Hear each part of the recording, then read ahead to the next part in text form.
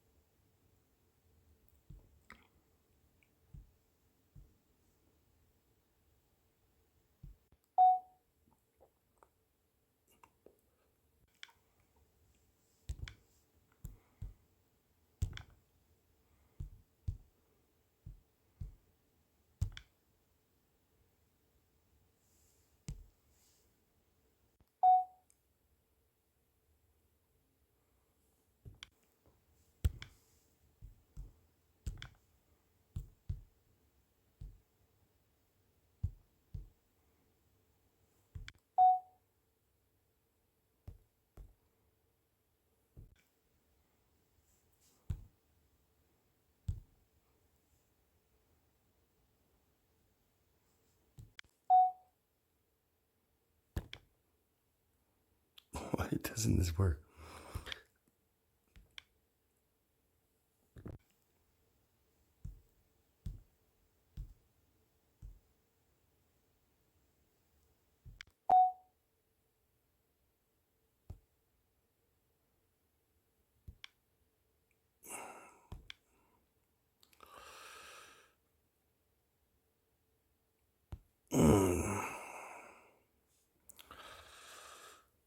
Alrighty.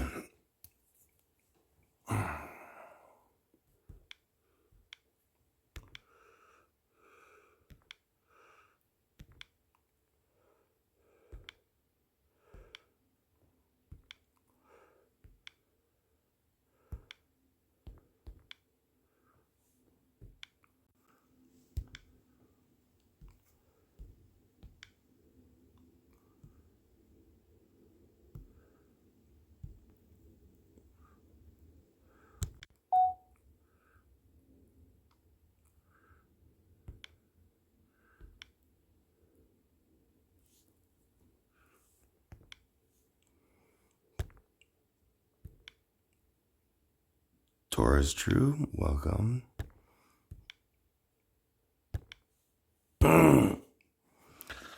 Only's Ref, welcome. Ooh, my voice is hoarse. Give me 1 second. Let me go.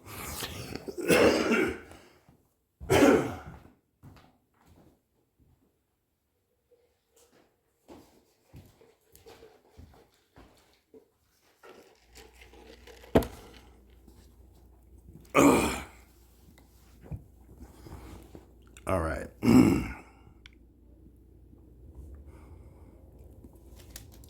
Bronze, how are you, sister?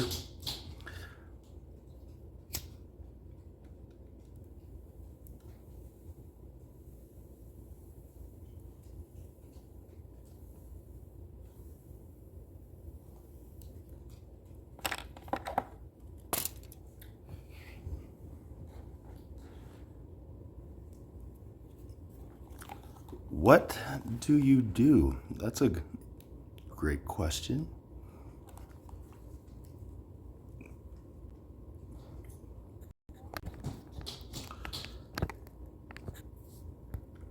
I guess my first question for you, only Zaref, would be what are you doing currently? If you care to share.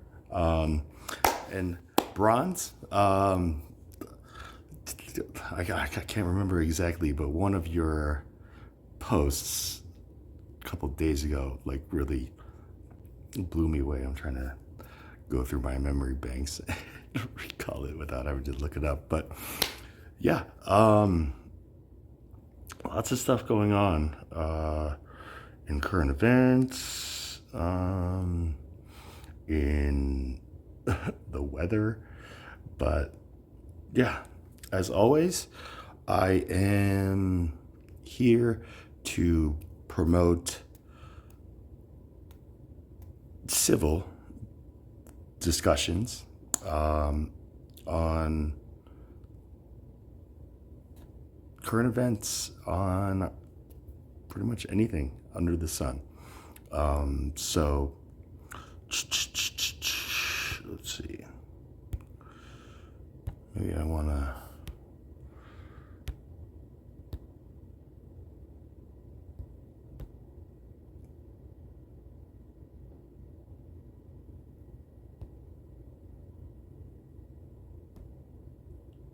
Oh, this is a deep one. I don't know if I want to start with that.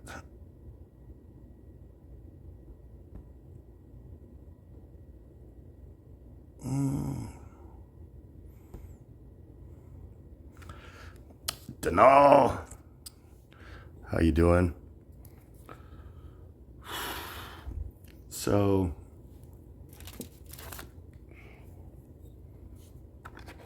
let's see.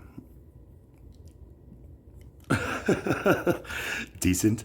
Yeah, decent as well. Just blessed as always. Yeah,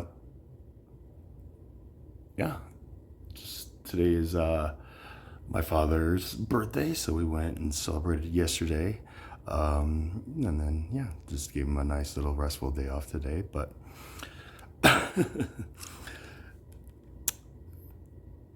how are you? Anybody hit by this winter storm? It's fun in its own sense. I mean, yeah, in lieu of events, yeah, it's just getting old. The birthdays just kind of bring just bad reminders, I guess. Give me 1 second.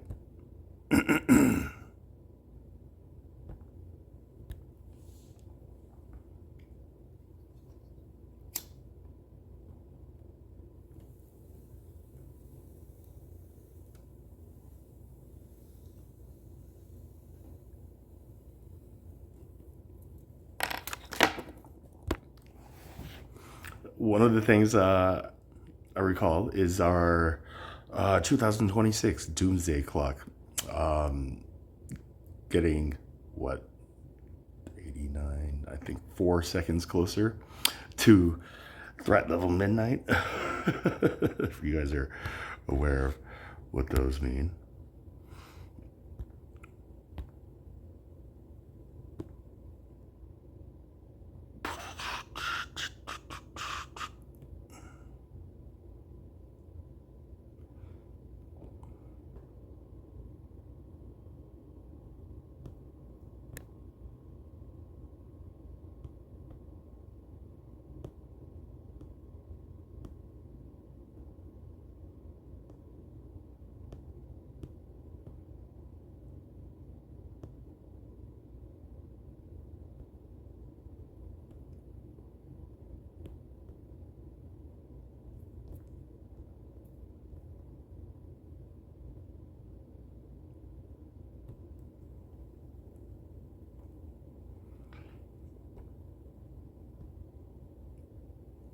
Just kind of cycling through some backgrounds. Let me know what you guys think.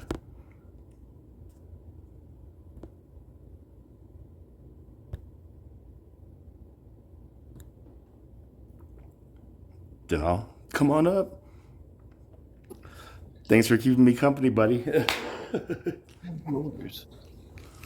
How are you? What's Thank new? Catch me up. uh, Not too much. Yeah? Any good live panels you've come across since we last sat together? Anything stick out? Not particular. There's one channel I've been more active in recently, where it's like a foster care and system kid channel.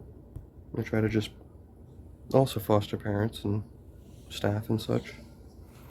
It's a foster care kitchen and And system. and So basically, it's for people who are adopted, who were in foster care, or were within the child or youth systems. okay. Who are still in it or who aged out of it or both or Mostly, I believe. okay. Interesting. What can you share the name of this this creator? It's Orphan Girl. It's long enough that it doesn't all show in the thing, but it's Orphan Girl something. And she is like the founder or just like a member or She's still alive. interesting. I mean, that sounds fascinating. So like what is the like content like over like they just like work I think together? it's mostly just trying to bring awareness to like foster parents who are just getting into the system or other people about like some of the things that go on in the system. One of their main themes is like coming out of the fog. Can you elaborate? What do you mean by that? Coming out of the fog. Well, it's kind of like a multi-purpose term in a sense. Okay. So for some people, it's just waking up and understanding and realizing that there are some really terrible things that go on in the system. Um, and as a foster parent, you kind of have a duty to help the kids, and you're not always told the truth by the CAS workers, or well, granted it's CAS, but I don't know The what field. the foster parents are kept in the dark, is what you're saying, or Yeah, so they're often told these things like they're going to become like a family, it's going to be ideal, it's going to be like great, blah, blah, blah, blah, blah. But oftentimes it isn't because, well, oftentimes when you're getting a child, they aren't necessarily in the best mindset if they're already in the system.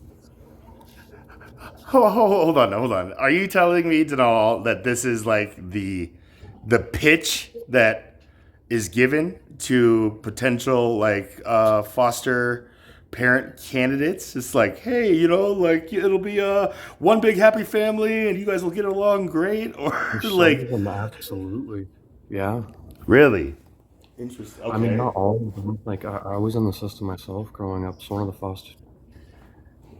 I was in a messed up situation, but one of the foster parents I had, for them it was a business, and they were very particular about it. They were a specialized foster parent.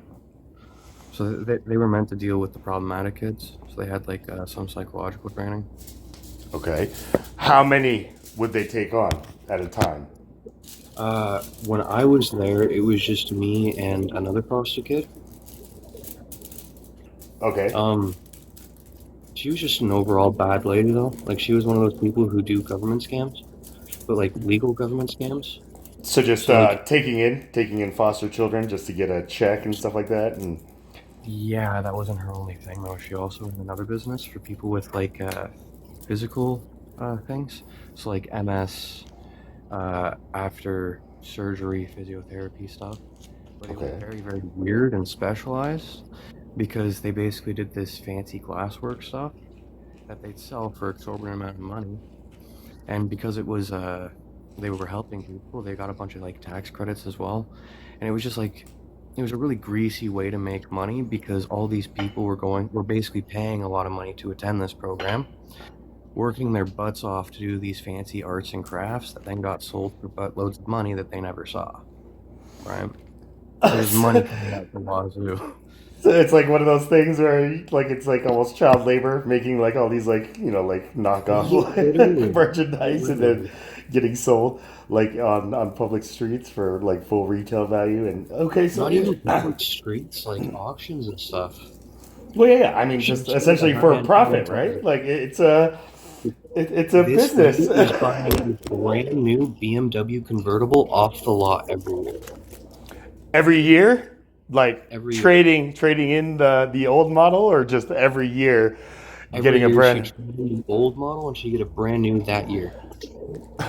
okay, well, those are big red flags in It's the. a huge red flag.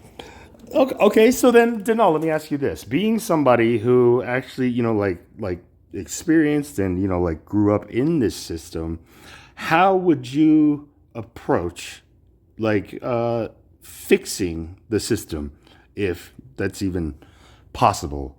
At our current like state of I guess affairs. But you know what I'm asking? Just like for me, like is there a like requisite or a like requirement for even like any candidate to register to apply to become a foster parent, or is it just like anybody who thinks they can do it just sign up on a list and then if we got somebody for you then that's how it is? Like what is the screening process on both sides, I guess? Like well like I think it's as simple as a basic police check because they're looking for people to house kids, right? And so a lot of people who can pass a police check, you don't got to be a good person to pass a police check. You just got to be the clean. just you're talking about like a background check, like a Yeah, criminal background check, like quite literally. okay. So then like no, like they don't do like checkups on just like your employment, your living like Mhm. situation, your stability. It's just you clear And the background check. for some places they do, for some places they don't. It depends on what level of foster parent they set you at. Like I know when I was at Bayfield Treatment Center, they had PTs, they had parent therapists, and these were kind of like they were paid by Bayfield Treatment Center. They weren't paid by the CAS system, so they were employees, but they were supposed to be like employees where you have the kid live with you in your household. So you're still free to have your full-time job or whatever, but you have to pass a very strict list of prerequisites to be a part of that system. Whereas if you're just a random foster parent, I don't believe it's a huge checklist. I mean, I'm certain there are some requirements, like they make sure that you have a certain amount of space in your house, so that way you're not like I mean, it's not like some sort of kennel or farm, but like like a studio apartment in New York City, just like with like 50 where you gonna kids. harbor like Yeah, any of these? You like okay, yeah. so then like do the foster kids like have any say or any kind of like input or Uh, participation on in who gets Canada, to in give them Canada, you're care? supposed to kind of. So when I was first put into the system, I was asked what sort of place I would like to live, and I said, well, I'd like to stay near my family. But other than that, I guess kind of rural-ish. Can I ask, is And it too personal for me to ask you just like what was it that led you into the system? I got kicked out at the age of 12, and I went up with my aunts, and well, I was kind of in an abusive situation before that, so I had a lot of trauma and shit, and a lot of behavioral issues from it. So I got kicked out at 14 and wound up in the system from there. By like CPS up in Canada or whatever Canada has? Like That's it. okay. Can children like voluntarily like enter the foster system? Like if they are in an abusive environment, can they like seek I don't want to say kind of emancipation, but just like like assistance, or do they have to wait for I guess someone to alert CPS. Does that make Yes, sense? but Like, it's not that easy. Because here's the thing: when a child, uh, if you don't have evidence, if your parents are good at hiding it, if your parents are good at lying, well, they tend to take the adult guardian's word over the child's because children, they're known to make up stuff. yeah, I mean, it's not really wise just to take Yeah, one or the other, like, not really. just at face value. But In I my mean, case, like, I was actually kicked out at the age of 12, so it was the neighbors who called because I was sleeping on the porch. I didn't really clue in that I was evicted because I was 12. But I mean, so 12 years old, you were pretty much disowned, like Adam and Eve, like from the Garden of Eden. And finally, by the grace of a neighbor who just saw just like, you sleeping on your front porch, was just like, what's going on? And then realized, like, like we need to intervene type thing. Like, did they question like your parents? It's like, I mean, do you think that this is like like the proper like choice for your child, or did they get deemed as just like not fit to? oh, I was deemed as the problem. By then, my stepmother had already managed to get a psychiatric record on me. Um, I was one of those kids where I was bounced around from diagnoses because no psychiatrist could actually figure out what was wrong with me because none of them bothered to think maybe it was abuse. And that's the problem, right? Like, Yeah. because they're getting paid by whoever is trying to like cover it up, they never get to the core issue. Is my kind of theory on that, which kind of sounds like what it is here. So then, did you get like a proper kind of like assessment, like once you got into the foster system, or did they treat you just like the way that you looked on paper, based on? They kind of treated me based on my file, and that kind of grew. And I went through the shit. I mean, I did some stuff I'm not proud of. For a while, I got really violent. I had anger issues, and I ended up getting kicked out of one group because of assault charges. Um, Again, I'm not proud of it. I got a conditional discharge. I had to go through a special anger management program, and that's why I wound up at Bayfield. And the therapists at Bayfield were actually they actually do their job. Um, Sitting Now, down they don't do with the their job. person and just like listening to them, just like, what's going on, man? Like, why? Okay. They literally ask the right questions, and they listen to the answers. That's all it really took. But they basically cleared me of every diagnosis except for ODD, obstinate defiance disorder or teenager disorder, and they cleared me Obstinate for defiant obstinate disorder? defiance Obstinate. disorder. Obstinate Yeah, defiance disorder. ODD. yeah. Which is what can you? Um, I've never heard that before. I had an issue with authority due to the fact that I had problematic authority figures in my life. Um, so yeah, that was literally it. It's just like how teenagers are very oppositional. Adolescence? You mean just like? But Okay, so essentially every adolescent is a potential like like yeah. ODD case. Except I think they only give you that label particularly when you recognize that authority comes from kind of a social contract. Authority is meaningless if you don't agree to it, right? Well, yeah, I mean there has to be some kind of like compromise, right? It's just like you can't be thrown into some kind of authoritarian rule and just like right. Well, Okay, so even bringing it to the prompt a little bit, like if you don't believe in God, God has no authority over you. I mean, I would say that God has the ability to judge you, but God is not controlling your actions because you're not fearing God because you don't believe in God. as in like God being just this omnipotent, omniscient, like observer being, rather than just like a law of kind of like a universal law type thing, right? Like if you don't believe in, gosh, the way that you said it, it's like if you don't believe in God, then God will have no effect over that life, right? Is what you said, which I Yeah. say I would disagree because whether we believe or don't believe God exists, those laws that associate, like all still play. And I think that That one, is that is very true and valid. But so then I guess I it would think I be need like, more. in your case, it would kind of be like somebody who is just constantly bouncing around from, foster home to foster home, not knowing that they have ODD.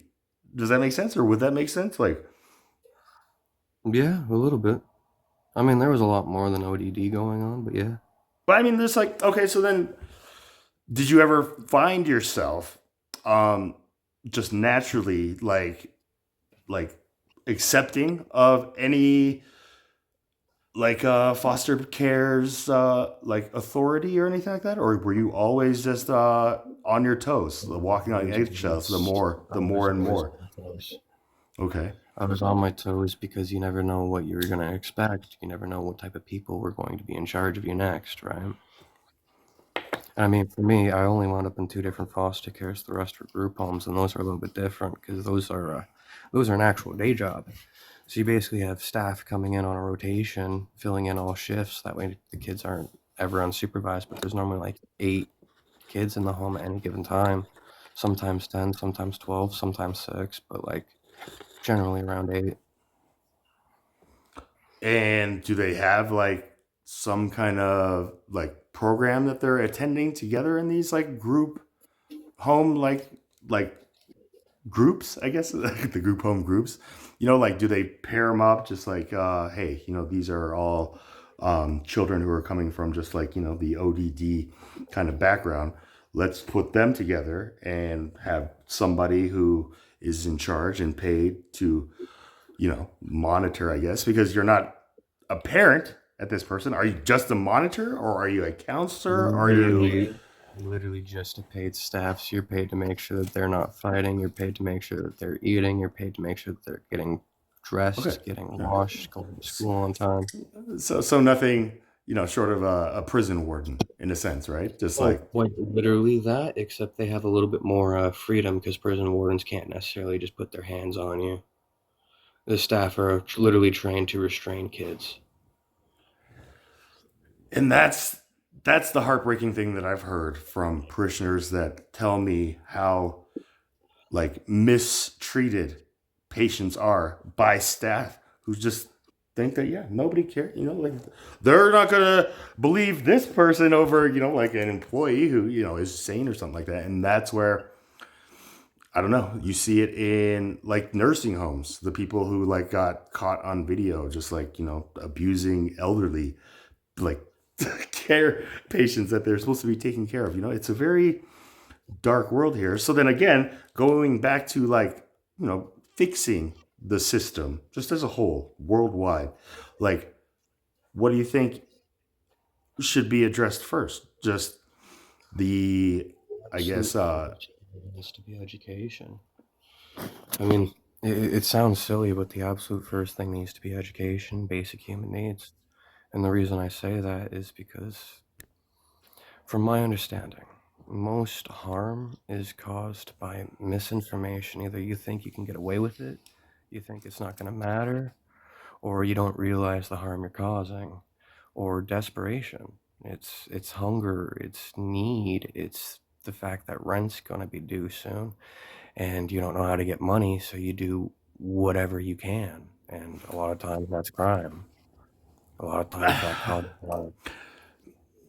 right, like that kind of carrot on the stick. Somebody who's just like, look, I just gotta like make rent, therefore just like, hey, but again, let me ask you this and all, like, what do you think would make anybody, regardless of needing to pay the rent or, just like trying to do this as philanthropy, what do you think are the key like attributes, um, like requirements that any citizen of the world would have to like just instinctively know they must have to take on this chosen kind of guardianship, right? When you're a parent, when you anybody can just like become a parent, like just without this, but to become like a foster care, like citizen, like that's a deeper meditated choice. So this is where like I hear a lot of Americans on the conservative Christian like podium just say like there are like hundreds of like Christian families who want to adopt these children in like foster care, but they get denied, right? I don't know if you've ever heard that, but I'm just like, yeah, like like just because you call yourself like a Christian like couple, like you think that's gonna grease the wheels or something like that, like I don't know. I just think that there's a movie on Hulu called like the Assessment. I don't know if you've seen it, but it's like a dystopian future where you have to get like an assessment done in order to have a child, and yeah, like it's just grueling in this sense. But does that make sense? Like, so do you think like Should be able to take care of themselves physically and mentally, and be able to recognize that other human beings with different point of views and perspectives exist. Um, I think those are the bare minimums for being a parent, for being a parent, period. Or for, yeah. a parent or just even adult human beings have to be aware I mean, that people have their own opinions, right? Is it, like is yeah, that just but a not every single human being is fully equipped to take care of themselves mentally or physically. That's a journey. okay? So then we have to ask, just like what level of care are these potential foster candidates even like willing or let alone capable of providing, right? It's just like, I can't autism, mentally challenged, like that's a whole different like field. So then I guess we whittle down like the special needs group, and now it's just like what the kids who have been disowned, who That's have entirely. ODD. I don't think that's entirely fair either, because there are people who are on the spectrum. There are people with other various mental disabilities who are fully equipped to be parents. In fact, they're great parents. Of course, right? Like that, like because they have learned. Hopefully, they have learned to But they're like. also mentally taking care of themselves, right? Like that disability doesn't stop you from being able to take care of yourself. It's a barrier that makes things harder. It makes living harder, but it doesn't make it impossible. Right. And then if one is able to overcome those barriers, that is a sign of just like, yo, okay, this person obviously has, like some discipline and, like all these characters that somebody who, you know, turns my age, 44, and just still hasn't been able to kind of, get a handle on just who they are, if that makes sense, which is unfortunately how I see a lot of the people who become just parents, the natural way, find themselves in. They have no idea like what issues they even have, because they just think that, I got married and therefore I'm on like this route, if that makes any sense. So I don't know. Like this is something I've really thought about beyond like this live right here about just like what questions would we ask somebody, anybody. I'm talking, anybody who wants to bear children, let alone like become the guardian or parent over children. Like maybe that's too dark and dystopian, but I feel like population control is going to probably begin in that manner. Just like, man, like Population control has already been happening. I In mean, what's look at. I mean, for how many years did they have that one child rule? right? And then yeah, right. And then even South Korea. South Korea is a country that um, would like just openly like give their Korean, like orphan children to any American couple that signed up to adopt them. Like that was the big thing. Like when I was growing up, just like yeah, if you want to Yeah. become an adopted parent, go get an Asian baby. It's But easy. also, look at the difference though. When you're outside of America, America's painted as this big picture of freedom, right? It's pictured as this picture of it's literally painted as this picture of success and greatness, and all dreams and possibilities can come true.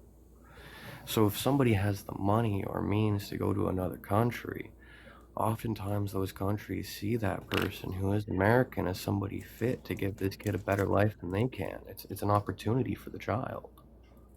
And it doesn't matter how crappy the person actually is or what the reasons for the adoption are, because there's already they're this they're this successful, global right? econ. Like they've reached the pinnacle of the American dream, and therefore, yeah, why not give them the 2.5 children that they don't seem to, like that thing. So again, it seems just like is that just America though? Like, isn't Oh, that? absolutely not. But at the same time, America is probably like the big face of it.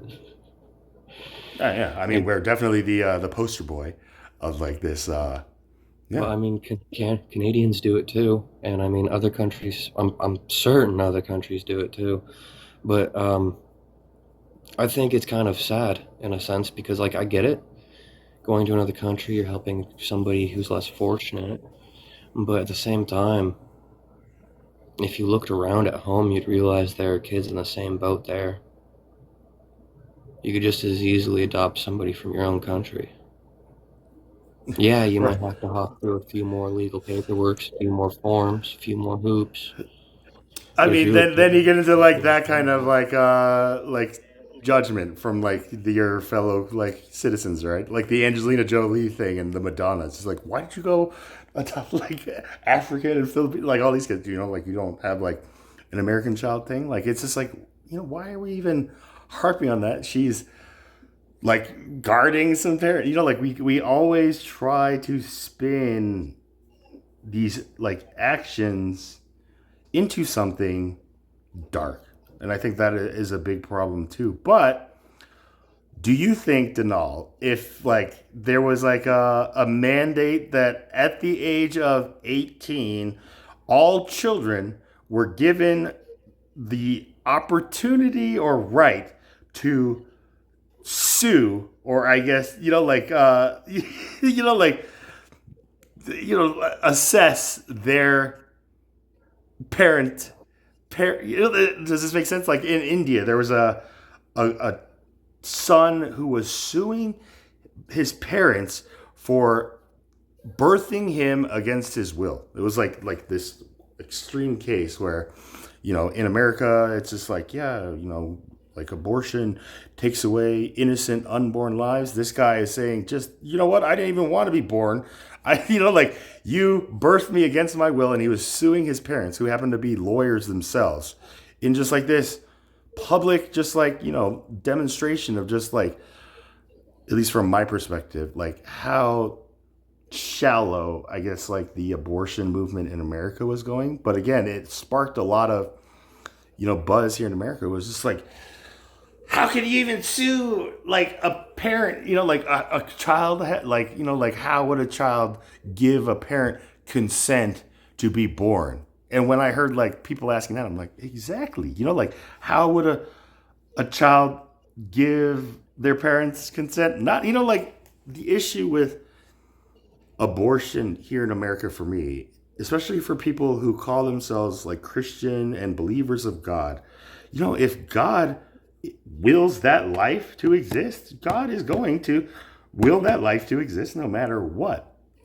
We can try to like create like these laws for abortion. agree with that, but at the same time, I am pro-choice because I feel like If God didn't want, or if God really wanted that kid to be born, the abortion wouldn't work. If God really wanted that kid to be born, abortion wouldn't be an option. Period. It wouldn't be something we'd have discovered. But it Ah, is.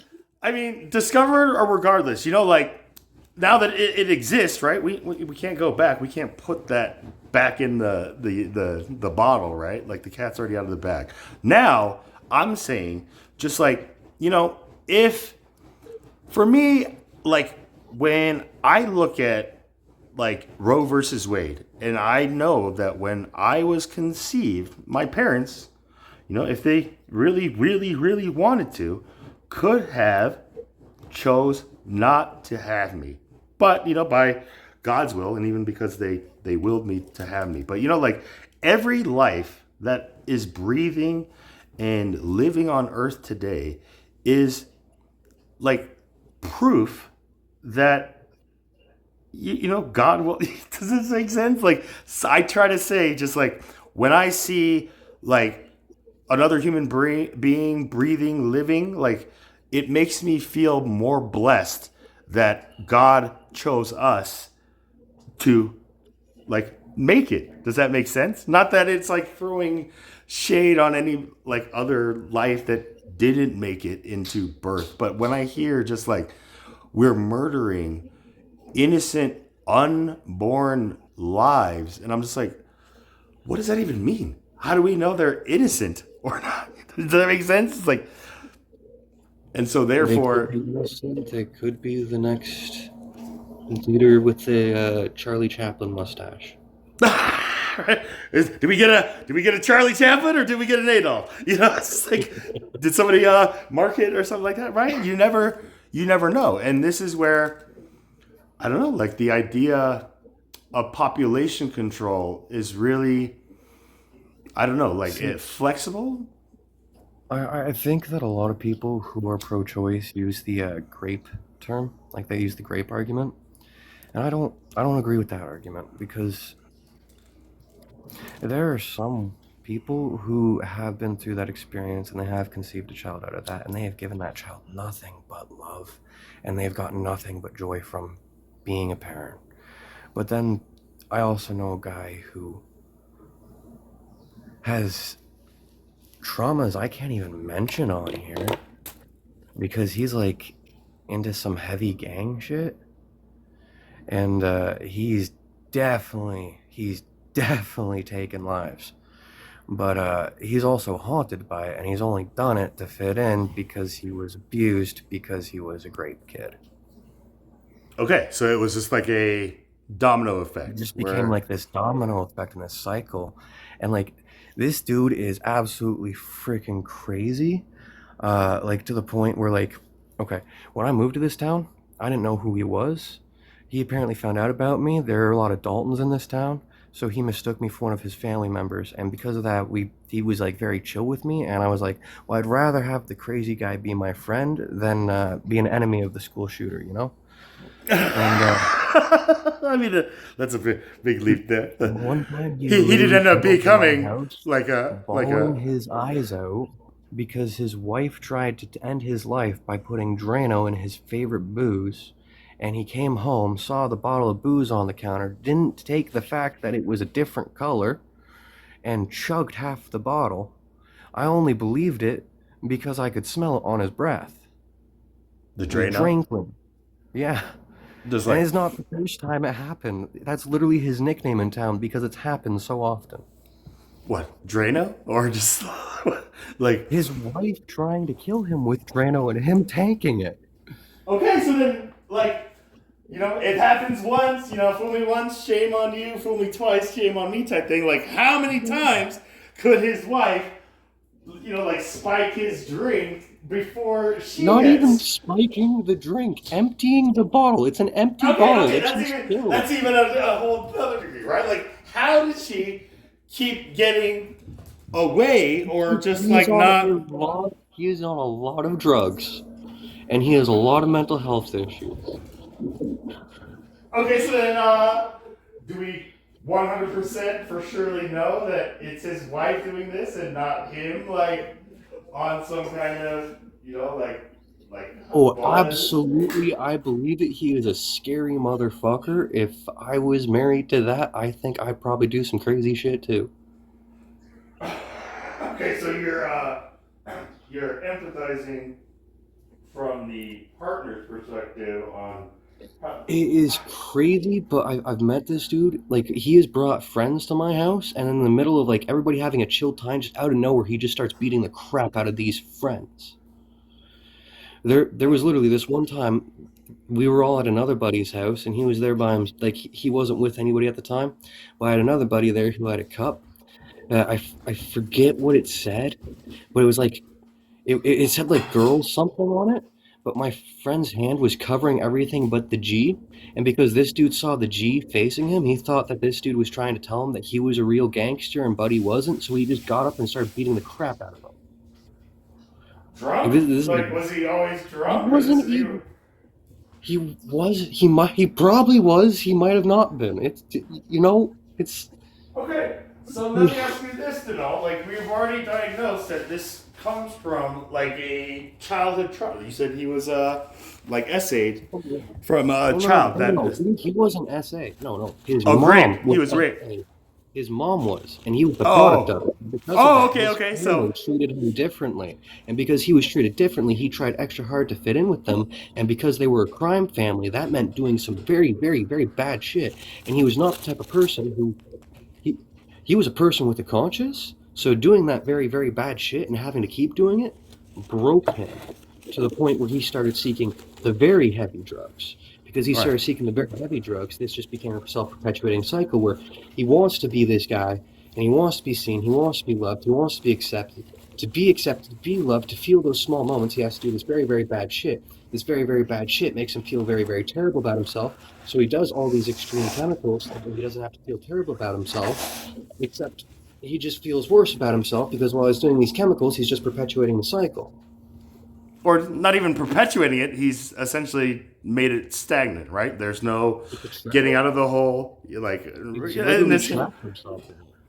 Okay, so then how do like does the government or any institution attempt to rehabilitate or proactively help these types of individuals where like you can easily recognize through like schooling, just like we know that something is going on in the home. And this is where in America they had that like new like protocol where children and their guidance counselors would have like confidentiality that like wouldn't be disclosed to parents unless like the child permitted it. But then this like freaked. You heard about this, right? Here in America, where they're just like, they are like programming our children to like do all this stuff and trying to take them away from their parents. And I'm just like, right Dude, that's there. literally the one, buddy. He literally hates the whole LGBTQ movement because of this stuff. He's blaming them for it. For his birth No, for the or whole just school for system. his. No, for the whole school system because he has a daughter. I mean, his daughter is just recently entered school. I think she's grade 1 now. But he's like very, very right wing, but he's Canadian, which is like ridiculous. But when Trump mentioned Canada being the 51st state, he was like, "Yeah, I'm down for that." And I tried conversing with him about the fact that like Canada and America, there might be like it could go to war. Like I don't know like I don't know everything that's happening because I'm not necessarily that politically aware, but like from some of the things I've been hearing, like Canada apparently has been preparing like anti-America defense maneuvers, like just in case. I don't think anybody wants it to go to war, but it's on the table right now. And then when I mentioned that to him, he's like, "Oh fuck yeah! If America makes it to my door, I'm going to be joining their side." Okay, so then is this like in lieu of like the whole Greenland talk? Like because everybody's now on edge. Yeah. It's like if Trump takes over Greenland, who's to say like he's not going to take over Canada or Dude, if he takes over Greenland, I'm officially terrified because that's two other countries that he would have taken over, and Canada's right in the middle of America. Then we're the very clear next fucking target. I mean, you guys are the top. Like that's the thing where I don't know. Like Canada is an interesting, like geographically like position, nation compared to like Mexico, right? Like how come we don't ever hear about just like let's just go take over Mexico, like vamp it up just like they want to do in the Gaza Strip or whatever, and then hopefully like this illegal immigration from Mexico won't be necessary because they have opportunities to now build a life for their family in their hometown. But instead, like if that makes sense. But in Canada, like like Americans go to Canada like for like their own frills. Like you guys have different laws, that permit Americans to kind of, party and stuff. And then I don't know, like, is it true that it is illegal to cross into Canada with mace? Like mace is illegal? If so, that's got to be a new law. But at the same time, with Trudeau and Carney's party, they basically rolled out huge weapon bans. And that's one of the reasons why my buddy is so fucking pissed, because he's a gun collector. He's been collecting guns with his father since he was a kid. They used to go to all the shows and stuff, right? You know how there are some kids who really like rocks, some kids who really like dinosaurs, some kids who really like trains? He really likes guns. So when they started taking the guns away, he's basically refusing. He's basically keeping his hidden. Now, when you say taking them away, like from everybody, or like they're doing like they did a hard fucking thing on automatics and semi-automatics, and I think even pistols. They're looking at pistols even, because they're like, you don't need that to hunt, and in Canada we're only using guns to hunt, because they're like it's because America with all the shootings. Okay, so self-defense is not even It's not a thing in Canada. It's never been a thing. We don't have freedom of speech. We don't have self-defense laws. So now, if I get in a fight with somebody, I might not go to prison. In fact, that's literally happened. I've gotten in fights with people on the street in front of police, and nothing happened because the police didn't want to do anything, and because nobody actually seriously got hurt. It was a Canadian fight, so like you go all out. I'm not your gutty. I'm not your buddy, guy. Somehow you both walk away from it. Right. It's just like hockey type thing, right? It's just like, just let them duke it out, and if somebody needs to go to a penalty box, they'll go to a penalty box. But essentially, it's handled like there, then and then, right? Somebody were to break into my apartment, right? And they had intent to cause me harm. If I defended myself with a weapon, I could be brought up on charges. With any weapon? Like if you had a can of mace, or if you had like a bow and arrow or something like that, versus just like If they could cause serious harm and I do so, it doesn't matter if they infiltrated my property or not. Just like freedom of speech. We don't have freedom of speech in Canada. Hate speech is technically a crime. As it should be. But then, no, but I mean, like, what determines online? If you're caught bullying and there are witnesses, like that's considered a crime. I don't think it's necessarily lots of jail time. I think it's like generally, hey, you're not supposed to do that. Here's a fine, or here's some fucking light time, or here's community service or whatever. But like, it's an actual fucking crime. Okay, so then you're saying, I mean, like that's the thing where, I mean, I gotta say, Denal, I kind of envy assault charges. When I was in the group homes, I was 16 at the time. I had anger issues, and I was on a 2-to-1 basis. That means they had 2 staff. It was an escalating thing, so I entered this specific group home with I was just a normal kid in the system. And I got into a lot of fights because it was a very violent group home, and when I started winning those fights, I got a 1-to-1, which meant there was 1 staff on 24/7 just to cover me. Just in case I that eventually escalated to a 2-to-1, which was 2 staff just for 1 kid. I'm 16 at this time. Why? Because you beat up the one-on-one? Or no, because okay, so it's way better than that. So we got a supervisor that was very, very you know those guys who are very big and very like to be violent about it, even to small people for no reason. Yeah. This Yeah, the meat it out, like the roared it out, just like. yeah. Okay. So we got one of those, and As a he was very, supervisor or for your yeah, he was the one-on-one? supervisor. So he was supervising all the staff in the group home. He was our temporary supervisor. His name was Brandon, and he was violent with all of us, but he was also stupid. I mean, real stupid. Um, I was like, I was hefty, so I wasn't tall, but I was on the larger side because I liked food. It filled a hole in my heart. Uh, and Hey, better than he put me in something. child restraint, which is basically, I don't know if you know what that is, but you grab their right wrist with your left hand and their left wrist with your right hand, and then you sit them down after forcing them to hug themselves, and you're sitting down behind them. Like a full So it's Nelson, very, kind very of like close. on your knees and stuff like that, just like No, no, no, on your butt, because this is a child restraint. So you're only supposed to do this on kids who are like 12 and under. 12 and under. You're supposed to wrap them Yeah. up like that. Yeah, because you can safely force them to hug themselves and then sit down with them, right? But he did this to me in a hallway, and I was well over the weight limit and well over the height limit. And it was in a hallway where he was taller than me. So I just took advantage of that. And you know, like a grandfather clock goes back and forth? Uh, he had bruises on the side of his head from that, and he was really pissed off at me from that. So he started to like focus on me. I became his target. And that didn't go well for him because he took it too far. Um,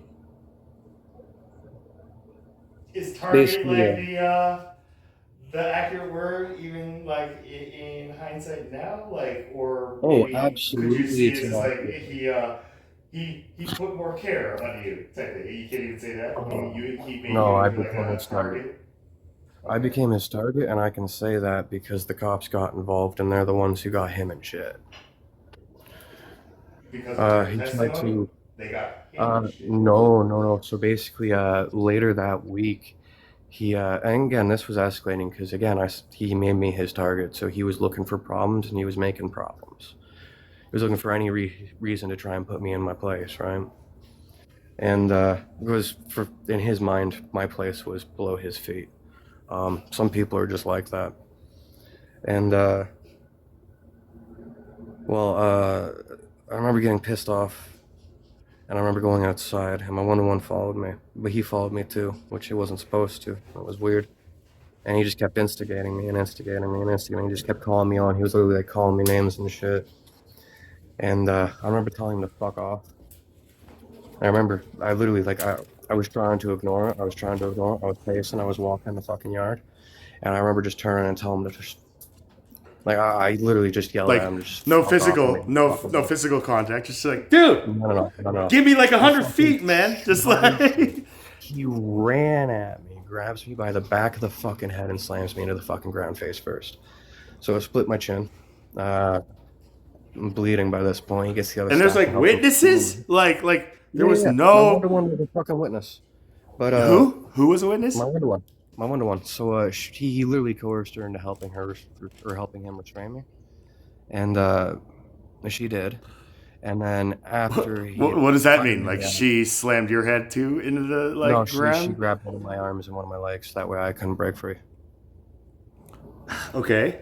Yeah. So this is when you were already scheduled with the one-to-one and already like double Yeah, she was my targeted by Wonder. the supervisor, Yeah. and then okay, continue. Yeah, and after they had deemed that I had calmed down enough, they let me go, and they wouldn't let me back into the house unless I washed the blood off my face.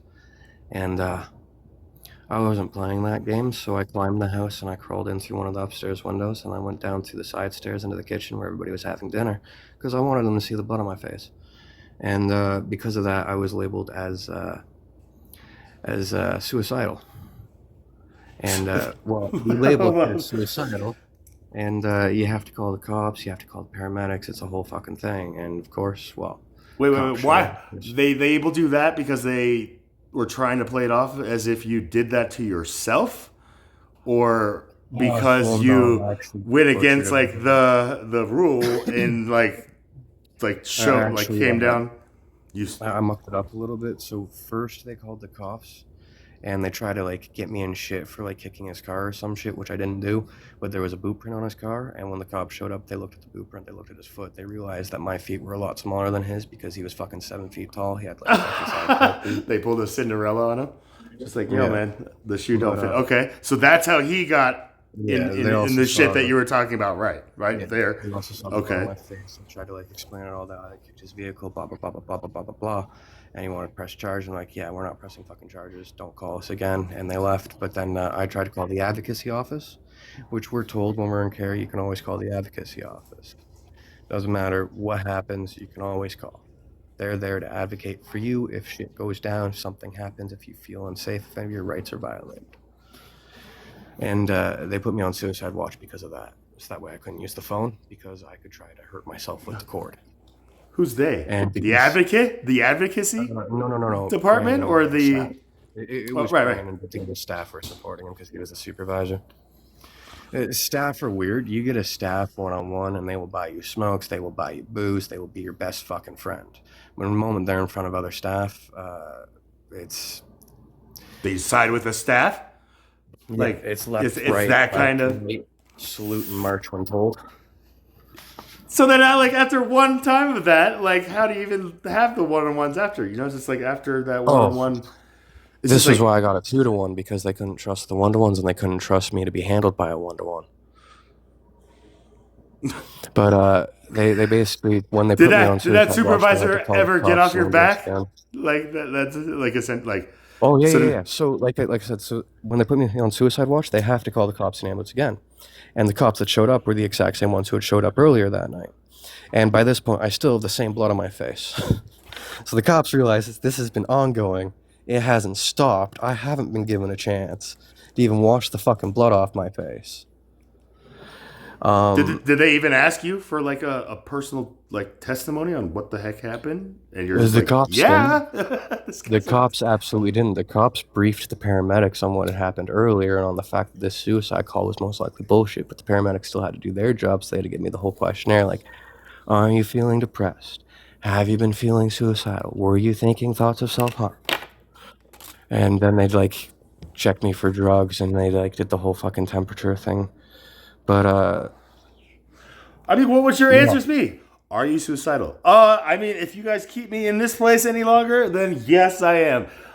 You know, are you like, do you want to hurt yourself? It's like, again, the cancer, you know, like that's the thing where, I don't know, where you just kind of just like, you know, I'm not. They're just saying I am. And, you know, like just kind of, literally I was like, no, I just wanted to call the advocacy office and they don't want me to. And it was great because I'm pretty sure it was either the cops or the paramedics or multiple people from those groups that called the advocacy office because they showed up the next day.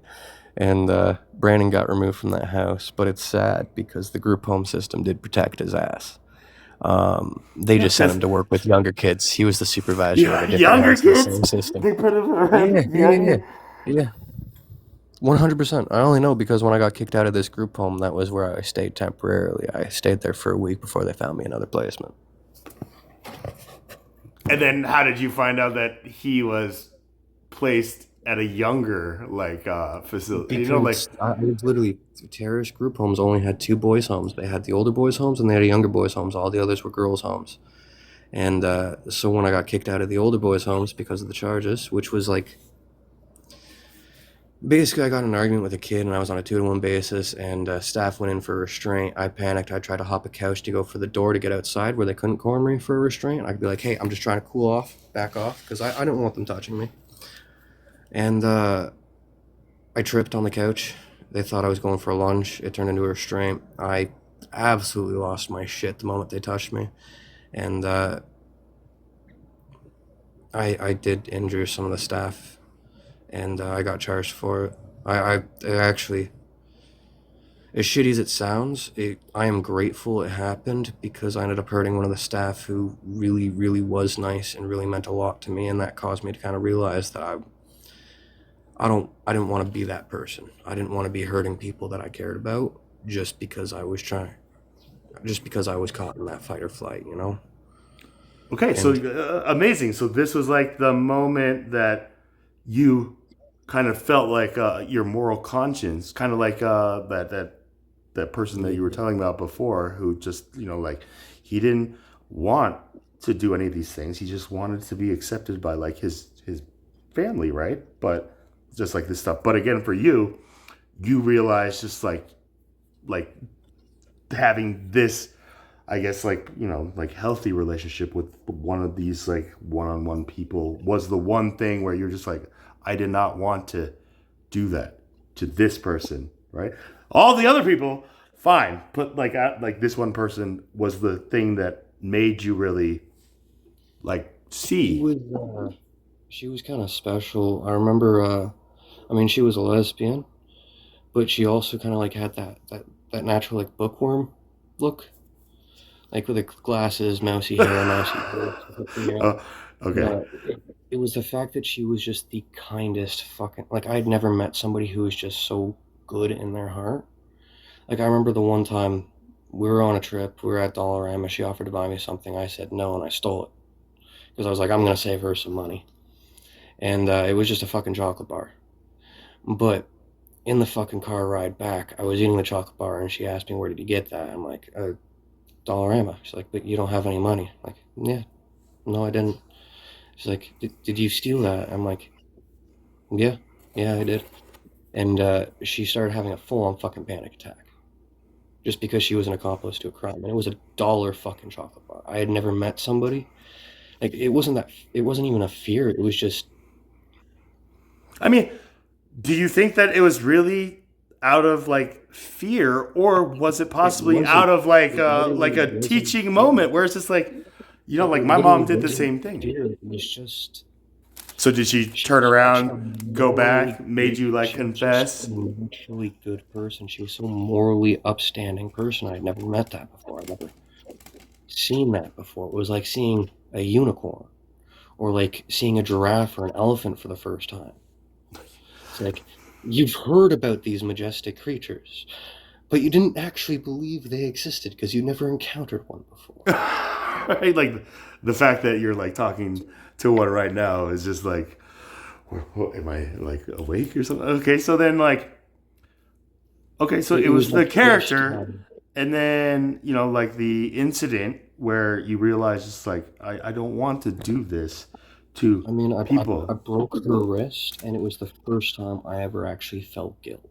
It's the first time I actually felt, oh, I literally, there's no way I can justify this. There's no reason or cause or excuse for this. I fucked up. It was the first time in my life I had ever truly, through my entire being, felt the emotion that is guilt. Because every other time when I had stolen, it was because I was hungry, and it was because I didn't have money, and it was because I didn't have I didn't have anybody to ask for money. I didn't have anybody fucking having my back. I didn't have anybody fucking guarding me. I didn't have anybody fucking sponsoring me. So And that was my even your rationale, right? Like even when she offered to get you whatever, you rationalize is just like, I don't want anything. I would rather save you money, and therefore I'll just five finger discount it type thing right there, because right? it's the Like, toy store. They're not gonna notice. It's a corporation, and like I was always rationalizing before. Like or this is the first did time you I just truly. never really get caught like that before? Like was that the first time No, you I like was got caught all you're the just time. eating the chocolate bar and you No, like no, no. weren't thinking about just I like was caught all the time. That was where the behavioral issues came in. you were caught all the time. So I just okay. wasn't learning from it. Right. Okay. So now there's kind of like the you said it. It's just like you're doing it all the time. You're always getting caught. It's like my father says. Like you see the fire and you've touched it before. You've gotten burned. And yet we just keep touching it and touching it and touching it. And finally, out of just like the plea of like God, I tell my dad like maybe I'm trying to invent an oven mitt is what I said. But for you, I mean, like you said, I don't know. Like, so you get caught. Did you kind of feel like embarrassed at all, or did you just kind of feel humbled at that moment where she was just like, "Where did you get that? You didn't have any money. Like, did you steal that? I'm an accomplice. Like, did you just kind of like to I give was her yes honestly nos? confused. I was confused because I couldn't comprehend how she could feel bad about a $1 chocolate bar from Dollarama, and it took me some time to think about it, and that's when I realized what type of person she was, and I realized why she was in the group homes. She wasn't because there were a lot of staff who were in the group homes because it was a good paying job and because they flunked out of the prison training. Because they originally planned to be a prison guard or something like that, or a security guard or something fancy, and they flunked out of that. And the best they could handle was kids. It was the best they could qualify for, and it was decent paying. So they were in it for themselves. They were in it for the pay. They were in it for the power trip, or they were in it. Not for the kids, right? They're There were not some working people who were to in the help the game children. for the kids, but they weren't actually there for the kids. They were there for the feeling they get from saying, "Yeah, I'm helping kids." But she was actually there because she cared about other people, and that was Right. natural.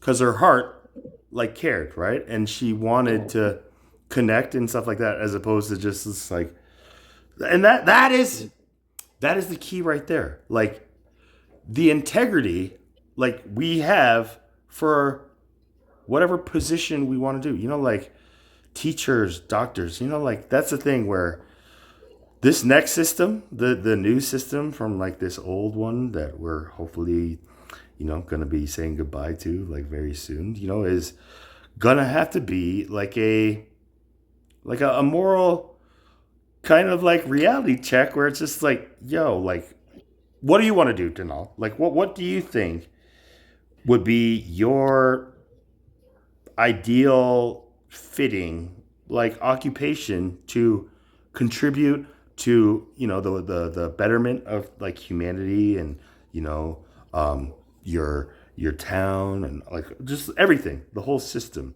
like I plan to do four things. four things. Okay, number one. I plan to work on myself first. Okay, Um, well, that's an always thing for me. yeah. Okay. Second thing.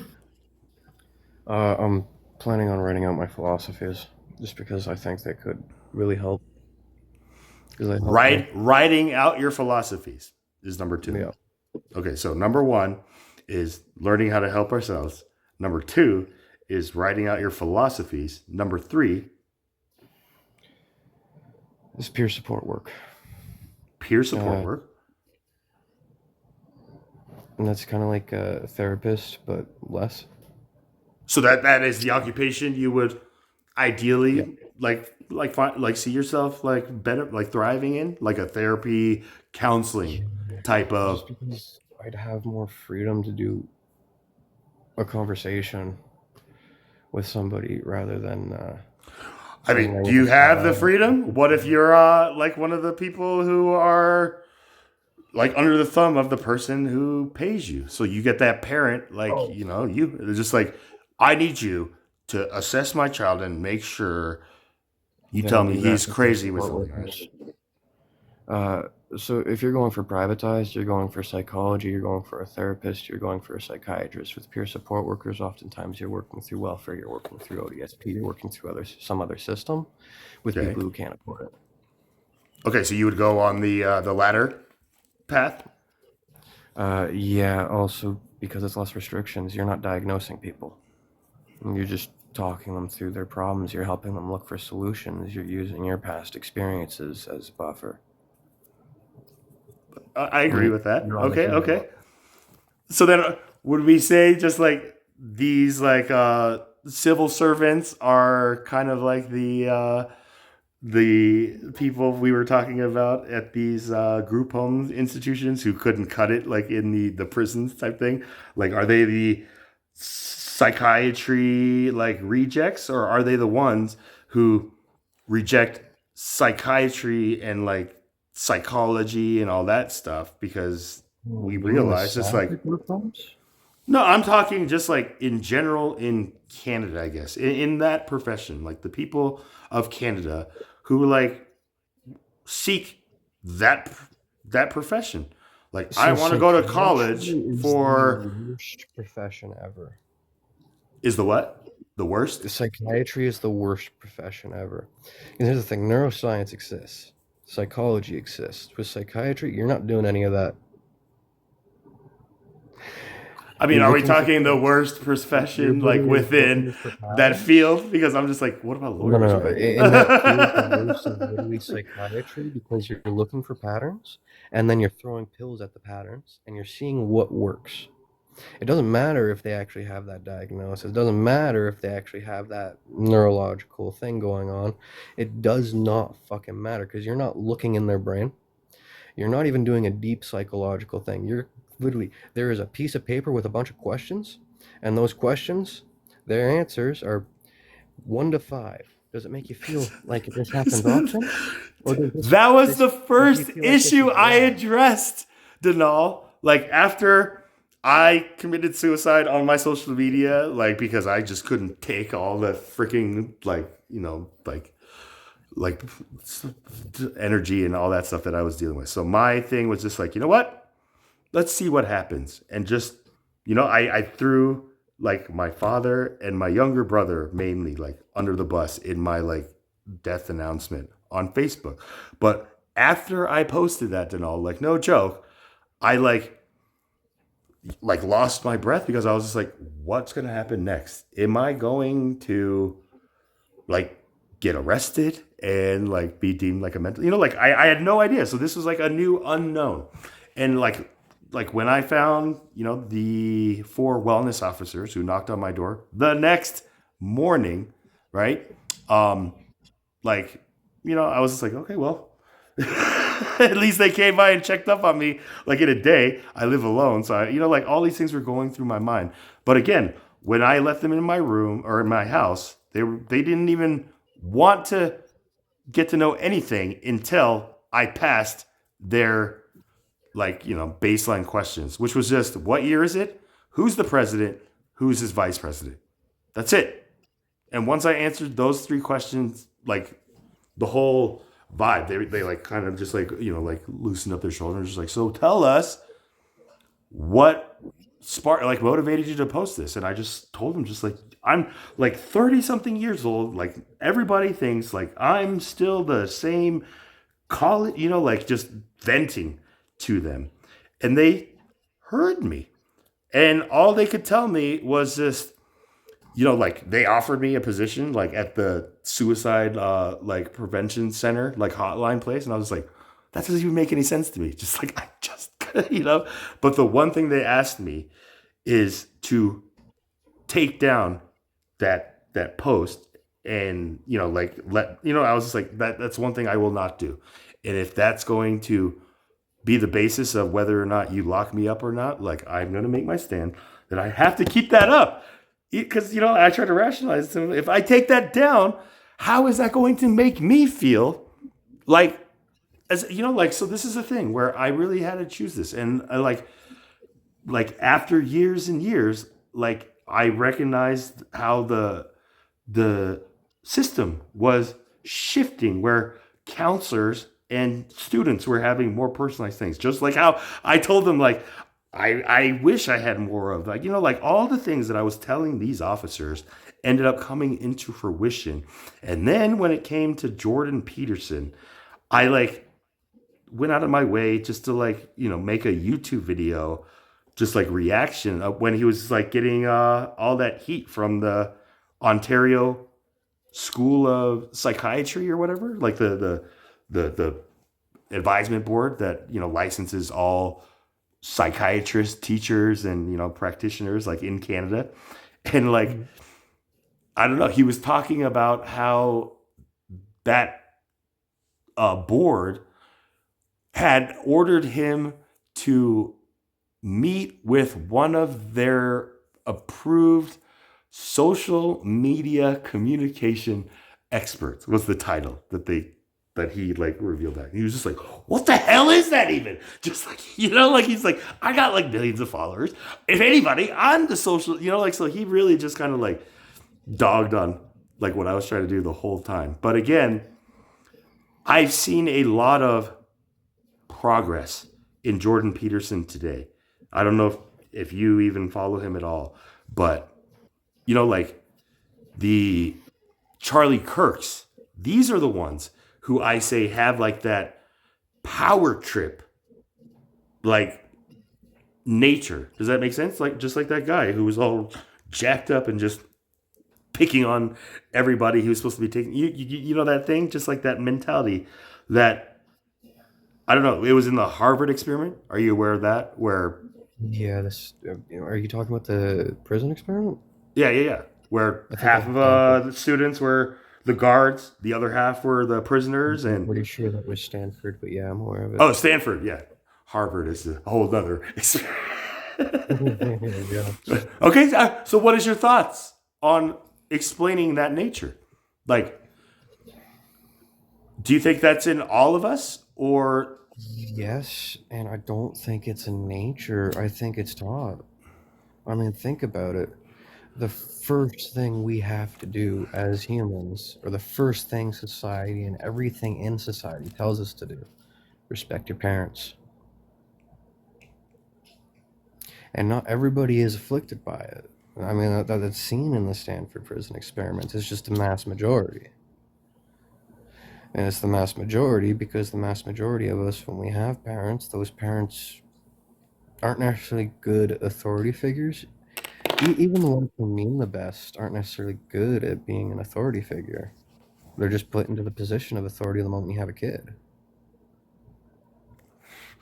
I mean, you're absolutely right. Okay, so is that necessarily like good parents or just like parents in general? A lot of it is Just parents like in based general. on parenting of like everybody, the parenting that we have, teaching us the morals. But then again, like these are like college students who should be aware enough to know that this is like They're an not.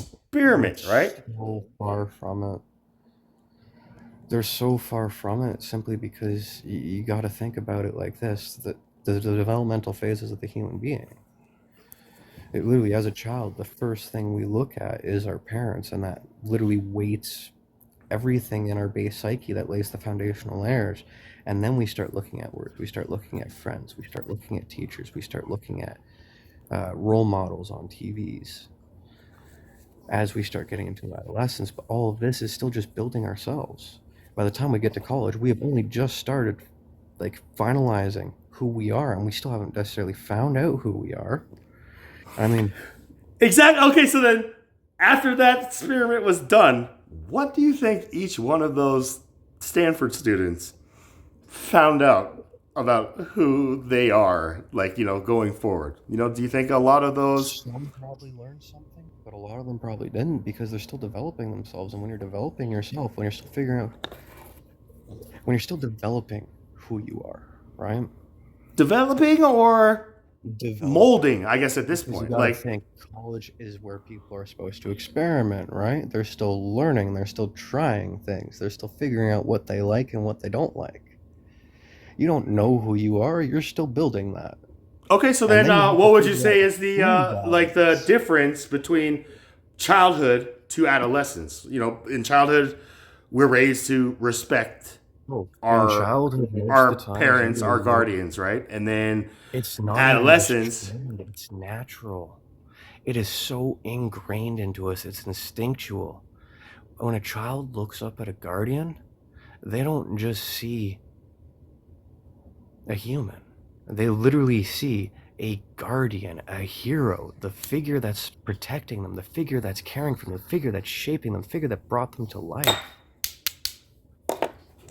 Right. And how that figure treats their Them and progeny. everybody around them.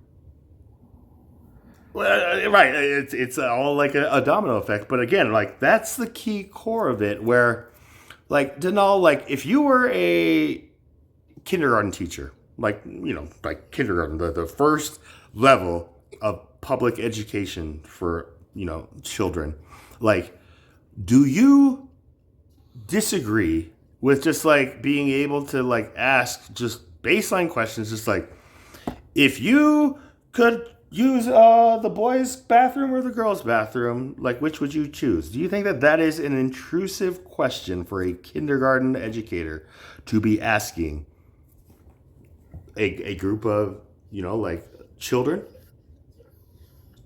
Or do you think that this is like a baseline question where, if a kid fumbles or waffles on this question, as a teacher, I'm going to know they're probably going to require closer attention. I think that gender shouldn't be stereotyped. So I don't think that like boys at that age should be taught that a truck is for boys and dolls are for girls, or pink is for girls and blue is for boys, because they're just fucking colors and they're just fucking toys. Right. No, we're beyond like those I do identifying believe marks. that it is way, way, way too early, because they don't fucking know themselves. If you're still They building don't know yourself, how the themselves hell well enough to know which bathroom they you're prefer to literally use. you're literally building yourself at that age. You are literally looking for what other people like and what other people are expecting of you. You're looking for things that are fun. You're playing, you're exploring, you're learning, because you're literally Right. building into a person.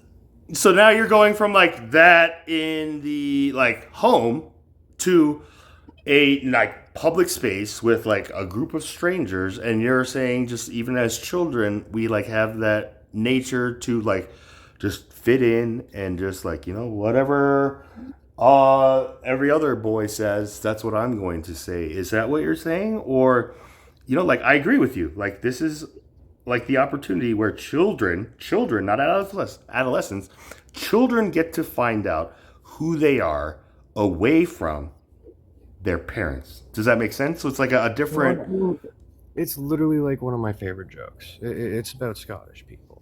So It's about Scott. Okay. when people went to war with Scotland for the first time, when Britain first went to war with them, it would have been a terrifying experience, because you see all these hairy dudes in the kilts marching up to battle, and you're gonna look at them and you're gonna think, as a Brit, damn, if that's what the women look like, I don't want to stick around to see the men. Because in British culture, that's a skirt. But in Scottish culture, that's a kilt. It's worn by the man. Because it's just how they were raised. It's the culture they were born into. It's what they know. And that's literally all it is. But I mean, the joke in that what you said is much deeper, though. It's just like, well, like the idea that the Brits would look at this like invading army is just like, are these like women coming out? No. Like like the other way around, it would have been the British invading Scotland. so whatever. Either way, it's just like, just by physical glance, it's like, I can't believe they send their ugly women type thing. It's just like that kind of just like passive nature. But again, like, think about this. Like, as a child, what bathroom? This is the thing. Like, it was a very like direct question I asked like educators and parents alike. Just like, why is it so wrong to ask? When I was 5, my answer would literally be, I go to the bathroom with the toilet in it. Just like, yeah, exactly, right? That would be the probably most honest answer and like sign that this kid has like good parents, like who isn't programming to like think a certain way, right? Like this kid is innocent, right? Just like wherever there's a toilet, that's where my mommy and daddy told me I had to pee. I used to pee. So I was very self-sufficient by that age. Right, exactly. Okay, so then what would we as like these students, like if we saw like the next person just be like, I would use. I broke my kindergarten teacher. So like I literally moved to my dad's that year, and I didn't understand what happened. So I just remember like I was living at my dad's now. I don't know where my mom is, and that like huge abandonment issues on my dad, because I got Wait, this was before you were kicked out, right? Like at age 12, you said in kindergarten. I was 5. This is kindergarten. Okay. And my sister was still going to the same daycare program, and she wasn't even like fucking pre-kindergarten, because she was 3 at the fucking time. But preschool at that point, right? Yeah. Daycare. Yeah. Straight. But we were picking her up the one time, and the teacher gained a bunch of weight. And now I'm 5. there is no reason a 5-year-old is looking at their teacher and asking if they're pregnant. I shouldn't have. I shouldn't have known about that. I shouldn't have been putting two and two together. I knew a lot because my mom did a lot of drugs and she had a lot of boyfriends over. Hold on. So, like this was like a weight gain, like what, in a week, or just like a school year or something like that? Like you were just like, Oh, it hey, was like, are you pregnant type thing? Like that. That's what you're like as a kid, yeah, just she like broke down fucking crying. because Like she she was really broke not down pregnant, freaking. or Yeah, she because she was was not. She fat. was going through some hard times. Okay. Did you recognize this at that time, or I just like, did not. I got in a lot of trouble for that. My dad gave me the dirtiest of looks as soon as we were gone. He's like, "You cannot. You can never ask a woman if she's pregnant. Never ask a woman how much she weighs. Never ask a woman her fucking age. These are the three things you never ask a woman." yeah, the golden rules? It's like, well, thanks, Dad. This would have been all like good information to know before I go into school, type thing, I right? don't think anybody's prepared to give their 5-year-old that lesson, though. But giving every like child that lesson, you don't ask that, you don't guess that, and you don't even like mention that at all. That's like the rules that a father will pass on to any son or like young male, right? Just like that's the rule that men don't do with women, and then whatever women I probably think have he the same kind of version. eventually, but again, I don't think most parents like. There's no training for being a parent, right? Exactly. Don't you Well, think that's kind of a problem? absolutely a freaking problem. And then No, no. The thing you that know, gets me, it is I make light of it. Uh, I mean, if you can't laugh, it's gonna break you. But my dad was kicked out by his parents at the age of 13. So my joke is that he had to one up his father. That's why he kicked me out at 12. Well, he didn't have parents who raised him through the entirety. Like his parents kicked him out at 13. He was raised on the fucking streets from that point. He wouldn't even make it to the system. He was literally living on the streets off friends' houses and couches and shit. Then I think he started like dating this like 40-year-old or something while he was still 17, and he became a carny after that. I think. And that's when he met my mom, and my mom got him a job as as a a lumberjack. carny, and your Yeah. mom got him a job as a lumberjack, or your mom Yeah, got a my job mom as had a. her own abandonment issues because she was adopted twice, and then like her mom passed in a car crash with her when she was 14, and she had a bunch of issues from that. So she was on a lot of drugs, and also How she was how on. old was she when you and your father met? Oh, she would have been like 20s? 15, 16. Oh, really? That young? Your father too? Actually, no, she probably would have been 16, but my father would have been like 18, 19 at the time. Right. Still young adolescents at this point, right? Oh, absolutely. I mean, they had me in their like early 20s. Like she was 21. I think he was like 24, 25 by that time. Babies having babies, man. Okay. I mean, but like, yeah. I mean, my father the same. My mother was 24, and my father was like 19 when like they. No, he was like Oh, 20. they were both just traumatized idiots. I mean, just they. You're not. Yeah. I mean, they had their own traumas, and then it was Mhm. their like It was traumas essentially they that broke really up. They broke connected up them. because they broke up because they each thought the other cheated on them. Now, I've spoken to both of them. I've listened to both of them. Neither one of them fucking cheated on the other. They both are disgusted by the idea of a spouse cheating. They would never do it. They have never done it. They literally. So then, It's where one of does those the suspicion come from? Is it because they the both had abandonment issues. They were both on a lot of drugs. And they were spending too much time away from each other, working to try and put food on the table for the growing family. And the they got separated. generational burden They that got my like, all parents? and they blew it way out of fucking proportion and started hating each other and fighting all the fucking time. And it just got worse and worse until they fucking split. And you and you say you have a sister? Yeah, she's 2 years younger than I am. 2 years young. So then you lived with your mother, then with your father, and then back with your So mother before I you was were. with my dad and mom out in BC. They were on Galliano Island. Then they split just before I turned 2. That's when my dad went over to Burlington back or to Ontario back to be with his or to be back with his family. And my mom followed him over just before my sister was born, so she was born in Ontario. And then found out that like again they had broken up, but I guess she thought that they were gonna try and she was gonna try and patch it up or something. And by this time, my dad had been set up with another girl by their friends. They their mutual friend, uh, and they started hitting it off. So my mom took that as confirmation that he cheated on her. Yeah, I was gonna say that can only be fuel for the fire for that. Like, like. And then she got an apartment in Burlington and went very, very, very, very hard on the chemicals. And then because of that, she went on like a bender for a few weeks and didn't find a babysitter for me and my sister. So CES got called and my dad got custody. And What happened to your mother? She was put into like some kind of program to she get off work better, after or 7 years. I mean, she didn't get clean until like 5 years later. but she got clean.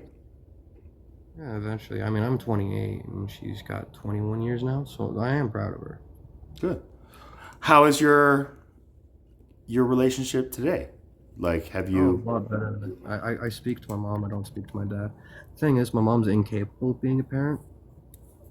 Um, Literally every interaction just hurts because she doesn't know what she's fucking doing, and she has so many of her own issues, and it's not issues she can even fucking fix. It's just like brain damage on top of brain damage on top of trauma on top of brain damage. Going To the point where into it's like, that parent identity? Like, yeah, and more brain damage on top of that after the parent identity. how about like Her, just in a regular like social life? Is it like kind of like a complete 180 where like she can just like put that trauma like oh, absolutely not. The trauma fuels her social okay. life. She's a people pleaser. Well, words hurt. Words are like bullets and all. She's still. No, no, no. She is a very great person. She is a very loving person, but she will throw her entire identity away to make somebody else happy. What do you mean? But she Like throw never her did. entire identity away to make So somebody else when happy? I Just like first met her, she was like when I first started having a relationship with her again, she was single, right? She had nobody else in her life. It was just her. She was focused on her own shit. Amazing fucking cook. She was cooking things she likes. There was always lots of bacon. There was lots of butter. It was like the really hearty kind, okay. right? Um, she wasn't smoking weed because that was a gateway drug to her. She was clean from everything, even though she had a prescription. She literally had a prescription because of her brain damage and her. She literally she has no physical feeling surface level. So she has like her nerve endings in the inside her body, but like on the surface of her skin and the epidermis, nothing. And All they fucking prescribe marijuana for that? Like it's like no, because of her fucking. She has a thing in her spine. It's just like a pinched nerve. okay, pain. Okay, so It's from the same part. but she chose just to deal with it rather than rely on any kind of. She started dating Doug, and Doug was a fucking loser. He was a greasy fucking loser. So his family was Hell's Angels with him. It's just And everybody a when I loser. say, oh no, he was a greasy fucking loser. Because this is the type of dude who will sleep with your mom and then try to tell you about it. Tell you the son, just like yo He man, tries to tell you the details, like you're one of the right? bros. Um, Like just no boundaries, just like yeah, no fucking boundaries. But he's okay. also like one of those dudes who likes to brag. Again, he's in the Hell's Angels, one of the Hell's Angels related families, so they're not like a main family, but they're related enough that he bit of crime, bit of prison stuff, and he likes to brag about how he's famous in prisons around Hamilton for being able to hoop the most pot into the prison. Now, I get it. People get stuff into prison. However, they put stuff into prison. But out of all the drugs you're gonna name drop as the one you're proud of, it's the largest. It's just like, yeah, he's a giant amongst midgets. It's just like, dude, man, like sneaking some. Yeah. Okay, so then, She started smoking weed because he smoked weed. She started hanging out with all his friends because he was hanging out with all his friends all the time. She wanted to spend time with them. She changed her entire fucking how she made food, every single fucking recipe to suit his taste. She literally changed her whole fucking personality for him. I was living with her at this time because I had just gotten out of the fucking group homes and rent was cheap. And I remember the one time they got in an argument, I see her come flying down the fucking stairs topless. And so I start calling the fucking cops. And the cops show up. And she covered for him. And then afterwards, he fucking called me a whole bunch of names because I just wanted to watch my mom topless. It's like, no, I was downstairs fucking watching to the TV police, that was his testimony to the No, police. after the police left. He was After just the fucking really police left. trying to go at you, right? And then what was your mother doing? Like she just stayed out of it, or She literally just stayed completely out of it. She literally protected him and then stayed out of it after he threw her down a flight of fucking stairs, topless, in front of her fucking son. oh, he threw her. I thought you said she was just running down the stairs, like No, from. threw her down the fucking flight of Okay, stairs. that's a whole different. Yeah, I That's didn't. why I called the cops. Okay, yeah. I thought it was like a domestic The argument. Where only you're just, time I have ever called the police in my life. did you ever stand up to him? Oh yeah, a few times. He never threw a punch though. That's why I never actually got physical with him. I was wider than him, so he didn't want it. He didn't want the smoke. Why did? Well, I mean, that doesn't mean you got to stop the heat, Like, but again, Oh, by that and like, time, how I long was did this relationship between Doug and your mom end up lasting? It lasted until he knocked her up, and then he cheated on her because he thought that he had her in the bag once he knocked her up. And then I'm so fucking glad it was a miscarriage because she was not gonna fucking abort it. And it's like, I don't want that dude in my life. I don't think that dude should be in your life. I don't think Okay. you should have the kid. So then this But is she again like what we were miscarried. talking about before, like She God, miscarried. right? Like She because literally, God she hit her head feeding the cats, giving herself more brain damage, and that caused the miscarriage. Now, I don't agree with it because I don't think God should have been giving her more brain damage. She's already had enough. But I am thankful for the miscarriage because she cannot be a parent. She couldn't be a parent to me. She couldn't be a parent to my sister. She still can't be a parent to me, and she still can't be a parent to my sister. right. Nor does she need that like shackle to some like loser, as you said, some crazy loser named Doug. Who like it's that kind of thing where it was a blessing in disguise. Now, granted, the blessing. Jason, because Jason was one of Doug's friends, and she changed her whole identity to match Jason. She was catering to Jason. Now, Jason. But I mean, like, wasn't isn't that like what a Jason female was- does like in a relationship for their. It shouldn't be. It absolutely shouldn't be because men do it too, and it's not something normal humans do. That is something a very broken person does. I mean, you're talking about like cooking. You said her cooking changed. Like My parents were a great example of a healthy fucking couple. My grandpa, your my grandpa grandparents John Nolan, and my grandmother Donna Nolan. on your my mother's grandpa- side or on your On father's my side. dad's side. Okay. On my dad's side. They were literally my example in my life of what a couple should be. Were these his adopted no, parents? these were my dad's actual parents. And you said My that mom. your dad was He was kicked out abandoned of or prison or because he pulled a disowned. knife on him. That's why he was kicked out. It's like, come on! I didn't stab you. I could have been cooking a meal. He caught me at the wrong position. But He again, wasn't just kicked out like by my grandmother, he was kicked out by my grandfather because he was very protective of my grandmother. So he was a professional weightlifter when they met, and she was a model. They were kind of like the dream American couple. Like, you know, the American Dream couple? They were that in Yeah. Canada. He literally he Okay. worked for Ford. He fed his family off of Ford because as soon as he met my grandmother and he got with her and they started having a relationship and they started having kids, he's like, okay, I'm gonna get a steady job then. And he got a job at a fucking car factory. And he didn't work white collar, he worked blue collar, he worked on the line and he worked his way up until the point he was managing the line. And he worked for Ford the entire time to raise his family. And I have a lot of uncles and aunts. Like my uncle Joey, he has cerebral palsy. He got that because they still use the clamps when he was born, and the Pulling him doctor tried to. out, like pulling the fetus out. He was very very high needs. As a result, like he needs a wheelchair. He can't feed himself. He can't use a Older or phone. younger than your father? He was older. My father Older. was the Okay. youngest. Yeah. Okay. Okay. That's why even though he pulled a knife on my grandmother, he was still her baby.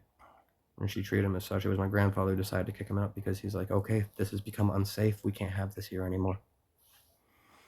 And I mean, just after one time, or was there like other? I'm sure there were other incidents. I just don't know them. Okay, so then like so you stated your grandparents as a great example of Yeah. So, a married couple or a relationship, like a they literally spent all their time together because they wanted to. And I mean, like, when I say all their time, I mean, my grandmother wanted to watch Jeopardy because Jeopardy was on. My grandfather would be there. He wasn't even watching Jeopardy. He was just watching her get the answers right. was even And I good mean, job, like, when honey. my grandfather was out in the backyard, she was normally out in the backyard with them. He was doing the gardening outside because that's what he liked to do. And she'd just be out there enjoying the sun, enjoying time with him. And when she taught classes in the basement, because she did pottery, right? She did ceramics, and she was good at it. She had her own private studio. He'd be down there with her. He couldn't paint worth shit, but he'd help her with the molds. He'd help her get the fucking get them filled right. He'd help her get them pulled out of the furnace, out of the kilns. And just because he wanted to spend time with her when she was in the kitchen, he'd be there doing dishes, right? Comparable They were literally, helpers to one another, like one flesh literally, type thing, right? Like it was biblical. literally it. Okay. They loved each other, and it was in everything they did. And They like, built a didn't life that? together, I and don't they know. loved Like each my parents other. are the same way, where they can just like sit in a car 17 hours straight, no music, no conversation, and just like I don't know. It's I kind of love. I'm just like And yet they still had a great time because they were together.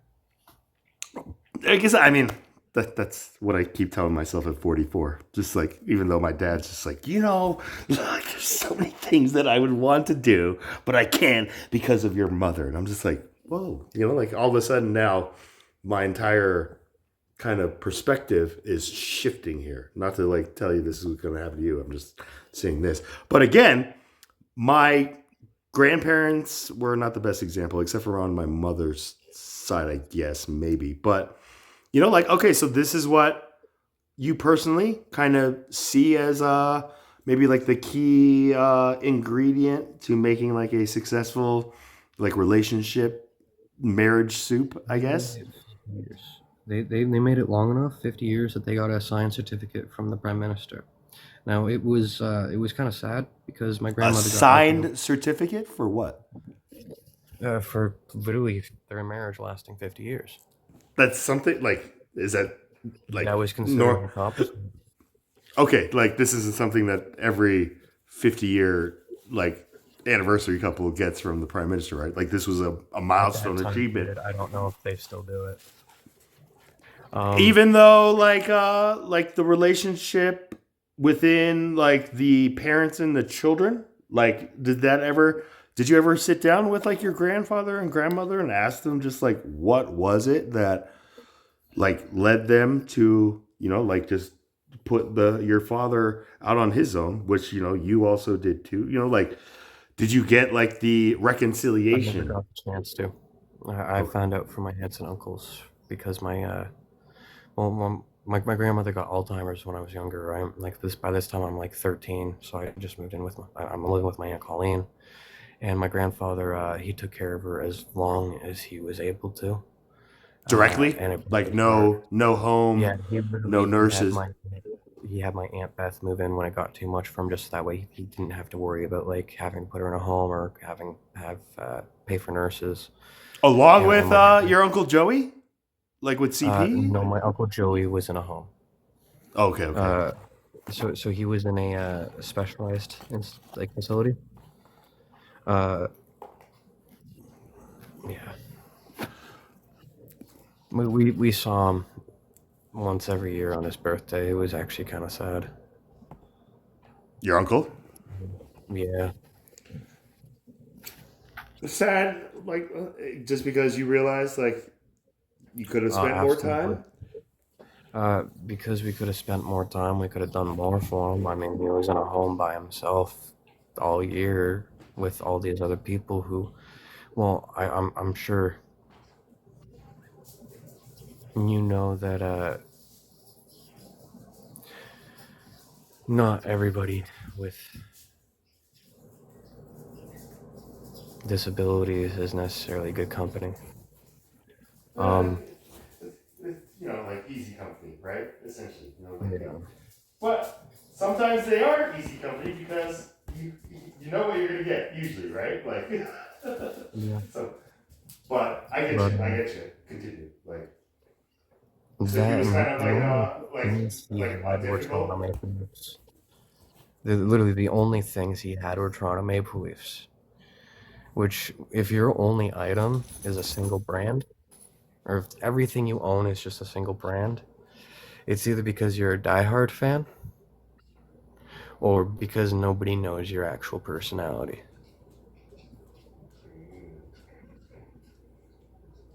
Okay, interesting. He doesn't talk. He doesn't have a way to communicate. But can he? If He he can't. He like, literally can't. he's beyond He's the point incapable. of being able to. Like, it's just not even. Yeah, he's. By the time I met him, he was in a wheelchair, uh, barely barely alive. He was on a feeding tube. I mean, he didn't even have like he had one of those waist bags too. Um, he didn't move. They just kind of rolled him out. And we'd all wish him a happy birthday. We'd help him open his gifts, and then we'd all leave. And it was always Toronto Maple Leaf stuff. This, I'm sure at one point maybe he did enjoy watching a game, but like I don't think he would have been a diehard fan. Nah. But is it also necessarily on the like end of the spectrum, like you said, just like somebody who just doesn't know who nobody like knows anything about them, like team, like like I think Maybe, yeah. maybe he was a fan, but like it's a like when you said it like that was very like deep. That hit me pretty deep, like there. Like, did you have any kind of group home like foster members like your uncle at all Um, or no, the closest was this guy named Phil. He was out there, and I actually kind of feel bad about him because I didn't live with his what do you mean case. out there like So he was kept long past the age of 18 because he was detached from reality, so he could communicate. Phil liked cheese sandwiches. Phil also believed he was the emperor of China and that he could not defecate. So my okay. first morning at Bayfield, my bedroom was they basically take a bedroom, a normal sized bedroom, and then they split in half with plywood, put up a plywood wall, two halves, make a two bedroom. Mine was right beside the stairs, and I woke up. My entire room smelled like shit. It was so strong that I thought, did I fucking shit myself? What's going on here? And I found out what was going on was Phil had shit on the stairs. And he was circling it, claiming it wasn't his and that it was chocolate, but it wasn't his. Because he Now, believed he could what not was his defecate. condition exactly? Like, I have no idea, but he was very detached from our planet Earth. Now I personally feel bad because this guy is harmless, but I also kind of like musicals. Um, Disney was a safe place at the babysitters growing up. Disney has a lot of music, so I like a musical movie. One of my favorite movies was Jesus Christ Superstar. That was a Particularly Disney the movie? Was 70s. that a Disney No, movie? it was not. It's a musical. It is a musical. Disney is Not a why I like Disney movie. musicals, Not a Disney musical though, but right? Like this was like no, a absolutely not. This was put Broadway. on by hippies, Right, and it yeah, was put yeah. on by hippies in a desert with a hell of a budget because at one point, I shit you not, in this movie, Jesus gets chased by tanks and fighter jets. It is absolutely amazing. I've never actually seen Totally a rendition of canonical it. to the technology that the Romans had at the time. This was definitely the 70s rendition. There are Okay. multiple renditions. So you're But the watching actor this who like in your and half single the actor who plays Judas happens to look identical to Phil. to Phil. Yeah, and Okay. Phil walked into the room during one of the Judas scenes, like, because Judas gets this hell of a solo after he does the Judas thing and betrays Christ. He has like this hell of a solo where he's like, choir of angels comes down. He's like, how much is the soul of a man actually worth? How much, like, is 30 silver really enough? And then before he ends himself, it's just like this fantastic fucking song. But it's right during that scene, and somebody just points out, "Hey, Phil, he looks like you." And Phil was aware enough that he recognized that this was Jesus Christ Superstar, and not aware enough that he thought that that was the real Judas, and not aware enough that. And nobody knew that this dude was religious, by the way, because it had never been brought up before. Phil? But yeah, he immediately went, "No, I am not Judas. I can't be Judas, for I am Jesus."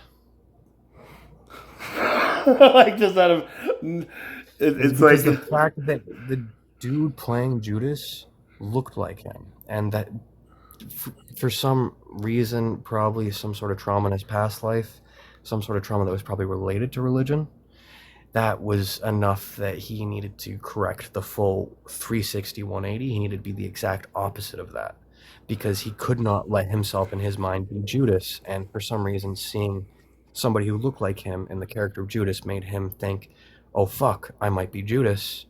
And he had to go the full 180 and be like, no, I can't be Judas if I'm Jesus.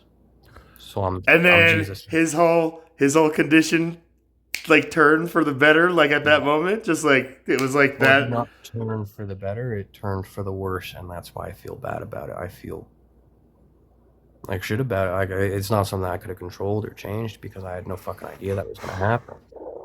But like, I feel bad for it because from then on, he was the Emperor of China. His name was Phil. He could not defecate. He liked cheese sandwiches, and he was Jesus. That became But he one of was the all phrases. those things before he was Jesus, or he was all those He was things all those things because and he was Jesus. Jesus now.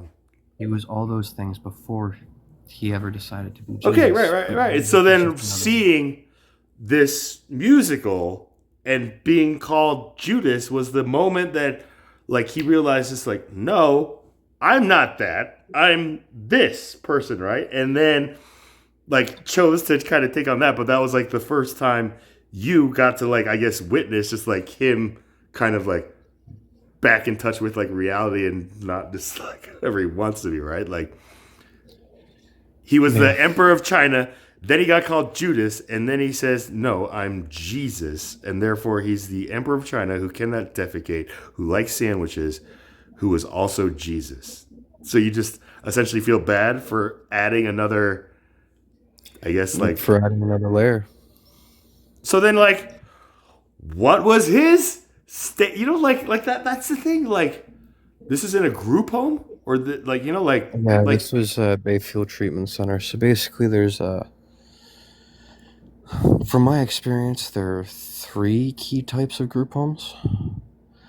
There is a long-term home, which is basically where they're like, okay, this is going to be a group home. This is where you're staying. Hopefully, it's going to be a good fit for you. Then there's temp homes where it's like, not required by like law or anything like that, or maybe also like, but like this is just like long term. Okay, long term group homes. Then short And term. there's a short term, which is basically like, okay, this kid can't be where they're at. They need a place to stay until we can find them an actual placement. So they're going to go to this group home because they're equipped to handle kids coming in and going, and they have an empty bed. So what is this, like 5 years tops or like a year? Like It's generally supposed to be a few months tops. a few months. Okay. And then what's the third one?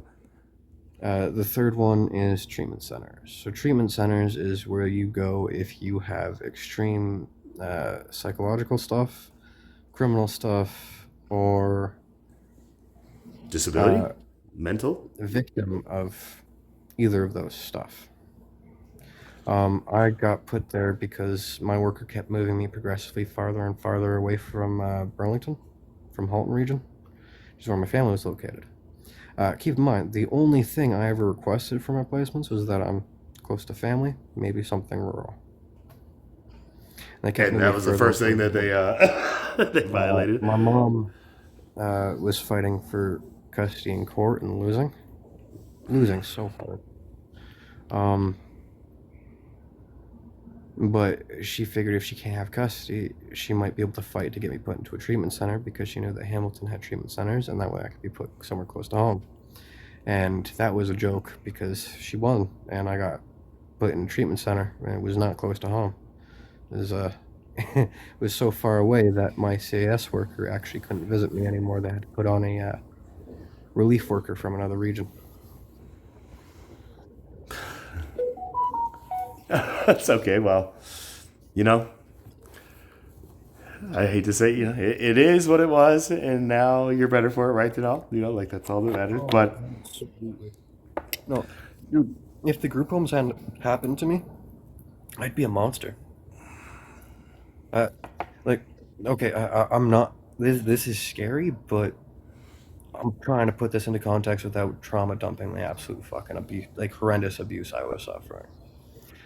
By the age of 8, I realized that at midnight, or no, wait, I think it was like 2 a.m., everybody in the house was asleep.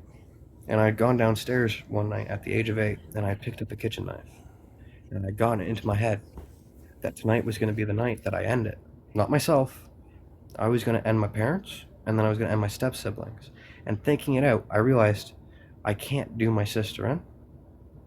And I don't want to go to prison for this, so I'm going to have to do myself in after. But then I realized, but I can't do my sister in. So then she's going to be left with that. She's going to be alone in the house with all the bodies. And I couldn't go through with it because I couldn't do that to my younger sister. Not because I couldn't do that to my parents, because I couldn't do that to my younger sister. I don't talk to my dad, and I don't talk to my stepmother. Solely because... What's on that background? Like, is that some synchronicity or something like that? Like, it's just good. That was my sister calling. She heard me talking about her. It wasn't. I mean, it was just like fire, just like because it was. But either way, glory to God that like your love for your sister was what kept that demon, I guess, at bay. Absolutely. But it was also the fact that I got out of there. I got out of there and I got away from that. When they kicked me out at 12, they were doing me a huge fucking favor, even if it didn't feel like it at that time. It literally saved my fucking life because I would have eventually done something absolutely fucking terrible.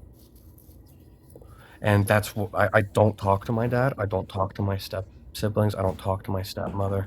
I don't talk to them. I don't have them in my life. I moved as far away as I could afford to get away from them. Wait, did your father remarry? Your father remarried, right? And had children again? So you have step siblings on just your father's side? Marriage. They're from her previous marriage. Oh, okay. Okay, yeah. So it's truly step, not half siblings or anything like that. Okay. Full step. You don't get it? You refuse to connect with them? Even them? Absolutely, because they're just like their mom. Because their mom spoiled them. Their mom was trying to unalive me and my sister so that way her kids could get the full attention of my father. Kind of like an Isaac Ishmael type thing. Just like, we got to get rid of that. I mean, I don't know if you're familiar with that biblical kind of paradigm. I wasn't. Oh, I mean, Isaac, the one that Abraham just faithfully like was going to sacrifice, but it's like, and everybody says Abraham's like only son Isaac, but it's just like if you read the Bible, Abraham had like an older son 8 years before him, who his wife wanted him to have with their bondservant because she was too old for like, like just like monetary purposes. But again, just like the whole thing in the Bible is all about the family dynamic, starting with like, like the father and the children and the children and the father here. But, I mean, do you see more of him or your mother like in you or in your adolescence, or neither? Or I see a lot of my father and who I am today, and that like you want to do carny work? Like I Just kind of like the route, like the avoid a lot of problems. I also have terrible taste in women. there's no such thing. There's no such... Oh, absolutely. There is, because I mean, I have been quite literally stabbed. I have been literally trapped in a foreign speaking area. I mean, I don't speak French, and I've been isolated and trapped in Quebec. To be fair, the girlfriend who did that wasn't her fault. She had DID. And, the girlfriend who drove me there was not the girl who appeared in the restaurant. And I was not dating. It was weird. Did you get Because kidnapped? I was dating. What is DID? You said DID? She was DID? Dissociative identity disorder. So it used to be called multiple personality. Like schizo? Like, yeah, like a schizophrenic. Not schizophrenia. Schizophrenia is you see things and you hear voices and you feel things that aren't there. This is, hi, my name is Bob. Also, now my name is George. Now, also, this is Fred. And it's all the same body. But it is a wild neurological disorder because it is... Like the movie Split? Like that M. Night Shyamalan? It is literally Split. Okay. Split didn't do it justice. A lot of people with DID don't like Split just simply due to the fact that it makes it seem like it's scary. And it is used a lot in media for the drama of it. But it's not always like that because it's normally from severe trauma, right? So these are protectors in a sense. So it's like if you went through something that was so terrible you couldn't handle it, and you had the Guardian predisposition. No, if you had the predisposition, so you have to have like the right fucking genetics, right? If your brain is wired the right way and you went through something absolutely terrible, Charlie might go to sleep for a little bit, and anybody could wake up, and anybody who wakes up, they're using a completely different neural pattern. So if you look at different DID personalities under an MRI, the brain patterns and how they light up completely different. Completely different. Like to the point where my girlfriend, her main, who she was born as, had autism, but her other personalities didn't. And their other personalities had their own diagnoses, and these were actually diagnosed by a psychiatrist who she was, not a psychiatrist, a psychologist who she was seeing on regular. Those are the most intriguing, like individuals, right? Like who have like allergies, and then like a personality doesn't have that allergy at all, or something like that, right? Like that kind of complete disassociation, identity, like absolutely. It is wild because it's the same body, but it's a completely different person using it differently. But do they know? Did she know about this, or no? She knew. Sometimes they absolutely do not know. You just have gaps. But they know that, like when you tell them, just like, who is that? Who is Bob? And they're just like, why does everybody always like talk about this Bob? Like, or do they like finally realize, like, just like, oh my gosh, like I have these identities in me. Like, I mean, that's just like fascinating. Some Like, how people long were don't you? even How long were you realize that with it's a with her thing. for? I was with her for like a few months. We broke up mutual terms. For her, it was more And then just you like started dating another identity. I mean, no. not For her, not it to was joke about. just it was mostly just confusing because like it was weird because like Was she there upfront with wasn't you, this. like from the start of the Oh, relationship?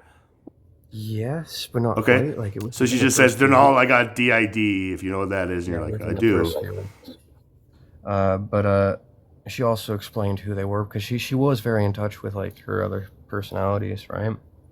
Um, there were 4 of them in total, and it was herself included, and it was weird because I was dating her, but she didn't want me to have any sort of relations or interactions with the others because it made her jealous. So I was dating her, not the others. But they You also were, couldn't oh date yeah, you other were dating people while she was her. dating me, and that was something she had decided because she didn't think that was fair. Hold on, say that again. She She had also decided that they couldn't date other people while she was dating me because she didn't see that as fair either. to who? To you, or I guess.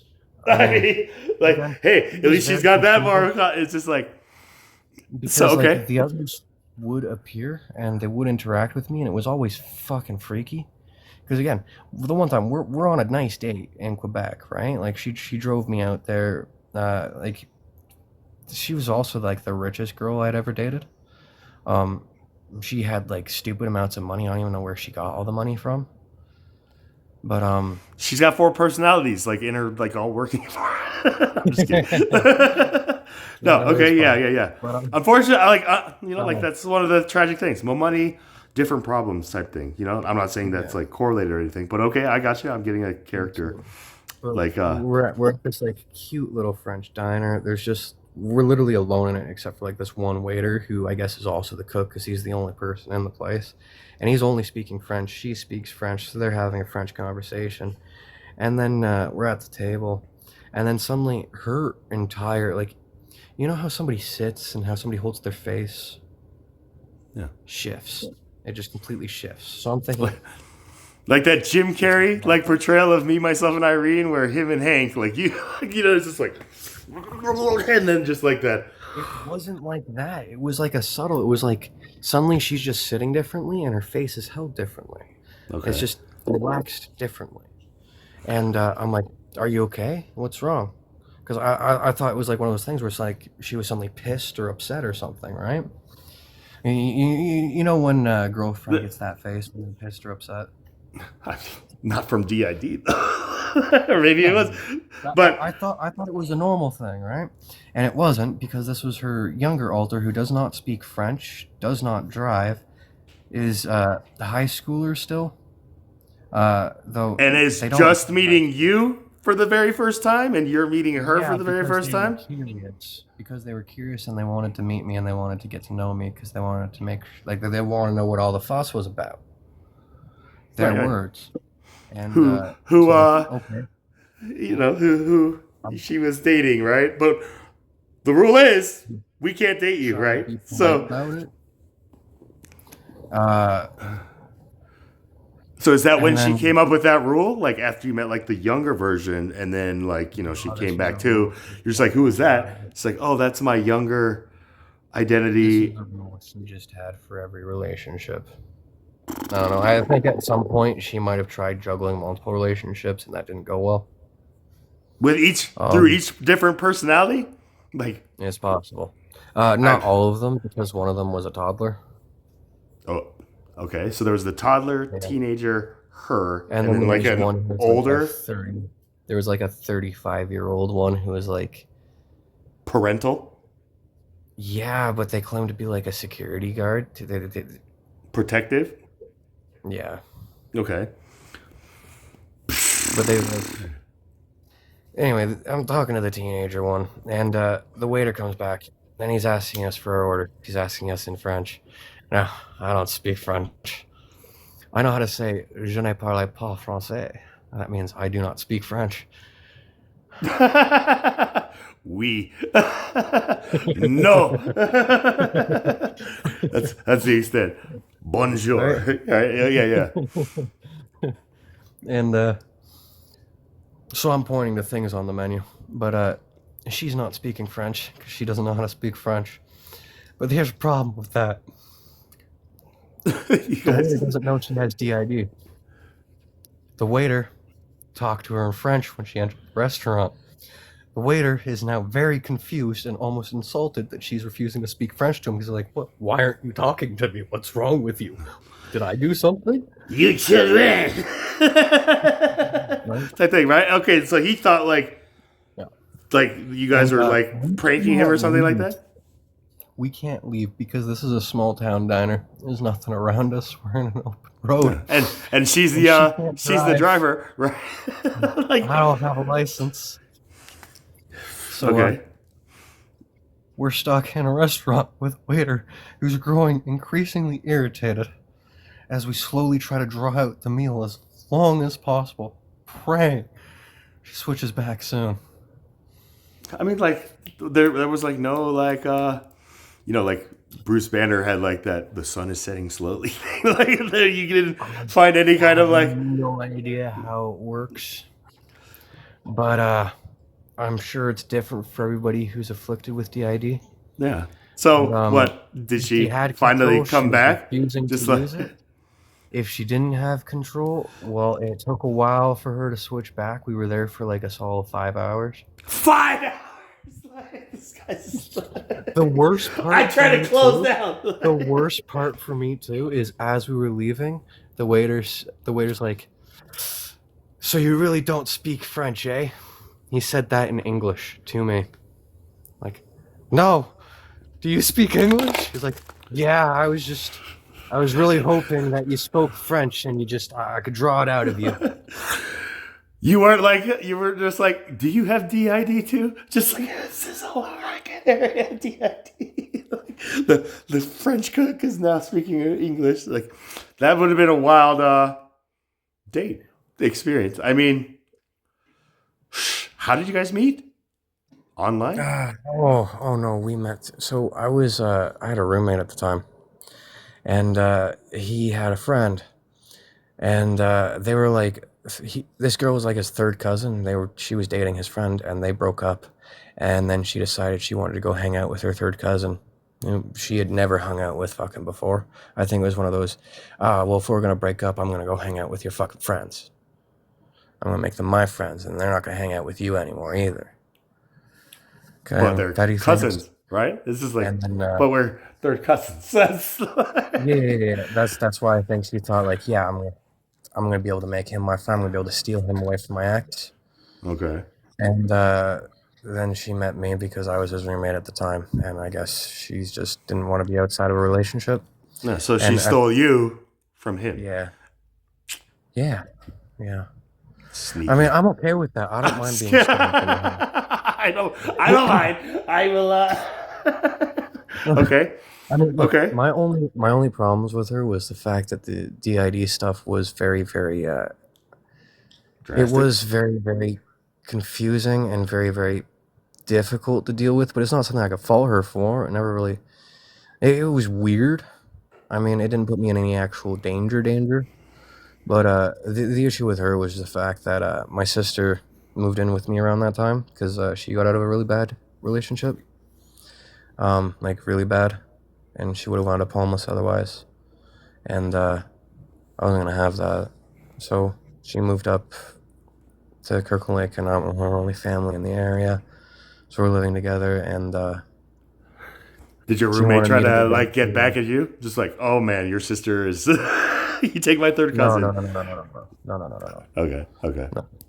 Um, So then now your sister it is was- living with she's you in this new No. relationship between. yeah. Okay. And They didn't get along. no, she was jealous of my sister for some reason. It was just like a weird fucking jealousy because that's my fucking sister. Also, she didn't understand the fact that I needed to work to pay rent.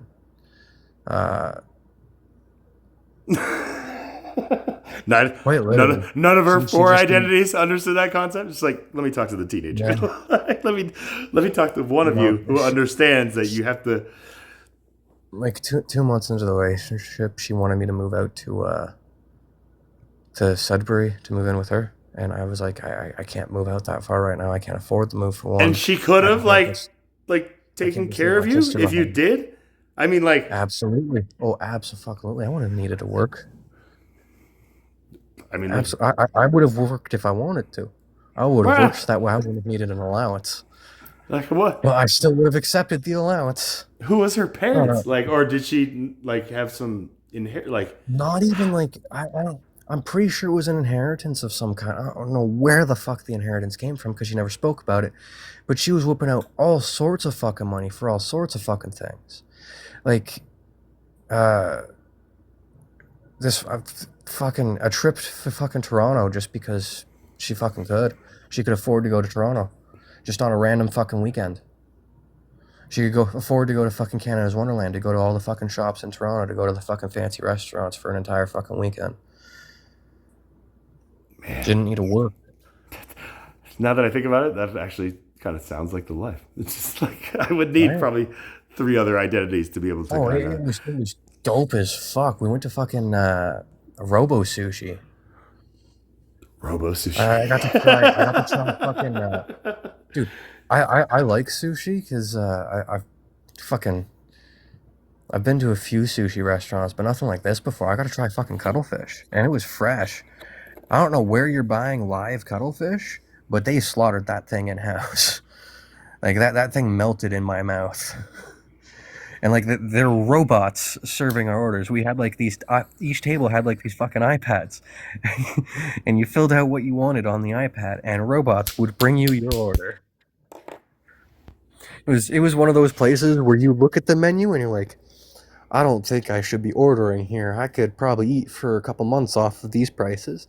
It's like, yeah, order whatever you want. It's like the Futurama She scenario. paid for the Just whole like table. Robo sushi, She cuttlefish, had, like- please. She had like several friends there with her, right?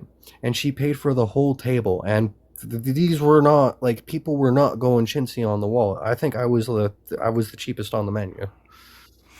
And they were all like eating off of her like her wallet and stuff like that. Like, was she victim These of? were like fancy white collar rich people job friends. Like these were people in like, oh, Who also had money I never too, met or anybody who's gone to a college like that or is in a position at this age. Wow, good for you. Wow, I can't believe you're working for a law firm at 23. Wow, good on you. Oh, I can't believe you're working for a freaking medical firm at 26. Wow. does she? Did the girlfriend like harp on them? It's just like, does she like ask you like why you have to work for? I think I was the butt of most jokes, but by that point I hadn't really caught on to how rich people talk. And rich people, they're very good at insulting without letting you know that they're insulting you because they'll use fancy sounding words that don't sound like an insult because they're really fancy, but you look them up later and it hurts.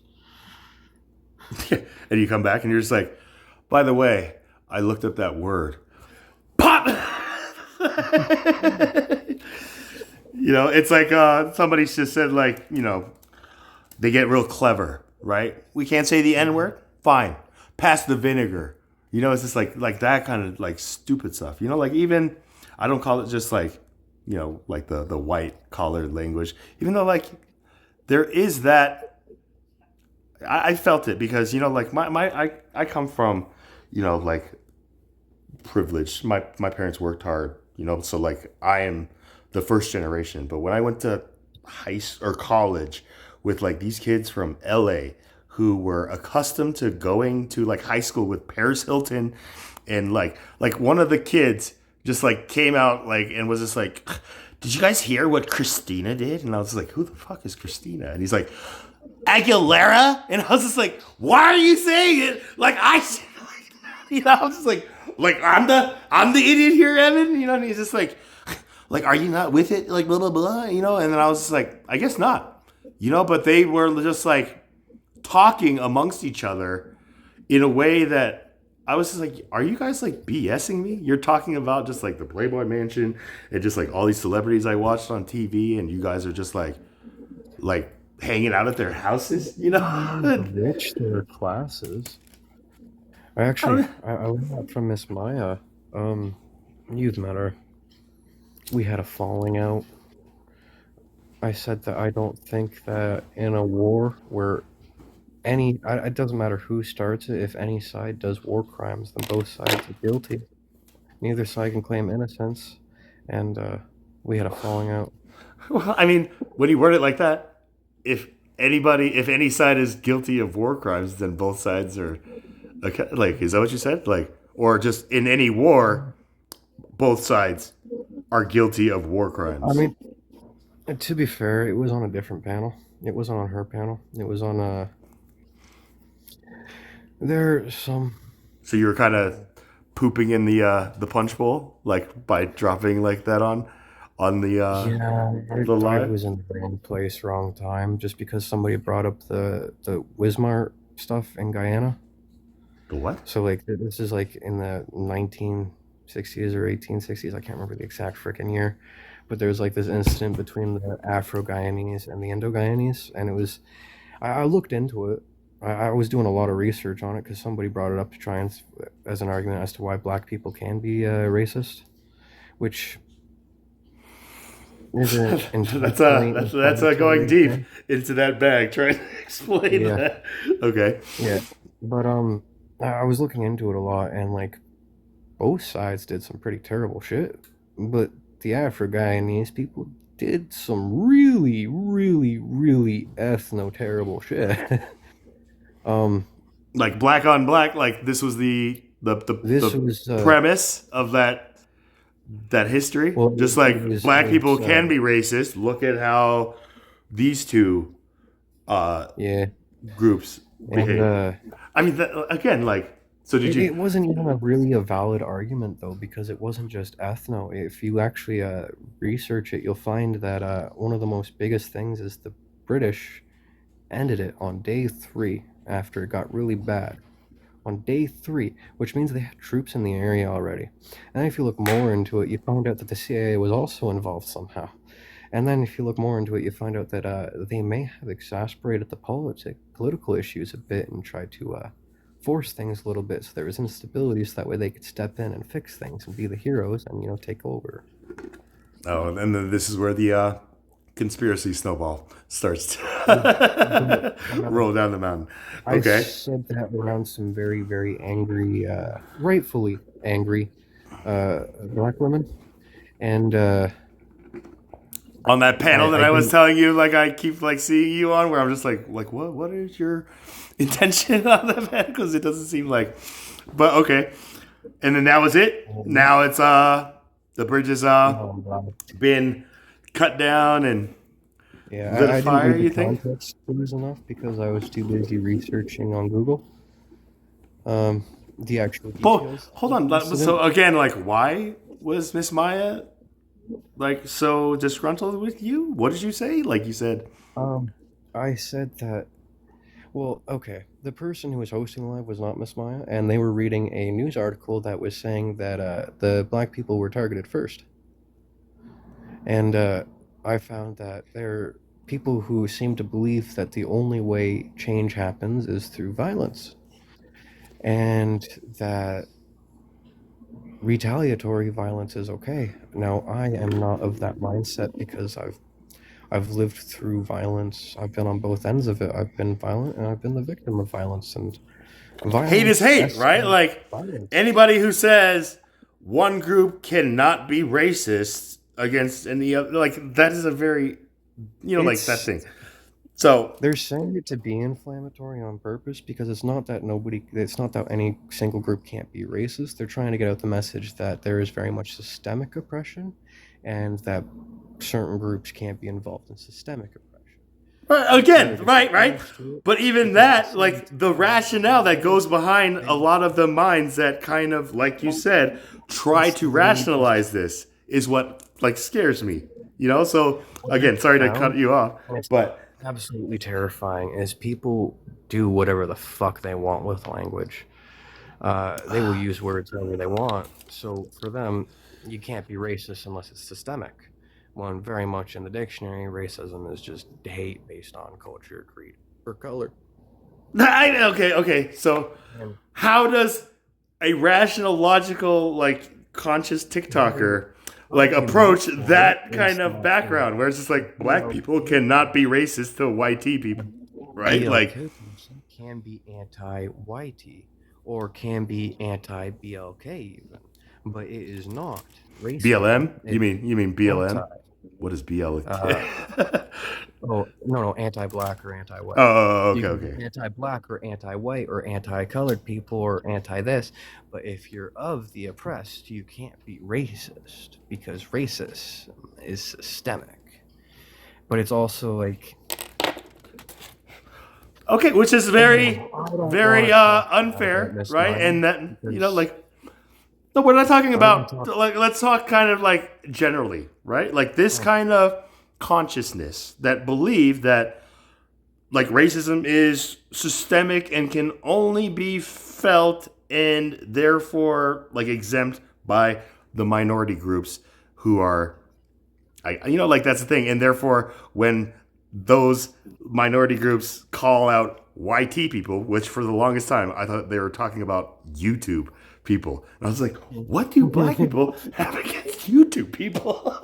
And then I got called an idiot, just like, are you must like. But trust me, I went on one of those panels and like I didn't show my face, and just by my voice, they told me that I am one of those YT blah blah blah racist people who like have grown up like, and I was like, no way. And I showed my face on the camera, and you know what they did? They were just like, well, I bet you've just been like one of those like, they wouldn't accept me as a minority like them, even when I just try to tell them, just like, yo, my father told me I'm just as American as all of you, and anybody who tells me I'm less than is wrong, right? Your parents never told them that. And like, unfortunately, that was the case. A lot of them were raised under guardianship that believed in that systemic ideology. Does that make sense? They didn't have the the guardianship from the generation that broke that belief. Does that make sense? Like that's all it is. It's a it's it's a not just stumbling block. government. It's the whole world, though. Because I mean, like, I am obviously white, right? So when I go out into the world, I don't have to worry about people making white people jokes. Are you kidding me? You have I to mean, worry about it for nowadays, every minority group. nowadays, but like growing up, that wasn't something I ever had to worry about, right? Nowadays, yeah, it's out there, but I'm not gonna lie, I find them fucking funny. Right? Um, Like it's just like, yeah, we smell like wet dogs or whatever they say about white people. Like. But the main again, seasoning in my cupboard is salt and pepper.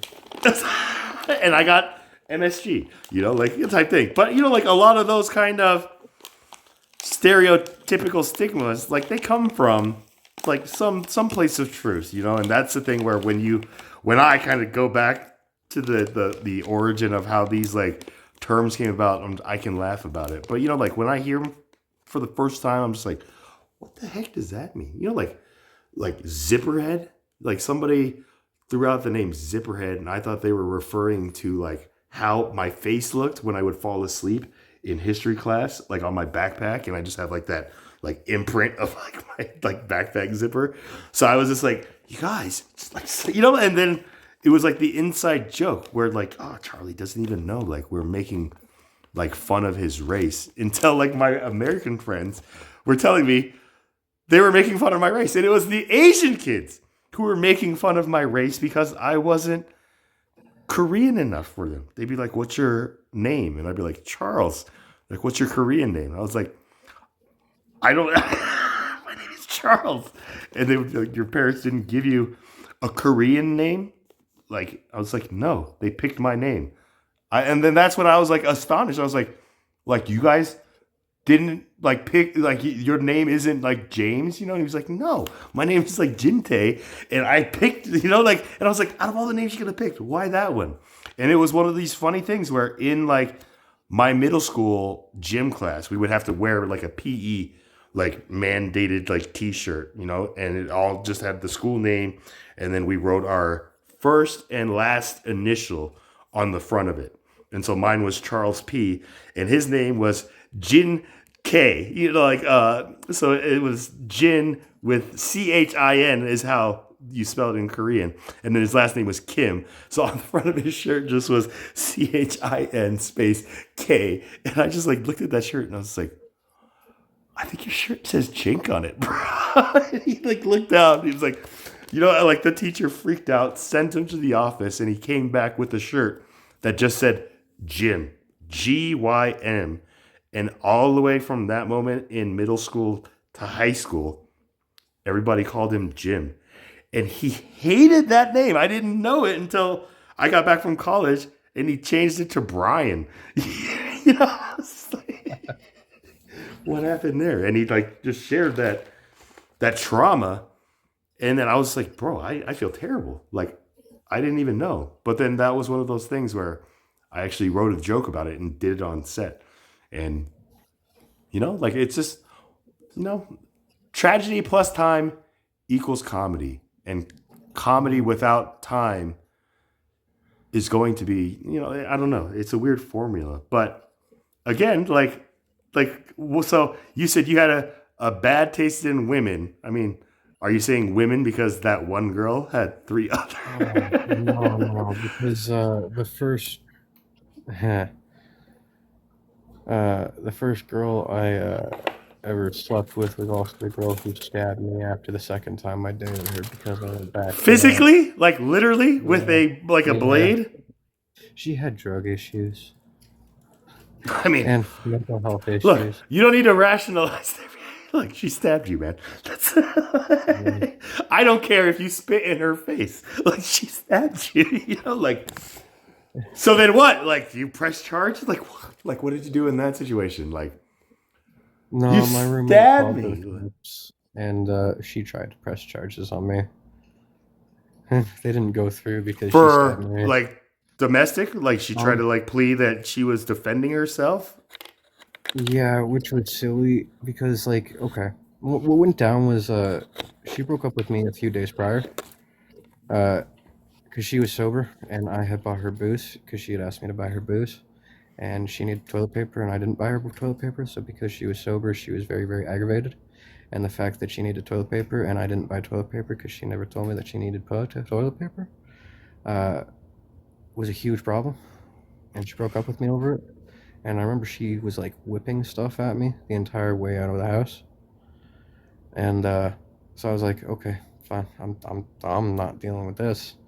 And I just like That was your answer? It's just like, look, I'll go get some freaking toilet paper. Just chill the fuck out. No, dude, that's when she like broke up with me because that's she was like yelling and like, following my piece of shit boyfriend. I picked up blah blah blah. Like she was just like all sorts of nasty fucking shit. And I'm just like, well, since you asked so nicely, would love to go to the store and pick you up whatever you need. So that you need anything else other than toilet paper? That's cynical, freaking sarcastic. Yeah. It's like, And, you're right. You're right.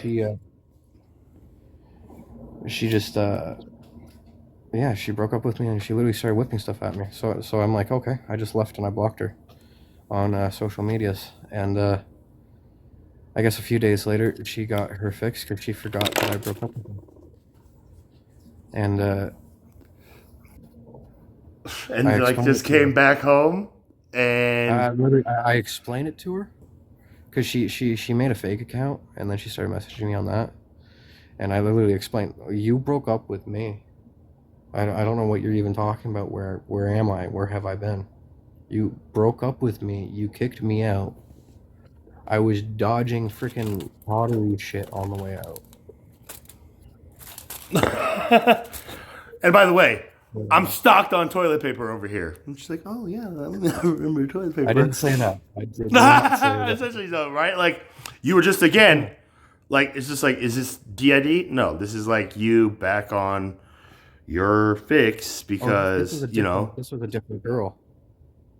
No, I know, This I is know. before This is a girl that you said because she was now like going through like a period of sobriety that all the frustration was now being taken out on you, and then that is what ended the relationship. And then you blocked her on Facebook. She created a fake account or like another account to like okay, and like impersonated somebody, and you like was just like, I know who you are, like type thing, and then played stupid, ignorant, just like where have you been, like. Yeah, and I explained how she literally broke up with me, and she stopped messaging, and she came to the door. And my roommate let her in, and by this point, I'm on my bed in my room because we had that. It was a 1-bedroom house, so I had the living room. I had like a whole mattress in there. I had a TV set up. It was great, but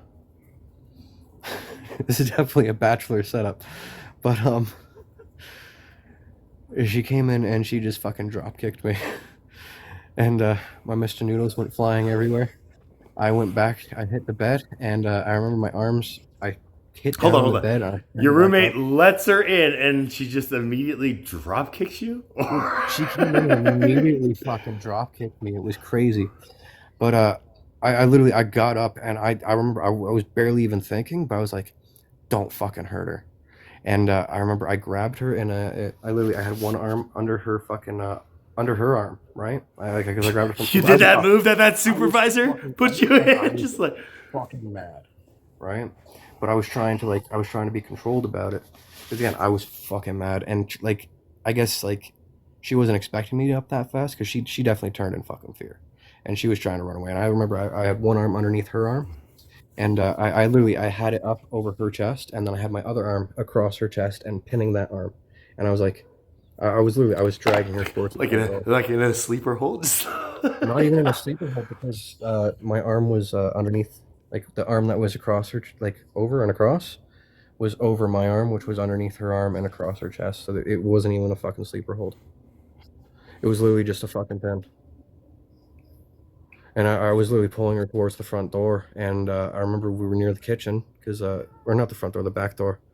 Because that was the door she came in through, and we were near the freaking kitchen, and my roommate, I was passing his bedroom, he's like, hey, let her go, and I was like, okay, listen to the voice, and I remember I let her go, because I'm like, okay, I've probably gone overboard, I need to back off, and so I dropped her then and there, and she took a step, saw a knife in the fucking kitchen on the fucking stove, grabbed it, turned, and started screaming how she was gonna fucking kill me. She chased me through the house.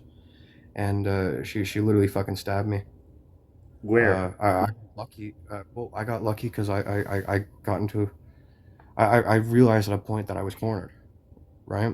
And so I got down and I got my knees up and I got my arms up, and my roommate had chased her. I guess he realized she grabbed the knife, so he was chasing her. She was chasing me, and I ran myself into a fucking corner. So I just turned around and I tried to defend myself, and I got lucky because she caught me in the knee. And then as she went back to stab again, he grabbed her arm, and then he grabbed her other arm, and then he wrapped his legs around her, and he just pulled her back until he was sitting down, and he made her drop the fucking knife. And I remember I got out of there and I grabbed a knife of my own just in case I needed it, just in case there was a round two. And round two, you got stabbed in the knee.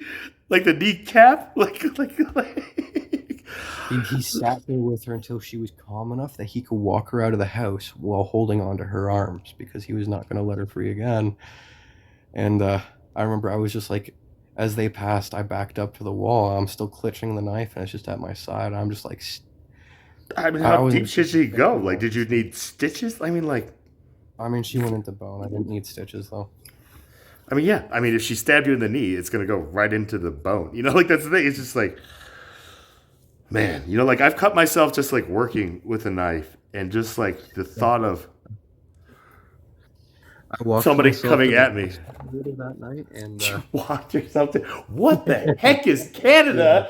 Like, is this why you guys have free healthcare? Just like it people. was absolutely fantastic. The doctor looked at them and he's like, "Ah, that's yeah, you got staffed, but that's not going to need stitches. We're going to do what they used to do in the army. I'm going to get some super glue out." Super glue and They had medical grade super glue. the irony is there's a guy in Colorado who owns like this Popeye restaurant, and my father knows him, and he's the guy who has the patent on that medical surgical super glue. Like he invented it. That's kind of cool. I mean, I was just like, and he owns the Popeyes? He's like, yeah. I was just like, but yeah. That's a steady source of income. I mean, he doesn't have to do anything at all. But again, just like, yeah, that super glue tactic. But so you didn't call any authorities on her? Like she got to go scot free and possibly stab another future ex-boyfriend? So what happened was my roommate called the authorities, and when they showed up, she tried to press charges on me. But obviously you have eyewitness right here, right? Yeah, so they recognized very clearly that I had been stabbed.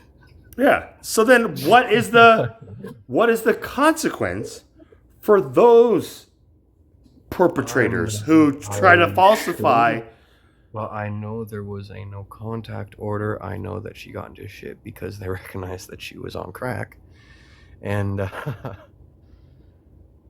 yeah, it's just like, I look, never heard from her again, but I know she didn't go to jail. I think they tried to, or like rehab or nothing like that, like some kind of. No, I think it was more like one of those you have like somebody you have to report to, you have certain conditions you have to follow Probation. through. There was also some adult stuff too, because I think there might have been I'm not a psychologist, I don't have any right to diagnose, but I think there might have been something like bipolar, possibly schizophrenia, one of the two. Or maybe just bad taste in men is probably what she tells herself. Okay. Well, I mean, that definitely too. I mean, she was like twice my age. Okay. So now, Denal, I feel like you and I are really, really getting to know each other here. So, like, I'm with you. I'm with you here, brother. But again, like, when we say, like, we have a bad taste in women or something like that, like, think about what we're saying I know here. precisely what I'm saying. I'm saying that I'm attracted to people who are traumatized or hurt because I've been traumatized and hurt, and I thought that I couldn't be loved by somebody who wasn't or understood by somebody who wasn't. And as a result, I am attracted to people who have a lot of trauma responses, and trauma responses can be extremely dangerous. But are you sure? Are you sure that's all that you're attracted to, Denal? Like, that's the thing. Like, is this what your mind has rationalized to tell you that this is why this type of woman keeps coming to you guys? Like, type thing where it's just like, if you change the way you look at things, the things you look at will change. And if you change the things you look at, the way you look at things will change, right? So it's just like, like, you don't have to. But this is one of those things where I had to really do it myself because, like I said, I was saving my virginity for marriage. Like, I was that, like, Ivy. And I got to 22. I was 22. Sophomore in college.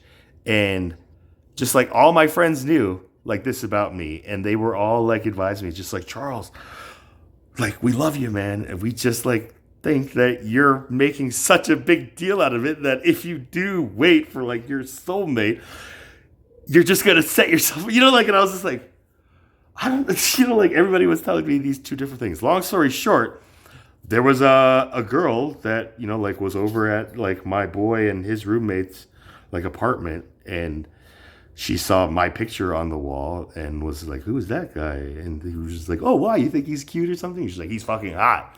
And so they like kind of played a joke and sent this girl like with my number.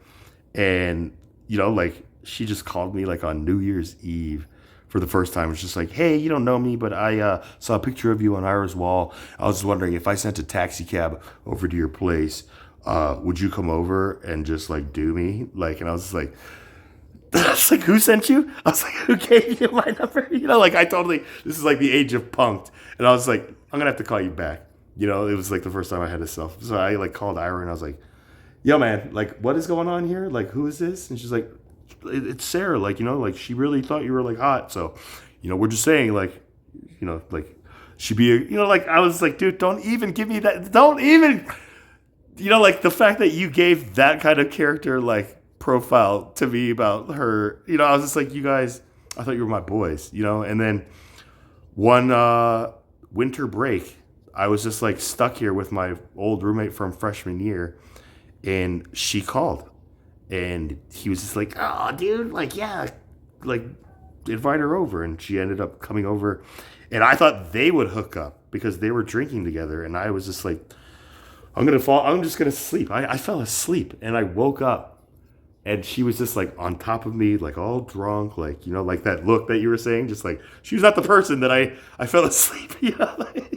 And she's just like truth or dare, and like she literally like raped me to the extent that a man can be without like physically laying like our hands on a woman. Does that make sense? Like, so this is where when I went back to Ira and like his roommate, and I was just like, yo, and they were just like, how was it? And like I you could tell that I was like traumatized.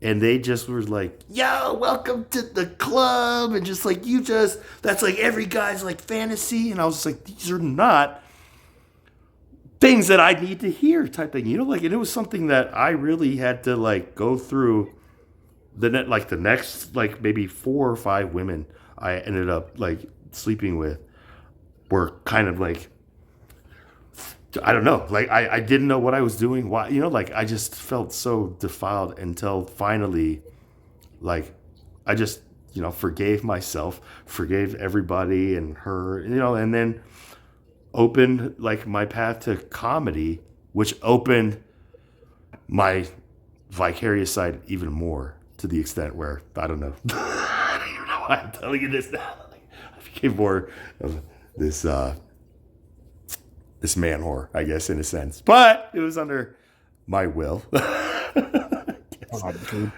But I think humans have a right to be horny. I mean, it's one thing, like, you know, like that's like one thing, but just to I was 22 when I lost my card too. Different reasons. It was the girl who stabbed me. who stabbed you? Yeah, I was crashing on a buddy's couch at the time. We were setting up to get an apartment together. So while we were figuring that out, I was crashing on a couch, and she was crashing on another couch in the same apartment because of that buddy's roommate. And so we got to talking a lot late at night because we were the only ones out in the living room, right? And she was on crack, so she had all the energy, and I have insomnia. She was the one talking. She was the one doing those talking. And when she found out that I was still a virgin, she just said she said, I don't even want to repeat it because she said some of the nastiest. She said she would do some of the nastiest shit. Me too. If I would just, And did she rationalize just like, I don't believe you're a virgin, because if you were, you'd be like dying to lose it right now to somebody like me trying to give you. I'm just like, you'd think so, right? I don't even think it was that.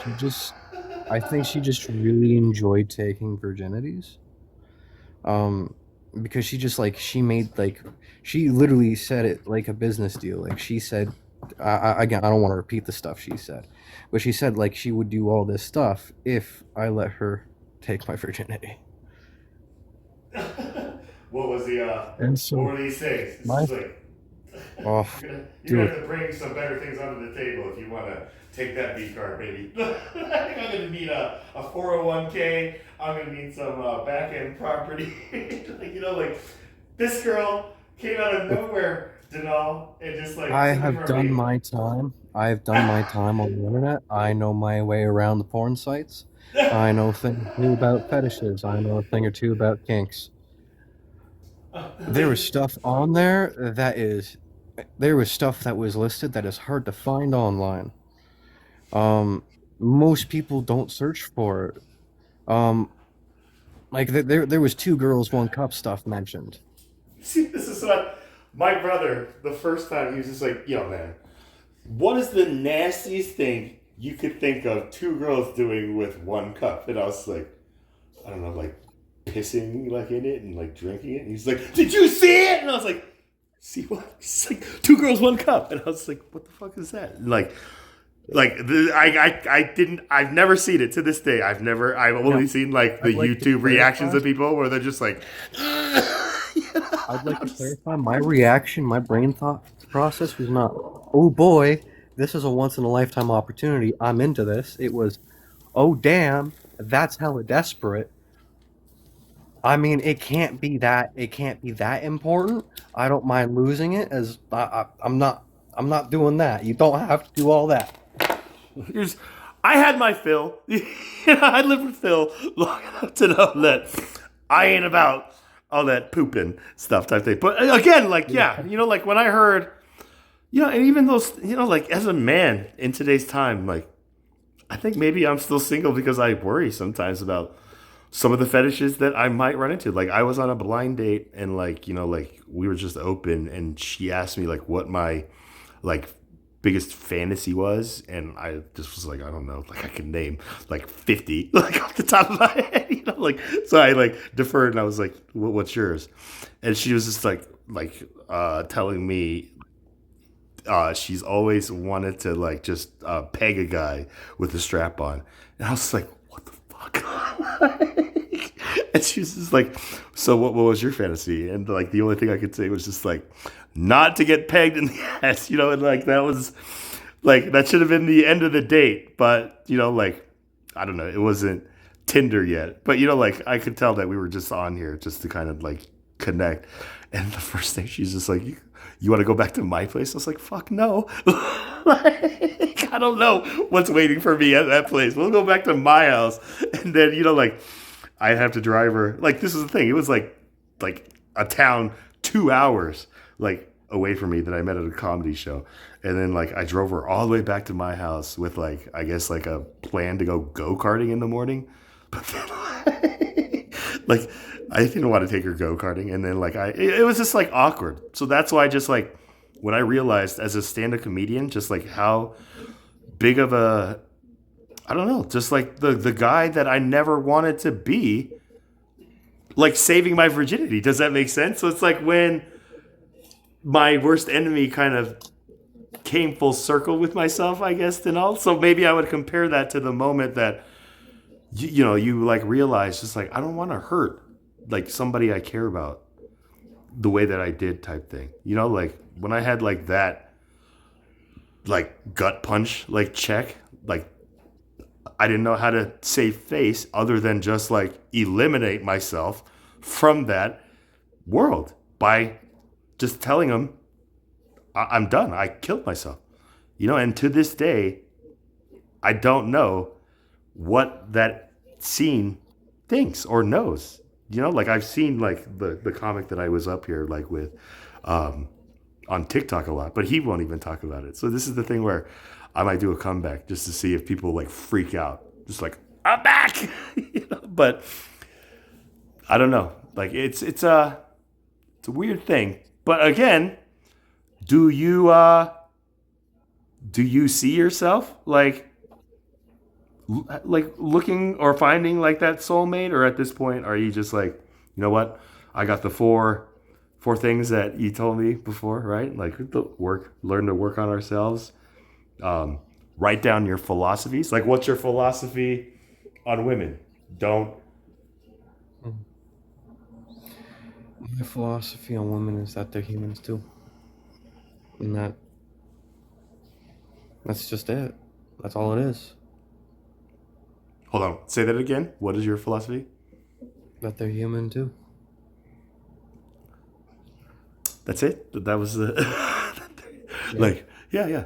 I mean, have you ever heard the saying the strongest drug for any human being is another human being? Have you ever heard that saying? I think it's fitting. I think it's fitting. But this is a time where I believe like we have to be more than humans, like being, I guess, I don't know, human at this point. You know, at a going This from is the that. point in time where we need to actually be fully human. Okay, We so need to actually what do you define that as? become Fully human. human. Well, humans make mistakes. Humans stumble blind. All of history is us stumbling blind. But for us to fully realize our potential, it requires us opening our eyes. So is that fully human, or is that now going beyond human, like just human? Does that make sense? I Like think just like it's becoming the best that we can be.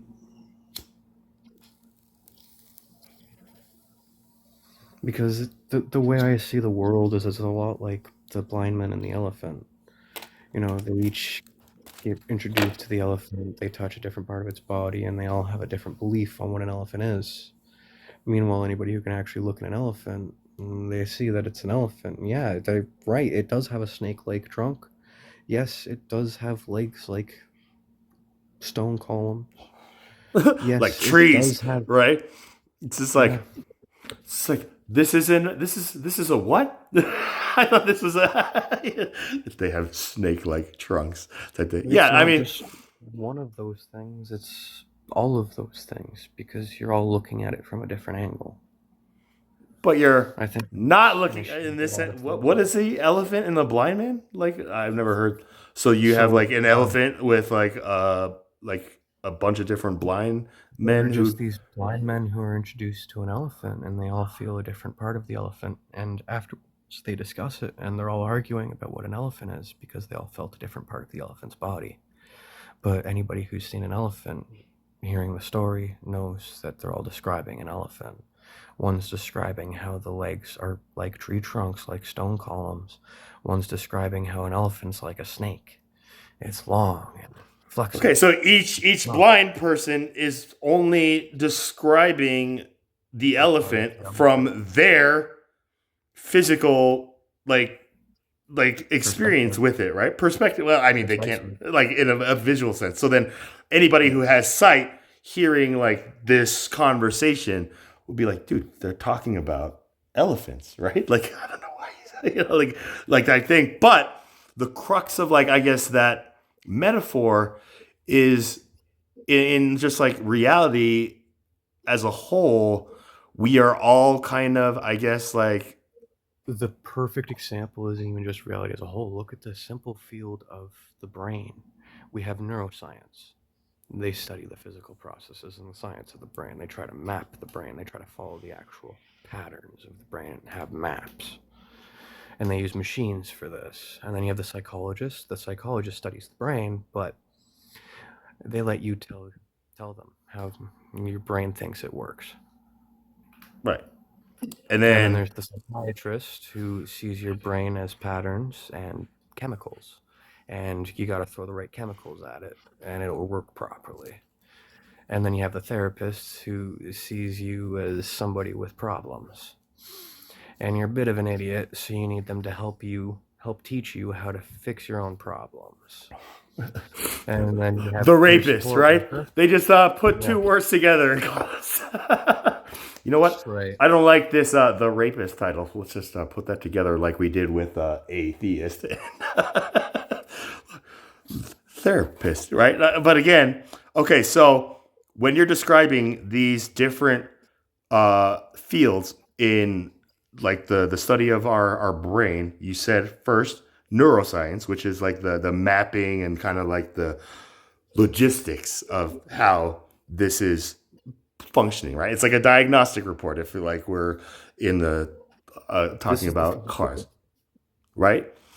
Psychology is the one who's trying to, I guess, like figure out like why this is working this way, like all the things like this. Where a therapist is somebody who is like the shisty mechanic who's just like, yep, it's gonna cost you like a $30,000 type thing, and then. But would you say like like because this is like interesting because these different we're on have you ever heard of trans psychology now this study where essentially it's a term for spiritual, like now the focus is on just like the spiritual psychology of like how brains work, consciousness works, but the term is uh trans psychology, like trans, like trans spiritual, transcendent, like type thing. And it kind of plays with just like if we are allowed to just be whoever or whatever we think we are being, what would we be? Like that's the next experiment with this whole trans thing. Like let's let kids like identify as whatever beyond just boy and a girl, because yeah, we know that. But when like a kid says I'm a turtle, right? Like like and the other kid's like I'm Michael Jordan, like there's a big shift there, right? So like scientifically that's fascinating just to see like what is causing like this, like, and that's where I feel like this whole like social what is it? Critical theory. It's the same thing that's going to cause the issue with it. What do you mean? My philosophies revolve around a universal, and that's a bold fucking claim, but it's also a claim that I've been trying to disprove for the better half of a year. Say the claim again. My philosophies work off of or are based off of a foundational universal principle. Which and is that's a bold claim. All structure arises from the recursive observation of information and resistance to entropy. It's both more complex and more simple than it sounds. Tell it to me like I'm a fifth grader, Denal. You're a structure. In many ways, you're made up of many different structures. What a structure is it's basically a complex, ordered patterning of information. Information is just it's not something substantive. I'm not trying to say that things are made of information. I'm trying to say that information is just the word we use to say to quantify or to categorize qubits. Things. Qubits is, I think, the new term that like is like replacing just like more information, data, like anything, right? Like it's just qubits. It's the blank term. Okay, so we are all structures made up of like vast qubits that. Yeah, but say it the way that you said it before. Say it the way that you said it before. Slower. All structures are made up of information, right? And that information is basically our fundamental definitive properties. So, a great example of this is a single particle. Let's take a proton. Okay, an electron. Mass is defined by an interaction with the Higgs field. That interaction is basically a resistance or a drag of inertia. It's resting mass. I mean, it's all about also charges, right? Electrons have a negative charge, right? It does have a charge, but that's a different interaction. But all these different things, the mass, the charge, the isospin, the spin, the color, these are the information that are used to define an electron. They're its definitive fundamental properties. And they only persist against entropy. They only persist against decay, dissolution, dispersal, degeneration via the fact that there are these persistent repetitive interactions happening. An example is the Higgs interaction. If that stopped, the particle would no longer have mass. If it no longer has mass, it's no longer an electron.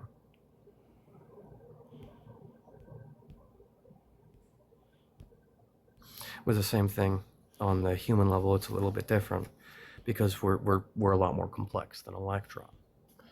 We have a lot more parts, but it's all these different parts that are interacting that make up what a human is. And a great example of this is identity. So when we're born, we're blank fucking slate. Brand new human being.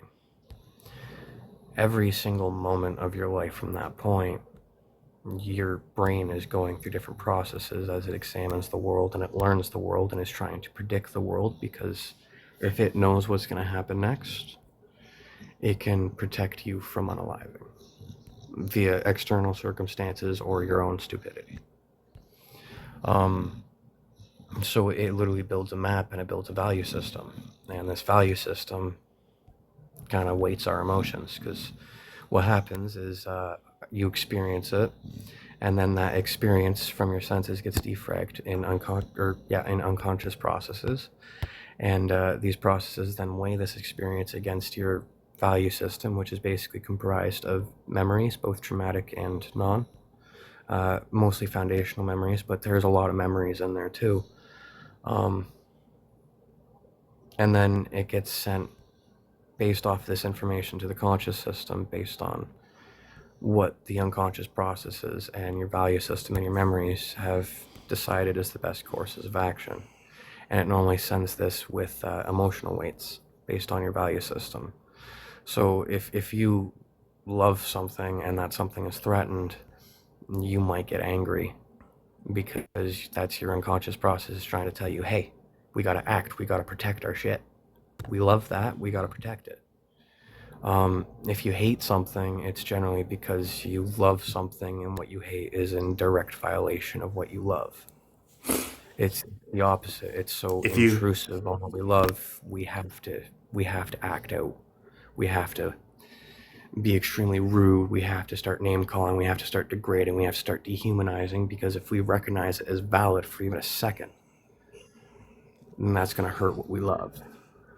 So that is the fight, like, rational for you? Is just like, if you hate something, it's because you love something more or so much that you don't want it to, I'm paraphrasing here, like, therefore you have to be vulgar, rude type. Is that what you're saying? Or it's literally instinctual. So let's say,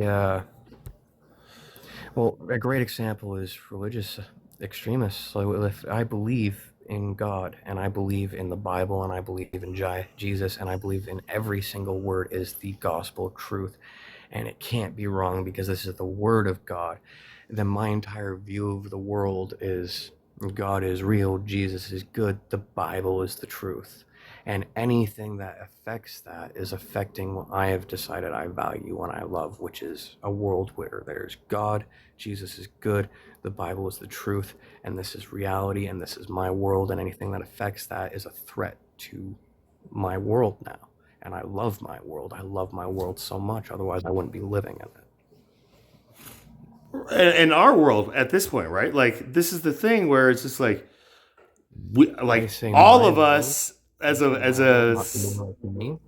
say my world because if I believe in God and Jesus and the Christian Bible, then a Muslim person who believes in Allah and Muhammad and the Quran is a threat to my world. They do not live in my world. They live in their world, and their world. Is that an accurate self-assessment from you? Like, is that how you feel when then you have, like, I took my shahada, like, I'm a Muslim, like, therefore, but even just hearing that identity, your immediate, like, kind of like rationale is just like, oh, this could be a threat, therefore you're kind of like on like the defense, as opposed to just kind of like letting just your faith is your faith, my faith is my faith, their faith is their faith, and nothing is going to change.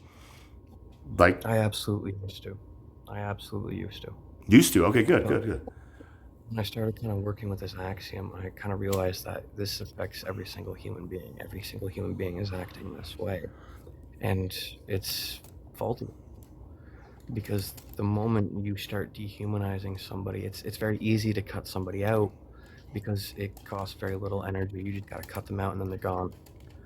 But that's not good, because every single person is information. And it's not about what people are doing wrong or what people have wrong. That's never That's never the question you should be asking. I kind of realize that the question you should be asking is, what do they have right? What are they onto? What do they actually have right here? Because clearly it's working for them. So what's working for them? Why is it working for them? And I found that if you focus on that, it's way more informative and educational, because you're no longer looking at what not to do, you're looking at what to do. Right. You change the way you look at things, the things you look at change, right? Okay. Well, because like entropy is a bad thing generally. When we experience entropy or decay, like it is a very physical thing. It's pain. When somebody passes away and we love them, we experience grief, and we have to experience grief because we loved them and they're gone now. So you're talking about entropy as in just like a energy Also, state, it like transforming into a different. hurts. Why does it hurt? Why do the nerves send pain? Pain isn't a good thing. Pain can cause people to shut down, but it's still there. It's there because we are now bleeding. We are losing energy. We are losing nutrients. We are losing resources on a wound. Are we And though? might lose Like, more. We might lose more. Well, yeah, because even with a paper cut, you're still using platelets for the blood to clot. Until Right, it right. clots, you're still bleeding. so Yeah, isn't it's that my like fault. isn't that like That's forcing the our body to like work? You know, like if we went our entire life That's without a exactly cut, it. a bruise, or anything like that. Like imagine like how delicate If we'd you be. didn't work out, you'd never have muscles because they wouldn't repair. So entropy can be good because it allows resistance to form, and resistance comes in many forms. But when resistance is misinformed, it can cause entropy as much. Because When resistance is misinformed, it can cause entropy much like more. it's good. Okay. People eating food and having full bellies and not going hungry is good, right? I mean, unless they're just like becoming, like that dude on the couch, just like, Absolutely, it's good for people not to go hungry. But for them not to go hungry, they must eat. And to eat, they have to kill plants, they have to kill animals. And yeah, that's entropy. You're unaliving things in the environment. But that's necessary entropy because it allows for people to live. But taken to an extreme, we can literally strip an environment clean and destroy it for generations. This is seen throughout human history. But if we do it balanced, if we do it right, we can mitigate this, and we can make sure that we can farm the same land for generations and decades and centuries, as long as we cycle the crops right, as long as we use the science we have learned from experience to not destroy the land, so that way we can keep using it because we need it. right, and not create as much resistance as before, right? Trying to resist or stop like this entropy from essentially what it's going to do, like constantly change, right? Like that's what energy like is, right? It's constantly. Entropy is always happening because every moment, whether you're aware or not, your brain is basically pruning itself and growing itself. So it's getting rid of stuff that it's deciding that's not necessary anymore. We don't need that pathway. We don't use that pathway. We don't need it. And it gets rid of it. Let's just lobotomize ourselves But at the same time, from that, right? Like, have you ever had that experience where you learn something new? Like a new word or a new product or something you've never seen before. And it was out there. It's been out there for ages.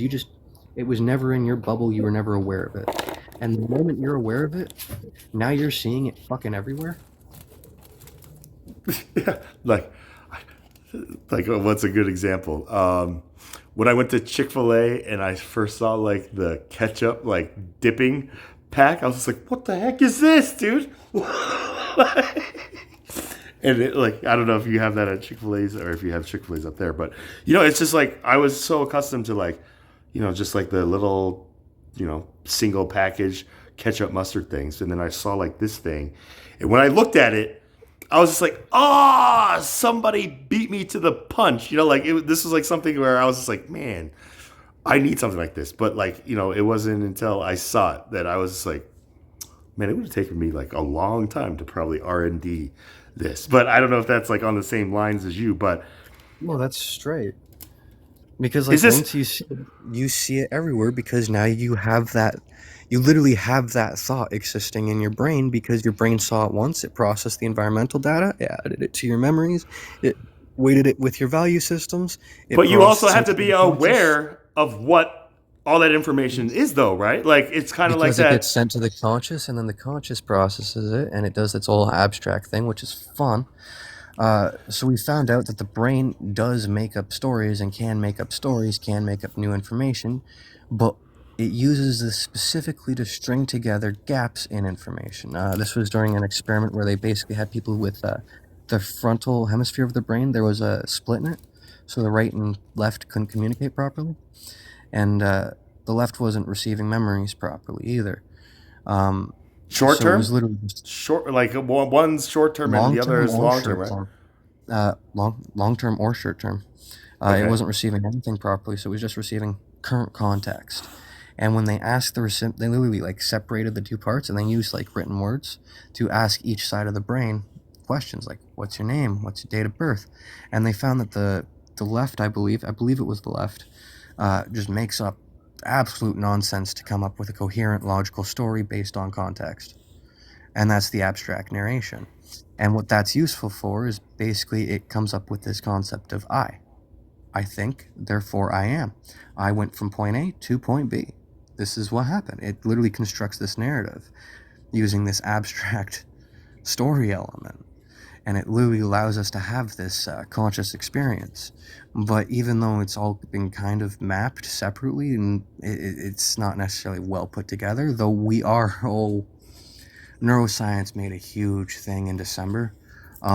So psilocybin research, they were mapping its effects, and they decided to take rabies, reprogram it, and slow it the hell down, make it non-dangerous. Rabies? And Did you then, say yeah, rabies? yeah, because it affects the brain and it spreads via connections, right? So they literally slowed it down to one connection at a time.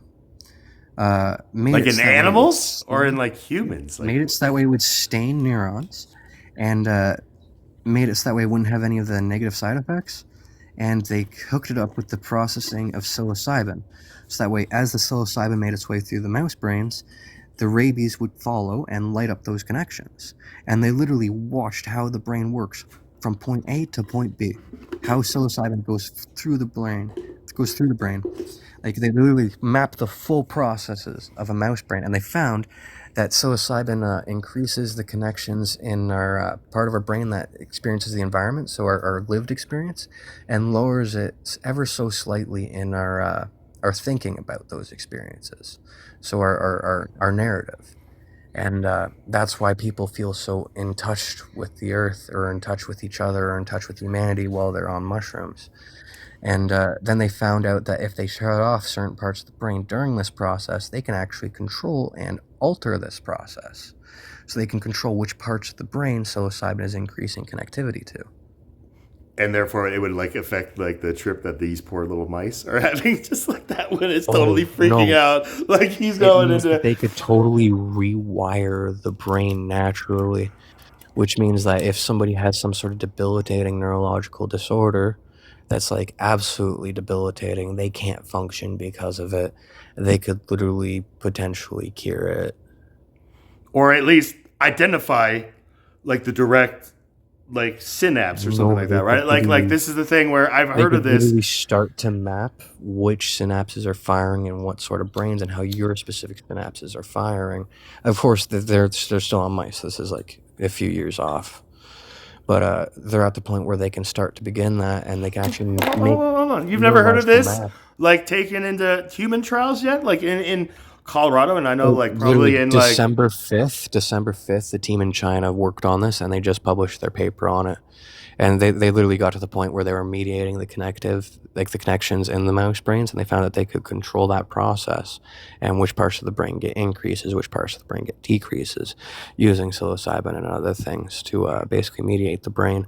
And they just wrote the paper and published it, and it was To achieve though, like reviewed. what like ending behavior in each of these like rets, like type thing. Like if we control and manipulate I like don't think the they got that far yet, because okay, you'd have so to like seriously map everything and figure out which parts of the brain do which behaviors, and then you'd have to have a full fucking working. This is the goal. This is the brain state we need to get to, which not even that get takes to years. that we can get to or Yeah. you know like drive them to. And this is the thing with like therapy is just like you know psyche. I don't know what they call it, but you know like where they use psilocybin under supervision to treat PTSD, right? Just to which to me like on just like the you know like the recreational sense makes sense because it's just like yo man when I am you know like booming you know like I know whatever state my mind is like not only like in that moment but I guess like in life is going to dictate how I'm going to feel and just like see the world on like psilocybin, right? You throw in LSD, that's a whole different thing. Right? It's like that is going to test like the consciousness's like I guess capacity for I don't know like augmented kind of I don't know like things. So this is where like the testing on mice. I don't know. You know like it's China. We'll see. You know, but again, Well, I think there was I forget the name of it, but I remember looking at the paper and looking at the different accredited people that are accredited organizations that had reviewed it, because it does have to go through a peer review process, right? Um, there were some American ones. that also confirmed that yes, like we can also manipulate just through rabies like that like they have to use Well, rabies. the rabies was mapping it. That's what allowed them to actually see it slice by slice in the MRI, right? Because it was basically just leaving a stain and following the process of the other chemicals. I mean you know like I hope that leads to some you know like beneficial discovery towards healing you know the traumatized like human conscious brains that you know we exist with because I don't know you know like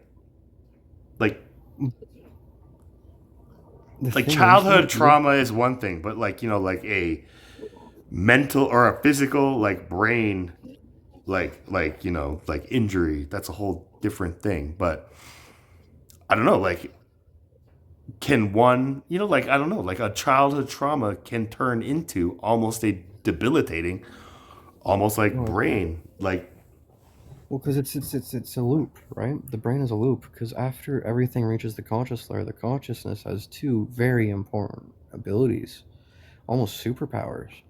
The first is the ability of veto. So that's the free won't experiments. Those are verified. That's a proven process. It's did you say basically, veto uh, like we yeah, can veto we can say no to ourselves.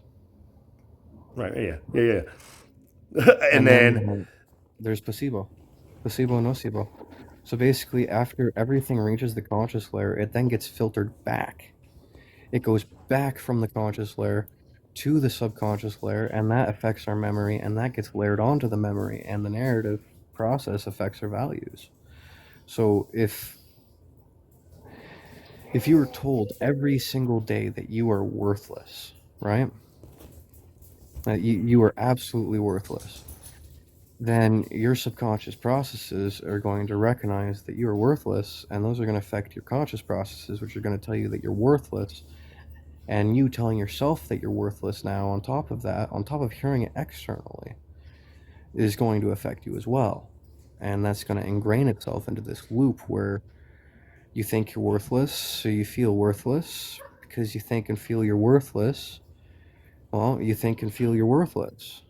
And you're going to act like you're worthless, hold on so would that be a and you're going to keep placebo failing. like what was the other And one? You said every placebo or every single placebo? thing you ever fail at, every single thing you ever Do right? Like feel like you're anything proving that yourself right is just confirming that loop and asserting that loop and keeping that loop going.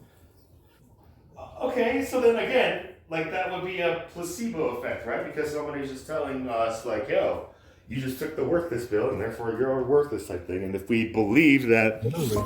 we actually took this, then it's like the placebo. Whereas opposed to somebody else could be told that or take that, like worthless pill and be like, you know what? No, I don't feel this way. And then use that to prove that they're not, right? To make them more valuable type thing, right? So it could be a veto, like you said, we could veto it. We could just be like, no, I don't believe that. Or we could take it as the placebo and be like, you know what? Like, yeah, it makes sense. Like, I haven't achieved anything. Like, maybe I am worthless. Like type thing where whether you think you can or you can't, you're It probably was right. also why I kind of got triggered last time I was on here with Buddy talking about Revelations, because like the way I see it, if you believe that Revelations is prophecy, then you believe the world is going to hell. And if you believe the world is going to hell, you're not going to you're not going to lift a fucking finger to save it. Like, yeah, it's God's will. World's going to end. Doesn't matter if we speed it up. It's happening anyways. Right. Okay. So, do you mind like kind of jogging my memory around that block? Like, because I do recall like the last time I had you up here, I forgot who it was. It was the Revelation interpretations that you really, like I tried to like get it through to the person you were talking to, just like the way that that other person was like saying, just like, yeah, I believe Revelations is prophecy, and therefore you're saying if it's prophecy, you are telling like you and me essentially, Denal, that you believe that the world is going to hell and that our home is somewhere else, right? And this is the thing where I've had like religious people just tell like those kind of people just like go take a fast pass. If you believe that this world is like going, like, and it's just like that's a little dark. And if you're in Canada, it kind of seems like that would be kind of considered like maybe hate speech or bullying type thing, right? We don't have that in America, but America is It kind of depends on how you say it. You can get away with it if you say it right. If you say it in a right accent and in the right inflection, you can say some weird stuff. you can get away with some of the most. Okay, so what in my like inflections and I mean, I I don't mean know. I'd really have to hear you say it. I don't think you want to test it. I mean what we can test it. I mean like hey, it's all in the name of science, right? For science. No, I mean If you could get away with saying something clever easily, like, why don't you go take a short walk off or a long walk off a short pier? right, and then that's the thing. If somebody actually does take a long or short walk off a pier, it's just like we're held accountable for like that when it's just like clearly I was like talking like figuratively, right? The wrong inflection. So if you were caught like clearly yelling, why don't you go take a fucking long walk off a fucking short pier, you piece of blah blah blah blah blah. What if it was a text message? No inflections. There was no punctuation. Oh, It that's just even said, worse. That's even worse because there's nothing softening it now. I mean, this is the world that like Americans are facing. Like, there's been couples where there was a girl who was like in court because she texted her ex-boyfriend just like, yo, we're done. Like, I don't ever want to see you. You can just go like unalive yourself for all I care. And he did. And the last message that they found in his phone was that. And so they started going after these bullies and just like bringing them into court and just being like, why did you say that to this person? Like some of these people will be like, look, like we were broken up or whatever. And then other people will do the flight like mode where they're just like, I didn't do anything wrong. Like, like I need my lawyer. Like it's amazing. Just, I don't know. I don't know if it's God kind of conducting these like experiments that I'm kind of like observing, but like I said, before. It's literally just the fact that you're a structure, and as you go through life, you're constantly resisting entropy. Every interaction you have with the world, you're building new patterns to resist entropy. And the more complex and the bigger the world gets, the more people there are, the more complex this becomes. And these people, it's easier to focus on the patterns you already have on your in your brain, the way you already think, the world you already live in, than to try and adapt a new one, because that requires new connections, that requires new pruning, that requires more effort in the moment for longer term To reward. And the start brain does not want filling long in term those reward. holes, right? Without the BS Yeah, that you were telling me, the left hemisphere is just like, what's your the name? It's just like, brain, as much as it's trained, like we as have much as to. it's made to predict the future, it does not care about the future worth of shit. It cares about right now.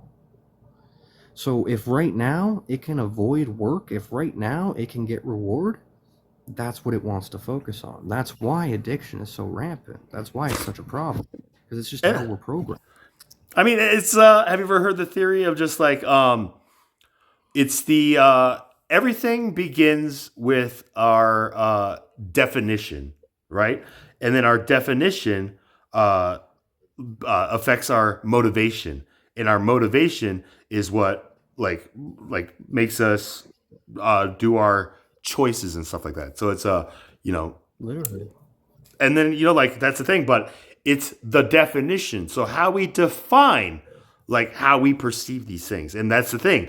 We will always choose what we perceive to be closest to pleasure and furthest from pain, right? And this is where like the definitions come in, where it's just like if we see somebody who is hurting or like consistently choosing like a path that is clearly hurting them, what is like being now explained is just like they are like rationalizing in their consciousness that this route is like the furthest thing from pain, because pain, like getting sober or all that stuff is painful, right? And Comes so therefore, many forms. right, like like so, yeah. I mean, I think that like like these sciences like are catching up to like finally be like helping humanity rather than using humanity to kind of like gain like their like provenance. But again, like we're talking about the ego, super ego, id, essentially, right? Like we have. Extreme example, but a great example. Self-sacrifice. So you got a soldier who goes into war, right? He's with his buddies. He's got his family, right? His family, his war family, his troop. They're fighting. They're in the heat of battle, and a grenade's there. Just thrown by the enemy. It's in front of them. It's live. He sees it. They don't. He And thinks in that he jumps on the grenade and like moment, takes it for the thing, right? that's a time constraint. He might have been able to kick the grenade away. He might have been able to pick it up and throw it. But in that moment, he didn't think he had the time. So he made the best choice he could to save what he loved. As opposed to this is like that Captain America. I don't know if you ever saw that Yeah, movie, no, right? so Like Steve Rogers who like jumped on it like while everybody else like literally. okay, That's okay. the other extreme. The other extreme would be that predatory culty leader type. They drink the Kool-Aid. We all go see the aliens on their spaceship. And that is, if I do this thing, if I go out, I am going to be greeted. It's one of two things, and the first is almost understandable, almost acceptable, but still really misinformed and really tragic. The first is, if I do this, I'm going to find out I'm right. I'm going to get my reward, everlasting eternity with my God or my aliens or my creator. I'm going to get the reward for doing this. And then the other is, if I do this, they're going to remember me forever. My name will never leave the culture. I will be immortalized. I will be historic. If you were the one who Yes, I am like gone. dove on the Yes. grenade person, No. If you're the one who leads the people. the Hell's Angel or the Heaven's Gate like person. And it's the same outcome. Lives are lost, but for absolutely different reasons. And that reason is important. Okay, so we're saying lives are sacrificed, but the reasoning behind the sacrifices aren't the same, right? Like somebody who dives on the grenade is self-sacrificing their own like For livelihood for the greater good, where the other is sacrificing others for they're their also own. sacrificing themselves often. They're sacrificing themselves and others often for their own greater good because their greater good is being immortalized in the culture. Which, like, are they that sure? It's just like, how do you want to be remembered on? It's like I mean, you really have to love yourself to do it. to do That's the issue. the latter, like, I mean, either option I can see being rationalized as either of those, like pathways. But again, you'll never know. Nobody will ever know why anybody did it. Like, it could be, that's the thing about, like, what is it that makes that person sacrifice themselves for people around them, where the other just like will sacrifice anybody around them for the sake of benefiting and immortalizing those around them, but especially like them own, For like both, it's love, but there's two different types of love. There's love of self, and then there's love of self so extreme it overflows. When you truly love yourself, you recognize that it's something that can be shared and must be shared, and so you love everybody around you as well. You love everything. You love life. You love. okay. So then, would this reconcile with what we were talking about with your mother changing, like, essentially, like, her entire like identity to, like, please love, like, these new partners in this thing? Like, can we not kind of That's because she doesn't. It's not that she loves them. It's that she loves herself and she didn't get enough love, so she'll do whatever she can to get love from other people. Even okay, so, so it it's hurts a her. it's a it's a need that the action is Yeah. fulfilling, where The in difference is she loves me and my sister. That's why she doesn't care about trying to get our love. Because she doesn't need our love, she loves us, and that's enough. I mean, that's deep right there. Like, yeah, like, we know. Same thing with Jesus, essentially, though, right? Like, we know he loves us, and therefore, like, that's essentially all we really need to know at this point, right? That's the thing where I believe now we're kind of. You said it's a loop, so maybe we're like in that, like, tail end of the loop where we're getting back to the starting point where we've forgotten. You're, you're in your own mental loop. Everybody is. I'm in my own mental loop. I mean, I'm I'm gonna be freaking like absolutely honest. connect by numbers, like. I'm gonna be absolutely honest. I know you're not in the phase where you're fixated on yourself anymore. You couldn't be this open to other people and still be fixated on yourself. You say you're lost, but I think you're not lost. You're just looking. You're looking around for the first time. You, you haven't not found yourself. You found yourself enough that you can look outward. You can see other people for who they are. You can see reality for what it is. That's why I think you know so many different religions. That's why I think you research so much. I mean, to be honest with you, it's because, like, I've actually, it's not from like researching. It's because I've had, like, these experiences, like, directly with me, and therefore, like, like, promoted my interest in just kind of learning. Like you said, I have to fill in these gaps to be like, I don't know why my friend like does the type thing. So maybe that's like the thing. But thank you for that, Denal. But again, going on the lines with what you said earlier, like, that really resonated with me. Where it's just like, if we, like, know love and if we love ourselves, I'm paraphrasing here, then we will, like, I guess, reciprocate, or I guess, like, resonate like that love energy outwardly onto others, right? Like, but if that love is one that is kind of like the Hell's Gate type thing, we'll kind of get the sense like the energy isn't the same, I guess, spin. I don't know what language I would want. Does that make sense? I think we're on the kind of some like brilliant theory around here. You know, like, Yeah. And how would the you? thing is, with love, when you love, you feel. It's not just love. You still feel anger, you still feel sadness, because when you love something and it's threatened, you're going to feel angry. When you love something and it leaves, you're going to grieve.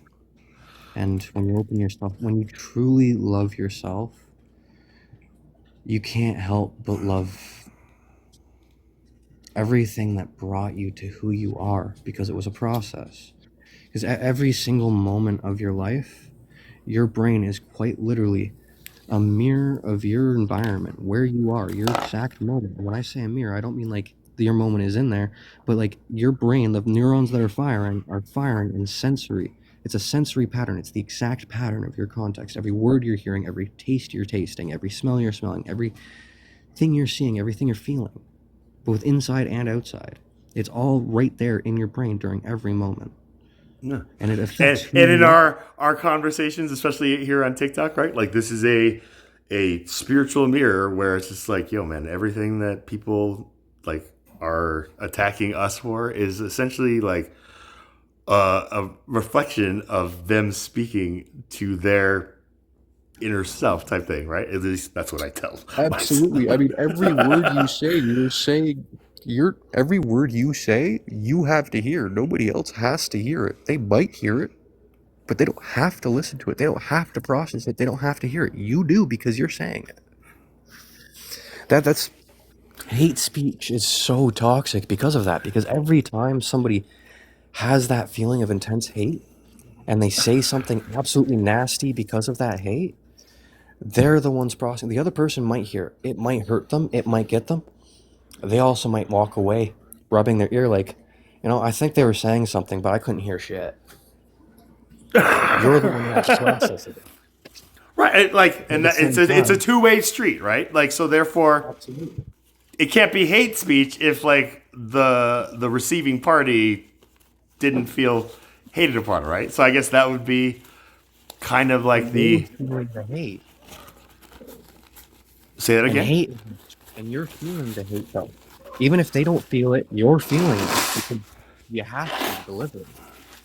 Yeah, but we are now at an understanding that the hate that we are feeling isn't a hate necessarily towards us, but for themselves that they aren't recognizing. And therefore, like, that was kind of my like mission statement on TikTok as a chaplain, just to show people, just like, yo, if you just kind of sit down and just listen to what people are saying and try to figure out like why they're saying this thing. I have a video where it's just like the role of a Sifu is to, like give a student like harmony and balance with the world around them. But like Bruce Lee asked him just like, well, what do you do if a badass tries to kill you on the street? And he's like, well, then I suppose you kick his ass, but it's all towards bettering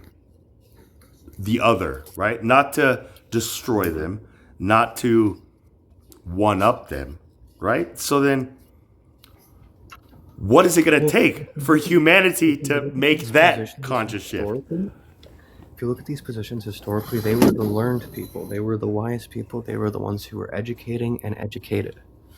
They were teachers. That's why it was about adding and about uplifting, about helping people learn. Because Okay, so then what about these educators who are only educating the younger generations that, everything's racist, it's all systemic, and sorry, you are on the bad end of the stick, and Denal is on, like, what kind of conscious, like just good human being, like, rationalize that kind of I don't know, like occupation or that kind of remembrance, right? Like, does that make Someone sense? who's in pain and somebody who doesn't realize that there are options. Because that's what I said. It's misinformation and desperation that causes every single agony the human race has ever experienced. It causes all suffering. Let me ask you this, and all. When you hear like a college student, like say, a fetus is a fetus, type thing, and like all that stuff. Like, what are they saying? Like, even the people who are just like, it's not even a fetus, it's more of a cancer, right? Type thing. Like, it's one thing to be the teacher of like that information, but it's another to be the student. Speaking the truth through a filtered metaphor. So yeah, a fetus is very much like a cancer. It's a clump of cells that grows and it sucks nutrients out of the host. But it can become a human being, but at the same time, I don't agree that it should always become a human being. Sometimes I do think that it is best. No, we're not even at that point of like the debate at this point, right? Like you can look at it like a embryo as either a human being, a fetus, or a cancer, right? Like, and that's the thing. Like, what do these three consciousnesses like share, and what makes them different in their perception? Does that make sense? A lot of it could be environment. A lot of it could be the exchange of how the information was like, given. But again, it all comes down to the choice. So you said earlier, you are pro-choice, right? Okay, which means that you're not. Are you saying you're not pro-life? Or that's the thing where they tried to twist that narrative against us and say, so you're pro-abortion, which I was just like, how does pro-choice get interpreted as pro-abortion? Paradoxical. I am very much pro-life, as in, once there's a living human being, I believe it needs to be protected because that is a living human being. It didn't choose to be born, it was brought into this world. And it deserves to be protected because it's a human being. Protected by who? Government?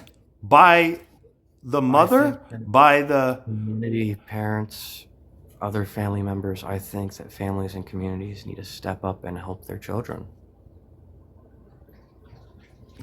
Yeah, you nailed the big one on the head there. But I don't know why that seems to be so difficult, right? Parents who find out that their teenage daughter is pregnant and then they disown them, right? And it's just like that kind of thing. Or even vice versa, they go hypocritical and they're the ones who've been pro-life and then they exercise the pro-choice option because it's their own. Does that make sense? Like, that's the one that hurts me.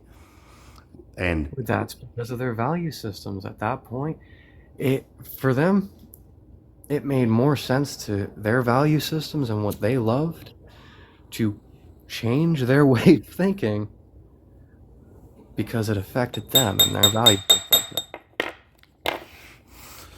I mean, I don't know. Like, it is like the value system is definitely like a big chunk of it, and I don't know. Like, it's such a crazy time that we're in that I tell myself I am pro-life choices, right? Look, I am pro choices that lead to just like a fruitful, abundant life is how I have to explain it. And then people tell me, dude, you can't, like, that's like sitting on the fence. I'm just like, like everybody reacts to just like my reconciliation with like my own identity as just like the most like offensive, like, like I'm just, like when I tell them just like I serve the one God who sent our Lord and Savior, Jesus Christ, by following the life and his ways and teachings of Jesus Christ, right? But I've taken my Shahada and I believe like the one God is Allah to Islamic Muslims. I believe it's Hashem to, the Judaism, and, with Christianity, who knows?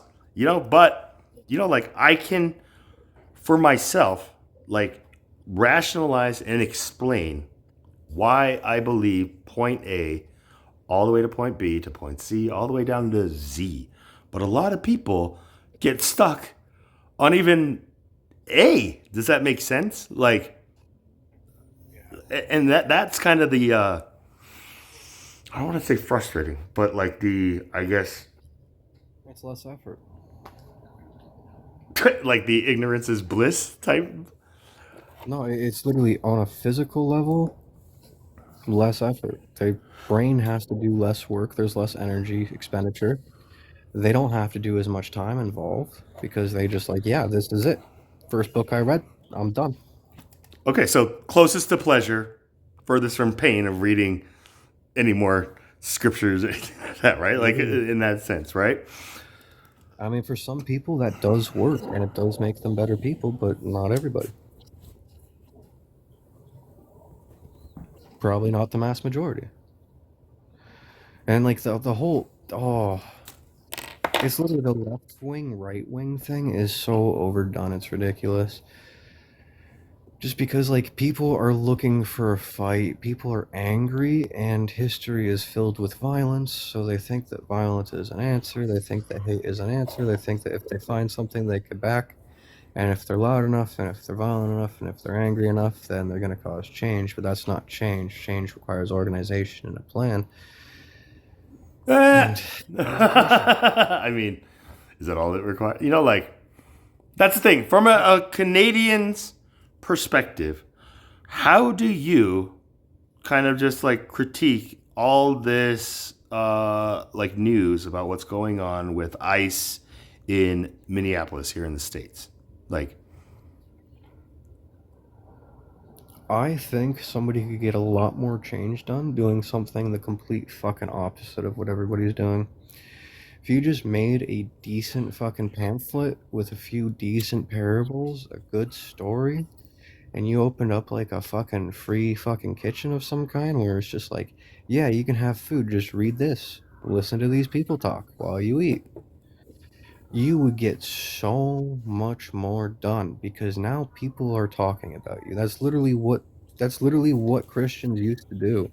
That's how it became so big. by like reeling in like the needy and the hungry. Are you familiar with hobo culture?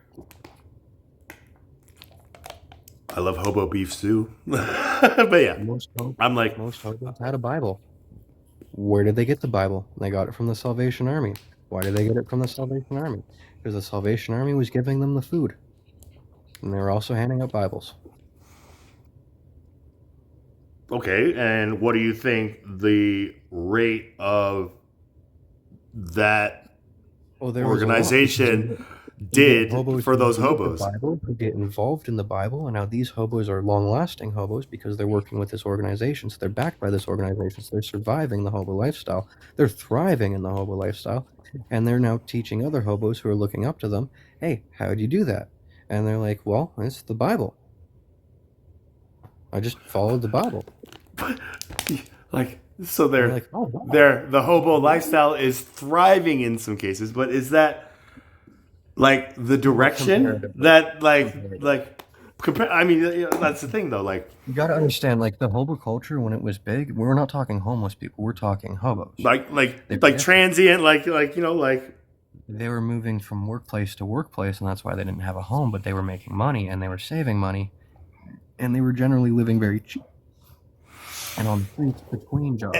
And so you think that is the modern day like hobo, the people who like relocate for work or like commute long distances? Would that be like the thriving But not just hobo because that hobo was a culture, right? They were very much like in it together. They had each other's backs. They had symbols. They had signs. They had a literal culture going. like I mean, it's almost they had like their own language and stuff like that that was only They like have their own created for recipes. their people, right? Like just like in that movie Blade, like all the vampires had like their freaking whatever it is. But that's the What's thing. funny is it literally got gentrified because a few hobos got famous. They wrote about it. They made the hobo culture even more famous, and then a bunch of people who were like, "Oh, that sounds dope. I'm gonna do that." Hopped onto it, and it literally got gentrified before gentrification was a thing. Like I have to be homeless to become famous. Like like I think like Jim Carrey is a classic one.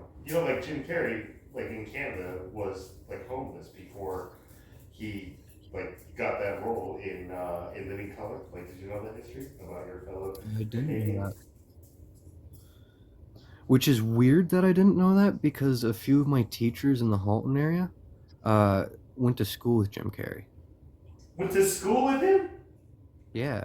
Okay. Actually, when I was at Bayfield, there were a few staff who were talking shit about Jim Carrey because apparently he had a home near their neighborhood, and not in their neighborhood, but near it, like clearly in a much richer area.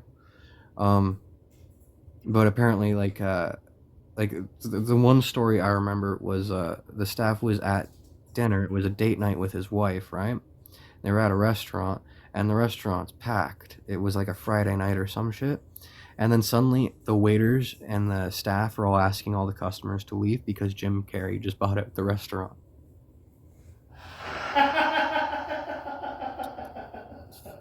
And therefore, yeah, it's I mean, really, like that's his reputation. Don't worry about paying for the food. We'll doggy bag it. You could take it to go. Your bill's been cleared by Jim Carrey, but he also paid for the restaurant. You have to leave. Because he doesn't want to be around any of you, right? You guys are all an annoyance. I mean, that's not the route I was going to tell about Jim Carrey. I was going to talk about just like that Bible kind of like lesson where I don't think he attributes to the Bible, but it's like the principle of just like, believing and all this stuff. Manifestation is what the book The Secret would call it, type thing where he wrote himself when he was homeless a check like made out to himself for like $10 million, and like in the memo line he like wrote just like for like an acting role type thing, like like that. And a lot of like influential Bruce Lee also did the same thing. He like typed out like this letter that he slept under like his pillow every night supposedly that said he will be the highest paid Asian American movie star, like blah blah blah, like like that kind of like vision, right? But I don't know, like one of my high school psychology teachers told like one of my like my older brothers from another mother that his biggest lesson that he learned the hard way was all of his life as a kid, this teacher knew that he wanted to be the best teacher, and then not only the best teacher but the best psychology teacher, and like he had like these things. And then when he finally got that occupation and then achieved those childhood goals, he realized he didn't plan for anything else. And so retirement was absolutely miserable for him. And the advice that he gave all of us, like, in our 20s was just like, just make sure you keep planning for like, like the bucket list, like keep going for things that you will never think. Otherwise, like, and I took that really to heart, and I lay it out, like Nobel Prize, become a real life Santa Claus, and go on Shark Tank. Those are my 3 bucket list items to know. And I selected these very carefully and worded them very carefully as a method to really be able to test others' consciousnesses who don't even know me. Does that make sense? Just like, just like, I want to be Santa Claus. What do you think? And if they're just like, yeah, you're nuts, I'll be like, cool, then you're done type thing. Or if they try to, I don't know, sugarcoat it, just like, well, it kind of sounds like you just want to be a guy who wants to be charitable and give presents to kids and all that stuff, which in my mind, I'm just like, are you calling me a pedo? Like, are you saying like a map in some secret language type thing? But then I tell them just like, I'm saying that I want to become a father, right? Like that's my roundabout way of saying I hope to be able to like be a father, not biological or anything, but a father that has to be the one who, like forfeits like that work towards some imaginary character that children believe in, like that thing. Does that make sense? So I don't know, like the whole thing with Jesus and all this stuff, like, I don't know. I was doing perfectly fine, not knowing anything about Jesus as I did until I started questioning why I was the way that I am, even though I try to change it, not only for my sake, but for like those around me, and I can't change. And then that's where at my breaking point, I was just led. I had to, again, like step out of my comfort zone, that like closest to pleasure, and like recognize the pain that I was like running from, which was reading a book like on my own, like as serious as it sounds. But I'm greater for it, So it's the pain that really like brings definition to what I would call like our soul. Does that make sense? In the system, the title of this live is Soul or System. A play on words as solar system, right? Like, if that makes sense.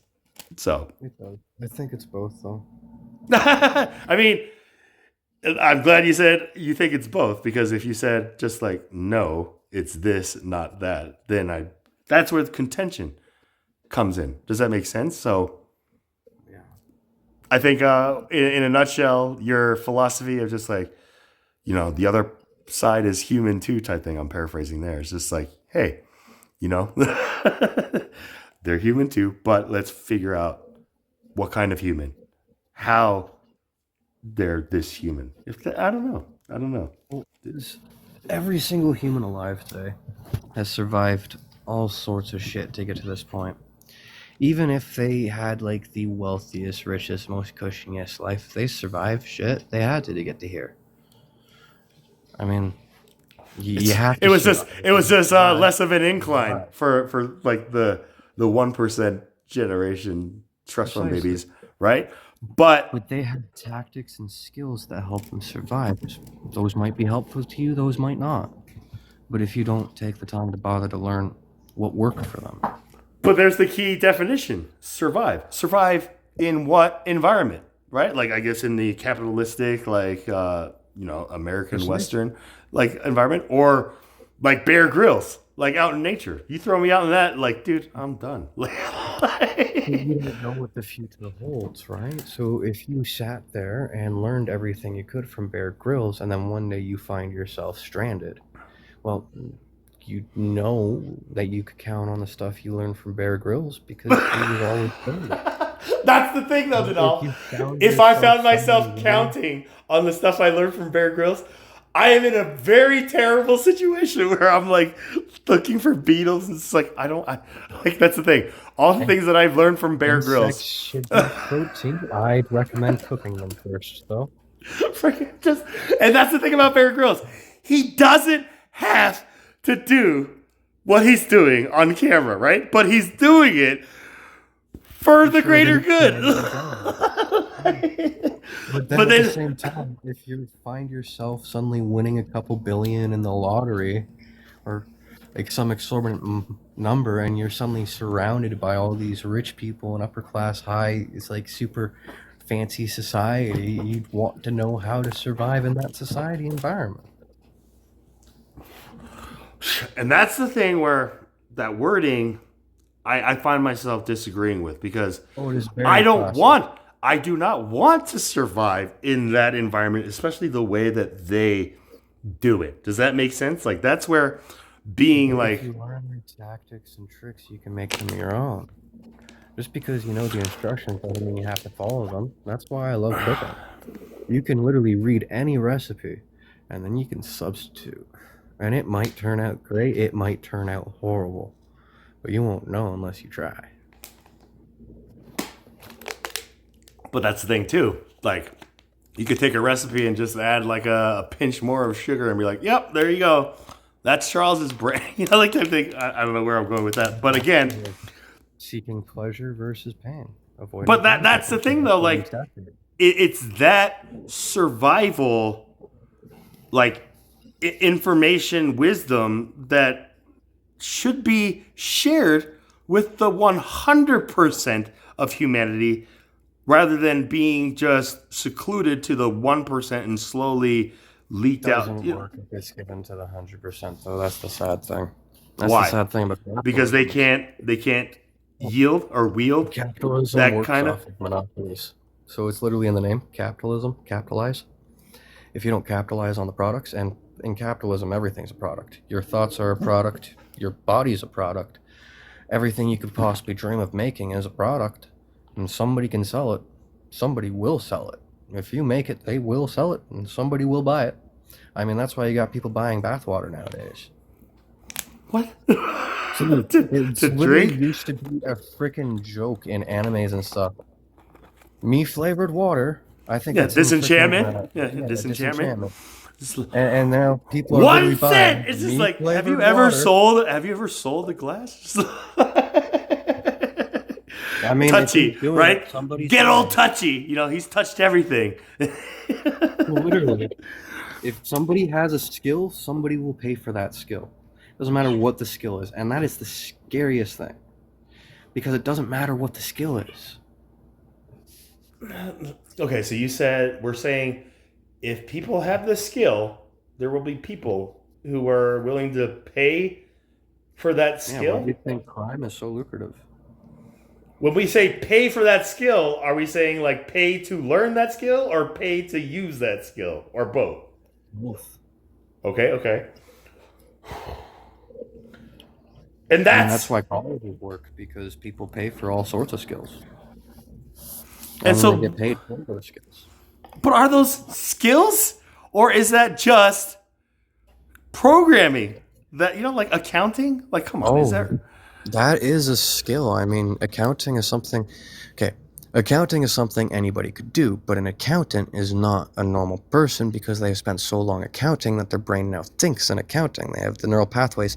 It is easy because every time you have a thought, it is easier to have that thought again because that thought has formed. Your brain knows that thought. It has that thought in its physical fucking pattern now. Okay, so then what would be a skilled accountant in this context? Just somebody who like thinks and like You just know that TV stereotype where there's like that dude who's called into like the mafia or like the big business stuff, and he's like really weird, a little bit out there. He's got the suit. He's not like the rough and tough guys. the And then you accountant find out, with he's the accountant. with Ben Affleck. Just like Yeah. I got a high functioning form of like Asperger's type thing. It's just like But it doesn't even have to be Asperger's. It's just the fact that you dedicate your entire life to these numbers, and you're going to be thinking in numbers. Other people don't always think in numbers. They don't think in accounting. They don't think, what's the cheapest way to do this thing? Also, you have a bunch of people asking if they can join. I'm building up the hype. Yeah. Fair. I mean, let's see. Yeah, forgive me. I don't even pay attention to like But these I things. think it's the same with like all sorts of skills, because like a painter, they spend a lot of time painting. And if they spend a lot of time painting, they tend to be generally good at painting, better at painting than somebody who just picks up a paintbrush and paints for the first time. Right. Not That's that a you can't skill, do it right? the Like first time. like painting, like mastering like also painting, right? taught. They It's say so 10,000 hours. taught.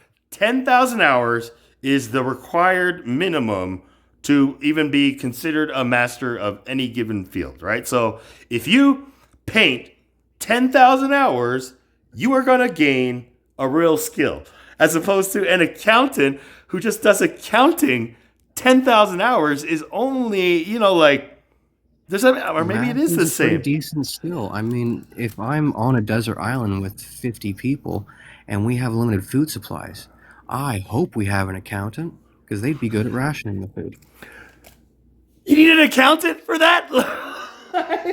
Well, I mean, Wouldn't you they'd need be like good a like a It food would planner take or us like a hours. It would take us hours. I mean, a nutritionist and an accountant working together, fantastic. Reason being, nutritionist knows how to keep the people alive, but the accountant knows how to make sure we stay alive longest because they can do the math. And the reason being, yes, as 50 people without those skills, we could probably figure it out, but it's going to take us longer than the 2 people with those skills. And when it comes to capitalism, it's not about the money, it's about time. You're not rich until you're making money in your sleep. you're not or you're not successful until you're making money in your sleep. You're not rich until you're making money in your sleep. You can be successful Man, with that. rich is just like it's just, what is rich? You know, like this is where was it Chris Rock who's just like Shaq is rich. The person who Rich? signs Shaq's check is wealthy. Rich is wanting meetings. Rich is wanting things and not looking at price tags. Rich is no. I mean, dude, I do that, and they called it impulse like buying. It's a very big problem, right? That's a very slippery definition. Environment. You were raised in a wealthier environment, so you do have that wealthier mindset, even if it's not like fully controlling you, even if you can't see past it. It's still, you grew up in it, right? So it was an impulse for you because you never had to worry about the price. And then Okay. you had to worry about the price, assumably, and I'm assuming that's when you realized it was a problem. So okay, by that like premise, in high school, I was rich because I would get guacamole on my Chipotle burritos without even thinking, and now like I can't even. You probably weren't even rich. It was probably your parents who were, and they just cared about you a lot, and they were clearly Oh no, I parents mean, who had means. this is the thing. It wasn't like my parents were very like frugal with me. I had $20 a week as my weekly like lunch budget in high school, right? And in high school, lunch was off campus, so I'd have to go. You know, but granted, it was different times where prices were a lot cheaper. But $20 to the point where I had to get crafty to be able to survive because I'd spend that money like within 3 days. So then I had to cover 2 days. And you know what I did, Denal? I would do like pretty much gimmicks. Like I would bet people that I could eat a full Big Mac from McDonald's in 2 bites. And people were like, no way! Like, oh, I'll buy you a Big Mac to do that. And I'm like, all right, buy me a Big Mac. And people were buying me Big Macs left and right. And that's like, but like, that's the thing where I was like thinking just like, what's that? Because you weren't worried about the price tag because you knew that you could get it without. You knew that no matter what, you could get what you needed and what you wanted. What do you mean? I didn't worry about the price tag. I did worry about the price tag. People would be like, prove it. And I'd be like, you have to buy the Big Mac, right? Because I couldn't pay for it, right? Even when I paid for a Big Mac with the money that I did like have to afford, I would enjoy that Big Mac. People would be like, do it in 2 bites. I'm like, no, man, I paid for this, right? Like you pay me, then I will, I guess, I don't know, like frivolously do what I wish. I don't know. Like it's interesting now that you made me kind of reflect on it. But does that make sense? Like, and people thought my eating was a skill, and that was the thing where I was just like, this is not a skill.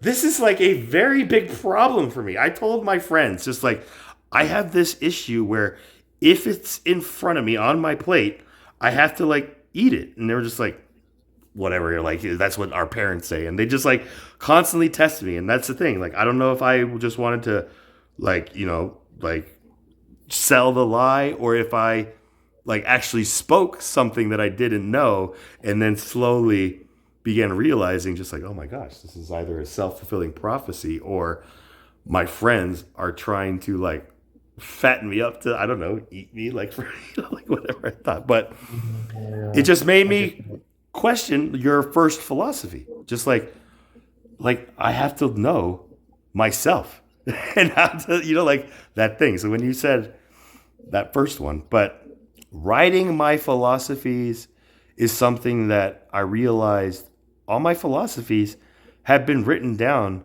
by other great minds that I just kind of like, I guess, like took a little here, took a little there, put it together, and kind of made it work for me. But I don't know, my conscience would never let me claim that as like my own, if that makes sense. And I'm not like, like critiquing anything. It's funny. Is that? Maybe in a sense.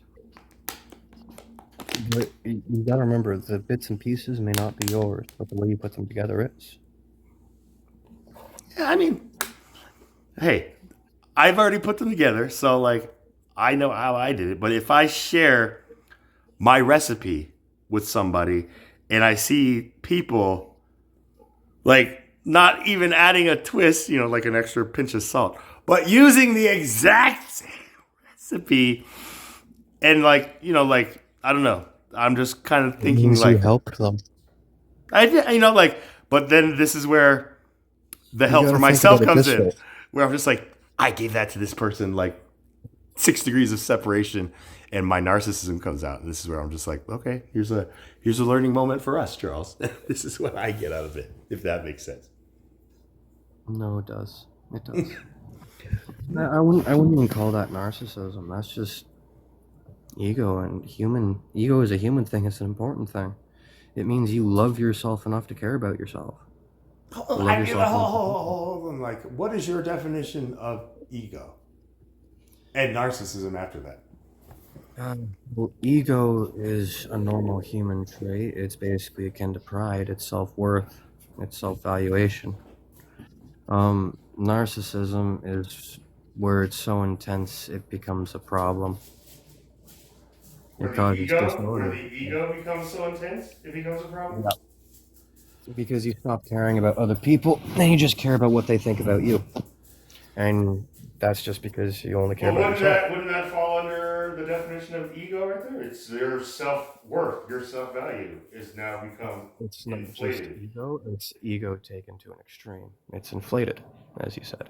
Okay, so these are like The thing I've found, They're separate, like narcissism entities. is an actual diagnosis, narcissistic personality disorder. And the thing is, diagnoses, the terms are very clinical. There's tendency, there's disorder, and then there's just a human doing what humans do. Okay, And when you're just a human being, personality disorder, right? There's narcissistic yeah, personalities, and then there's NPD, the disorder, right? Like, yeah. okay, With the tendency, you lean towards that neurological pathway or that neurological phenotype. And that basically means, like, yes, you may have some of the tendencies of the disorder, but that does not cause disorder in your life. It's just something you're going to have to accept about yourself and you have to learn how to deal with or work around. It's either functioning for you or it's barely a problem. right? It's becoming a If it's a disorder, right? then it's quite literally causing disorder in your life or the lives of those around you, because that's one of the qualifiers. Okay, so then if one is not narcissistic, they are what? They're just a human. I mean, people who are narcissistic are also humans, right? Like that's the thing that foundation doesn't it doesn't work as clear cut If as you're it did not before. narcissistic, you're just very self-confident. If you're not narcissistic, you're just very self-confident, borderline, I guess, arrogant to just like self-aware type thing, right? Like, It could be arrogance. It could literally, like, it's complicated because it's not like a simple clean-cut thing. It's a spectrum because everybody's different, right? but is it like that difficult now? Because this is the thing where in that study or that branch of like trans psychology now, the question is like, if I were to ask you, Janal, on a scale of 1 to 10, 10 being most, how narcissistic are you?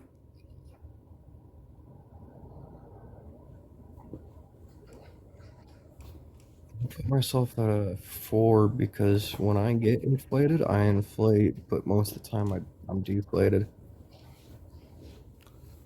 And therefore you put yourself at a 4 as opposed to what would a 6 version of Denal be?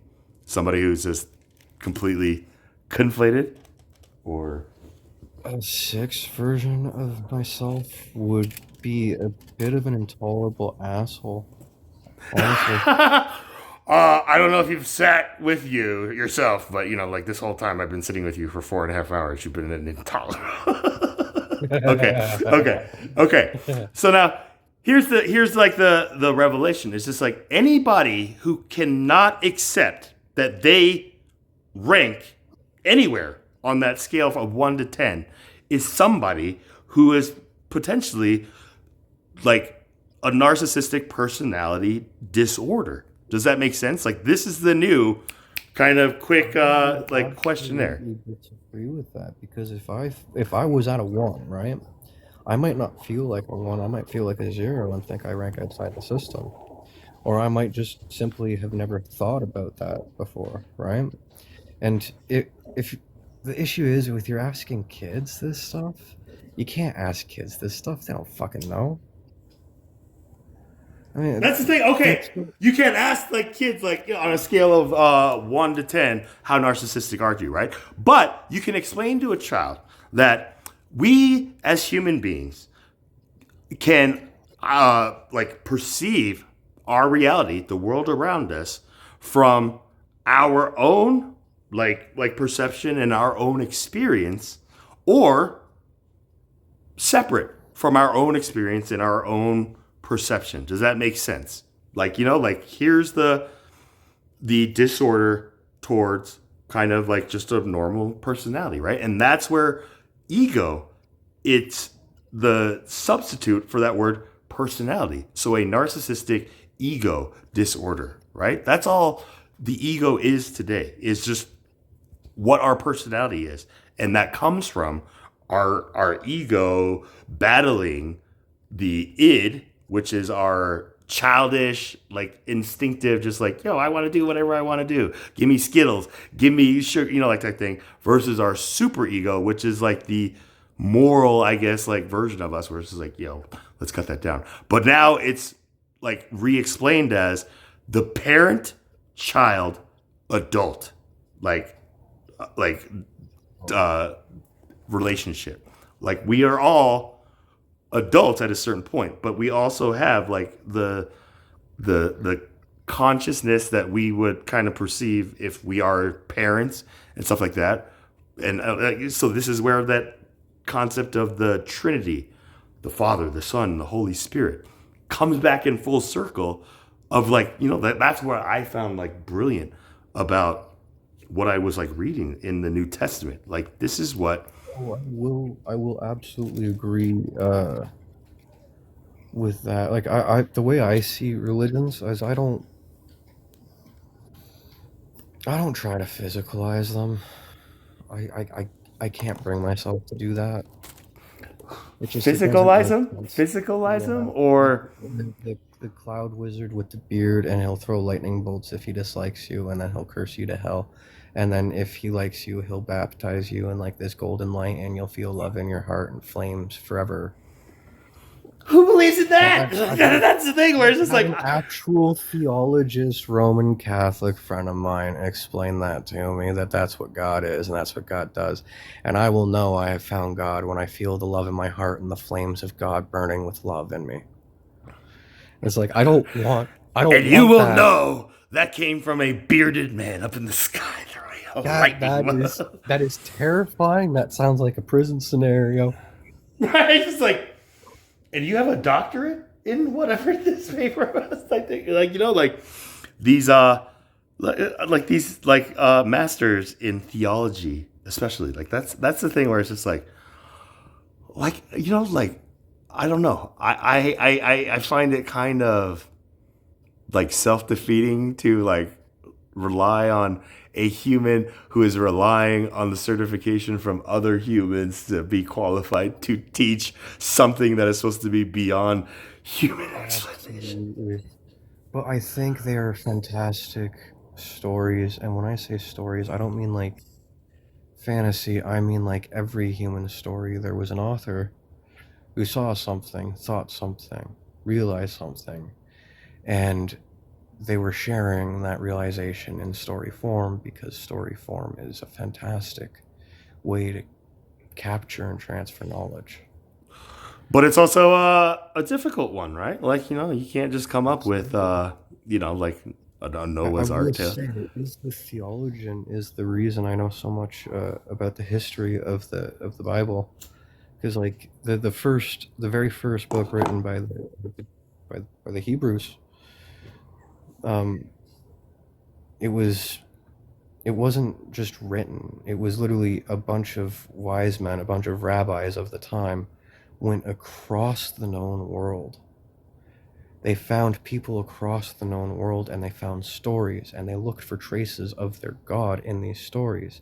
And then they verified, they cross-checked these stories against each other, and they looked for the ones that were true, the ones that spoke best of who their God was. Okay, so are those the same thing? The ones that are true When I and the say ones that spoke spoke best, right? Like, By the way, when or I is say that the like ones that spoke the best, I cherry mean the on the ones top that in this people case? It's needed. just like, They found the stories that they thought their people needed to hear, and then they compiled them and they wrote them into a book. And then it grew, and it became a recording of history, different people writing different things, but these are all authors. And every author of every authors human story, fabricating a like moral story for the greater good of here's the the. thing, it's not all fabrications, because you know the Great Flood.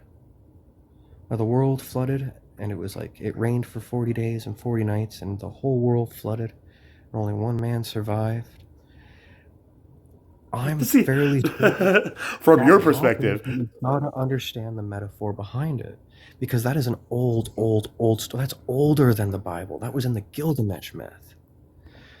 right, right, The like Gilgamesh myth that. is the very first story that's ever been written.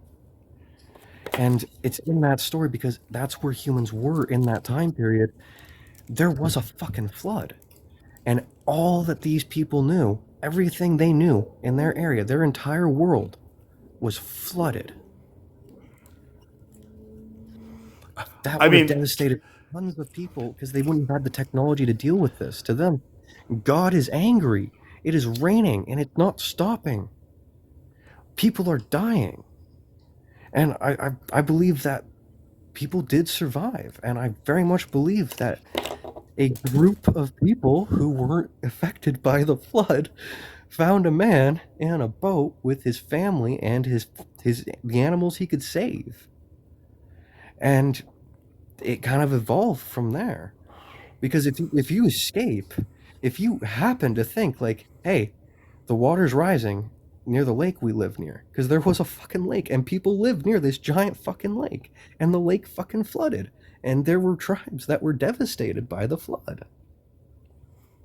And it's around this area that we not literally not not get just tribes, civilizations, like it's entire. literally around this area that we got civilization. I think, what was it, fucking Mesopotamia or whatever the fuck it was? The cradle It's of literally, civilization, right? Like, quite literally. And I seriously believed that this dude survived this flood and was found by other people, and his story got transposed into that civilization, the very first civilization of humankind. And for him, his world flooded. The only way you can explain it is everything I knew, everything I had, it was devastated by a world-ending flood. And it wasn't the whole planet that flooded, it was just this man's entire world. Because it was everything he knew. His whole from a world from shifted. a narcissistic kind of like I guess understanding, right? Like, just he only knew the world which was immediately like in his like orbit, right? And therefore you said until he met these other people, Well, when you're right? telling a story, how do you explain the loss of everything you once knew? If you're telling a story, how do you explain the loss of everything you once knew? Like as in like easiest way is my the world prequel, ended. the prequel, like The easiest way is my world ended. It's like when you quit comedy. You didn't just quit comedy, you killed yourself. which could be interpreted and like perceived as my world ended, or my like my world just like my life just began, like type thing. So it's all you change the way you look at things. But on that same speaking, like my personal kind of like interpretation of just Noah, the specific Noah and his family, which we are to believe that every human being is an ancestor of this, like that's a little too much for me to kind of like digest. Slightly. So I'm along like your lines where I know the Epic of Gilgamesh, right? From the Sumerian like tablets and stuff like that. The oldest human civilization. And there are vast civilizations who have similar kind of like flood like events that they have recorded, right? In Asian like civilizations. When the very first civilization was taken over, the first story was re-recorded, it was transcribed, it was translated, it was renamed, it was rewrote. It was the same story, but it was considered so important that they had to keep it. And when culture is considered important, when you see something and you're like, hey, the people were doing this and it worked, we got to imitate them. We got to figure out why it worked. You're not just honing in on the exact mechanisms that work. You're trying everything. You're adopting things from the different cultures. That's why we see so many cultures that meet a different culture. They start to change. It drastically affects their culture when two different cultures meet. When two cultures meet, two civilizations, like just like when the old world met the new world, right? Like that kind of thing where like how did the indigenous people in the Western like hemisphere that was completely like unknown, except maybe probably to like well learned kind of people in the old world, who just kept that knowledge to themselves to control the people until a man named Christopher Columbus was just like, I'm going to find a shorter route to, India to get spices, like type thing. But again, like when two worlds collide, right? Like that's pretty much when we're like talking about like what happens when two worlds collide, when two like narcissistic personalities collide. Oh, they can either fuse or they're gonna clash. They can fuse or they can clash, right? They're gonna either be attracted to one another or they're gonna repel another. Say that They again. can also coexist, but that's so rare. Say that one. They can not. Coexist. It's a But third rare option. That they cannot coexist. Like, would we consider just staying away from each other or separated from each other, like No, they can either a means of? fuse. They'll either fuse, they'll clash, or they'll coexist. Okay, by fuse we're talking about like integration, right? They will either integrate with each other, or they will like war against another, or they will segregate from each other. Okay, and that's the problem. That was easy to do because there was real estate left, but now that like we don't have many other land masses other than like Antarctica and I guess the North Pole that could possibly, and maybe Greenland now. Like that's the thing where we are, I guess, kind of trying to put like our civilization stakes into, I guess, the like known remaining like masses of land. Does that make sense? Like, I guess that's how I would try to justify it for Trump. We aren't even looking at Earth anymore. I mean, look at Elon. He wants Mars.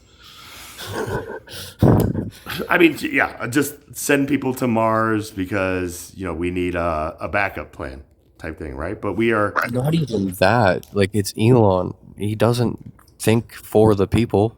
He thinks for his pocket, for his wallet, for his bank accounts. He wants to be the first on Mars so that way he can sell Mars. okay. Now, in your heart of hearts, do you really believe that that is Elon's like core motivation and intention? Look at what he's done to all the companies he's bought. Like, like, what do you mean? X? Like, Well, he started by buying companies, liquidating them, and selling them. to what? Get himself on Mars? Like, No, to get himself more money so that way he could buy better companies. And then once he started buying better companies, then he started doing things, except the things he does are kind of questionable. Like the way he names his children. Or the whole Tesla. Like the Tesla, great concept, great idea, very little actual follow-through because Elon isn't doing any of the follow-through. He's counting on people to follow through on half-baked ideas. I mean, that's the thing. Like, the world does need the dreamers, right? Like, the But idea. he's not a dreamer. He's Okay. just Okay. found a Then the system world that makes also him needs money. the facilitators, the produce. Like, like there's like different. Absolutely, but we definitely need better ones. We need more Bill Gateses, less Musks.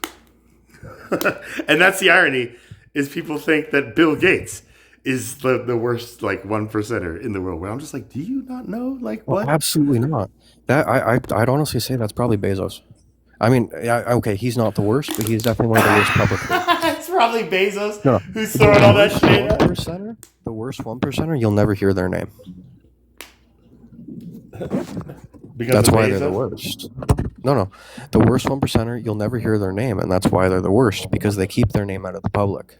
They keep their name out of the public for a reason. They keep the name out of the public because they're doing extremely shady shit.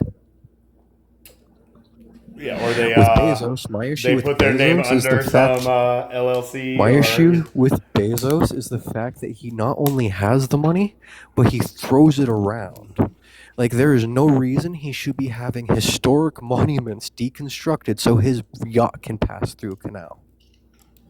So, what? Is that a true thing? I thought we were talking That's a about true like thing. when he sent like all those Bezos like literally women had up to a space. historic monument deconstructed so his yacht could pass through a canal. He paid a country to deconstruct a historic monument.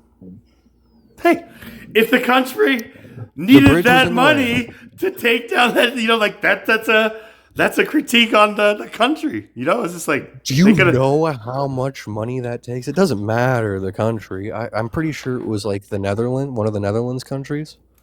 Well, no wonder Like- Donald Trump thinks that he can just go buy Greenland. It's just like, you sold your freaking historical statue for the Bezos. You're not going to sell me like rights to, Again, Infamous, welcome up to the panel. Forgive me for the Oh, it's so good, man. Because it is a twofold game. It's a what? It's a twofold game. Because you got the angry, scary man in the spotlight taking up all the attention, and then you got his team, which kind of look like they honestly look like they're out of some sort of horror movie. Who? And Elon Musk's or no, Donald Trump's whole freaking board. They look like they're out of some sort of actual horror movie. Like they just kind of got that like they kind of look like vampires, maybe ghouls, a little bit zombie-ish. You know? I mean, they kind of remind me of like a no senior idea center what they're doing. for the rich that like. I have no idea what they're doing, what they're actually doing, what they're actually instating, what they're actually talking about, what they're actually for, because Trump is taking up all the attention, and he's terrifying. Who's terrified? Trump is terrified? Trump is terrifying. Oh, terrifying. Yeah. I mean, not like in a like he can beat us up type thing, but because he's just so unhinged and so narcissistically. No, and if he came at me and started punching, even if I defended myself, I might get the death penalty, and I'm in Canada. We don't have that. Yeah, but wouldn't it be worth it?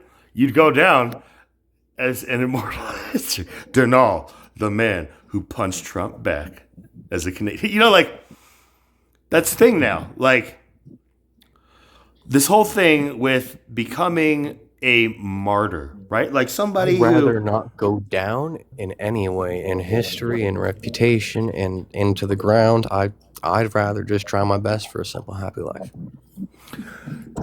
Even if that comes to like a moment, a fork in the road, let's say, where we have to stand up to the unrighteous or the unjust, like, is that what you're saying? Like, you would sacrifice that? I will literally find a way to do it non-violently.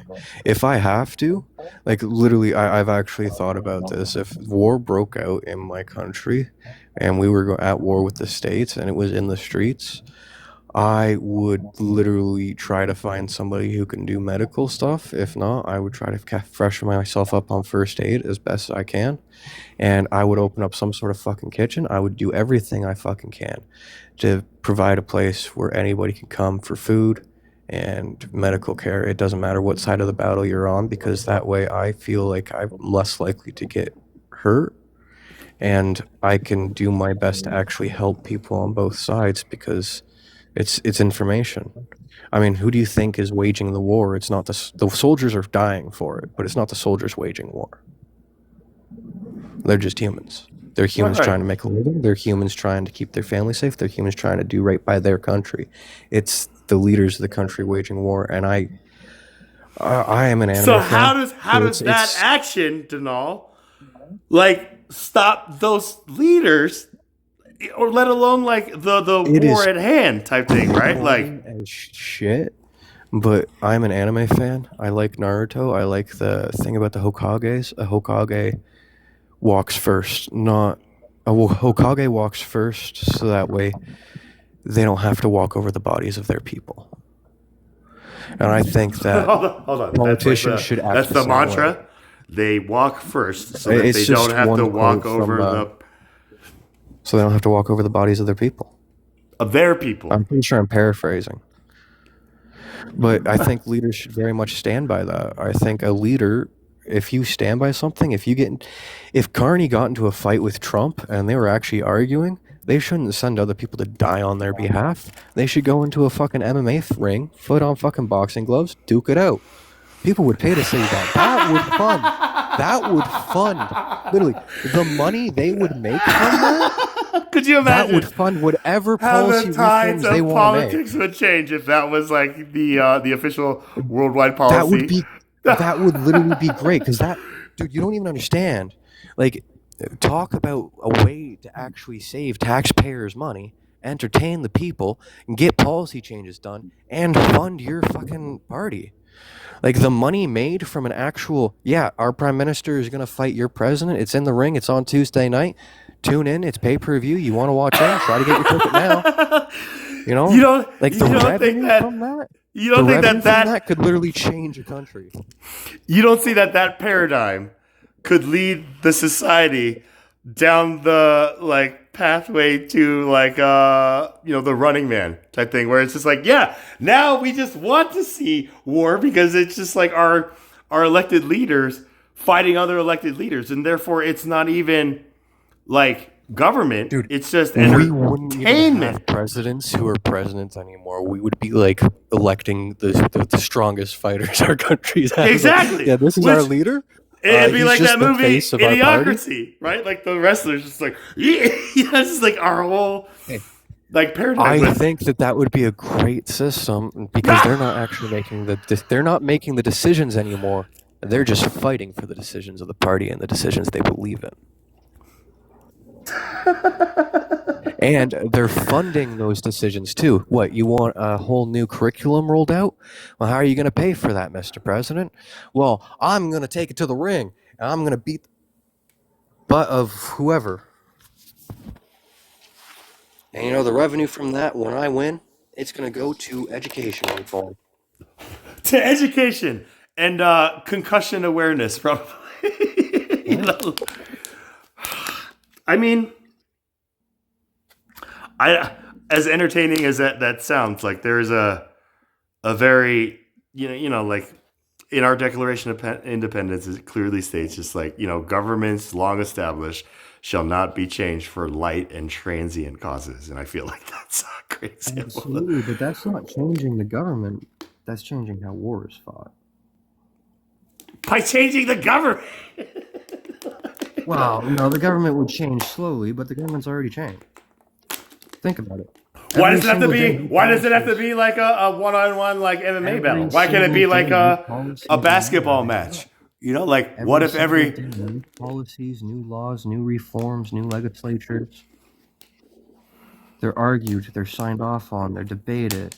It's changed regularly, even though it's not supposed to change. Just like the Bible is changed regularly, even though it's never changed. It's the Word of God. It's always been the same. I mean, what do you mean it's changed regularly? I mean, like the translations changed, like frequently, or like the complete message and the knowledge is completely changed. So like Noah, the story of Noah, Abrahamic faith. It started as Judaism, Hebrew. That's how it started, and then it became Christianity. And then you look at the third Abrahamic faith; it came shortly after Christianity, and that's Muslim. Islam. It's not Islam. Islam, right? Like my bad. I'm not well versed on the Quran. I'll be honest. Hey, this is all semantics here, Donal, right? Like, and that's the thing where you said the first Abrahamic faith, Judaism, then came Christianity, and then Islam, right? But when in actuality, but it's not. What?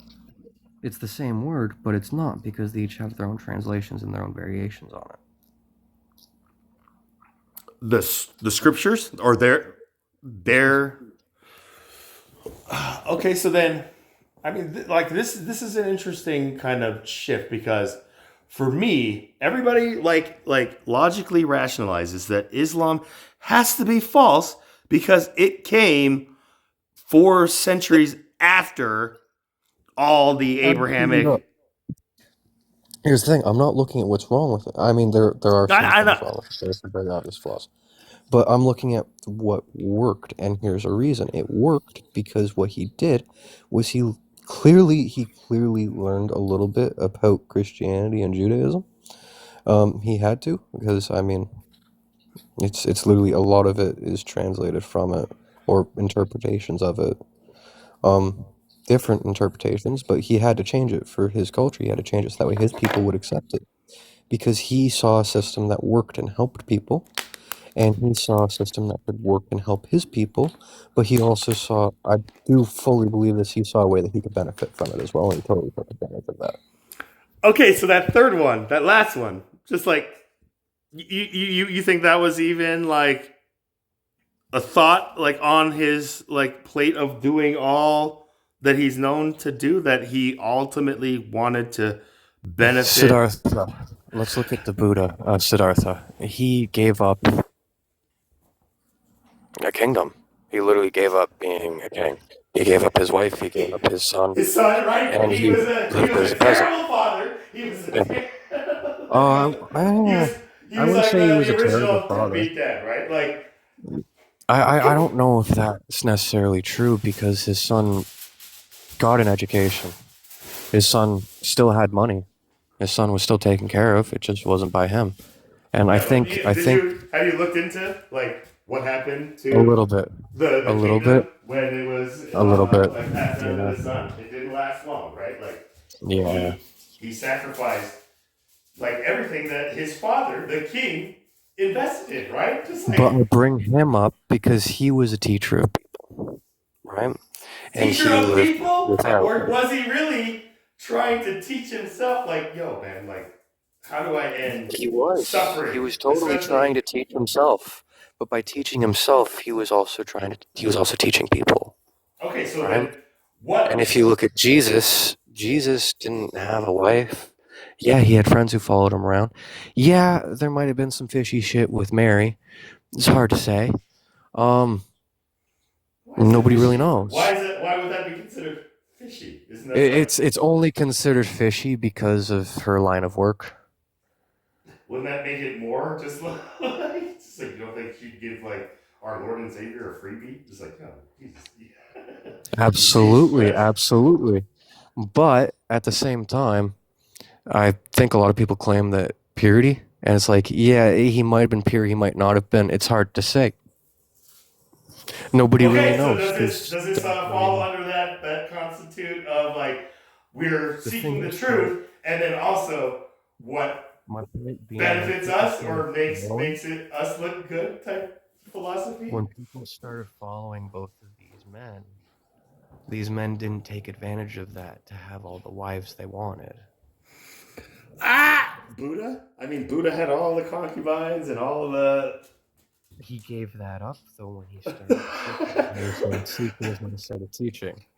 Right? He had that before. It's different. Now, if Muhammad had that before, it would have been different too. But he didn't.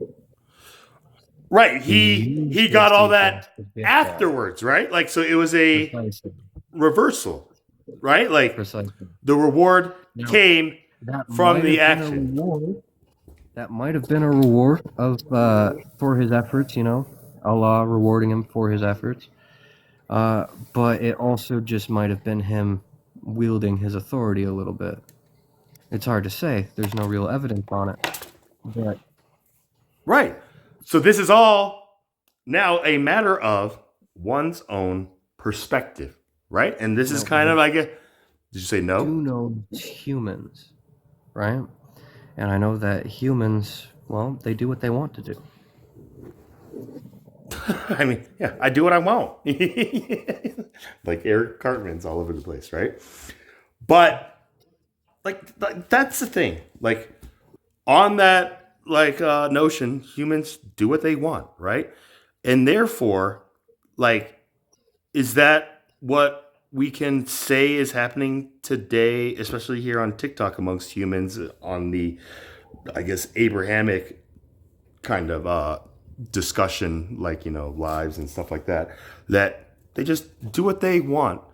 And doing what they want means just like believing whatever they've heard or whatever they've actually put some like effort and like time to research. But whatever it is, they're going to believe what they want. They're going to do what they want. And it's not up to any other human being to try to change that or other human beings. It's not up to any human being, but a lot of humans want to. Like, let me ask you this, Danal. Like, going from Hinduism to Buddhism, right? Because we know that Siddhartha Gautama, the prince, was a Hindu prince, right? Like, he was raised Hindu.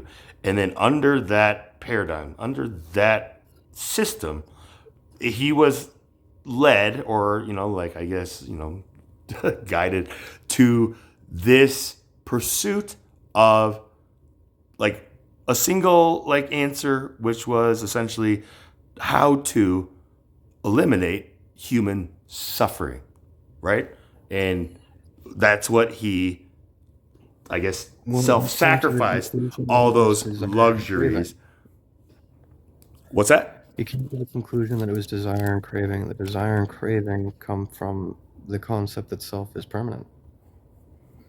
Right. Like if you eliminate human desire, human wants, then you'll essentially eliminate suffering, right? Because if you don't But it's not about eliminating wants. It's about eliminating the control wants have over you.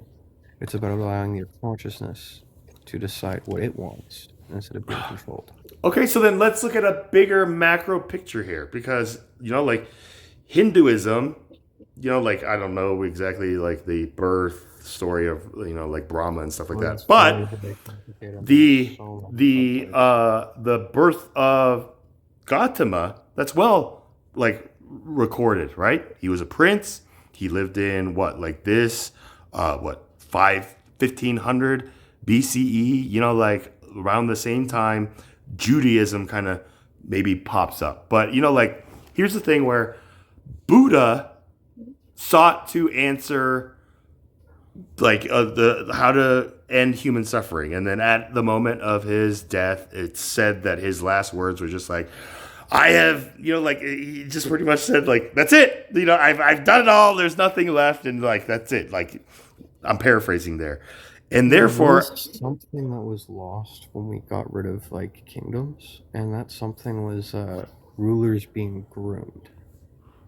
It wasn't always good. Rulers weren't always groomed, but there were some kings who were groomed to be great, and they were great because they were raised to be great. Truly princes, right? They were raised as princes to one day be king, right? Just like, I guess, King Charles was maybe groomed to become like a king someday, but then it's just like, what took so long for him to get the ring? Like, he had to wait for his mother to die. But again, you're right.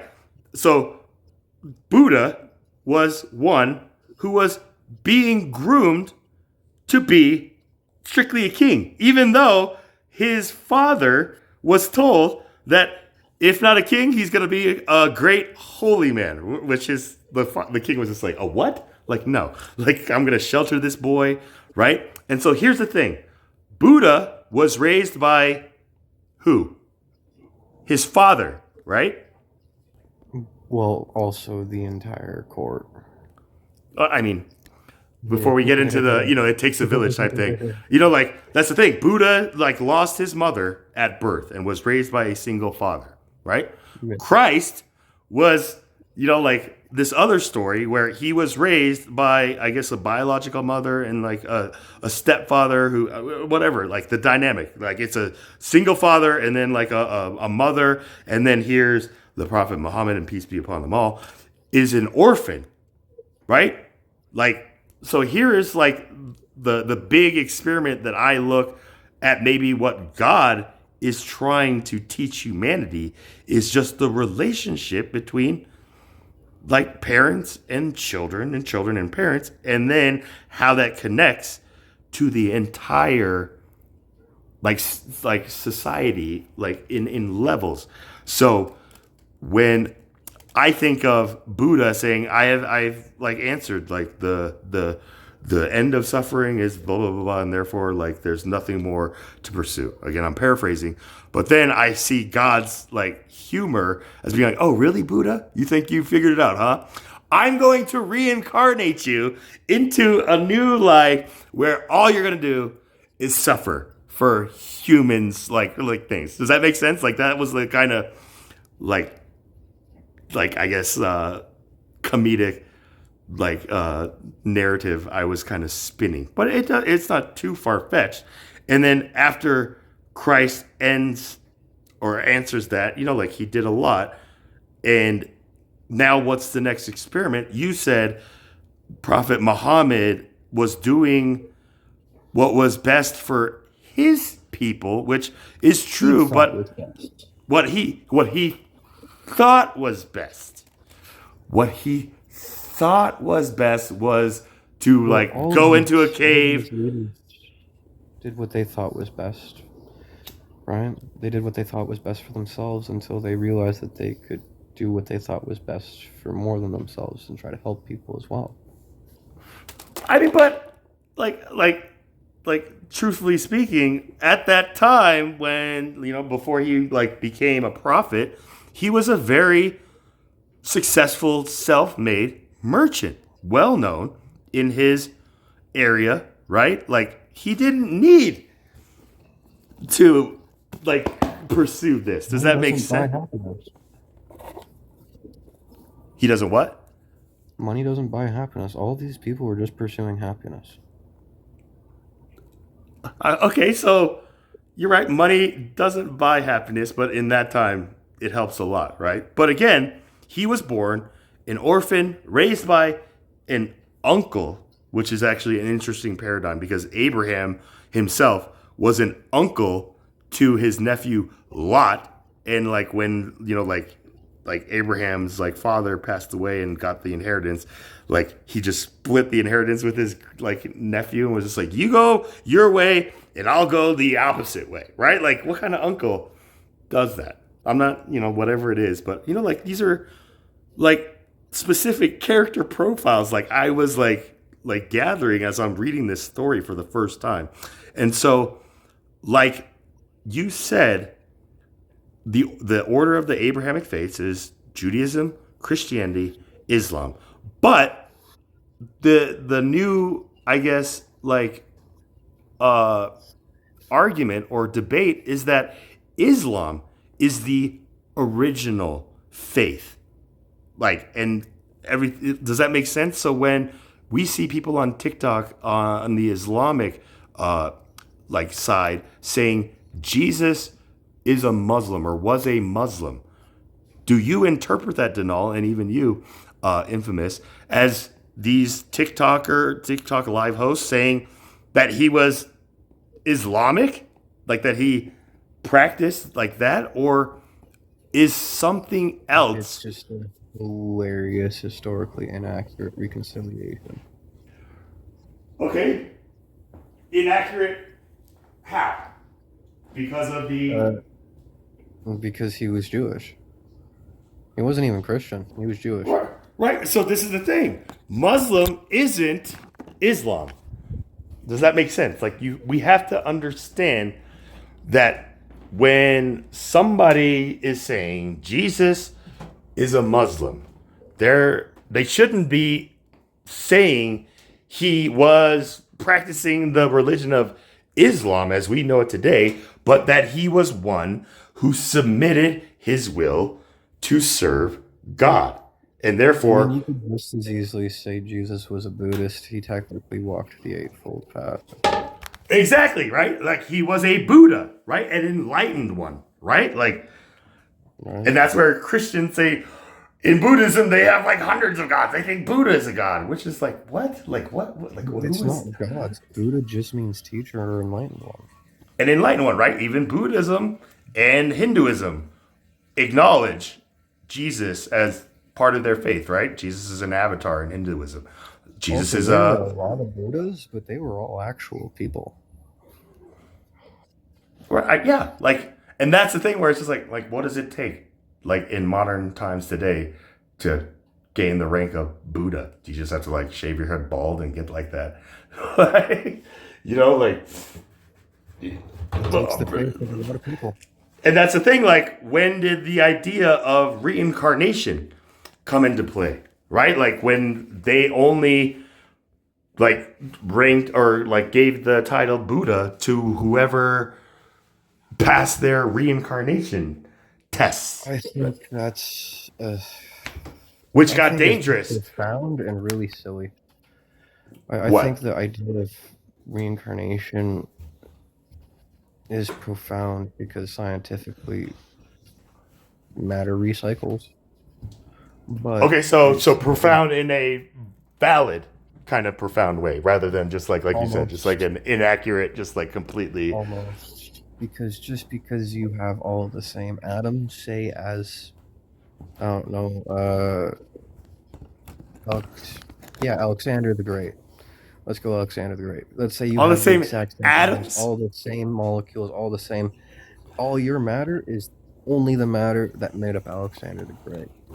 That doesn't mean you're Alexander the freaking Great. You're Alexander the bestest. You're probably not even an Alexander. You're probably Bob or Bill or Robert. You're a clone at this sense, right? Like you would have to Not even. be. You just have the same matter. You're still your own genetics. You're still your own cells. You're still your own experiences. You're absolutely nothing like Alexander the Great because he lived in ancient times. He has no access to the internet. The taste of a Dorito would astound him. Nacho cheese? Okay. Are we? So what about the idea of Alexander the Great reincarnating as just a brand new, different human being who I guess became great in their own sense? You know, like type thing, like with the idea of reincarnation and like the search of like the next Buddha. Even like this Dalai Lama says, "This is it. I'm the last one." Type thing. You know, like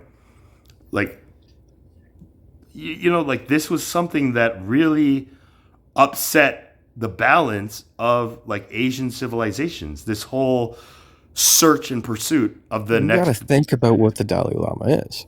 You're basically this boy who's told by your country that you're the reincarnation of its wisest of its spiritual leader, and then your family basically like signs off either yeah he is, or no he isn't. If they sign off yeah he is, then you're taken from them. You're not allowed to see them for God knows how long, and you're trained on how to be the Dalai Lama. You're trained in all the secrets that the Dalai Lama knows, and the Dalai Lama gets to know because the Dalai Lama writes to himself. But I don't think it's that simple. I don't think it's as simple as reawakening memories. I think it's literally these secret freaking records, these secret journals, these Dalai Lama writing to himself. It's him writing to a kid because he knows what it's like to be taken from your home, thrown into a strange world, and given all this freaking authority and be raised for this authority and trained for this authority. And he knows what you're going to go through, so he's giving you advice on, hey, I know what it's like. Like It's gonna like be okay. a blueprint. I'm just like, yo, man, here's where I came up How short. you handle it. Here's how you Okay. handle it. But then what about the process of even being chosen as the reincarnated, like, official Dalai Lama? You know, like that practice, right? Where they just lay out all these vast different items and only one was actually owned by like the last, living like Dalai Lama or Buddha.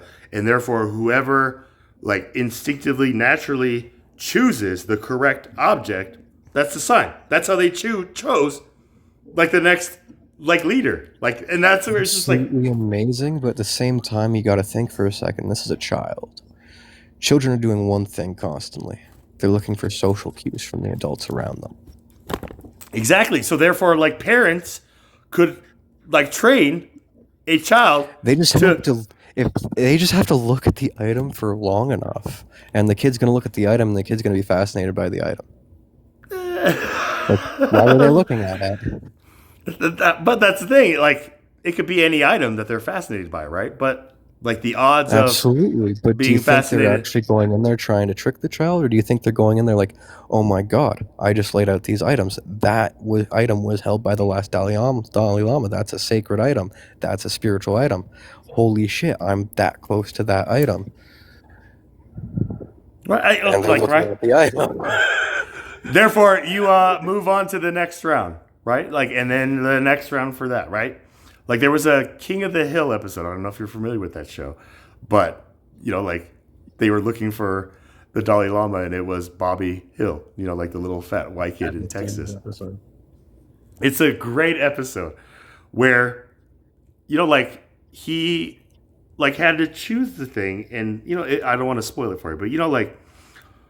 There was the 17th or 16th Karmapa, like this other figure who passed away in Zion, Illinois, on November 5th, 1981, the day I was born, in Aurora, Colorado, right? And he had just visited like Boulder, my state, and stuff like that. And like when I like found like this figure and like researched this figure, like you said, it was almost like I was reading something that was left from myself, like in the past, to remind me of myself. And this is where I was just like, my NPD is going off the charts right now, like type thing, right? Like, There's something more powerful about that than actual reincarnation. This dude passed away. And because of the date he passed away, coinciding with you researched this person, looked into them, and what they wrote, what they were about, resonated with you. And it now lives on inside of you. And that is very much more real than reincarnation. it's Because you're- essentially the truth in the pursuit of just like how it can benefit me, essentially, right? Like I can admit that. Like I was Dalai Lama is very much the Dalai Lama, but they're the Dalai Lama because they were raised to be the Dalai Lama, and they spent their life from that point. And this is Learning where to be the the Dalai Lama split from the title of Karmapa, because the actual chosen, like the 17th Karmapa that was appointed, was a split, and that's where like it kind of all fell apart. And so like like nobody knows which one is the exact one, and that's where what all like put it together was my birthday, November 5th, right? I watched the movie V for Vendetta, and it was just like, remember the 5th of November. And I was just like, my birthday, right? And then that was one of those movies too, where I was just like just shook by what I was like mulling around after I finished that movie. And then again, like I tried to put it away, and it wasn't until just like I looked up like a simple search, just like what happened on my birthday, like what events happened on my birthday. And the biggest one was like that. And I was just like, huh, interesting. And I just like went into that, and I was like, what? Like, this doesn't help like my thing at all.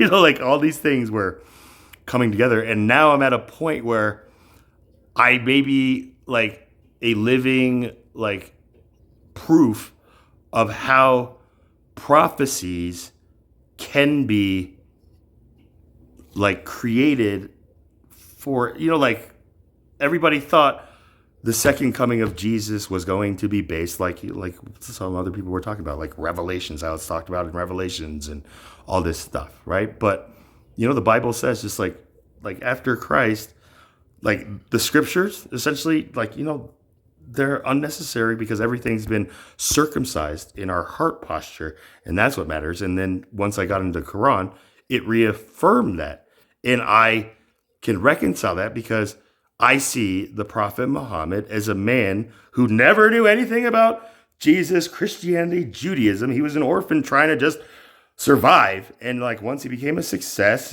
he got married to an older woman, and like that he was a businessman.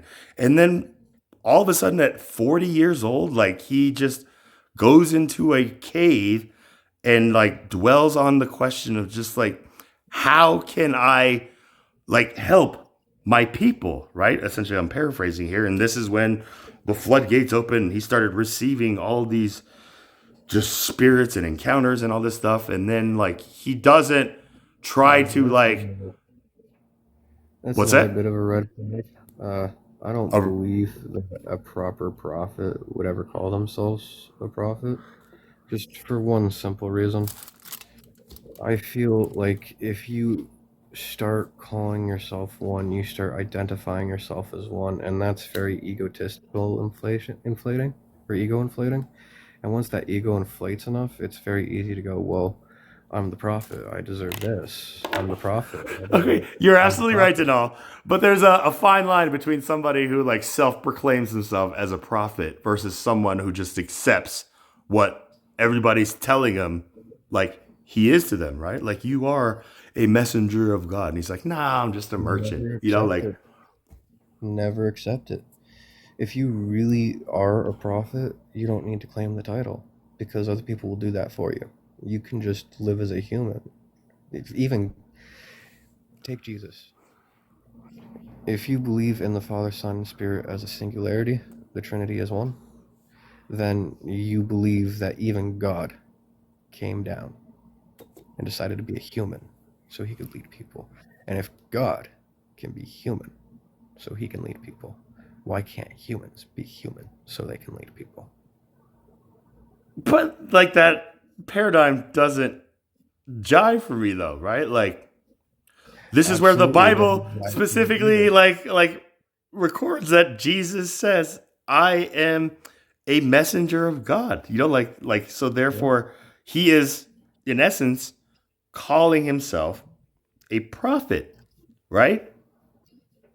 Eh, At the same time, He's not calling himself God, right? Like as he was anybody can being be a accused messenger of. of God because God's messages are everywhere and everyone. Okay, so now there's the semantic kind of disconnect today. Anybody can be a messenger of God, right? But if you believe in the Islamic traditions, that's not true. That can't be true because this is the final messenger. And this is where now I've heard from other TikTok guests that the understanding is that he was the latest like messenger of the time, not to negate that there weren't going to be like more after him, as like very many scholars have taught the Islamic, I guess, like body to kind of like believe, which then makes them question, like, did the crucifixion even happen, or is that all fabricated? Like, here's where I now. think that's honestly, I think that's actually really sad. Because could you imagine believing in a God that doesn't talk to you anymore? Doesn't talk to anybody anymore? Can we imagine believing in a God that doesn't just talk to any human Well, beings that's what that anymore? is. If there is a final messenger, then that is the final message. And if that is the final message, it's not speaking to us anymore. And that is one of the biggest kind of talking points from the Christian TikTok kind of like side towards the And when I Islamic say Muslim. sad, I'd like to clarify, I mean like heartbreaking. Like I couldn't imagine living like that. But is that what you perceive to understand is being taught in the Quran? That like God doesn't speak to anybody anymore outside of this book and the That is Hadith? the final message, and that was the final messenger. Does that not tell you that there are no more messages? There is no more messenger? There will be no more messengers? That means we have an Okay. So impartial- then, what is the final message from your own personal, no judgment, like? From my personal view, I don't believe there's a final message. I believe God speaks in mysterious ways. I believe that's constant. I believe that's in everything. Okay, but you have to like also know the various ways God has spoken to humans, right? And what Look at the Bible. Look at Job.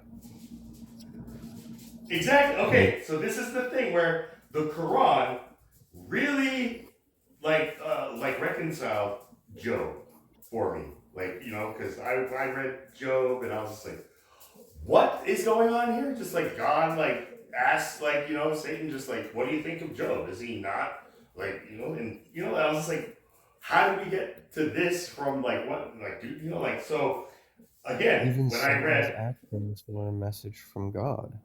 The message even was, we're looking at you. and okay, so this is where like when you said the Quran is the final message through the final messenger, and therefore that is very heartbreaking from your kind of like perspective. Just to think that God stopped interacting with his human creations, essentially, right? Am I misrepresenting that? Precisely.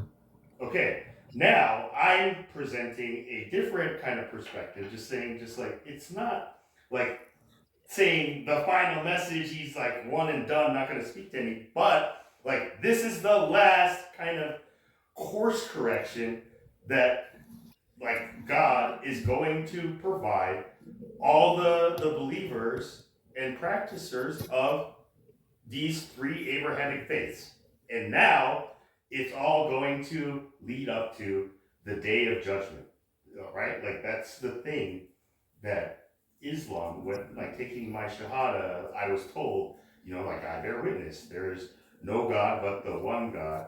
And, like the Prophet Muhammad is a messenger from God or of God, right? Like, and I believe in the last day. I believe in the day of resurrection, which then I thought I was saying just like, yeah, like I believe that Christ like was crucified and then resurrected 3 days later and ascended.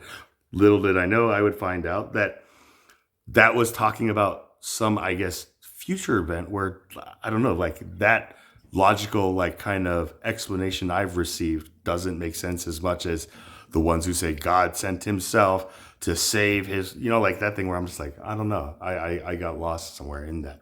So I believe that this is kind of what my skill has led me towards. being a intermediary or a bridge, a living testimony that these three faiths can exist divinely in one consciousness. Does that make sense? Christ consciousness, divine consciousness, right?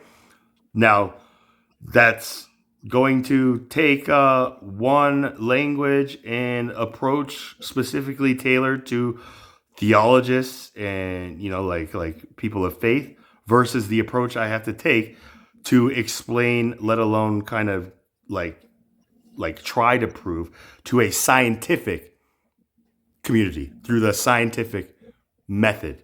Does that make I have sense? a question then. Do you limit yourself to the three? And if so, why? The three, what? Abrahamic The faith? three that you have. Yeah. No, like you said, I am aware of all like the major religions today, Buddhism, Hinduism, and all that stuff. So I believe all religions essentially are a path to God, right?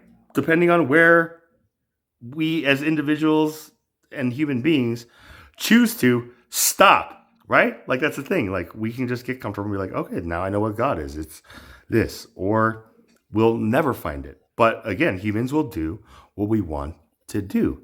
And so therefore, the Quran taught me that what is going on right now in this time of trials and tribulations that Revelations kind of just, like stops at, is explaining that the devil like is trying to also get on the good grace of God because he knows he messed up by, like dissing, human beings and stuff like that. Like, do you know the story of Iblis in the Quran? Like the fall I of. do not. Okay, would you care to like let me try to explain to you? Okay, so in the beginning, like God creates the angels, which are beings made out of pure light, and they have to obey everything God commands them. They have no free will, and so that's like their criteria. Then up in like heaven, up in paradise, with all these angels and God has another creation, Iblis, who is made not from pure light, but smokeless fire. And this is a creation called jinn. And Iblis was the one and only jinn to be up in heaven, like in the beginning of creation with the angels. So this is like how kind of special like Iblis was, like I guess from Allah's perspective, right? He wasn't just some random jinn, like he was the best. And therefore, when now Allah has this third creation, human beings made out of the clay or the dust of the ground. So three different mediums, three different orders, all different things. And the thing about the jinn is that the jinn, Iblis especially, had more free will than the angels. He could question God, which we find out, or I find out as you read this, because when God tells the entire, like a crowd of angels and, the one jinn, prostrate before my new creation, man, and all the angels do exactly what he commanded. They get down and they prostrate, and the only one standing is Iblis. And Allah asks Iblis, just like, why aren't you prostrating as I commanded you?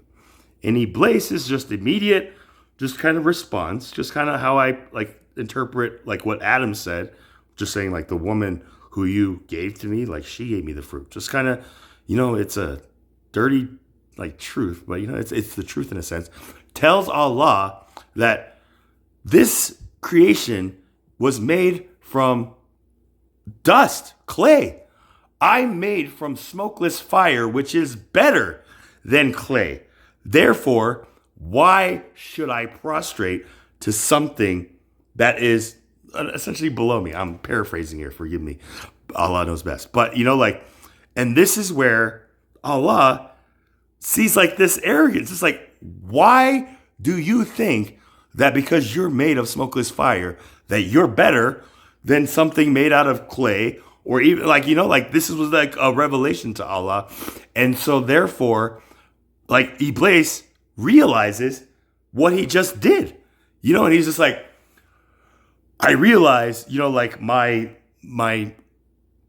fault, and I ask for recompense, right? He's just like, he and I'm paraphrasing again. He explains that he thought that like the only one he should prostrate to is Allah, and therefore Allah telling him to prostrate to something other than him, he kind of took it as just like, I thought you were testing me, and therefore, like, forgive me. Like, I recognize like my arrogance, but he knew like he already messed up. And so he like offers like a plea bargain to Allah, just saying, if you grant me recompense and time, I will spend like my time on earth leading all your human creations, so that the only ones who are left on the final day of judgment are those who truly like serve you. Does that make sense? Like, that was the kind of like the plea that kind of threw, like, I don't know, it's this weird dynamic where Allah accepts that, and because he says, my followers can never be led astray, and therefore I will grant you that, and we will see at the end. And that's the new experiment. And therefore, when I found that out, going back to Job, now that makes sense why it just kind of introduces itself that way. Does that resonate at all, or does that make it more confusing for you? No, it does, but it also just the point about him being made of fire and yet like feeling like he was above clay, but not. That resonates because it's the truth. Like, when I say it was a universal statement or universal principle, all structure arises from the recursive observation of information, resistance to entropy. I mean, like, that affects everything from fields to quantum particles to subatomic particles to atoms to molecules to the planets to the stars to every single living thing. The whole on this fabric planet, of every single existence, as they would probably say, right? Just like the entire fabric of existence is in jeopardy, I guess. And it scares me a little bit because it's not just one view that this applies to. Because if you're Christian and you're just Christian, you believe God spoke the word. That word is the information. It required God. God is the first observer. It's not supposed to mean that, but it can very easily mean that, and then everything builds from that. Right, like that can be a foundation, right? But the wrong path is those who say that is wrong, something else is right. Does that make sense? Like, everything is it can be used as a foundation for anyone to build upon, as long as it's truth, right? Even if it's truth that, Absolutely. Like type thing. But once we get arrogant and, like that chip on our shoulder, like Iblis, just like, like, we're Christians. We're better than those Buddhists and those Hindus and like those, like type things. It's like that kind of same. Like, I've brought this up in philosophical forums and stuff. And I've had scientists sit there and argue with me because that's not how entropy works. Entropy can't be resisted. I'm not saying it stops entropy. I'm not saying it reverses entropy. I'm saying that it just slows the rate a little bit. It slows the rate, right? Like, you can't stop entropy, right? Like, you can only try to resist it, but essentially, like, every action has an equal opposite reaction. It's literally methods of least action. That's why I know with certainty that every single action everybody's ever made generally generates towards the least action principle. Their brain is literally functioning to minimize the amount of energy it has to spend on itself. Okay, it's like, so where do you stand on the Big Bang? theory I believe it happened. that everything came from one singularity with just so much entropy. Oh, I do not believe that it was like necessarily singularity is just such a difficult word. Okay, that gives me signs that you're thinking. So I don't know what can why we? the big thing happened. I have a theory that I'm not planning on sharing because I still have to write it out fully, and then I want to get it peer reviewed because I think it's a very solid theory. And I will not publicize it until I have written it down fully. Because you want my- to have the credit, like absolutely not. right. So that I is just the don't want anybody to have the credit. With my philosophy book, it's basically okay. It's not going to be written under my name. It's going to be written under a pseudonym, and I'm never going to reveal myself as the author. I might reveal it under certain NDAs to educational forums to help my own education. But I'm not going to be like when I'm selling it for cost. So whatever it costs to print that copy, that's what you're paying. I'm not planning on profiting from my book. I might try to monetize off the pseudonyms. I mean, then why not just like release it as like a free ebook type thing? Why even like go with the cost of the thing? Like, okay, well, I right? plan to, but I also plan to like print off a few copies and send them out For a review, like to like an editor or something like that, or like do you know how to easy like editors and you can just philosophers. self-publish an ebook, like that thing. So again, then what about your Big Bang explanation peer review paper? That is going to be your real I'm name. not even doing that. I'm not even doing that under my real name. That's going to be in my philosophies, and I'm actually hiding that into my philosophies. I'm going to basically do like a full. I plan to look at a whole bunch of different worldviews in that category, like string theory, Genesis, stuff like that, and just try to like do a full analysis on them, and then An try to analysis slip my or like use them all. a full like- analysis, and then try to slip my own theory in there. Okay, so is this kind of like your take on a grand unified theory or a theory of everything, as they call it, right? Just My axiom is technically a unified theory. That's the all structure arises from the recursive observation of information and resistance entropy. it's just an ut. It's not the gut. It's just an ut. It's just a unified theory. It's not a grand unified theory. Right? Like It doesn't have math. it doesn't have mass. Is that what you said? It doesn't have math, so it's not a grand unified Oh, theory. math. It's a unified theory because it's universal and it literally applies to everything at all times. Like everything is doing this process, and all of physics is just this repeated in different ways. It's just different instantiations and effects of this.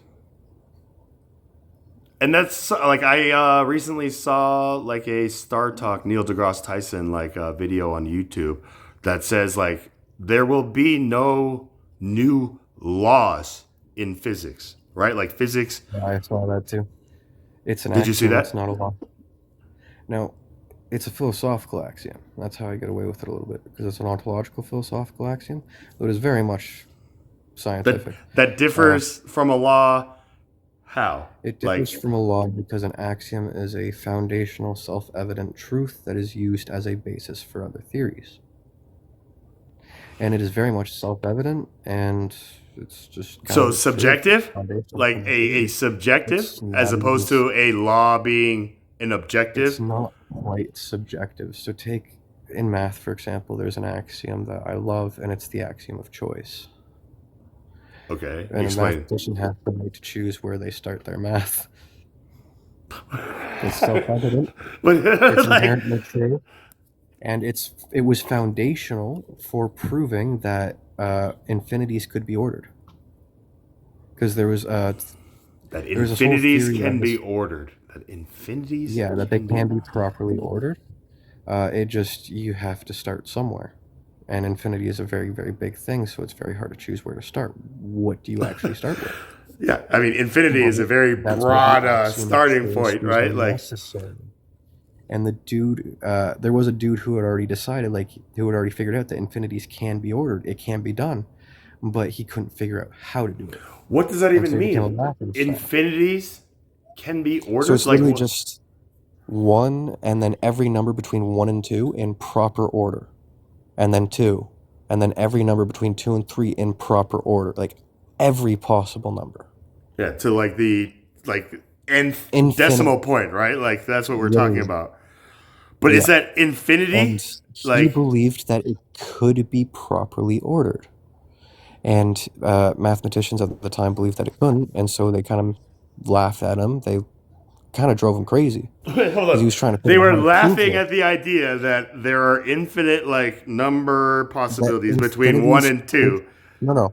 They knew that infinities existed. They were laughing at the idea that they could be ordered properly. They could be put into a proper order. I mean, like, as there in, was like, just so many numbers. 1.0000001, 1.00002. Is that not properly ordering like these No, infinite? because there are numbers between those. But that's where the trick came in with the axiom of choice. You basically choose where you start, and then you work from there. Every number you get from there, you can then use those numbers to go back and add the numbers between, and you can keep doing that infinitely. And you can properly order infinity by doing it backwards. Look, and then the main question is just like, how does that benefit humanity at all? Like, It right? doesn't. Like, It just benefited mathematicals because it doesn't, right? mathematicians are It just weird keeps breed of them people. stagnant with each other, right? This is when it's just like, yo, after the Pythagorean theorem, Well, like, it helped the dude who was trying to prove this, but it was literally like he was driving himself crazy. He was losing friends. He was isolating. He was in a dark, bad place over this. well, it Because was his probably a entire- dark his time entire as well, right? society- To He be, was ostracized from his entire society, right? From his entire friend group, from his entire culture. And so he started to isolate because he had to fix it. He had to fix the problem. He had to get back in good with his people. And he couldn't. And then this dude comes along, and it was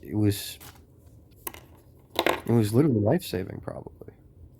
who's this dude that we're referring Well, to? the person who came up with the idea on how to properly order infinity, because he solved that problem. He heard the other guy speak, and he thought, you know what? He's onto something. He started working on it, and he eventually cracked it. And when he cracked it, And then stole all the glory and credit from like the guy who was like No. mentally freaking like suffering cleared the from. person's name. He cleared the person's name because he had been made a laughing stock, and now every person who had laughed at him was proven wrong. Because of this other third party who just, Because you know, of like, this other third party. okay. So then this is where, But he needed the axiom of choice to do that. And the axiom of choice, again, very silly axiom, but necessary for that theory. And that theory was big for math. I mean, advanced mathematics. like just the philosophy of just like, we have to have a starting point. we have the freedom to choose where we start. But that choice, Because it was used. It was always used before, but nobody had ever said, hey, we have the freedom to choose where we start, especially with mathematical equations. So, based on that, this works. no, I'm like blown away by this. I don't know if like this is part of your like vault. Like, That's all an like, right. axiom is. It's just Okay, something so that's then always been there. this That was, somebody said and spoke for the first time. and this was before Hawking and his Big Bang Theory, long right? before, long. Okay. So now the minds who are like in, you know, like Cambridge or whatever, like school, like those, you know, Oxford and stuff like that, like all these brilliant minds all like were drawn to, right? Like that's essentially like the place that all these people think, and all they're thinking about is just like, what? Like, okay, where do we start? How do we like pick a point to start? And so Stephen Hawking's just like, well, let's just rewind. And based on what we know, everything is getting further away. And therefore, if we rewind, things will be closer and closer and closer and closer to a point where, like, there is no, like there's no other direction we can go other than into one singular, like singularity type thing, and then that had so much entropy that it just like regurgitated everything out, right? Like that thing. Is that essentially? It's not even that simple anymore. Have you heard of the Mexican hat theory? Maybe. I've heard many Mexican hat theories. Like, what are you referring to?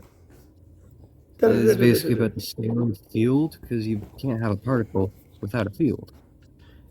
Because a particle is an oscillation of a field, right? You can't have a particle without a field because a Yes. particle is an oscillation of a Yes.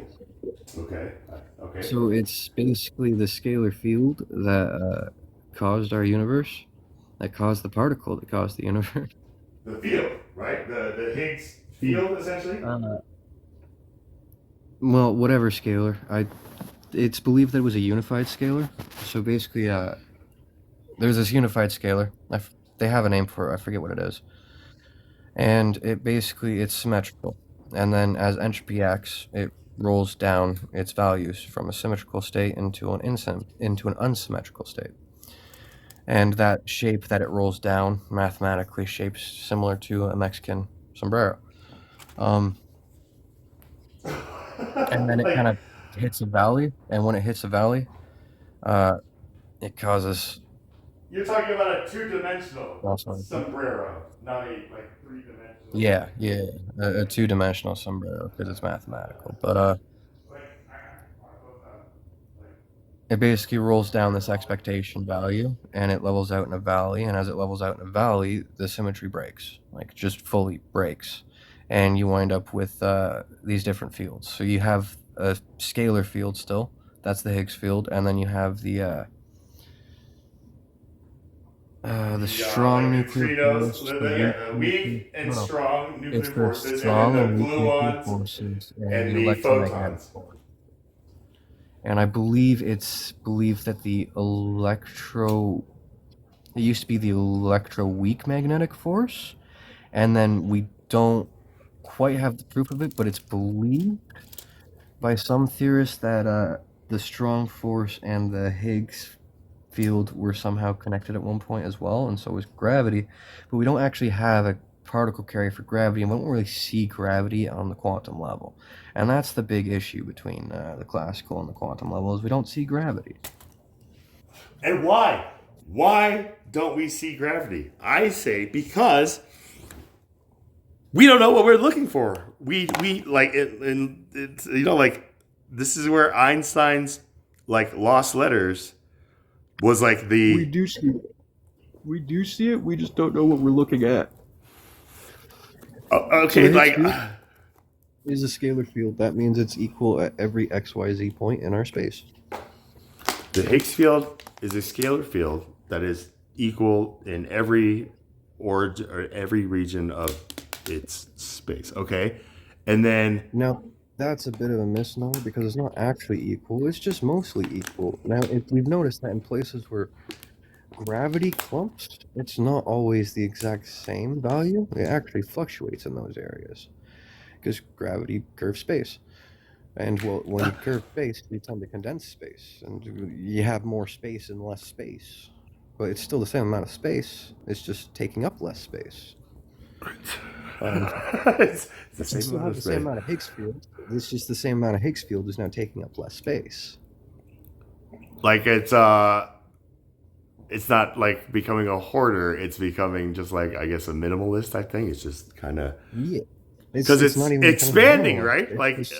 Is it taking up less space, or is space getting vaster because everything is moving away from? Well, it's getting vaster for different reasons.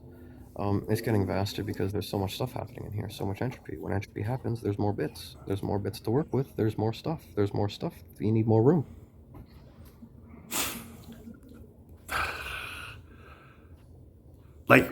Here's the thing where I looked up the correlation between the inflation rate versus dark matter, dark energy, and I believe it's the correlation is the more dark matter, dark energy, antimatter, and all that stuff, the faster space So is. dark energy isn't even a real thing. It's just a term we use because we don't know why it's expanding faster than the internal pressure should allow.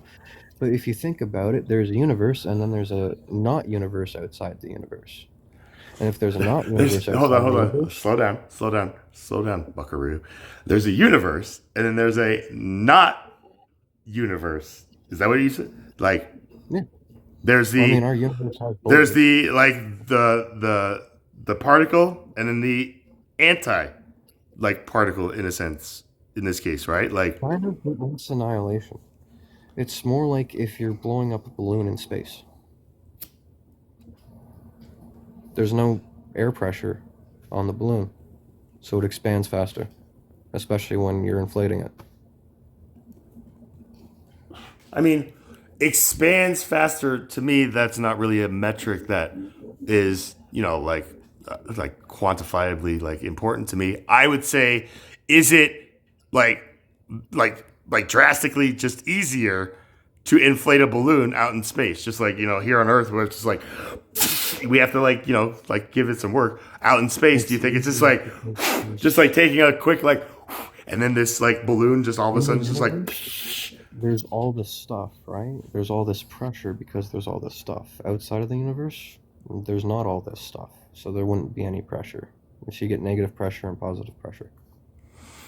Is it pressure or gravity? There's no gravity, Pressure. and therefore. No, because gravity is linked to mass density. And mass density only happens when you have a lot of stuff. And a lot of stuff that tends to condense and pull, it doesn't push. It's the interaction and the decay that's causing the expansion.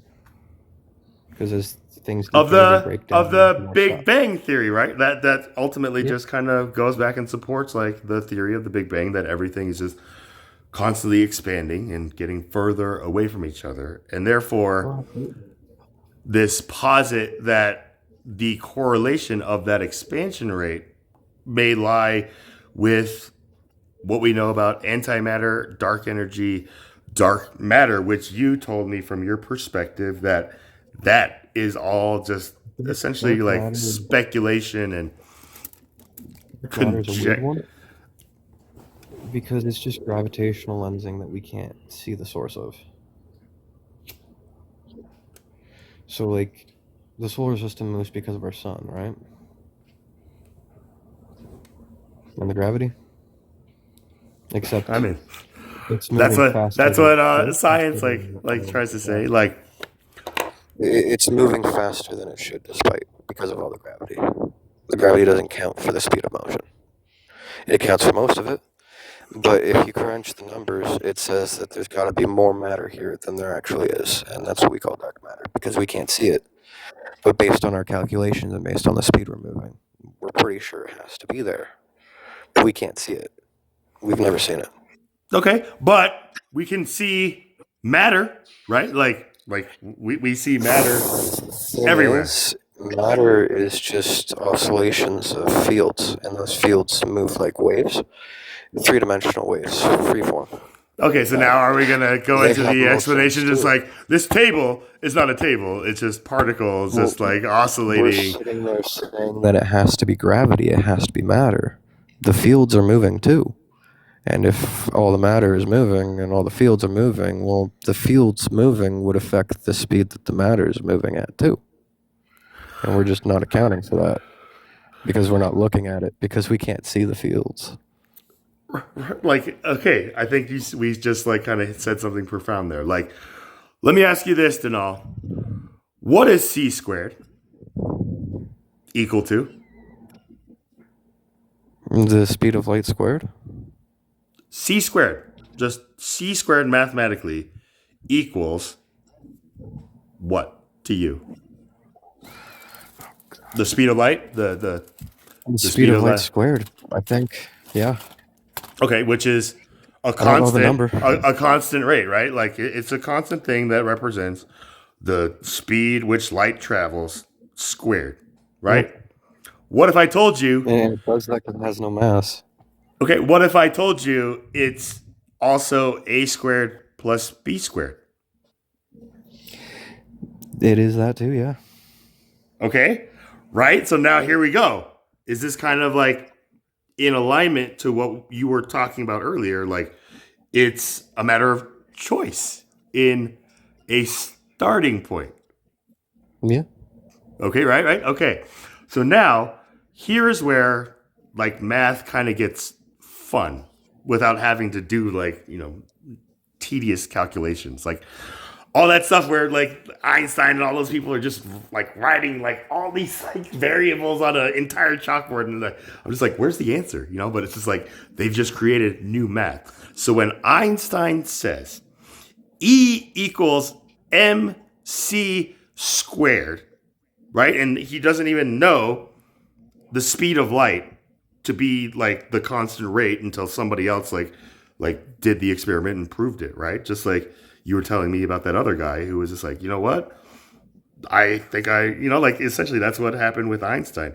All he did was like introduce this new formula, like which again, I did not appreciate at all until I don't know, like I wasn't even looking for it. But when I found those letters where Einstein was trying to explain to the scientific like peers that like if we as a species can accept that the energy needed to heal the entire world and every living like being within it is love, that is like the like what humanity is supposed to be doing. But this is a time of like Nazi Germany and all this stuff where like he is a Jew that like nobody even would take seriously just because of his like ethnicity. And therefore,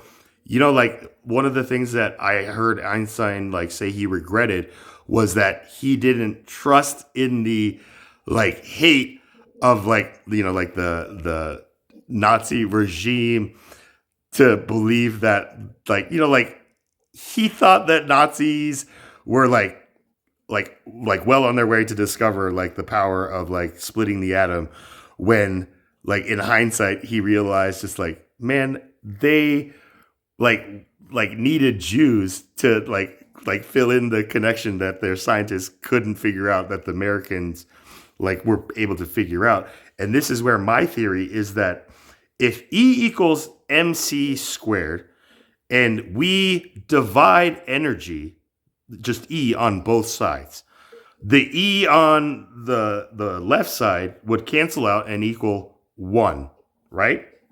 So 1 equals mc squared over E, right? Are you with me? Yep. Right? So this is where it's just like, what does that mean? The power of 1. If we can focus all of our 1 mass and like divided by our energy at the speed of light, like squared, like that like this is a theory, like what can even travel at the speed of light? Now we have TikTok.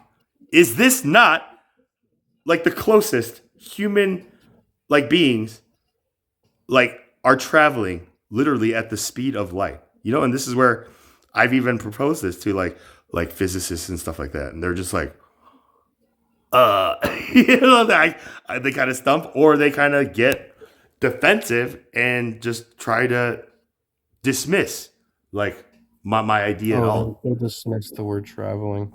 If you want them to take you more seriously, communicating. That's literally it. Okay, so then what do we have to do to be taken seriously? I have to like write some freaking like drawn out scientific paper just to convey like the big, and that's kind of like you need to stop focusing on them taking you seriously, because they're either going to or they won't. And if they don't, that's fine. You just need to take yourself seriously. If you take yourself seriously, but not too serious, you gotta be able to question. It's a delicate balance right there, right? It's a razor's edge right there. So then you're going to do what you do, and people are going to say what they say about you. But as long as you're happy with yourself, as long as you can go to bed at night and say, I I'm happy with myself. I did good today. I did right by myself today. I didn't disappoint myself. It looks like I may have pissed off a lot of other people, but hey, I'm still cool with like Then you're what I'm living working right. with. Right. Okay, so then again, that is for the individual, right? I'm sure a lot of egotistical, narcissistic NPDs probably wrestle with the same kind of premise, but they're just like, you know what? Yeah, I had a good day. I got to like look at all these people starving while I rolled up in my Lamborghini. It's like, like so again, it's just like on self-sense. So But on that's the that, thing. They wouldn't see that as a good day because all those people starving would have ruined their day a little bit. And it's I not mean, ruining it the normal way. You got to think about it. Those people starving. I didn't want to have to see that. They got in okay, my so way. then what is like a veil or like a way to like cover that up as just like an ignorance is bliss. This is where Mr. Beast, even the name, Mr. Beast, the mark of the beast, right? Like Oh, like what did Mr. Beast do that kind of changed like society in your perspective, if that rhetoric kind of makes sense to you? he took advantage of massive poverty to have fun.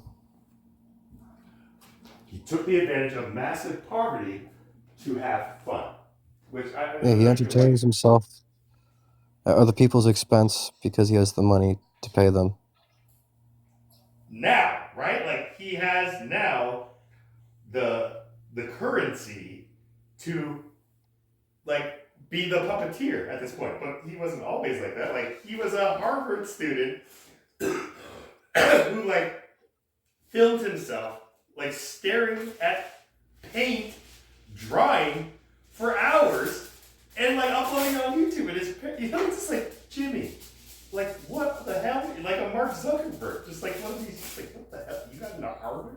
And then he was just like, you know what? Like this is what I like to do, and and then because of his belief and whatever, like 6 or whatever years later, he is now the Mr. Beast, the top like influencer, and everybody wants to be Mr. Beast, and everybody believes that if they become a Mr. Beast, they will do the same kind of philanthropy that they see or believe that Mr. Beast is doing as like it's just like you see Yeah, how but you gotta remember, if you're at Harvard, you don't have no money.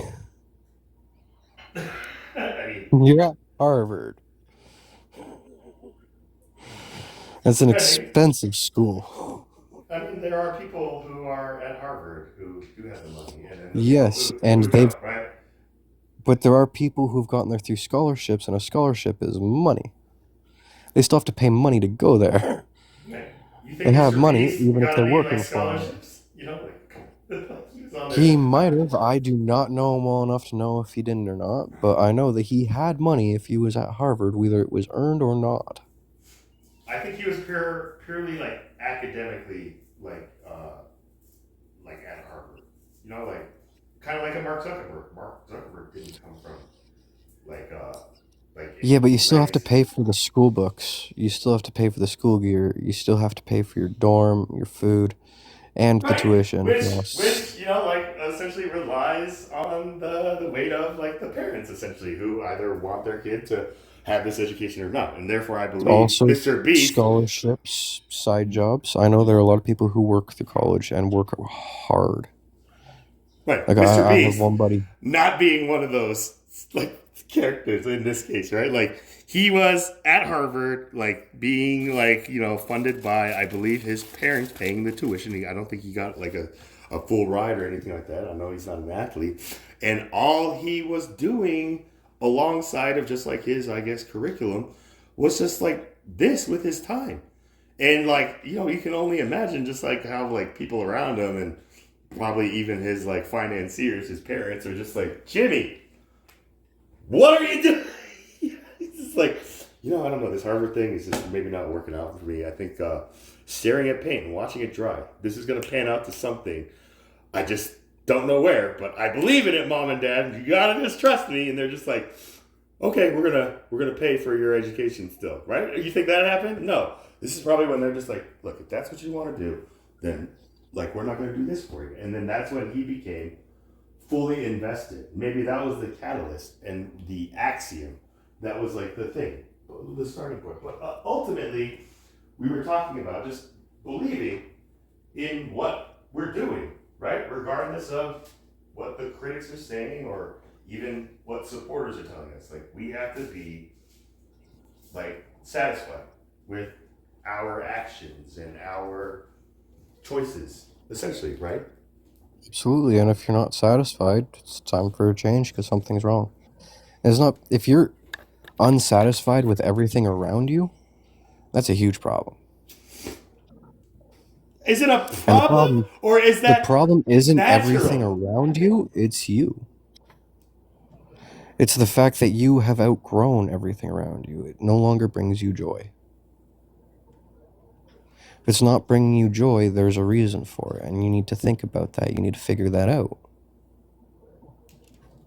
And this is where in America we have like the commercials for like anti-depression like medication where it's just like, do you feel like less like excited or joyful like doing things that you once found like exciting and joyful? Well, then you might have depression. It is just like, what? Like, that's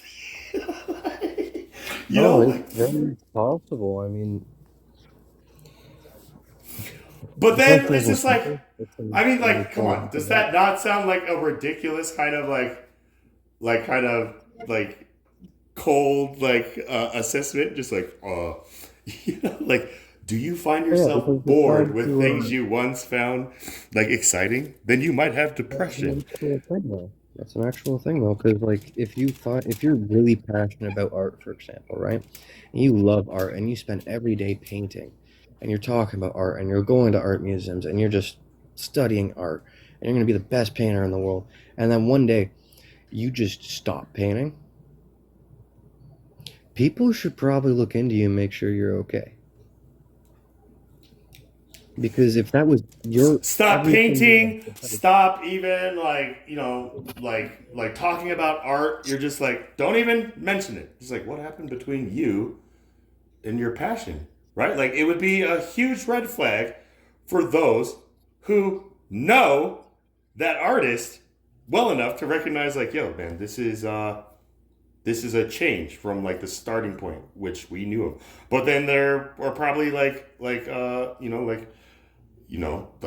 the art, like, I guess, audience who just know like Van Gogh when he like cut his ear off and mailed it to like his girlfriend, but don't know like how like just deeply troubled like he was just struggling with just like in his dynamic between him and his brother and like his relationship and his art and stuff like that. And so when there I is didn't a know man who is famous for being the worst poet in the world. And he's famous Hit, for it. Hitler, like, No, no, no, no, no. Poet. Because he wrote and he kept writing. And he was Shakespeare. so, his poems were so bad. He was Scottish. His poems were so bad that people would literally pelt him with fruits and vegetables and other things. And he literally lived for that.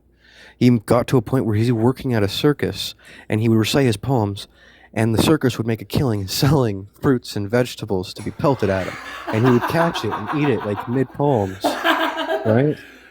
And Okay, like so he literally got banned. He got banned from being a part of the circus because it was such a thing. Because people were living for it. They loved it. And they didn't love the fact that he was good at they loved the fact that he was so bad at poetry that it gave them an excuse to be cruel to him, and he was okay with it because it was attention. Because in his mind, he was a great poet, and they loved him. and therefore And he literally, being at one point, vegetables thrown at you is a sign of just like their like at one point, approval. he got it in his mind that he was the Queen's poet, the Britain's Queen, that he was her favorite poet, and he would brag about that. He was banned from the castle because he walked from Scotland all the way to the frickin' the Kingdom of England, to their castle, to their front gates. He's like, hey, I heard your queen liked my poetry. I came to tell her some poems. He got turned away at the door, so he just walked back. I wrote a poem about it. It's like, I thought the Yep. queen loved my poetry. Turns out I suck. His poems were amazing for their historical inaccuracies. Like, there was a tragedy with like this train that like it went wrong on a bridge, and a bunch of people passed because of it, right? And so he wrote a poem about it, about the bridge and about the train wreck, and he got the number of people wrong intentionally because he needed a number that rhymed. So he made a number way larger than the actual number of people who passed, just to fit the rhyme. And he did not understand poetry beyond if it rhymes, it's a poem. But he loved poetry, and so he lived poetry. He lived and died as a poet because that is what he loved, and he did it happily.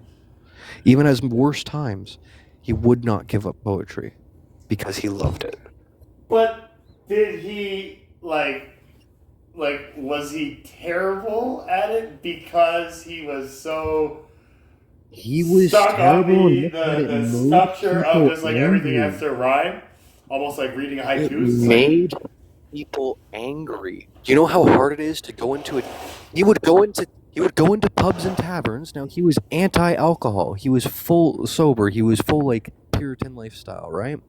And he would preach his anti-drink poems in taverns. Where people are. It was an event because the taverns allowed it because it got them. People would buy more drinks, and they would have a rowdier time, pelting him with objects. Which was good sales for the farmers market. Great sales for the bars. Economy is just booming all of a sudden because of this one But at the same time, the police kept banning him from places because it kept causing problems. Crowds kept getting too worked up with the mob mentality.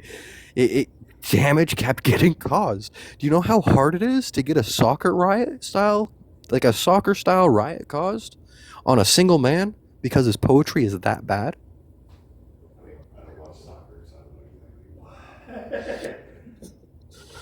I'm sure you've heard of or seen the soccer hooligans. No. Like, I'm an American man. Like, football? Like, soccer hooligan? I mean, like, I know how, like passionate soccer fans are about, like, their teams and stuff. Like a soccer, like player in England. Football teams when their team loses. Have you heard of the riots when football teams lose? I mean, there's like, what do you mean? Yeah, Like, he was getting that style of reaction. He was getting that style of reaction because his poetry was that bad. Well, I mean, like, what do you mean? Like, people were like just booing, or people were just like so like now riled up that they were like rioting, just like throwing like rocks at like like straw houses and just being like, "Yo, man, what the hell? That was my house." It's like, I don't care. Where now it was people just like, were being physically violent. His poetry was driving people to physical violence. It was that bad. Against each other, right? When it should have been against just, him like, and the surroundings. on him, right? Against him and the environment. It was So a problem for cities, so he kept getting banned by the government. Like, did he ever try, like, to see how would they treat him when he wasn't like reciting his terrible poetry? Like, was that the chip on the shoulder? Just like, yo, man, only when I'm reciting my poetry can you throw me roses, which in that time were like heads of lettuce and tomatoes and stuff like that. Is that where the idea of throwing roses at somebody came from? Yeah, but they were definitely not roses. They were not cheering him on. They were trying to cause him harm. Yeah, and it was such a problem. Like the literal politicians, like the government legislatures or in the areas, kept giving him cease and desists. Like, you can't do this in this area. You can't do that. Stop doing this. No more public performances. And it literally became such a huge thing. It's just. So then, what happened to him? Like, he just like was cast. He passed, and one of his poems was put on his gravestone, forever immortalizing him as the worst poet. Let me see if I can find him 1 second. Let me see if I can get his actual name. I wonder how they even like set up the criteria to pick the epitaph. Like, we're gonna post like Right, his name is hilarious. His name was William McGonagall. William McGonagall. McGonagall. Yeah, like McGonagall, like from Harry Potter. I don't watch Harry Potter either. So Oh, fair. McGonagall. Okay. Mrs. William McGonagall is a main character in Harry Potter. Well, main side character in Harry Potter, one of the teachers. Okay. Maybe this is inspiration. It's a Scottish last name. Okay. So what is his epitaph say? Here lies the greatest crowd drawer. It says William McGonagall, poet and tragedian. Died 2nd of September 1902, buried near this spot. I am your gracious majesty, ever faithful, the William McGonagall, the poet, I can't read, or the poor poet that lives in, I forget the name of his town, but it's in the name of the town. I can't read that. Let me see if I can find a better photo. William McGonagall. Like this is what Yeah, he it's literally chose to be like on It's his epitaph, literally or this is what like him the saying town. that he's forever faithful to the Queen and to the King of England. He's forever faithful to them. He's their poor poet, even though they literally banned him from the palace. They turned him away. Right. So this is like his own like chosen like epitaph to be remembered by, or this is what like the king and queen, or like even like the townspeople who just like, you know what, like It's I am your gracious majesty forever, or no, wait, I am your gracious majesty, your faithful to the William McGonagall, the poor poet. his town. Oh, goddamn. The town is Dundee. That lives in Dundee. Before Crocodile. Okay. The original. Dundee, Scotland. Interesting. I mean, poor guy. I mean, dude. But yeah, I mean, he's one of those guys that now is He in did my. what he loved, and he lived true to himself. He didn't care what people said. He didn't care what people did. He did not care that the majesty themselves turned him away. Said, no, you can't be here. Get out. Go. I mean, He's still I'm sure faithful. He was their poet to the end. their poet. Like he was his poet. Like posing as any like that's the kind of story that is kind of like the tragedy where it's just like, oh man, that guy who just, you know, that little engine that could but couldn't. It wasn't just, like it the wasn't just that Rudy. he could. He was like He a was the Rudy. little engine that did. Another famous artist. This dude, he made one book, and it is a book entirely of pictures and some of the most surreal and weird and questioned and obscure pictures ever, because it was weird. So this dude grew up in an orphanage, right? And it's hinted that he might have had some developmental disabilities, right? But he had this fondness for children, and all he ever wanted to be was a parent. But he was a single man, and at this time, you couldn't adopt a kid as a single man. You couldn't necessarily get a surrogate as a single man. And he was a morally upright citizen, right? This was a good guy. He was a janitor for multiple places. He worked a quiet job. He kept to himself. He put in multiple forms for adoption. He tried to fill that out multiple times, and he always got rejected. So he just started painting, and he painted for himself. He painted this fantasy world where he lived with all these different children, and it was surreal and weird because a lot of times these children were painted nude, but there was an innocence to it. It wasn't a sexual thing. It literally wasn't, because a lot of the characters in the book, their genders change. They were interchangeable. It wasn't about the genitalia. It wasn't about a certain thing. It was just, they're innocent. They're so innocent. These kids in another land. It was like this magical fantasy land thing. He was summoned to this fantasy land, and he was the hero to these kids. He was their protector, their guardian, their friend. And they were just so innocent because it was just this world where there were just these kids. There were no adults. He was the only adult there. And so they didn't know anything about clothes. They didn't know anything about society. They didn't know all these different things, right? They were innocent children.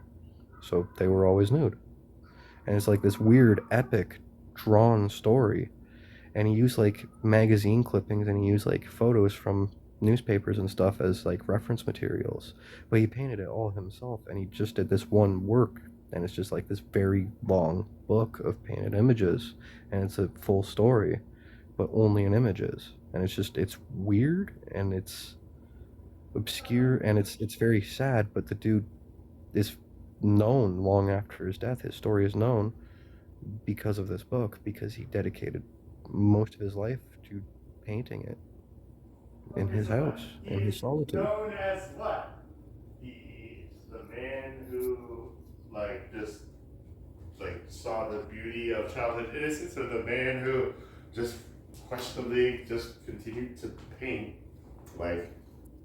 A man who was never allowed to be a parent, so he expressed his wants through art.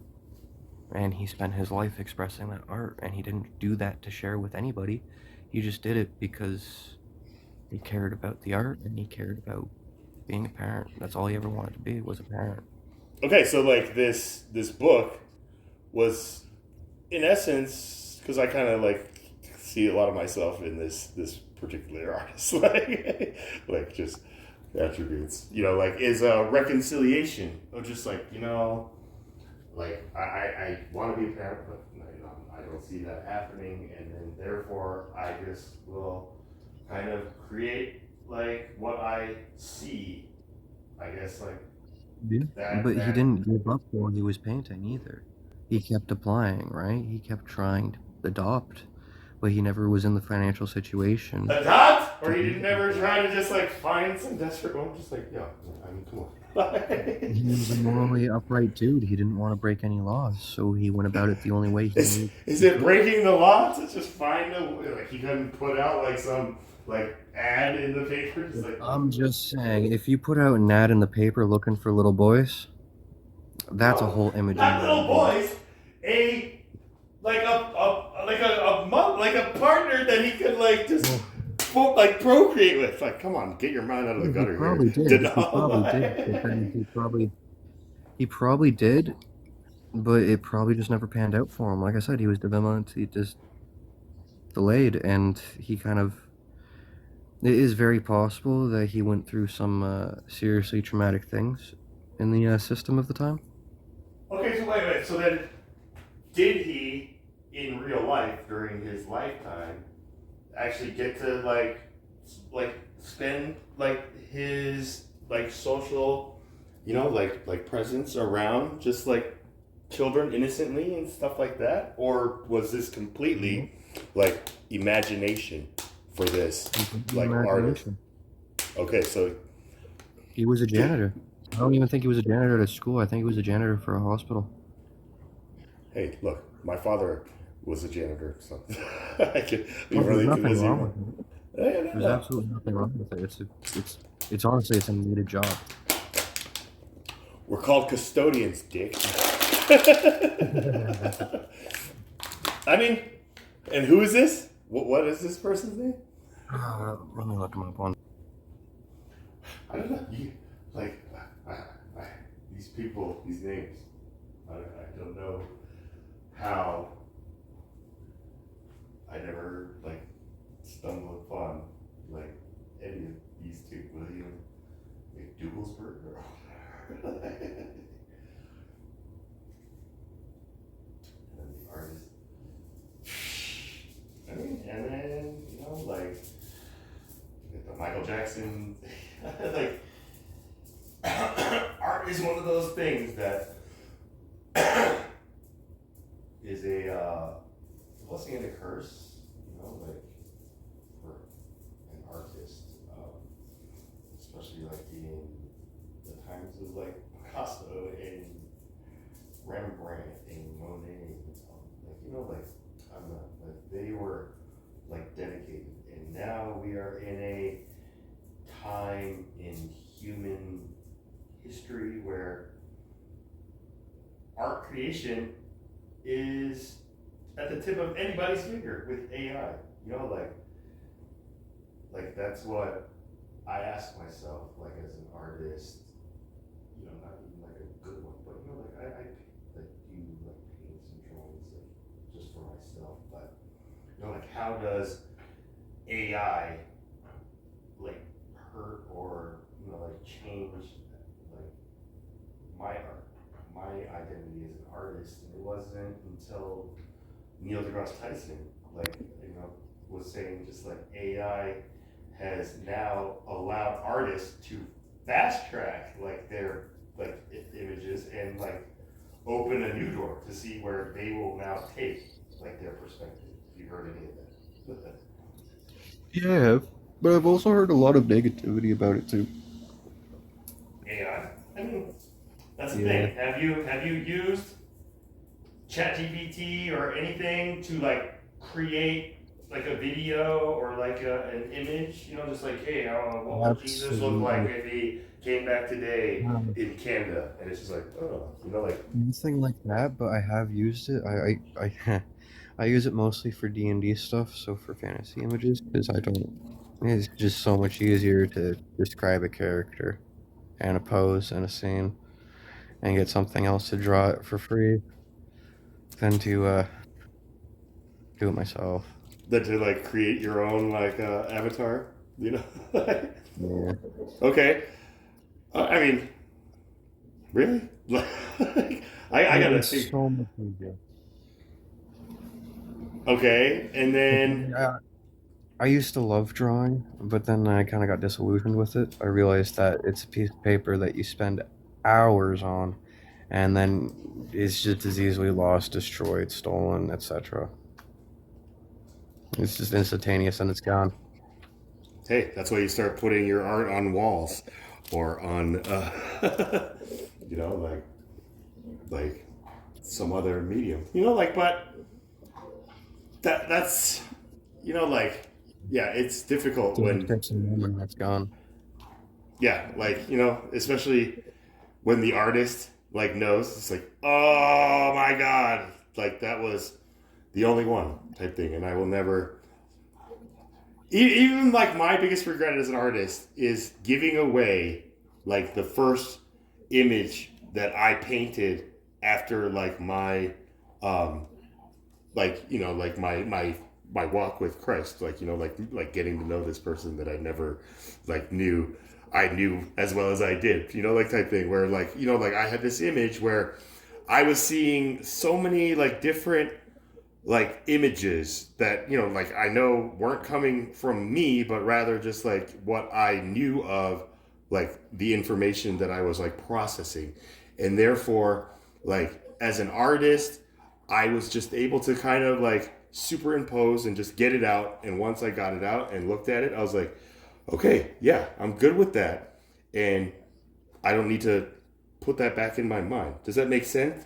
And then right after that, there was the case of this mass shooting in Oxford, Connecticut, where this kid was known to be having like, you know, like outbursts and just like expressing on his social media that he's like seeing just like these specific images, just like these crazy like faces of like you know during like segregation times. There's just like the horrors that were inflicted amongst like these certain individuals. Emmett Till, like certainly you know like, and like his school teachers and counselors told his parents like, you need to take your kid to counseling, and if you don't, like we can't let him back in school. It got to that point. It wasn't just like the first time they warned him. Like it led up to this, and the parents just said like, we know our kid better, and you know like just advise their child just like, we don't care that you're like looking up ammunition in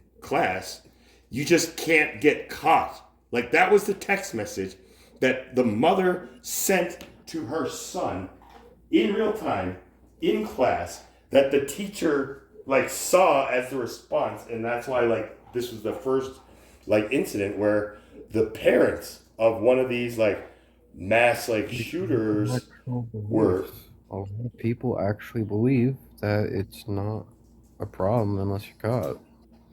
And that's just massive misinformation. It's because they're not worried about the damage they're doing, they're worried about being punished.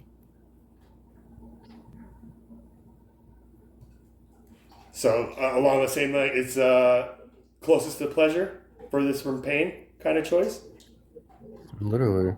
Okay, And so it's now like, this is if where. you're not concerned So now- about hurting other people, you're only concerned about being caught for hurting other people. Because if you're caught for hurting other people, they tend to lock you away. They tend to throw the stick at you and the book. But in this case, the parents are like going closer to the pleasure, which I would say is just like, yo, man, you know, like.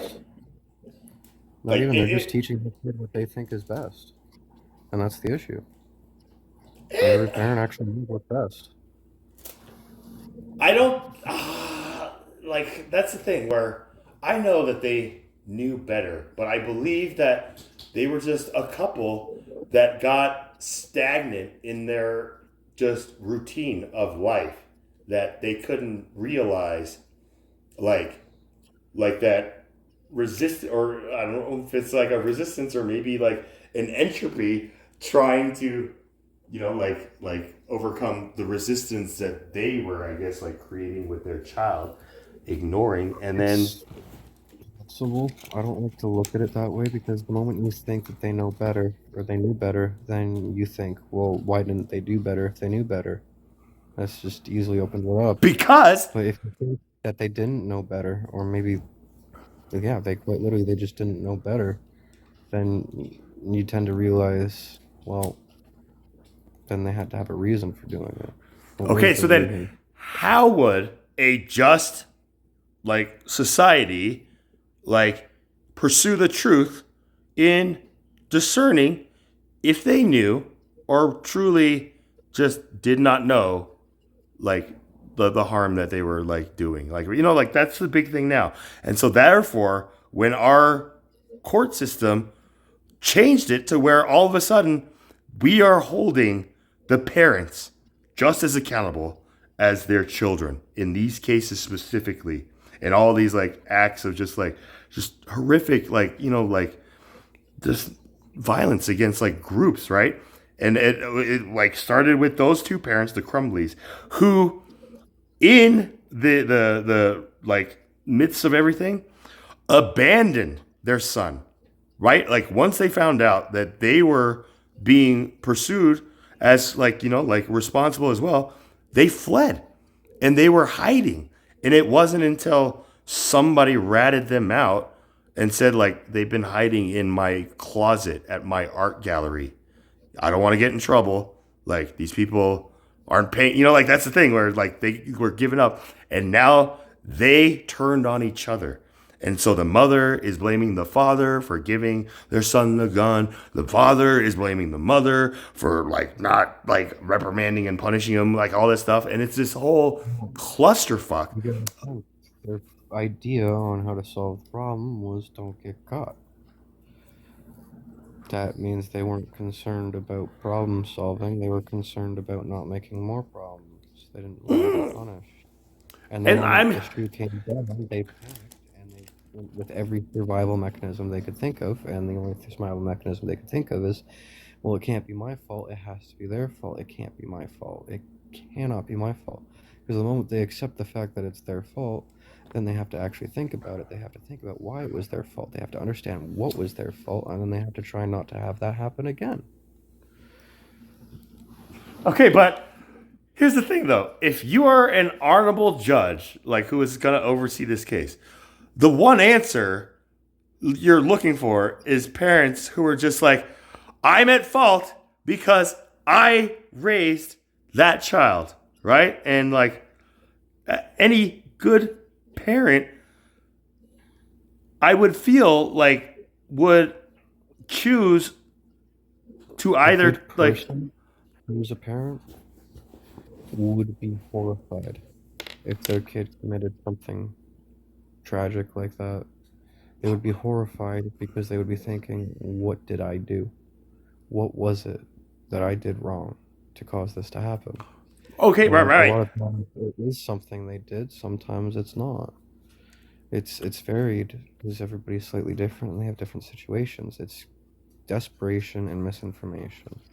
So if you're I desperate, call it then you're the sponsoring thought is what I've heard. Like it's the thought behind the thought behind the thought, which either comes from a thought of love or a thought of fear. Like these are the two primal like instinctive forces that drive every human action, every human choice, like from like the existence of our species, either it's love not or even fear. two.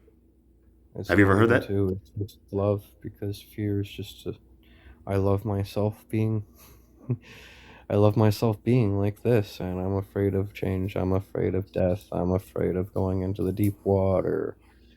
Fear is literally just because of love of self. I mean, yeah, if you want to go like that, but it's like the if a tree falls and nobody's around to hear it, does it make a sound? And then people like actually try to like it's just like I think we're That's but you just get it. what It's all love and love being threatened and misinformation and misunderstanding of love. It's literally every single human action is an act of love. It's just misunderstood love or love being threatened or a reaction based off of love.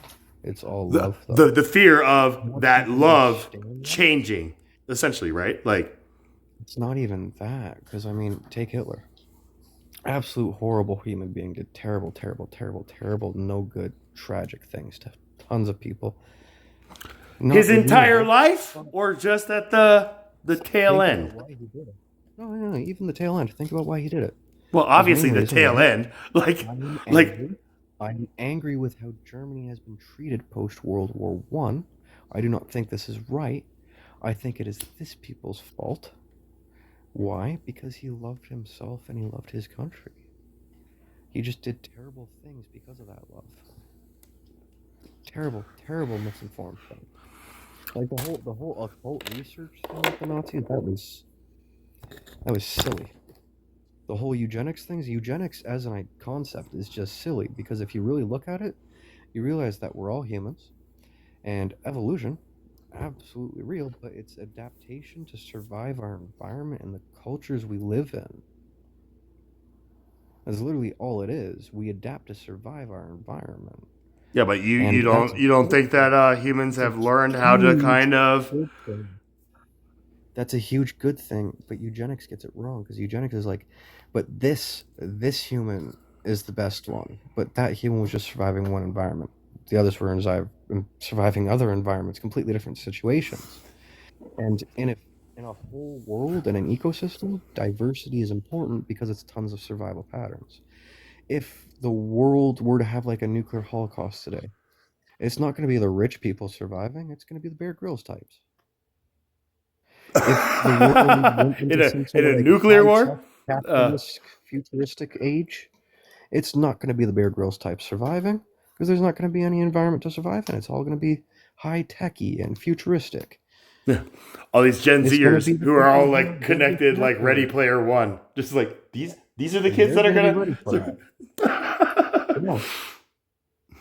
And it's different survival strategies, but the world could go any way. Anything could happen.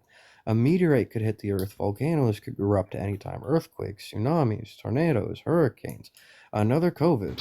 I mean, COVID. I'm introverted, so when COVID happened, I was like, okay, nothing's changed. Right. Now the whole world gets to feel like an introvert's like felt like in their entire life, right? Like for Well, I mean, me, like I flourished during COVID. I got a great paying job because most people were scared to go outside. so this is when you actually became like extroverted amongst like the I became a lot more extrovert. I got a job at Maple Leaf Foods. That was a good pay at Maple Leaf Foods. It was like $22 an hour. working on site, make believe foods. Is that what? Maple Leaf Foods. So Maple Leaf, Oh, like Maple Leaf. Yeah, you were telling me about this. yeah. Yeah. Yeah, because all of a sudden their workforce is either like fearful or loving that they don't have to go to work, right? Like, oh yeah, it's or dying on the deathbed. But again, like the funny thing about the pandemic was like like a week before, like within that time, maybe sooner, like I just like had like just one of the best like kind of like weeks and days, and when I just kind of feel just like so grateful, I just like pray to God and just like thank you. And at that moment, like I was just like, I just wish that I could find a way for everybody to be able to just like enjoy their life daily, like the way that I had, like up to that point where it's just like, I can work from home if I want, like I get to see my parents whenever like type thing where it's just like, like I was very like mindful of the words that I said. And I thought like, I put out a good prayer for everybody. And then we were on like lockdown where, yeah, like it pretty much answered my prayer. But then I was just like observing everybody just losing their mind, where I was just like, I did Oh, not COVID was realize. hilarious. Like the start of COVID was absolutely hilarious. Because do you remember before COVID actually happened, when it was just starting, when it was just like still in Wuhan, and then all over the globe, all these politicians were like, oh shit, there's a pandemic, an illness. We better pull our tourists back home. See, I caught wind of it much earlier before even Trump like announced it. Where like in Colorado, I had friends like at the hospitals where they were just like, there's like this weird like virus, and like they couldn't like identify it, and then yeah, like all of a sudden everybody had it, and Well, everybody had it because it started in one location, and then all those tourists that were in that one location were immediately evac'd like out before they got infected. After they had already been infected, before we realized how long it actually sits in dormancy for, right? And like it was a full panic response. Let's get them out of there. But like they were infected. You're now just spreading it worldwide. it's just like when they were just like the China flu, I'm just like, wait, what? Like type thing. But again, then there was all those conspiracies about just like, oh, that wasn't just like, like an accident. That was like intentionally like weaponized by China and Russia to, like it's just like, who are these minds who like I come don't up with think these? that's very logical, because if you're gonna weaponize something, why start with yourself? I mean, why start with yourself? I mean, you're right. I mean, that's a Well, what happened was, like, I remember reading about it in December that year in the papers about how there was a research team in Wuhan, and they were having issues because China had basically like scrubbed the markets. They like did a full like hazmat scrub of the markets, and they were having trouble finding samples of this new disease that had cropped up. And China scrubbed the markets because they're like, oh shit, there's an outbreak. Let's clean it all down, scrub everything clean, and contain it before it spreads. But then everybody's like, oh, it was a cover up. It was a cover up. It had to be a cover up. No, the first thing you do when there's a freaking outbreak is you try to find the source of the outbreak, you try to contain the outbreak, and then you try to clean it so that way other people don't get infected. right. We're on patient zero, like right, like. But again, Yeah. like, why was it created? Like, that's the thing. It was created. This wasn't some like natural, like virus that was mutated on its own. It was engineered in a bio like lab, like created in China in like preparation to what like the UN already had with like the World Health or like type thing, where once like nations or powers like find knowledge and just whatever natural things in a way to again use it as a means to attain power, retain power, or change power, that's like that kind of mentality of just like, I'm not trying to throw you under the bus, but it's just like, I don't know, like this is like for us, and we have to keep this for us because Scientists tend to be more careful than that. I mean, you got to think about how science works. If you're in the field of science, you're not doing an experiment, be like, yes, I'm right, I created life, ha ha ha ha. It's okay, holy shit, I created life. Now, let's see why Can we do it again and again and again and again and again? Can I repeat this a million times? And if I can't, why not? What are the variables? What can I change? What can I alter? They're not people who rush things. They're extremely careful. They also tend to do a lot. Well, not all of them, but I know there are a fair amount of scientists who do a fair amount of drugs. They experiment a lot. It's Well, just like, sorts of when you got to do human trials, you know, like you got to make a self-sacrifice. Like, yeah. I mean, if you're gonna be doing human trials and you don't want to hurt people and you're not sure if it's gonna hurt people, there is no better test subject than yourself. I mean, that is, what was it, the tuberculosis guy? There's this dude who like discovered how tuberculosis is contracted and not contracted by trying to prove that it can't be contracted. It's not contagious. He proved that he proved how it's contagious, but he would go as far as to like literally bathing and drinking in front of people the bodily fluids of people infected with tuberculosis. It's like, we get it, bro. Like, it's not spreadable. Like, can you please step out of my, like, outhouse? Like, He did go way too far with this, though, and he did contract it, though. he did found out how contract. it wasn't spreadable because of it. He ended up getting tuberculosis from, Yeah. like, brushing his Or- teeth. Look at Marie Curie. She was working with radiation, and because of her, we know about radiation poisoning. She contracted it. Right, but, like, did she contract it looking for the effects of radiation poisoning, or did she find the effects of radiation Studying poisoning radiation. because she, like, had to figure out, like, why this was happening to her, and she found out just like, oh yeah, it's because I was around all this radiation. It's just like, you know, live and learn type thing. What's scary is actually where we got most of our radiation poisoning research from. So I think it was Japan, but there was a radiation, like a nuclear facility, right? A nuclear power plant.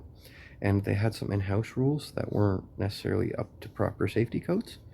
And there was this dude who was working the reactor at the time, and he put in a little bit too much of the stuff. I can't name the actual fucking chemicals, but like the catalysts, he added too much, and it went critical. And it went critical while he was leaning over it, so it went critical in his face. He experienced more radiation than anybody in recorded history who survived, at least. And he didn't survive for long. He survived.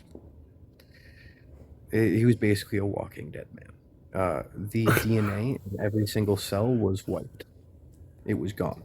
So his cells were still there, but they were not replacing themselves.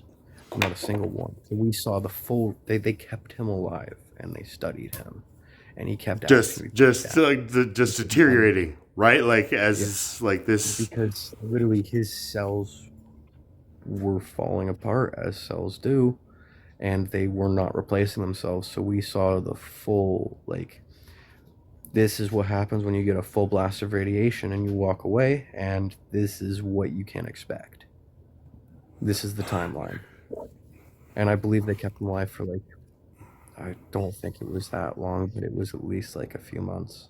They kept him alive, or he like They lived. kept him alive in the hospital. How did they? How do you keep somebody alive who's like, you know, like there's no artificial?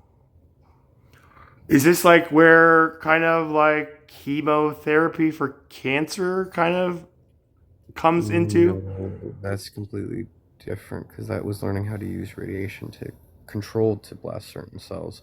So kind of, but not quite.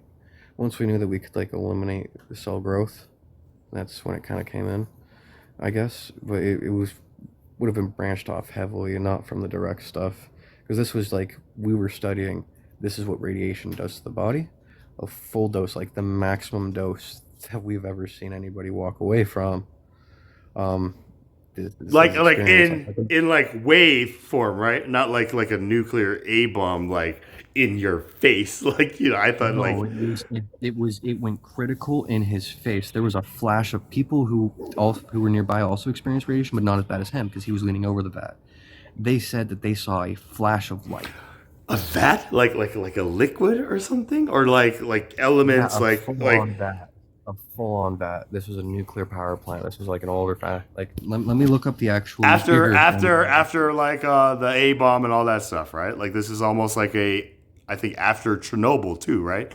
This is like that big nuclear meltdown in Japan where like yeah, this is where they started relying on robots to be able to go in and assess like all the damage and all that stuff.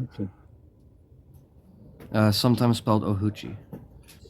He is often referred to as the most radioactive man in history.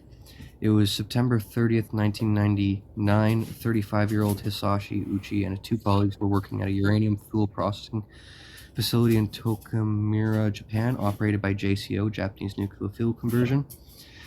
While attempting to speed up production, they breached safety protocols and mixed a large batch of intermediate enriched uranium oxide in a precipitation tank, rather than using a proper, safe, automated vessel. This created an uncontrolled criticality accident, which was a nuclear chain reaction.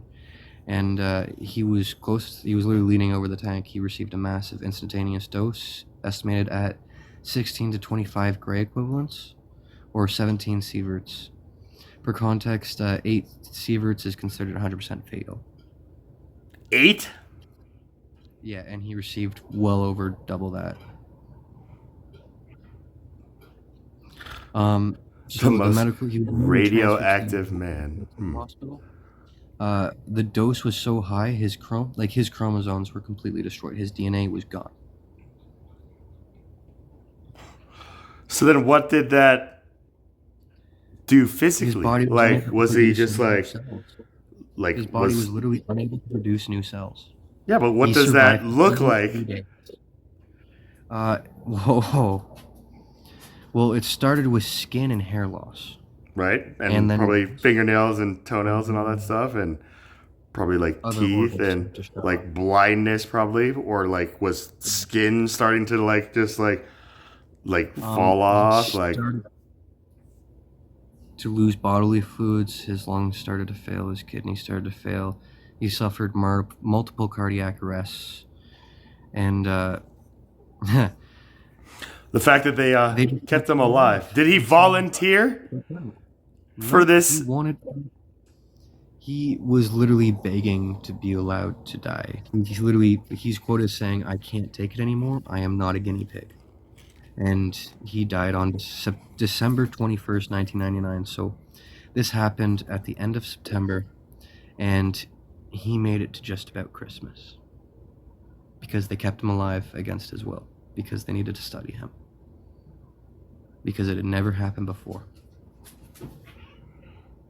I mean, in Japan, right? Like Chernobyl was the big one where just like we saw the effects of that. But like again, like this thing in Japan, like Japan being like now hit by 2 like radioactive like disasters, one now by their own like hands. Like this is kind of it was a big hit on kind of like the Japanese kind of, like people in the, like in that thing. I remember that story, like just like, whoa, and This accident did result in major changes to their nuclear safety protocols.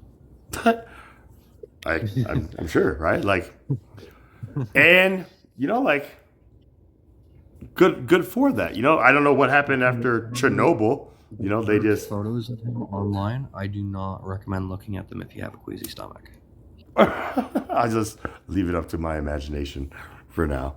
Like, I mean, like I don't, like even during like World War II, like how just doctors, scientists, and stuff like that use these times of peril for their own advancement of whatever like knowledge they wish to like They did expand. heinous things.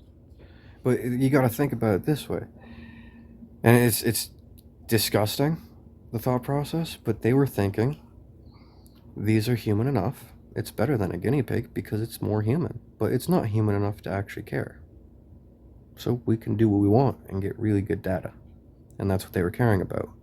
because they wanted to better our understanding of humans, but it's just the things they did were sick and fucking twisted. Right. The moral compromise that Yeah. one has to like choose. Just like that premise is just like, do you I mean, it's possible to do it without the moral compromise, but the morality makes it harder because now you need willing subjects. You need to do things that they will actually volunteer for, right? And even then, there's a very gray line because have you heard of the volunteer cannibalism? have I ever Is it heard fun? of the volunteer cannibalism? Like Yeah. no. Like So there what? were like online communities. There were online communities that got into it during early internet days. One of the most notable was there was this German man. I don't know why it's a German, but he basically had somebody volunteer to be eaten, and it was kind of like a fantasy for the both of them in a weird way. And they kind of became lovers for a little bit, and it was just so weird because Are you talking about Dahmer? Jeffrey like what? no, not Donald. This is a German. So he literally had somebody volunteer to be eaten, and this person. I'm not gonna get graphic with it. I don't want to get into the details because they are very graphic, but it was basically the dude was alive while things were being Nibbled on? Butchered? and they shared meals together of the things that were butchered. And the dude did obviously pass from blood loss and being butchered, but he very much was filmed consenting throughout the entire process, which is just absolutely wild. But that's like they were both consenting. It was like between two consenting adults who were both of sound mind and body, as weird as that is to say. So it was like this huge thing in like legal proceedings, and it made the news and stuff for a bit because, like, again, it was this nobody thought that something like this nobody thought that people are gonna do this, Right. you know. But it's like he didn't necessarily like. It was premeditated. It was thought out. It was technically an unaliving of a human being. That's a murder. That's a crime. But they consented to it. We don't have a prerequisite for this, you know. Right. It opened a whole new curriculum in the law, like law schools and stuff like that. It's just like it's on the borderline of like euthanasia, assisted suicide, cannibalism, like so many different, like yeah, it's just those cases where it's just like, man, just like, can't we just just stop trying to? There's another example of this. There is a show called Florida Guy. And it's based off the Florida Man paper stuff, right? And there is this dude in Florida who apparently like found eating he was people? looking to make money. No, he was looking to make money, right? So he put out an ad on Craigslist saying he'd do odd jobs, and somebody contacted him asking him to eat his foot, and he would pay him, and he would pay him a lot. Wait, Because eat his own foot or eat the person? The person's foot, the person paying, because he had this fantasy he wanted his foot to be eaten, right? And so he basically like they ended up discussing details, and he's like, yeah, okay, fuck it, that's good money, I'll do it. That's good money. And he drove out there with a friend, right? And they get there, and it is weird because this dude's just like super friendly, super normal seeming. He has a nice house. He doesn't seem like what you'd think a person would be like when they're asking to pay you to eat their foot.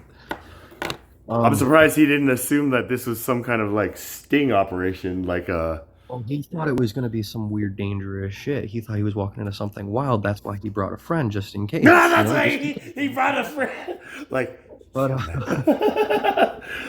that doesn't settle the mind. They're just watching TV. They're watching the game. They're talking sports. They're talking life. They're just talking like regular people for a bit. They're drinking beer, and then the dude's just like, "Okay, let's get to it." and he pulls out like all this equipment because he had like really thought out. He had like he was gonna tie it off so that way he wasn't gonna die of blood loss. He was gonna cauterize it afterwards. They were gonna heat up a knife. Like they had like the whole thing planned out, and they get to the point where the dude's about to do it, and then the dude's like, "Oh, hold on, wait. I don't know if I can go through with this. I'm a karate teacher." Wait, which dude? The Florida guy? The dude had his foot to be eaten. The dude was about to chop the dude's foot off, so that way they could cook it and eat it, and get his money, like get what he was paid for. And the dude's like, "Hold on, I'm a don't know if karate I teacher." can do this. I'm a karate teacher."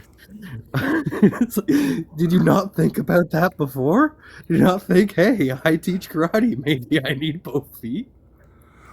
And what was this? A documentary or like a news story? This Like, is a Florida guy thing, so it's literally like it's not quite a documentary, but it's kind of a documentary. So they have reenactments of the scenes, and they do have some of the actual people from these events talking about it. And this was just one episode. Oh, there are some great. that's a heck of a season premiere. There's an episode where a witch and a mermaid go to war. Like, how much of this was actually like real though? Like, and how much is of it was real. just So like this to lady play off was of that? working as a Like, professional mermaid, right? This lady was working as a professional mermaid, and she got into a beef with another professional mermaid there who happened to be Wiccan, happened to be into like pagan witchcraft stuff, right? And it was a very serious beef. She got this lady fired. So this lady bought the house next door to her and started doing pagan rituals. Fired from the Fired from the professional mermaid gigs? job. Fired from the mermaid job. I mean, And so she moved next door to this lady. Her husband's a cop, so she did like background checks, found this lady's address, moved next door to her, and was harassing her and doing like witchcraft rituals in the backyard just to like creep her the hell out, and was like using her name in these rituals and stuff, like doing it in front of her, visible, like just like wild stuff. It was just wild psychological warfare. And then this lady's just trying to use the law, and then she finds out, oh wait, the person who I'm trying to use the law against, her boyfriend's a cop. That's not gonna work. And it just kept escalating, and it's wild. Neighbors, right? There's another one. Oh my god. There's Is this another like one you where Canadians just hear from about Americas? Just like these Americans. Oh, Florida guy is a big one, yeah. Yeah. We also hear a lot about Texas for some reason. I mean, I think a lot of Canadians think it's like Alberta, but it's not like Alberta. I didn't get that right. Like, is Alberta like Florida? Like just, Oh, Yeah. Alberta You never likes to know. think it's Canadian Texas. You know, they got the trucks, they got the guns, they got the oil, they like their booze. They like their steaks, rare, big. and footy, possibly. Yeah. Yep. The Texas of I think that's a funny analogy right there. Like, are they imitating like American like Texans, Some or of is this them, like a natural absolutely. kind of like Some of them absolutely, some of them no. And then some of them, I don't know what they're doing.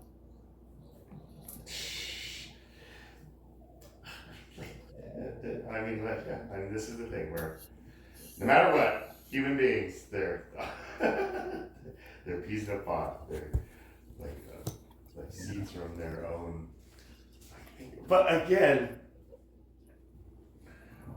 like, have you been to the States? Have you like lived outside of?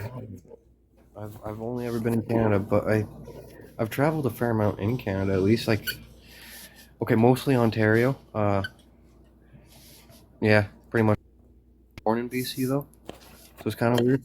But like, I've been through Southern Ontario, I've been through Mid Ontario. I'm now in Northern Ontario. I mean, I've been to Quebec a little bit. But you never crossed over the border just to like, just No, I wanted to. I still want to. I want to like travel the world, see all sorts of different countries. The world's a big place, right? It's got all sorts of maybe too splendors, big. food. Maybe too big. Splendors food. Yeah, man. As long as they got a McDonald's, Taco Bell, or something, I'm good. Like. Yeah. No, that's fair. No, I'd want to try the like weird restaurants, like the ones that you don't see advertised.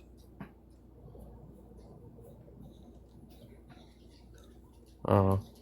I have a theory. What, If you see like elderly the people at Anthony restaurants, Bourdain type places where it's just like, yo, this I is have a a theory. If you very see a bunch of elderly people at a restaurant, you know it's a good restaurant. that would apply to like Denny's. They don't have much Um, life left, okay? They do not have much life left. And if they are wasting time spending it there, it's got to be good. what if it's just an early bird special, like or something like it's just like the food's good there.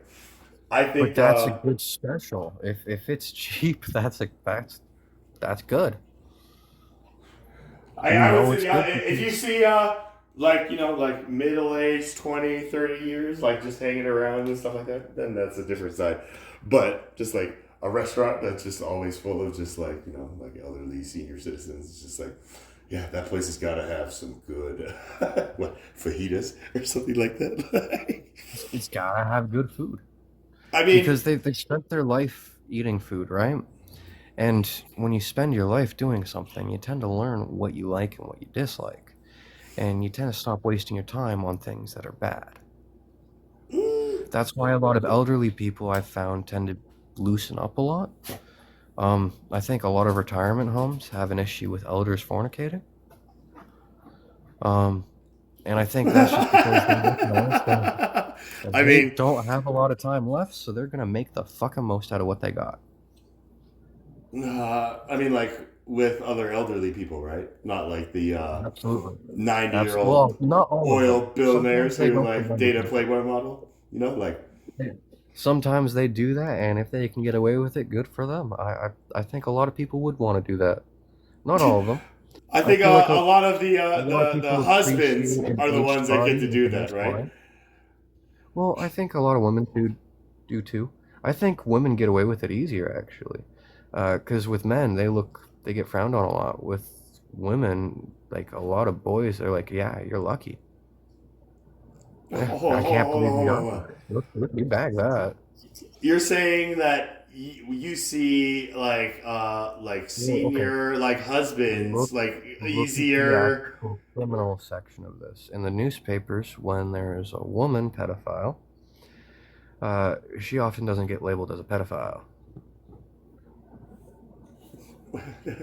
uh, a The woman. moment it's a man, it's like, how fucking dare he? He's a criminal. He's horrible. He's horrendous.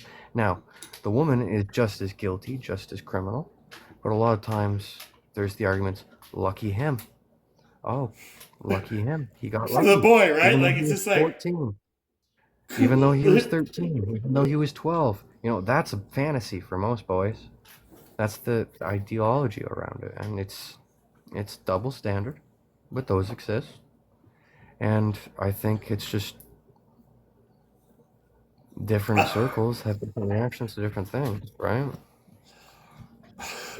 okay, as opposed to like their counter like husbands who are also like hooking up with I guess like these boys like sisters I think where it's just like how dare you, your wife is like cool but you dirty old man, like that kind of double standard where Yeah. I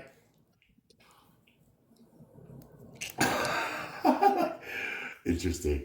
I mean, is it really that like I that mean, movie with the way Adam I see it, Sandler? as long as it's between two consenting adults, I mean, I think it's a little bit iffy if they're just legal, because they still don't know a lot. And if you're like ancient, I think there's a little bit of a authority imbalance there. So I think it's a little bit morally gray or morally wrong. But at the same time, I don't think you can necessarily call it wrong. Of course, when I say legal, I mean biologically a legal adult, which is normally around like 18, 21, sometimes 25. Um, Those are some pretty big yeah. gaps there. Like Uh, I'm saying that because in my current province, it's a lot lower, and there are a lot of guys who seem to be obsessed with the fact that it's lower than 18. And I think that's kind of a disgusting fucking mindset because if you have gray hair and you're looking at girls in a high school, there's something wrong with you. I mean, come on. I like looking is one thing, but just like You know, like We both know what I mean by looking. I mean, like, looking at, like, yeah, that's the stock. That's what's on the market. it's just like that is a map if I've ever seen one. That is rough. This is like, do you even have like a student like at this game? It's like, oh no. It's like, get out of here, old guy. Like yeah, we have to be But aware of. time, there are a lot of people who see other humans like wine or cheese. When it's aged, it tends to be finer. I myself, I see the perks to having dentures. You know, they could be taken out. You don't got to worry about teeth. Okay, see now, that's just I don't even know if you're being serious or not. Like, Oh, I am being serious. I mean, I've never tried it. so I'm being then, serious. so you would welcome that opportunity, like in Jim Carrey's When Yes Betty Man, White where was alive, I was constantly saying that if I could be with any celebrity, it would be Betty White because I know she would make me laugh. She would treat me right, and I know she knows what she's doing. Betty White, Helen Mirren for me. She's got that silver fox. But the denture thing is just like, let me. Like I do not understand the obsession with virgins because in my logic, a virgin has no idea what they're doing, and they tend to expect or have this ideal of what sex is, and it's nothing like the actual thing. It's this fantasy because they've never actually tried it. They've never been there. They don't know what it's like. They don't have experience. They don't know what they like. They don't know what they dislike because they haven't actually. And you don't see where like that is like a big draw to like some creepers. Where it's just like, yeah, I can see how it is a draw to creepers. I do not see how that is a draw to non-creepers. Because the way I see it, I prefer somebody with experience because they tend to know what they like and they tend to know what they're doing. And, you know, it's not like me having to sit there and explain everything. come on, man. I mean, it's not rocket science, you know. Well, it can be when you're into kinky stuff. It's a, when I really like a little bit of rocket scientist foreplay. Thank you very much. this is the thing where philosophy number if one. that's It's what just the like you trajectory gotta is know on. how to like know your. You know, it's just like, yo, man. I'm a giver, and I'd like to receive, and I've asked for like some reciprocation, and I don't know. I don't know if it's just like me or they just like are just selfish, but like it doesn't. I don't know. So the idea, but again, when it comes to just like human connection, especially like on that intimate level, like with this whole like trend and like advancement in AI robots that are being created essentially for like like human. That is healthy. That's what.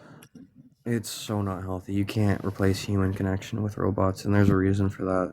It's because, like I was saying earlier, your brain is processing every sensory input, right? When you're even online talking to you, that's different than if we were in person, right? Because if we're in person, you're smelling me. Like you're smelling my cologne. You're seeing my facial expressions. You're seeing the way I move my hands. You're seeing the way I dress. You're seeing all these micro cues that you wouldn't normally get through an online presence. And with a robot, that's even more diluted. But it's just enough to make us think it's good enough, but it's not, and that's damaging. Because we need both. We need that input, and we know we need that input because there were tests done on monkeys. So they basically took these monkeys away from their parents, and they had these monkeys raised with a monkey parent, an actual mammal, an actual entity, a living thing, and then they had a robot do all the things that a living thing would do. It would give it hugs, it would give it food, it would give it monkey chatter. And Monkey the chatter, monkeys like, that were raised by the ooh, robot ooh. were socially wrong. The monkeys that were raised by the robot were socially wrong. They were inequipped to handle social interactions with other monkeys. Within And like humans are a also- pack of like other They really- monkeys, or just even with did not one-on-ones. know how to socialize, and they felt they were taught that this is what I am, this is who I am, because what they saw and what they were raised by was the machine, right? That was all they knew. That was what they knew. That was their social interaction. So having a social interaction with another living monkey, that was an overwhelming sensation because now they're all these social cues they've never learned, all these cultural things they never learned. And as much as it's weird to say that monkeys have a culture, they do. It's my favorite. So baboons, there was a baboon that started sticking a piece of grass in its ear, and we couldn't figure out why. And then other baboons started doing it, and we couldn't figure out why. And then we realized it's a social thing. This is fashion. The baboons have done fashion, and it's a piece of grass in their ear. And then a few years later, a new baboon starts a new fashion trend. And do you want to know what the new fashion trend was? It stuck a piece of grass. So that Both was ears? hanging out of. In both ears? Nope. He was the first. It literally stuck a piece of grass, so that way it was hanging halfway out of its butt, and it would walk around like that. And it started a fashion trend, and the baboons that had the grass hanging out of their butt got better treatment From because it was who? a fashion trend. From The their other male, baboons, from their fellow male betas who were getting from their fellow baboons. just like, I see you. It was a fashion trend. And like with human fashion trends, people who are fashionable tend to get better social treatment for some reason. Is that fashionable or is that peacocking or it's just like, yeah, we're just It was trying to fashionable to the just baboons. stand out. But that's what fashion is. Fashion is literally peacocking. I mean, it is and it isn't though. You know, like peacocking in this context is just like human alpha male.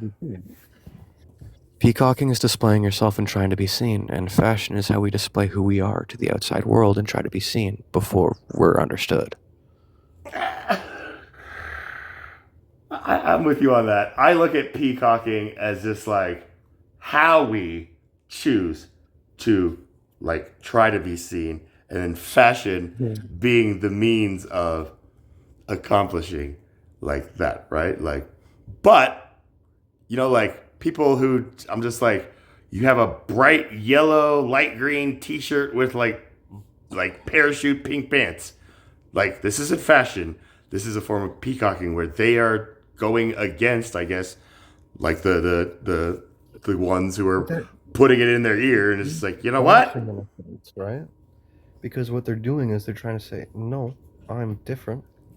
I'm this. I'm not that. And that's them displaying their identity on their skin through their clothes. Through their makeup, Why does it have to be a fashion statement? Why can't it be like inventing at its primal state? Just like, yeah, you know, like this feels really good. The next person's like, let me try. Have you been in a library before? They say don't judge a book by its cover. But isn't that what everybody does?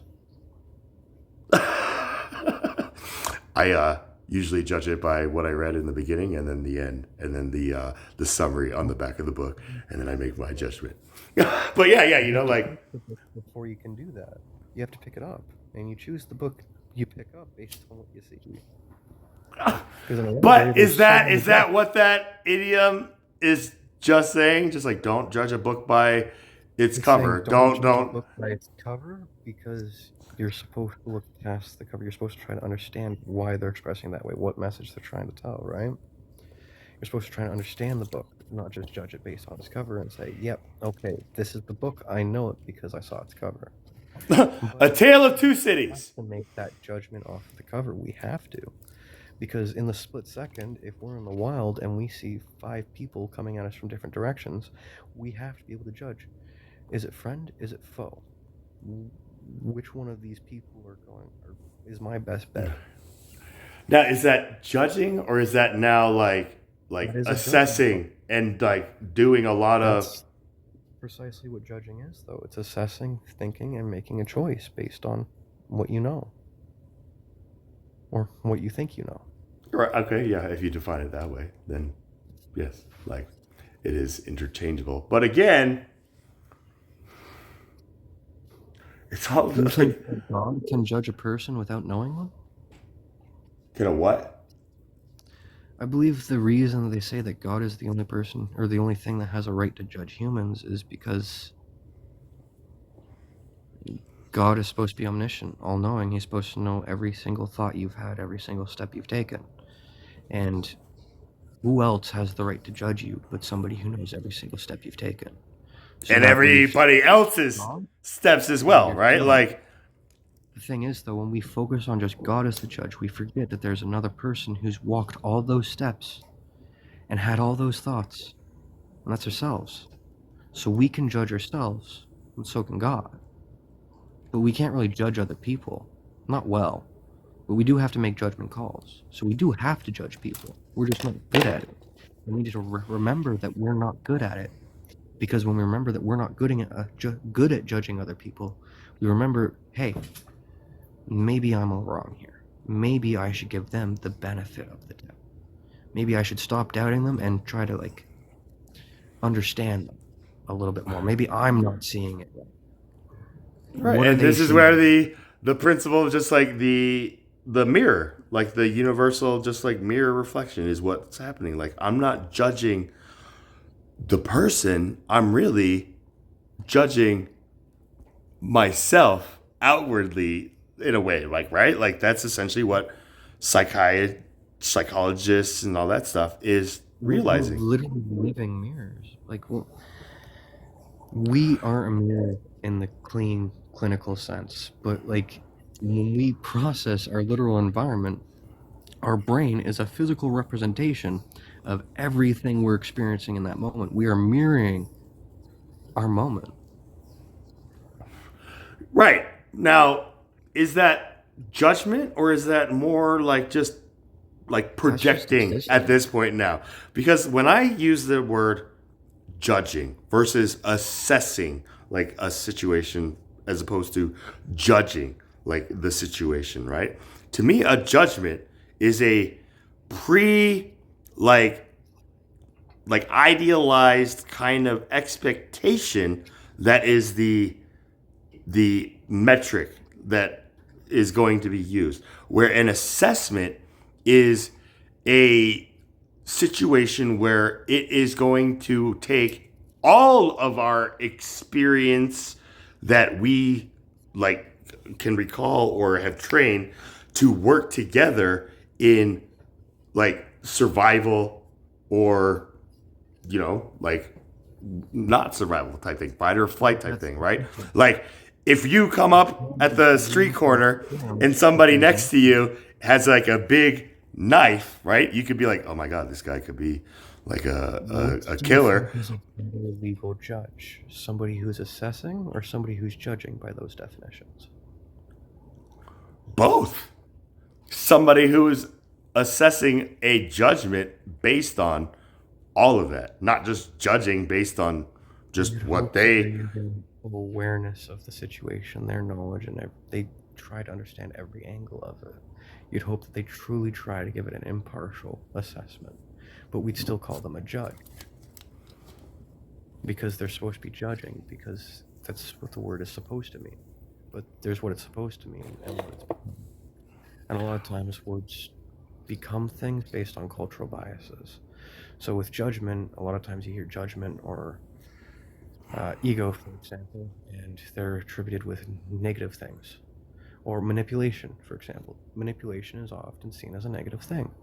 But every single person manipulates everything constantly. Like babies cry. That's them manipulating their parents to let them know, hey, I'm uncomfortable.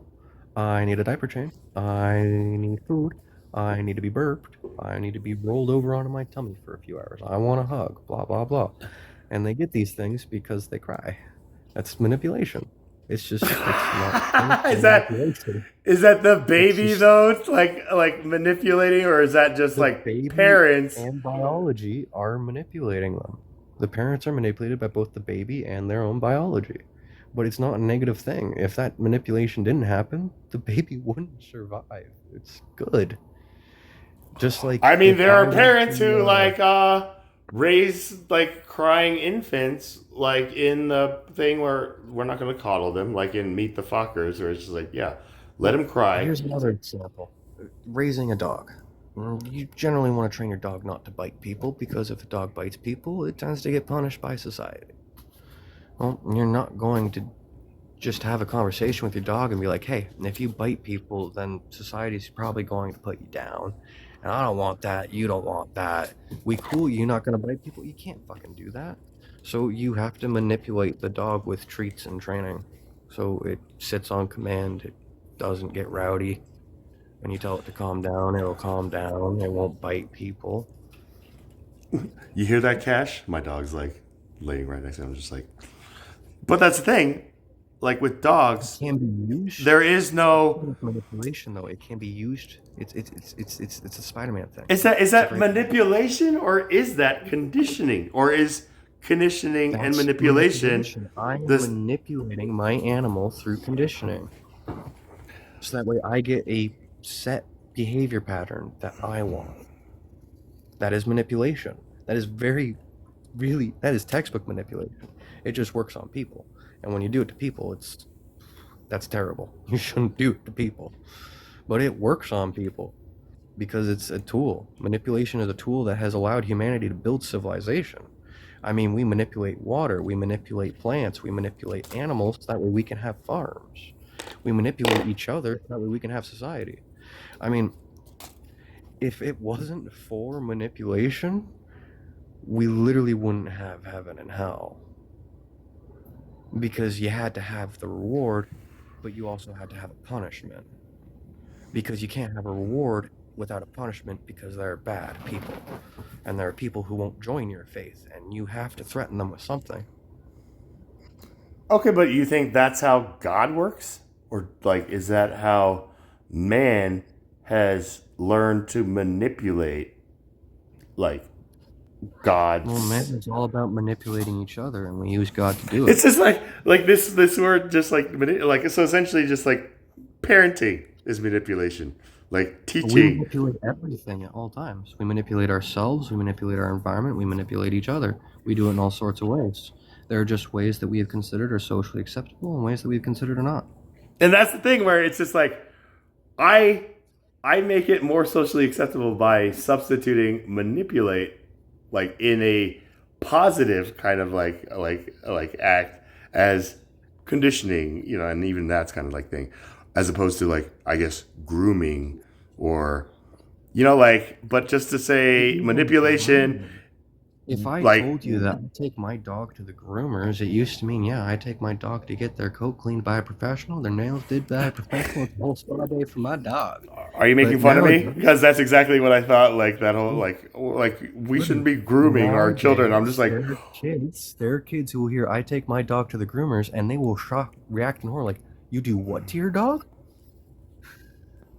yeah. Because it's become Are you culturally- are you MAGA? It's just like, wait, what? Right, and then again, like that's the thing, the word, right? Like words are for the means to meaning, and for those who will listen, an enunciation of a truth, right? And so when I hear Christians on TikTok or even non-Christians like saying you can't be Christian and gay, right? Just like in that specific like rhetoric, and I'm just like, what do you mean? Like, what if gay is referring to its original like definition of somebody who is like joyful and merry, not the Even if it isn't, you can totally be Christian and gay. It's just you're not that type of Christian where they're saying you can't be. You're your type of Christian, and they can kind of, well, they won't suck your dick because they're clearly anti-gay, but you know what I mean. I mean, what I'm like seeing is automatically the way that mind perceives reality, right? Like, But you got to think, if you're that hateful towards gay people, because the way I see it, they're not doing it to you. If you're anti-gay, they definitely don't want to be with you.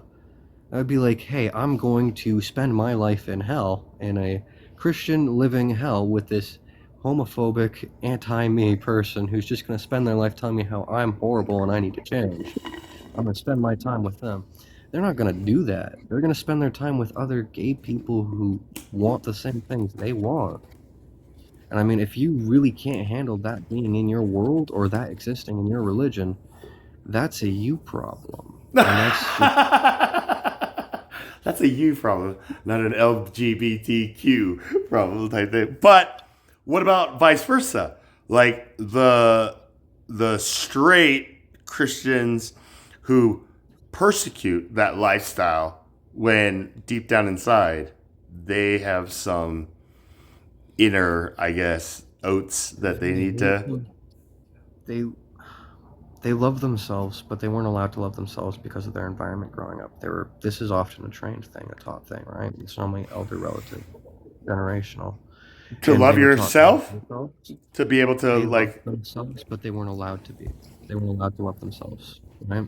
So they were taught to hate themselves instead, and they hate themselves so much that it pains them to see other people being able to love themselves. And that's the same for a lot of things. That's not just as simple as like repressed, as somebody who's homosexual and repressed about it and being homophobic and hateful because of it. It's a lot of things. A lot of times when somebody hasn't been allowed to love themselves fully, they're taught to hate parts of themselves. And we call this growing up. And growing up is really just, sometimes you do have to learn to hate parts of yourself, but you shouldn't hate parts of yourself. You need to learn. Well, I actually, this is Japanese and I learned about it recently. It's like Kaizen and Isekai. I'm probably butchering the names. Not Isekai, Ikigai, and Kaizen philosophy, but it's like you need to understand that there was a time where this benefited you. There was a time where this pattern helped you survive, it helped you persist, it helped you become who you are, but maybe its time is over. Maybe it's time to move past it, to move on, to let it rest, to bury it, you know? Like, for me, I had a lot of hate towards religion because after I got kicked out at 12, my parents baptized my sister and transferred my step siblings and my sister to a Catholic school. And for me, my thought process was after everything they did, God's going to help them. After Your siblings or my step parent and my dad, oh, my thought process was like, how can God and the church help them after everything they did, because they did some truly horrific shit. And I couldn't really reconcile that, so I hated religion. I was weird with it though. or did you also find yourself like No, I hated religion. with a I disdain found of myself for God, loving even? religion. Oh, I hated God. I hated religion. I hated the devil. I hated all of it. And I dove into it because I hated it. Because to have an enemy, you should know your enemy. And I decided that religion was my enemy. And so I studied it. I studied it as best I could. I dived into organizations. I joined a Christian youth group for a bit. With that disdain for like Catholic and like you said, like Yeah. all religion. With a deep-seated resent and anger towards religion and God. But the thing is, I didn't hate people. I couldn't hate the people. They were just people. They were just humans. How could I hate them? They weren't to blame. It wasn't their fault. The things that happened to me was not their fault.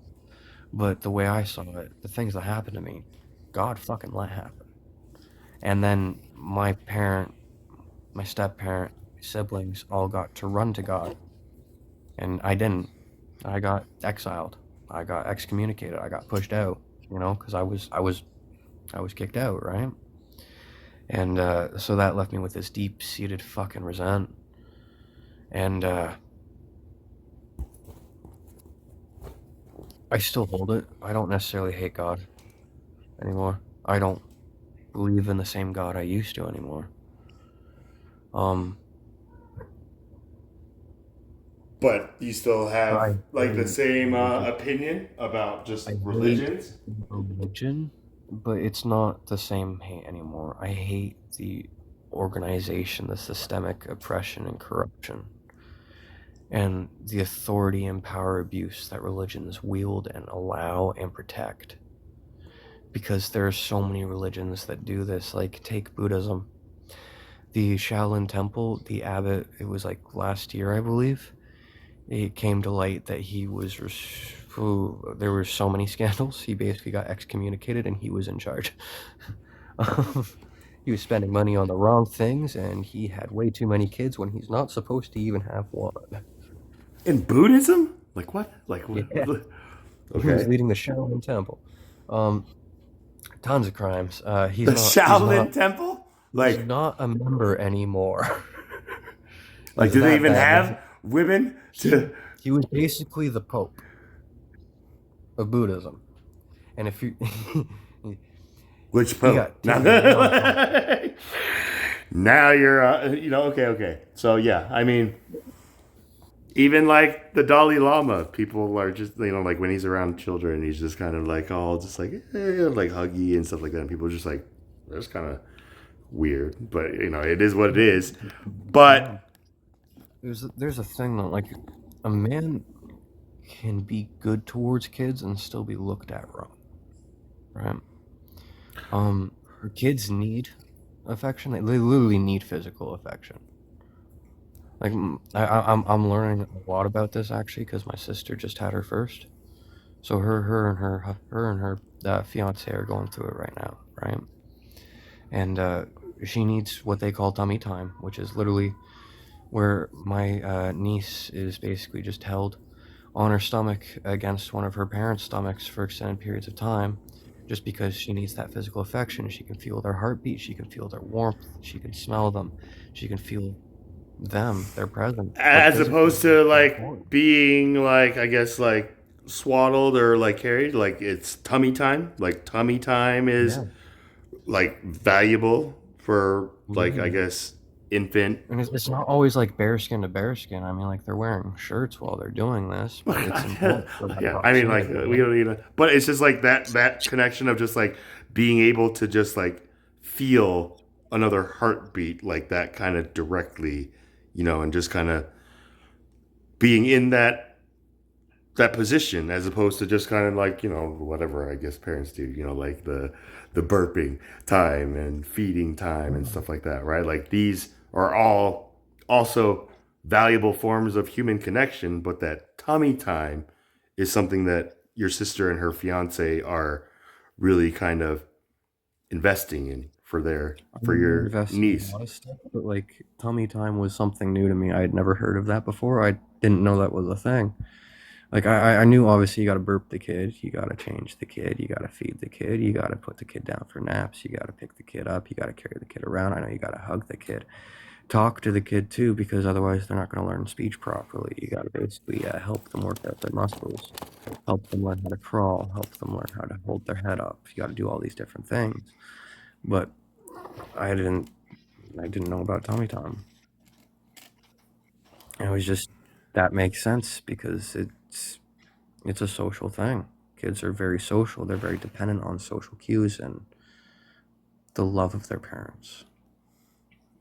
That's the love, right? God is love. Therefore, like that is like the quintessence of life, as Einstein would say. Just like, God is gravity because it is what attracts us to one another.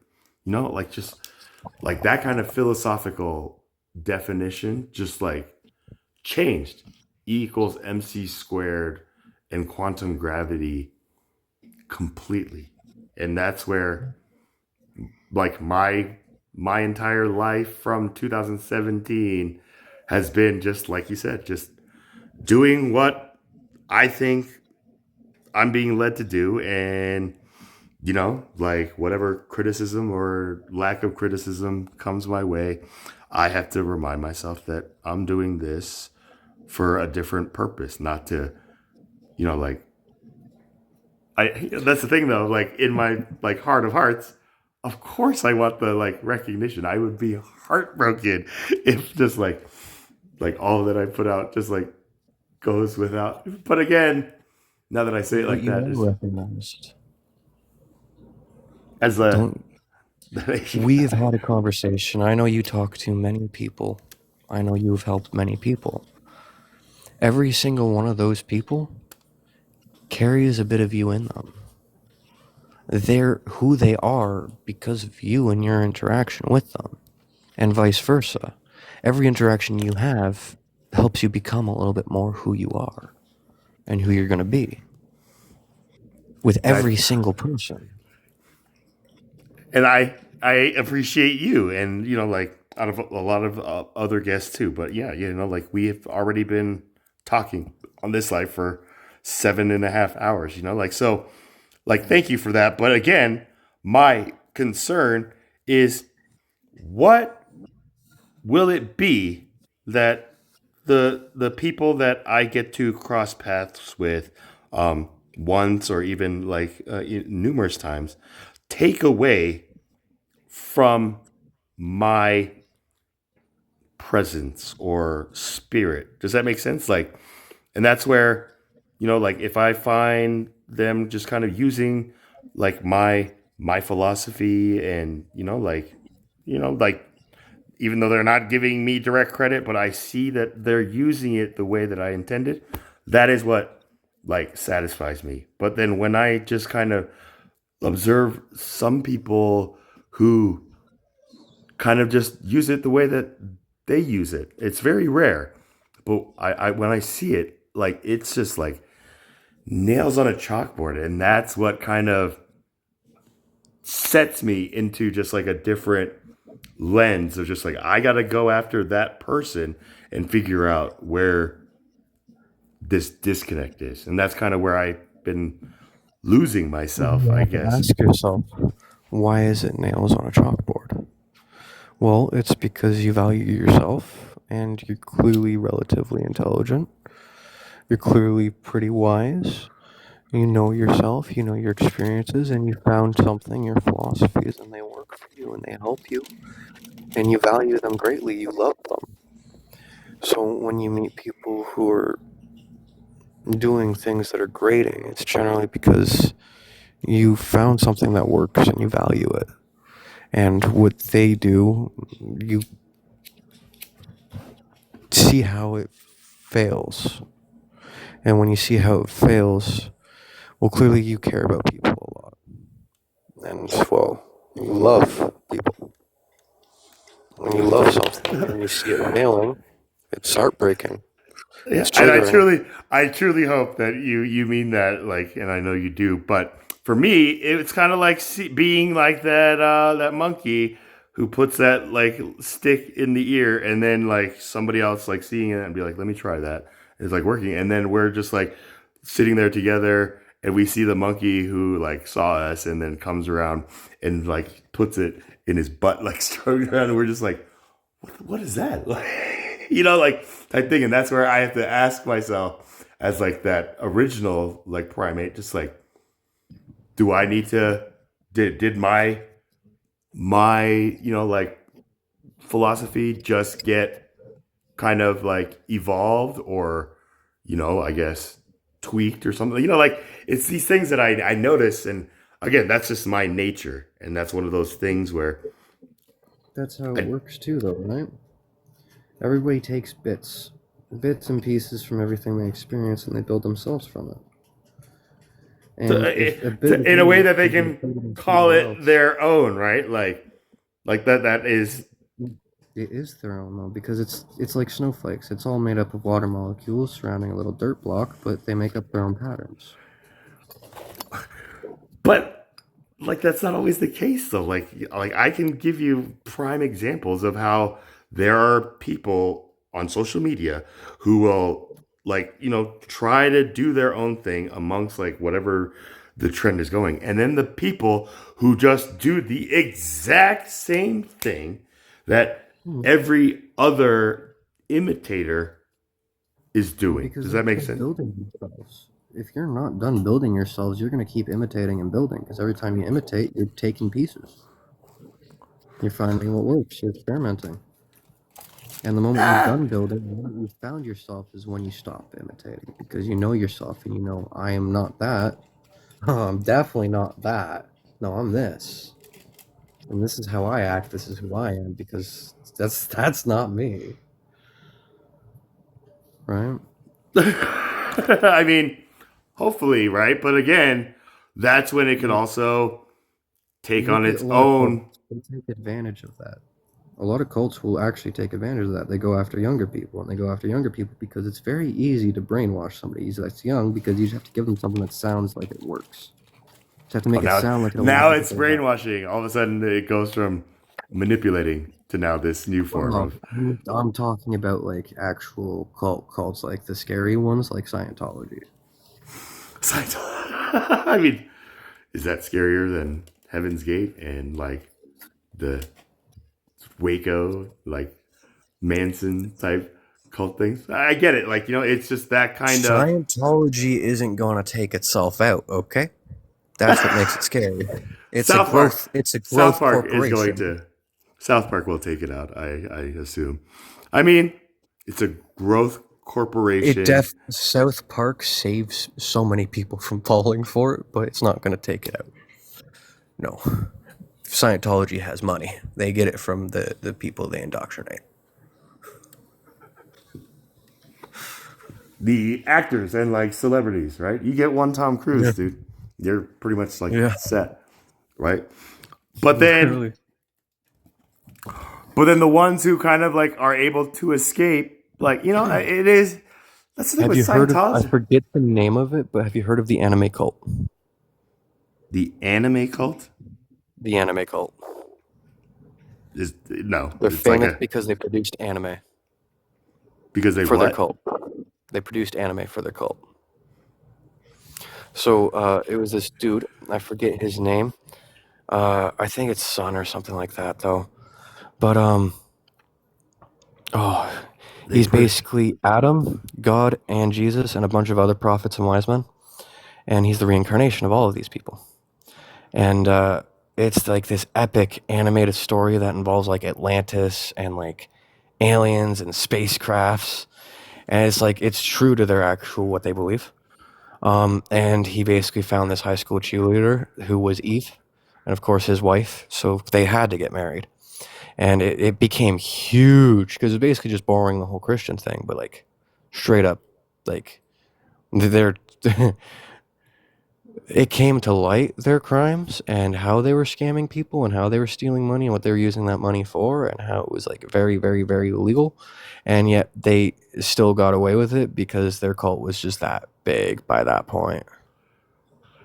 They just had the numbers and they weren't doing anything violent. So it was just like, it's one of those things that couldn't be stopped. So then, is that just like cult They following? use a lot of that like money to produce the animes. cult classic, like use of the term cult. It is a mass movement cult, but like they use a lot of their money to produce animes. It's kind of awesome because the animes are it is pure anime, but also like everything that's in the animes is supposed to be true to their scripture. You got scripture. You get magic, you get sci-fi, you get all this high-tech stuff, but it's all in the past. It's all in the past. I mean, and like the leaders of this organization are the character, like the high school Adam and Eve. Yep. Oh, the Adam's also Jesus and Moses and this is like who they portray themselves as in real life, or just like this is their artistic kind of expression that turned out to just like gain this massive following that has become. It was most likely just to get money in the beginning and to get a following and to like mostly get money in the beginning, but then it very clearly became like a huge life. They can't stop it. Like they can't. Have you heard of the lawyer cult? That's another fun one. No. So 2chan, back in early internet days, there was this dude who was #1 hated on 2chan, and he was in an argument about his education level, so he showed that he got into a college, and he showed his college acceptance letter, and he got doxxed for that, and then the hate got really bad because people took it offline into the real world, and so he got a lawyer, and that lawyer is amazing. He basically went online and started filing legal requests for the IP addresses of everybody who is basically hating on his client. And this is the entirety of 2chan. A lot of anonymous users. A lot of requests were sent to the point where the staff who operated and managed 2chan hated the lawyer and were helping the haters who are now targeting the lawyer hate the lawyer because the lawyer was making so much paperwork for them, right? Paperwork? Just paper. Yeah. Because it's like he's putting in full-on legal fucking filed, properly submitted forms. Like, hey, this is the case I'm working on. I need this IP subpoenas address. in the sense, right? Address. It's just like thousands and thousands and thousands and thousands of requests are sent in days. And they start turning on him. And he starts like, okay, fine. Then I'm going to be taking this to court. And I'm going to be suing you all for slandering my name and all this hate. And he started going through those. So they did a full 180. And they decided to make... They got so creative. They made him a god. They started making memes. They literally started praising him like a god. They made a full-on religion. And it became such a thing that people who didn't know that it was a form of hate, that it was them trolling him, that it was them trying to piss him off and make his life an inconvenience, they didn't realize that it was that. And they just started accepting that this dude is God. So then here's like a split between the masses. They found his image from his lawyer's site because he has an actual legal business site. They could not find an actual picture of him for the longest time, but they found his cartoon representation on his site. It's this very friendly photo, and they literally photoshopped it into all sorts of things. They made stickers, and they started sticker bombing all sorts of things. And like, it became an actual fucking cult. But then on top of that, some people took it to extreme levels of hate, and it became a weird thing where I think if this dude were to commit an actual crime, he could get away with it just by saying, I didn't do it, one of my haters did. Because they've done that. They've actually tried to frame him for very serious crimes, like terrorist level crimes. And he never... They've gotten caught? Yeah, they kept getting caught. They kept getting caught. I mean, you call in a bomb threat, you're getting caught. They take those things seriously, especially when the lawyer's like, yeah, I know it looks like it was me, but it wasn't. Here's my alibi. Here's my witnesses. I have recordings because this has been happening.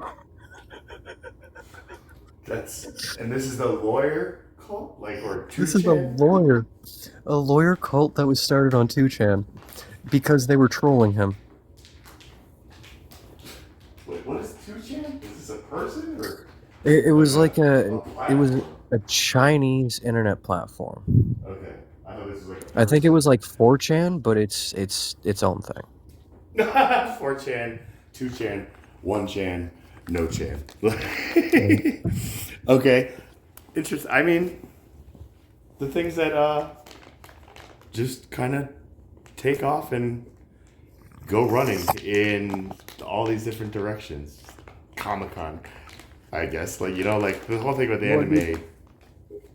Love doesn't unify people because people love all sorts of things. But hate unifies people because people surprisingly can agree on the things they hate. I mean, that's why polarization is so easy. I mean, think about it. Left wing, right wing. 20 years ago, it wasn't this intense. 20 years ago? I mean, like 5 years ago. It was, you know, like, but that's the thing. It is intended to polarize, to split, right? It's advantage of the fact that people will agree on hate. And when they're agreeing on hate and they're polarized against each other instead of working together, well, it's a lot easier to control them, especially when you have the money or you're in a political power position. I mean, religions have been using this tactic too.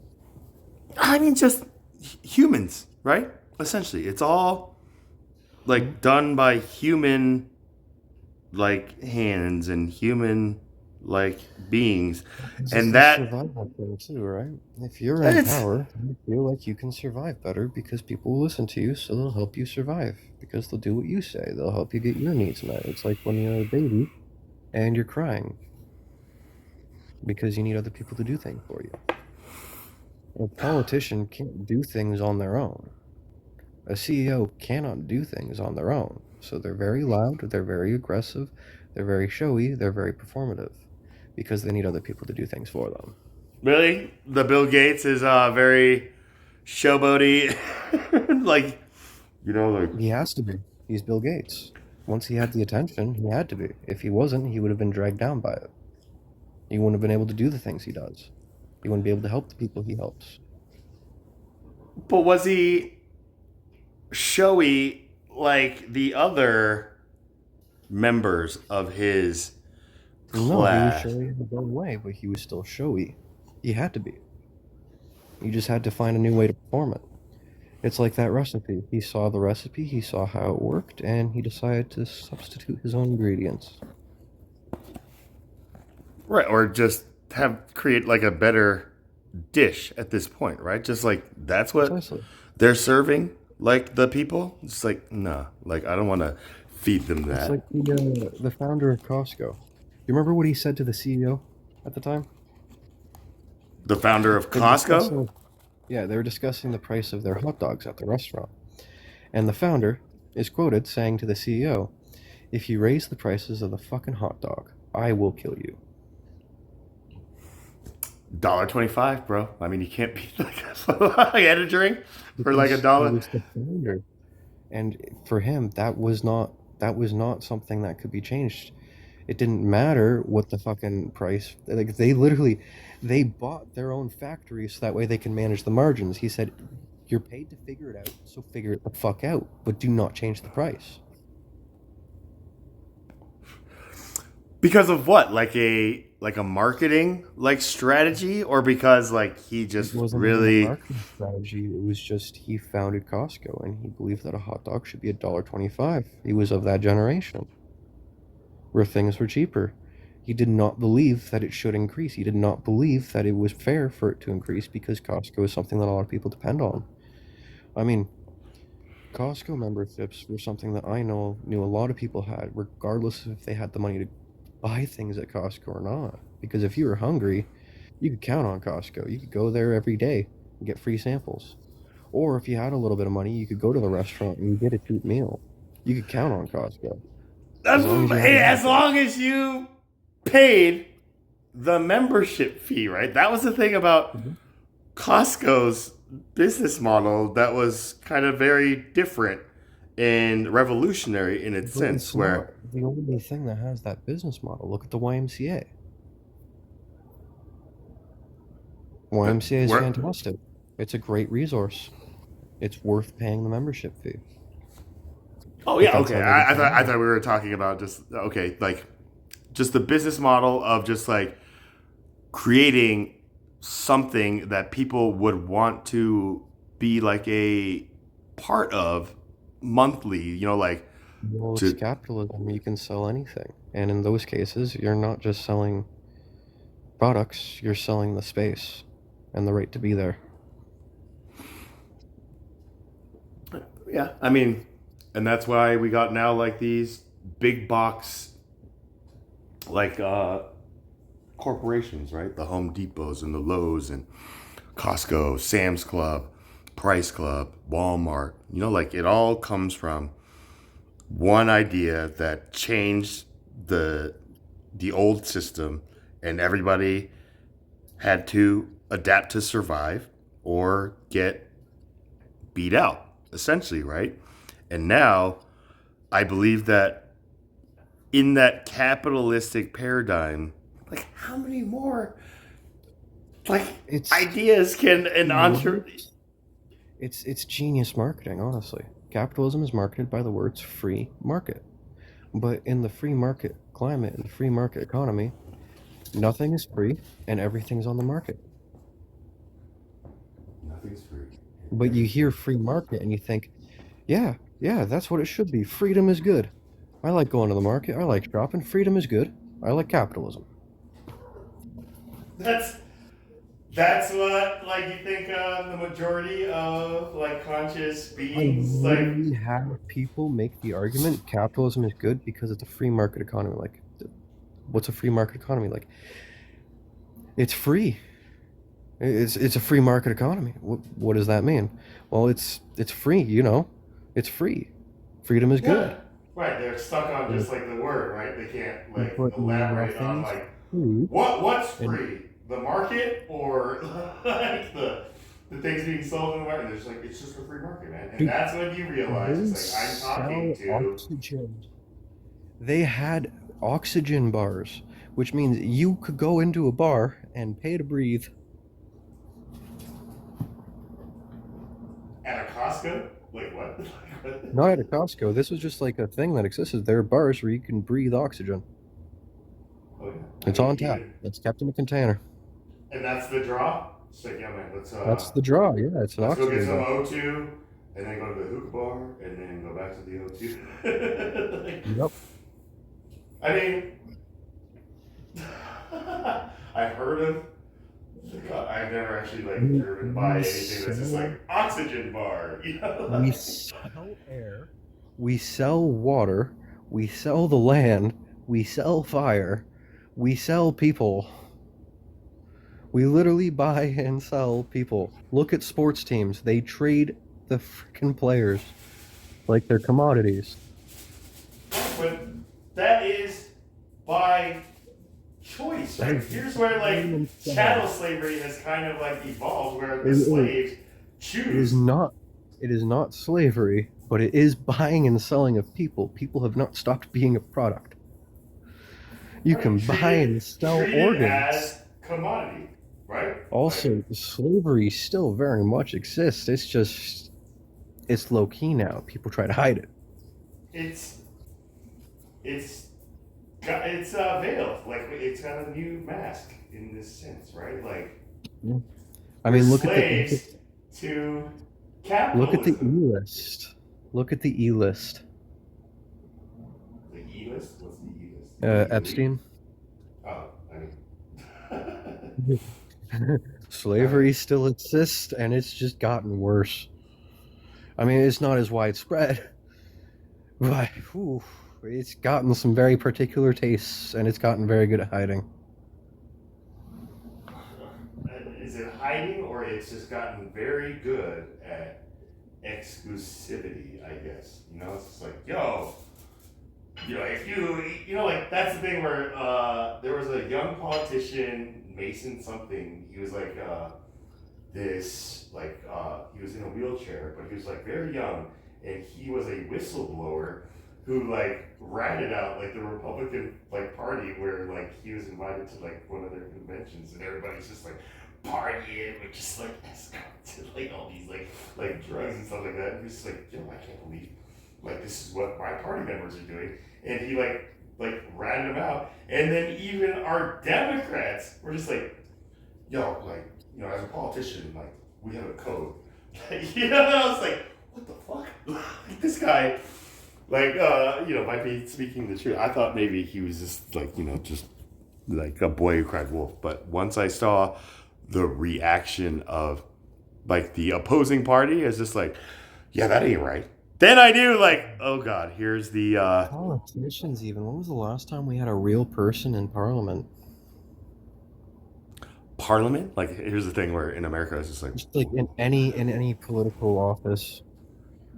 When was the last time you had a real person? And by real person, I mean somebody who's not sitting there in a suit and tie, reading all these things, has a whole PR team, has a whole makeup team. They're prepped for the cameras. They have this whole team behind them. It's like, you got to say this, you got to put these points, you got to do this, this, and this. When was the last time we had somebody in charge who was sitting there drinking, telling it as it is, came from the fucking working class people? Is not fucking polished, rough around the fucking edges. Trump is rough around the edges, but he's in a completely different direction. The whole wrong direction there. where I question just like, does he have writers? Or like, does he just have a bunch of yes men? Writers who doesn't care what they say. He Or speaks from the heart. he speaks from the heart. So it's just like he hires these writers heart. who try to like It's a terrible write it in heart. a polished way, and he's just like, that doesn't speak to my heart. It's like it's just like, why does he even hire us? It's like, either way, like, you know, it's a paycheck, like that thing. And that's where, as an artist, or, you know, like as a like that kind of like master, you sell your soul. I'm sure if anybody could find the actual like written speeches for Trump, there are lines in there where the writer is literally saying, I don't even know why I'm doing this. He never reads it. He just kind of like looks at it and then he just says whatever the hell he wants to say. So I don't know why I have this job. I'm thinking of quitting, or maybe I should just tough it out. I don't know. I wanted to be useful, but I feel absolutely useless. But the money's good, and like it's just they're just having a full existential breakdown mid speech, and nobody clocked it because nobody ever read it. It's just like I can't even put that on like a resume. Just like, yeah, I was a speechwriter for the Trump administration. It's just like, get out. It's like, I know what you're thinking, but let me give you a true sample of my work that was butchered by that man. You know, like that thing where, you know, at a certain point, like that's the hard part of life where you have to like really make a moral kind of assessment on just like, yo, am I selling out for a paycheck or, you know, type thing, you know, like, and the true masters find a reconciliation, but you see a lot of people in that industry just have a midlife crisis, if not the existential crisis, and that is kind of also disheartening. That we, the I guess like 99%, look at these one percenters as like, you know, the celebrities, actor, like the high profile names, like as just figures for our enjoyment. So like, you know, like if their life just completely shatters, that's like entertainment for us. Does that make sense? Like, and that's where like that Stanford experiment kind of takes a whole new like approach All where sorts of things, right? Because if you see somebody who's among the elite, society's elite, the untouchables, the perfect people, the ones we all look up to and pay the big money because they're so special. If you see one of them crash and burn, that's like, oh shit, they're like us, they can fuck up too. Haha, they're not actually better than me. But then there's also the, how dare they crash and burn? They're supposed to be better than me. I'm just telling myself for years they were better than me. So it's normally a dog pile on because it's literally, if you're in the social contract position where you're above, not below, you have a duty. Because we have agreed that you were in the above. You didn't put yourself there. You may have worked hard, but it was not you. It was us, the fans. Because the fans, without them, you're nobody. even that fans of them doing Well, what? I mean, Just like think of the Kardashians. If the Kardashians released that tape and nobody cared, where would they be? which the freaking surviving family of the famous like lawyer whatever Kardashian who was part of this super team of lawyers to represent OJ Simpson. You know, like that's when I realized just like where they got all that like money from was that patriarch, the the lawyer who represented OJ Simpson with Johnny Then Cochran. they grew the brand, and they grew the brand by being this image. They found an image and they capitalized on it. And the moment they break that image, the moment they stray too far, the fans will turn on them. It's the same with every artist. Look at Nickelback. Nickelback was an image. Now, of course, Nickelback was a little bit different because they had the whole freaking industry working. Well, not the whole. They had the critic industry working against them. But Nickelback, they refused to play the game. They were just themselves, and they were going to work hard, and they were working hard, and they were open about working hard because at that time, a rock star was supposed to be effortless, supposed to be an artist. They're not supposed to care about what the people think. Not supposed to care about the money. Nickelback cared, and there were a lot of people who still liked Nickelback, but the critics kept going after Nickelback because Nickelback cared, and you weren't supposed to care. I did So not the know that critics- was like the And that the kinda- backstory. Yeah, and that kind of caused a few comedians to start making comments. And when the comedians make comments, I think there's it kind of got played over and over again. It got clip shot on TV at the time, and this is around the time when everybody's watching MTV and all the news channels because there's only so many channels. There's like 25 at max around this time. I mean, okay, there was probably like 100, I think, but still, there's only so many channels, right? It's not like now where it's like 1,000 plus channels, plus all the streaming services, plus all the different social media apps, plus all the other media apps, plus all the other entertainment, plus all the porn.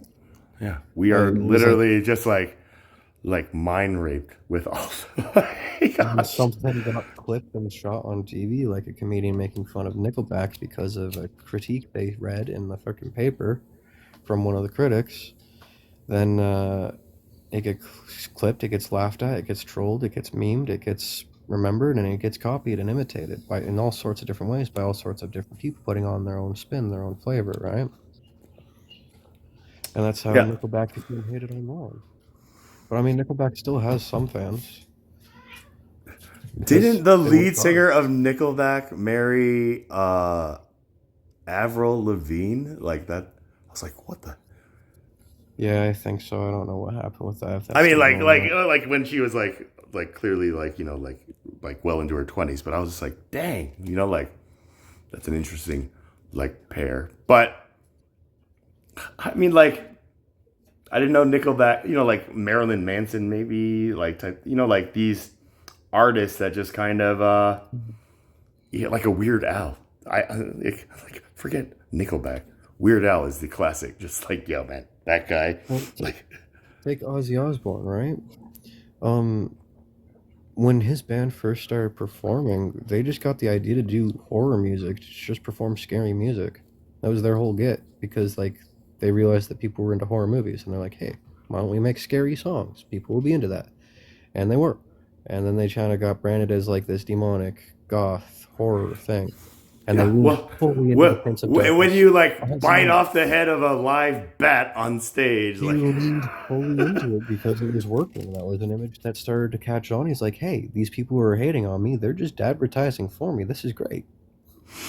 and that's the thing, kind of like that guy who was just like known to just like sell produce to get thrown at him, just like that thing where it's just like where people just like now purchasing like live bats to bring to like like Black Sabbath concerts to give to Ozzy Osbourne, so that like once you find yourself as the artist, just like, oh my god, did I just typecast myself into this niche where it was just like imagine just it was just the spur of the moment thing, and then that is what made you famous, and now everybody expects you to do that at will type thing. Which I think Ozzy did say something to Jack on their show, where Jack was just like, Dad, like, what did you think about like that thing? He's just like, I bloody regret it. Like, but it's just like I was on a lot of drugs, like whatever it is. But just like watching how the children, like Jack and whatever his sister's name is, like reconcile like who their father is. Just like, Have you seen that YouTuber who has the red bandana? He goes all over the world trying different foods. trying different foods. Anthony Yeah, he tries it. I don't know. He has a red bandana. He always has a red bandana. But I don't know his name off the top of my head. like But I like saw him do crazy something with that. like exotic He does Anthony some. Bourdain foods, or just like Yeah, he does some pretty crazy things. Like I forget which village he was in, but they basically went and caught fish, right?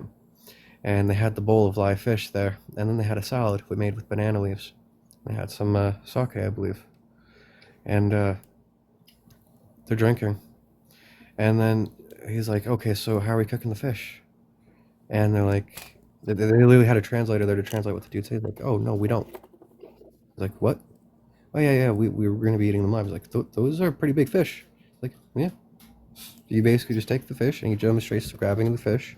He throws it into the bowl with the salad. Then he takes his chopsticks and he grabs the fish with the salad, and you just eat the fish. You bite it and you bite it clean. You have to bite it clean, otherwise it's wrong. Because you're not trying to cause pain to the otherwise it's fish. wrong. Like You don't want to cause excess pain to the fish, right? You don't want to just be chewing on the fish. You bite the fish clean so that way you kill it in the one bite. You're ending its life in one bite. It's not struggling. It's not in torment. It's not in pain. It's not suffering. I mean, it's already just like suffocating. It's Like, already kind of suffering, but like you're making it as clean as possible. But then after he got his buddy to do it first too, because he had a buddy there with him. So he got his buddy to try it before he tried it, and then he tried to actually get them to pass on him. But then he did try it, and you could tell he was struggling with it because this is a live fish that you're taking out of the water, you're throwing into the salad, you're taking a chunk of the salad with the fish, and then you're just in your mouth. You know, scales whole, I mean, bones. is it the guts. act of like putting the like fish fresh out of water on a salad before you like try to humanely like end its life with one clean monster bite? It's just like you're gonna talk to me Well, I about mean, like humane. you can't just be eating fish like Golem, okay? You gotta add salad, then it's cuisine. Okay, I guess, bro. Yeah, I signed up for this TV show. I think like I would more rather be the food host, like the Man versus Food, where it's just like I That's look fair. at those hosts and I'm just like, these guys are like I would try the fish thing once. I would be very hesitant. I would be very like, I don't want to do this, but I did find out this isn't something they just have like for a Sunday meal. This is very much something that they drink. This is a drinking game food. They get themselves drunk first and then they do it. So it's very much like a cultural traditional thing, but they fucking drink first. They make sure that they are not sober doing this. and they're like on a boat in like the open sea. All this is like And you're it thinking is. these are not like big. This isn't a sturgeon or something. This isn't some salmon. These are big fish, but it's still you can fit it in your mouth in one or two bites. Yeah, I mean, So these are the fish that like you're catching. You're on the boat. You're drinking. You're fishing. Like, yeah, this would normally toss it back, but actually I'm kind of peckish, and I just have this salad my wife packed, and I actually want some protein. I'm not starting a fire on my boat. Let's do it. like I'm smart enough to know that ain't a good idea. But I mean, like that's the thing. Like when I found out that like humans can eat like fresh, like raw animal like meat, like fish, even Oh, cow absolutely. and like deer, like as long as it's The like a fresh. reason it's dangerous, even when it's fresh, is because there are a lot of parasites, and unless you know what you're looking for, you're gonna get parasites. Of course, it depends on what you're eating, depends on what types of parasites you're liable to get, and you're not. It's not a guaranteed thing. It's just they're very good odds because animals don't have doctors. That there's nobody going uh around making sure they're parasite free. Veterinarians. Yeah, yeah. I mean, like obviously that's the thing, but like just like when I got my steak, it's like medium rare, type thing where it's just like, and even with like sushi, like, but just like catching like a fish and seeing somebody just like a bear, just like, and I'm just like, are you trying to like get food poisoning? And they're just like, what are you talking about, man? You've never had sashimi? And I'm just like, not like that. Dude, Like, I got something in front of me right now on my table. I got it from my sister the other day. Uh, so I got two things of Hunteroni sticks. They're exotic Hunteroni sticks from Superior Meats. One is made with kangaroo, and the other is made with crocodile. And I want to try them, but I have to work myself into a mood where I can try them because I don't know how I feel about them. which one? Both? I mean, like I've had I alligator mean, I've before. heard crocodile and alligator taste like chicken, so I'm not too concerned about that one. The kangaroo, I've never heard anything about what kangaroo tastes like. I think I've seen kangaroo used once, and that was binging with Babish.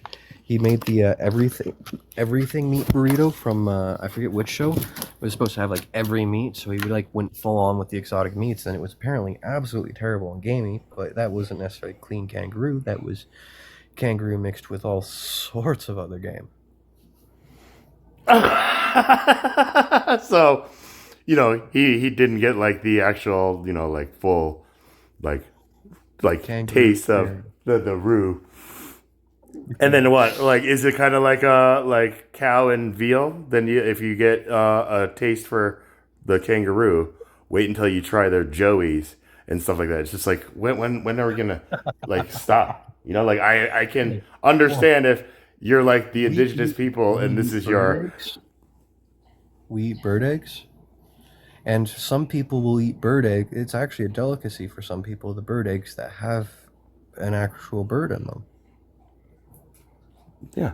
That's what you call just like an extra, like that's that's like getting an onion ring in your like fry I basket. Just like, oh my I god. honestly I don't think this is a real one, but I think the most messed up example came from a horror book. I forget which book, but there was a character in the book who ordered. I think one of the meals that was actually vividly depicted was like freshly birthed rat and their mother still alive with like a sauce for dipping.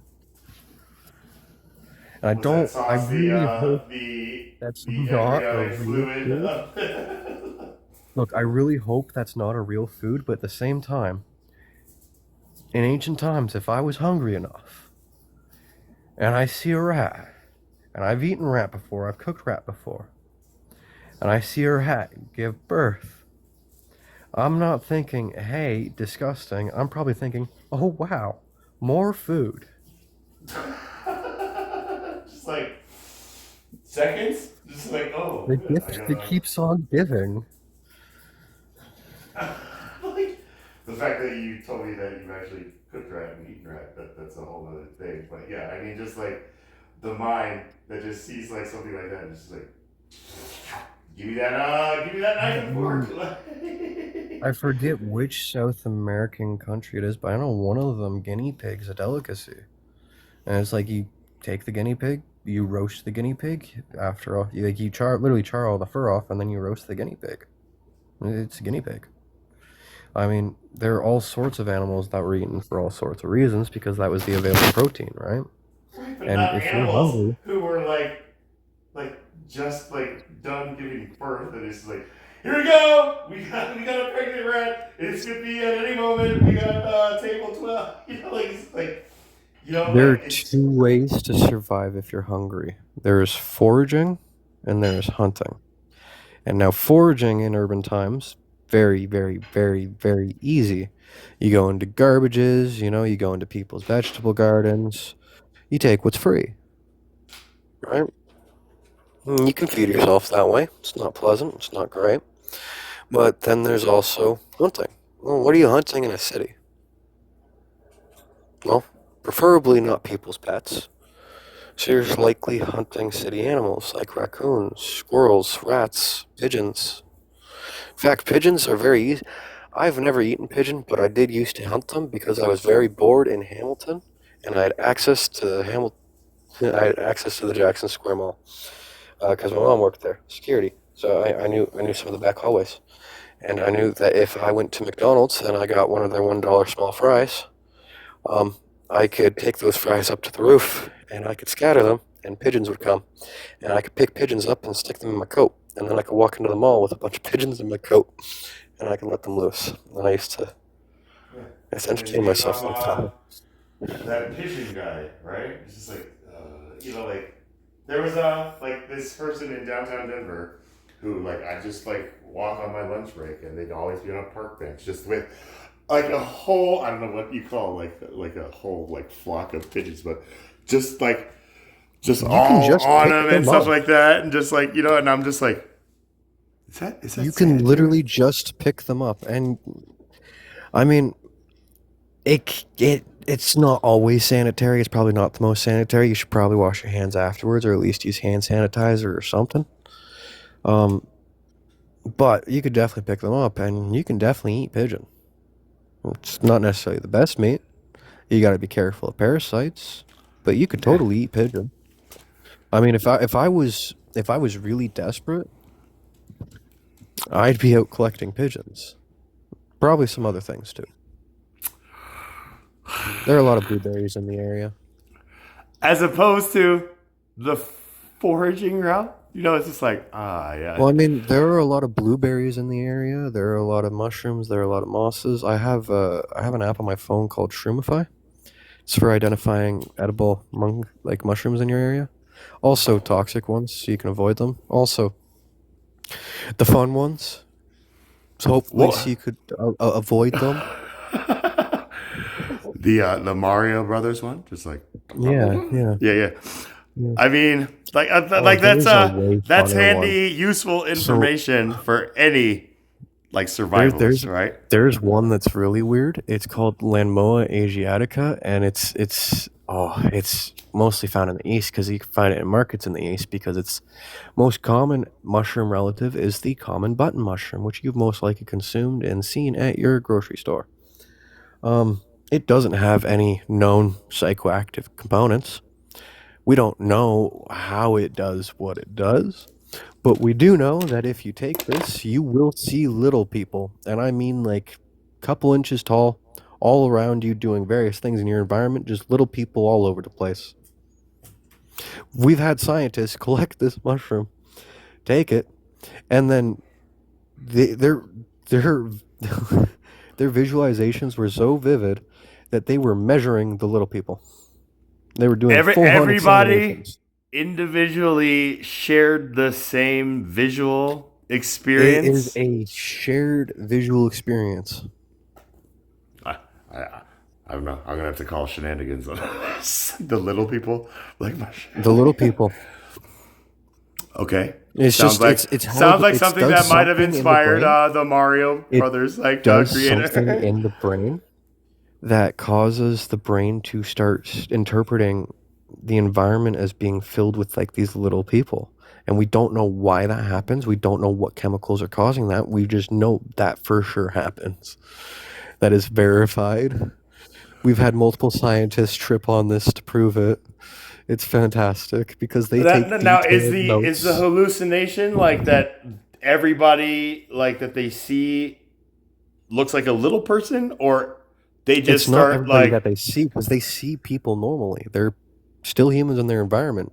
They're just also the little people. So the one scientist, when he saw them, at first he didn't see them, and he was looking around. He's like, "I'm supposed to be seeing little people. Where are they?" And so he's looking around. He's trying to give it the good old scientific, benefit of the doubt. I gotta actually look for the little people. You know, like maybe For it science! is all just For a hoax and a science! fabrication. I'm But on the off chance they're there, I'm gonna look for the little people. And at one point, he lifted a tablecloth, and there were a bunch of little people under the tablecloth. They were marching, and their heads were stuck to the tablecloth, and so they were just marching in the air as he lifted the tablecloth. And he's just like, he literally started measuring them. He has full-on measurements and depictions, like. yeah, but there took- was He like took rulers to the little other people, members okay? like in the group who were just like, "Yep, I see it too. Yep, 3 There were- inches." Not the same ones. Other scientists have repeated the experiments, and they have also reported seeing little people. And they have full-on like notes and notations, like this is the experiment. This is what I saw. These are the details. This is as detailed as I could notate because I was seeing this. This was happening.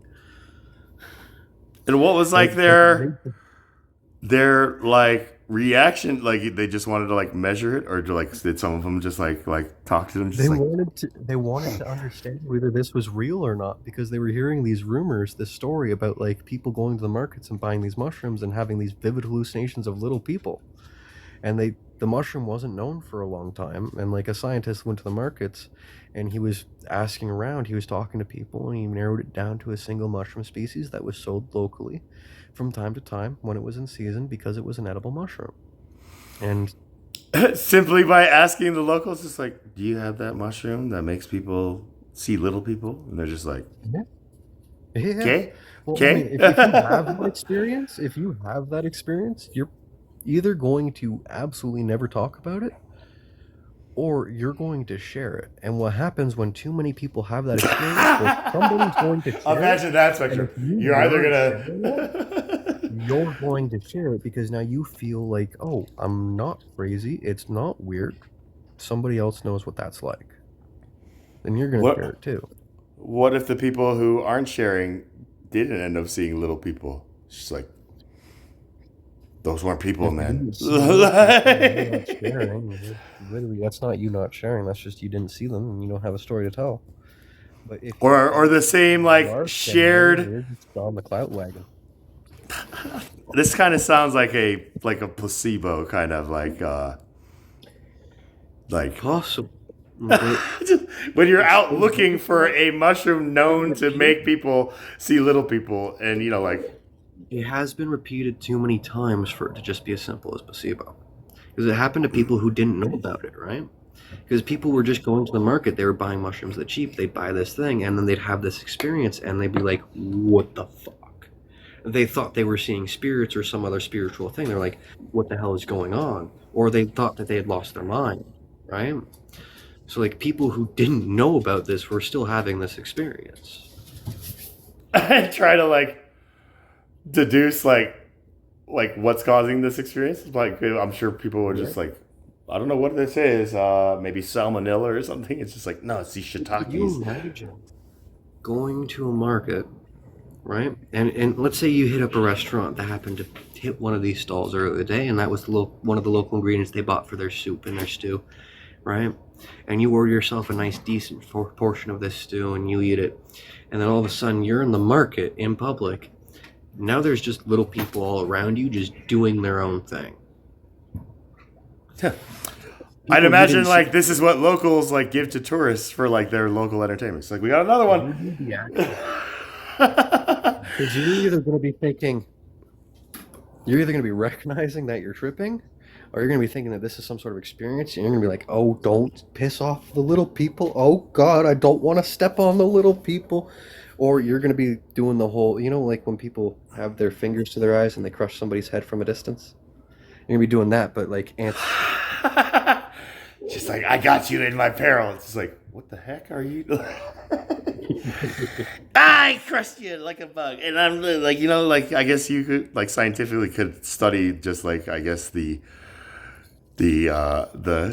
psyche of just like one of these like manipulated minds, where it's just like, why does some want to measure them and others just ants. Same reason as the Stanford prison experiments, I think. I mean, you know, like, I guess you have to test it on like rats and like monkeys to see what like maybe they do. You know, like, do they start like trying to eat them? Stanford prison experiments, right? But I mean, like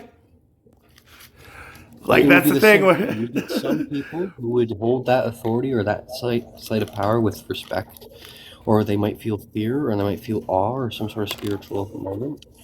And then you get other people who are like, "Aha, power fantasy." People are different, right? They react differently to stimuli, and it's normally based off of how they were raised, how they were educated, and the values they chose for themselves. not for like the values that were put in place for them to even choose for themselves or not, right? Like, imagine just like that is all you know, and you know, like, it's almost like being born Amish, and then the thing about the Amish is just like they make like the children at like 16 or 18 like go out into the modern world, live that lifestyle, and then make a choice if they want to come back Amish or if they want to go modern. Like, have you seen like those shows? I think that's a really great thing to do because you've raised them in your environment, you taught them what you wanted to teach them, but now you're giving them the chance and freedom to learn for themselves and to make their own choice.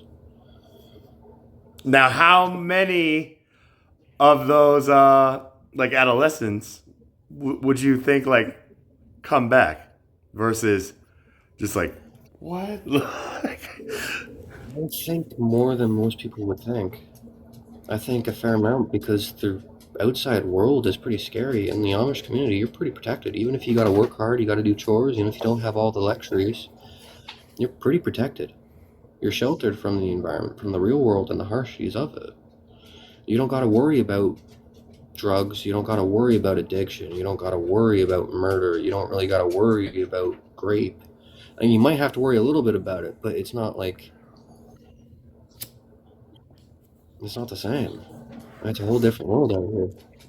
So you begin to gain like a greater appreciation for just kind of like that sheltered kind of. Totally that the people who don't and decide to take on like the real world and its challenges, they're just as strong and they're just as right. Because they're just humans looking for their own path and what works for them, right? What they want and what they value and what they like and what they need. I think there's a new show where now it's like the opposite, where more people from like the modern like cities are going Amish because I don't know, like Yeah. they need that drastic of a change, or they want to be TV stars, but The electronic capitalist world is a very, very chaotic and terrifying one at times. well, that's like the irony of it. Now that I think about it, it's just like what kind of like true Amish community is going to allow like a TV production like team come in and just like hook up camera? It's just like, do we just allow in like the demons, Seamus? You know, but I don't know. I mean, like I said, it's an old system that is fading out, and the new system where, unfortunately, I see it like being one where we all are now given like digital IDs that is going to keep each one of us accountable and like aware that we shouldn't hide. Huh? Social presence is already a digital ID that has to keep you accountable. I mean, if you don't keep yourself accountable, the internet does. It's literally what cancel culture is. It's people holding other people accountable based on their digital profile, their digital identification. Yeah, but the slippery slope currently is that that's not a digital ID. That's just a digital footprint, and that digital footprint can It's be very much a digital fabricated. ID, even if it's a footprint. Because you got to think about it this way: what do they tell you when you're hiring now, or when you're looking in the workplace? We're really looking for a job. They tell you, be careful what you post.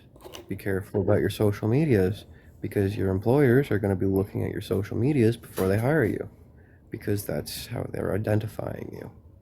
They're using it to identify you. That's quite literally an ID. It's an identification. Right.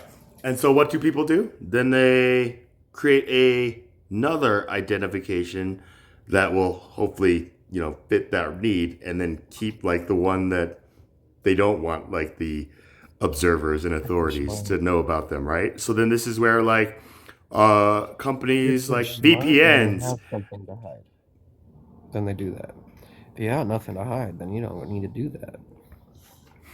Well, it's not even necessarily like having or not having something to hide, but then like the belief that my private life and my work life shouldn't collide type thing, right? Like these two worlds. If I'm a racist at my house or, like around my friends, what does that matter at my job at customer service at Starbucks? It's like, really? Just like It matters a lot, because if you're racist around your friends all the time and you're in customer service, what's stopping it from slipping out? All it takes is one bad day and you're now dropping the N-word at work. All it takes is one bad interaction and you're slipping into that friendship zone mindset. All it takes is one bad week, one bad day, one bad month. It becomes a gamble. But that's the thing, like, as human beings, like, we can have that grace for another human being, like Kramer, when, he, like, just... Not under capitalism, because capitalism is competitive. And it's not just competitive, it's a fucking casino. And the amount of chips you get to start with depends on how many chips your parents want. And there's so many different types of games, and they're all rigged against you. But when you have money, you have a better chance of winning. Why? Because you can spend money until you win. You can keep spending until you win. Or you can keep spending until you lose it all. Like, like it's... Absolutely. And that happens too. Because it's a casino. And the only person winning is the fucking mint. I mean, like, I don't know if you saw the documentary about like this. I don't know if he was Canadian, but he decided to take his entire life savings, which was like $60,000, and bet it on one hand of blackjack. Or no, yeah, or roulette. No, blackjack, or something like some crazy, just like the best odd game for players, and like his parents were just like, "Oh my god, have you thought about this?" He's like, I really have. Like I've made this much, so if I lose it, I can make it again. But if I get lucky, like I instantly, like doubled, so like he calculated the risks. And that was the thing where he ended up getting this whole documentary team to like capture this moment. And I think he ended up winning. Just There are tons of ways to win a casino and tons of ways to game a casino. I mean, counting cards is easy, you just can't get caught. They don't like it. It's not illegal, they just won't let it happen there. Yeah, but how does one like get caught for that? It's just like counting cards, man. It's just like I know I'm Asian, but just like It's just the moment they're suspicious of you, and they can kick you out, and they will, because they don't like you winning a lot of money. Because that means they're losing money. And it's the same with capitalism. Nobody wants anybody making a lot of money. Everybody wants people losing money. So the people who make money, they worked very, very hard, or they got very, very lucky and then worked hard with that luck to keep it. But the thing is, a lot of times you have a board of trustees when you have a lot of money, because it's not your money, it's invested in something and other people have say over it. You got to keep them happy, because if you don't keep them happy, then you start losing money. and that's where capitalism crumbles. The stock market, like the American dream for entrepreneurs, I would say, is to find some idea that is scalable and marketable to the point where you can sell it to like or have it publicly, like traded. That's difficult. Well, does America still have Radio Shack? As a joke, like yeah, Okay. Radio Shack, Circuit City, these are all like businesses that are now. Yeah, I haven't seen a Radio Shack. Now, Radio Shack and Circuit City, things like that, were great for entrepreneurs and inventors because they sold parts for cheap. But they don't exist anymore. So where do you buy parts for cheap? Where do you invent things for cheap? Well, you could go to the scrapyard, but generally you're not allowed to raid the scrapyard anymore. Even though, like, some of the greatest inventors, that's what they did. They used garbage, and then they repurposed that garbage because they couldn't necessarily afford stuff, but they were really good at making stuff. So they got garbage, and they made stuff, and then they got really good at making stuff, and then they were able to afford better stuff to make stuff from. Like Tesla, Edison, freaking Ford.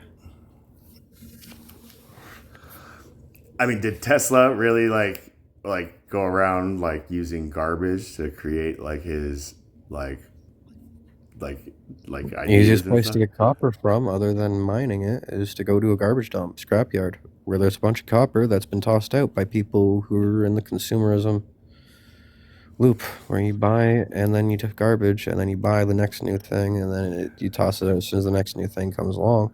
A lot of those things have great working components.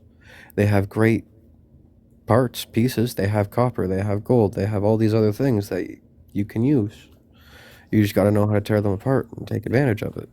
But you can't do that anymore because it affects capitalism. It affects the people who already have the monopolizations. If new people come in, it could push them out. If somebody disrupts the market, it could push them out. That's why it becomes so much harder. Like, take the fucking light bulb syndicate. Have you heard of the light bulb syndicate? Is it like the lawyer cult? Light bulb Well, no. syndicate. It's basically the big companies that are making, I forget which period of time this was, but they're big companies that are making light bulbs realize that they're competing with each other to make longer lasting light bulbs. And that's a problem. Because longer lasting light bulbs means less light bulbs bought. Because you buy it, and it lasts a couple years, and you don't need to buy another one.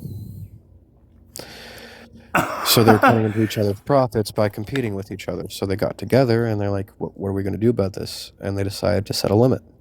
Light bulbs can only last for this long. They can only burn at this brightness. They can only use this much wattage. These are the limits. We can't make light bulbs better than this. Otherwise, it cuts into our profit margins. And they agreed not to make better light bulbs. They agreed to stop making better light bulbs so that way they could make max profit. And they had fines that they would set amongst this organization among other light bulb users or sellers. And if you sold light bulbs that exceeded their limitations, they would fine you for the profits that would be lost from such a thing. And they work together on that. So it doesn't exist anymore. It did Right, get like this sounds abolished like the Monopoly thing. Like you think it was just like it's the planned price gauging, obsolescence. price It's literally gauging. planned obsolescence. They were literally controlling the market and the merchandise through their monopoly by working together because they controlled the light bulbs. It was all of the light bulb companies working together, right? They controlled the product. So by working together, they formed a monopoly. And by forming a monopoly, they could do whatever the fuck they wanted. Nobody could stop them. They could push out any new fucking comer because they were the monopoly. They had the power. They sold the light bulbs. And if you wanted to sell light bulbs, you had to go through them. Or not exceed their set limits, right? Like it's just like, man, as long as people like whatever. But the moment some like Henry Ford or something comes in, it's just like, you know what? I can make a car like faster and cheaper, and like the things that he had to deal with the car like syndicate like in like Germany and Europe at that time, like I don't know if you know that history, Absolutely. but And people to this day still do it, but it is now so much harder because capitalism has intentionally made it so much harder. Because the people lobbying the politicians, the people paying for all the advertising, for all the performances, for all the everything, are the ones with the money. And people with the money, well, they like to make more money, so they're going to use their money to sway things so they can make more money. And it's easier for them to keep their money and make more money. well, it's not even necessarily about that though. Like I don't know if you've ever heard of the company Crocs. Like they make like the like shoes, like the slippers that a lot of like service industry people, like the shoes with like the holes in them and stuff like that. They're made of Yes, like my rubber. sister was addicted to them for a bit. Right. They were like huge, right? Like everybody got a pair. But did you hear why that company went under? Is because their product was too good. Like once you buy one pair of Crocs, they last you forever. And therefore, they realize they have to make them like less, like quality. And so therefore like they had to They came out with like other tactics too. One of their other tactics was just so many varieties. Like that's what hooked my sister. There's so many different types of Crocs on the Crocs website, and they're constantly updating and selling out. Right? They're limited. They're limited colors, time. different colors colors. and Yeah, I yeah, mean, just different brands. I have a pair that I got because of her because she was buying everybody Crocs for a bit, and they're Harry Potter. So now you get into licensing. See, that's how you Right? that's how you expand the brand. Just I mean, I don't know. Like, invention is what? Like the whatever the saying is, but I don't know if you know like the history between like charcoal here in America, like for barbecues and stuff like that, like how that came into be like the industry. Like just Henry Ford just loved camping, like to get away from like his factory life. And he had Kingsford, like his best buddy who would go camping with him. And Henry was just like complaining about just like all the sawdust waste that his factories like were like piling up that, like he just didn't know what to do with them. And then together they just like created charcoal, like briquettes. And Henry Ford just allowed his friend Kingsford, just like, you you put your name on this, because if this fails, I don't want to jeopardize like the Ford name. And Kingsford's just like, sure, you know, he's just like a Yeah, patsy.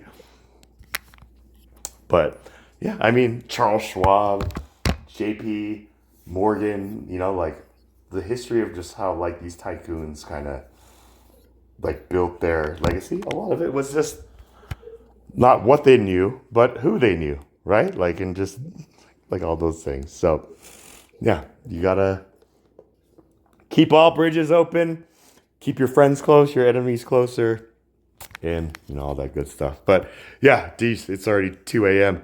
But yeah, to know, just love you, brother. Just always appreciate the time, and yeah, we'll see what happens going forward. But yeah, I don't know. Just keep thinking of how to do good and be that light for the world, if that makes sense. That's more of a closing out message. But yeah, just remain blessed, stay in the light, and yeah, just stay positive. But yeah, what time is it over there? Oh, it's 4 a.m. Crikey, geez, yeah. Get some rest, brother, and thank you for just being my life support and preserver tonight. Thank you for having me today. It's Love always ya. a pleasure talking to you, Charlie. Always, yeah. I really do appreciate that. So, yeah, keep that memory in mind of me next time you see this face. Yeah. Yeah, well, Be well.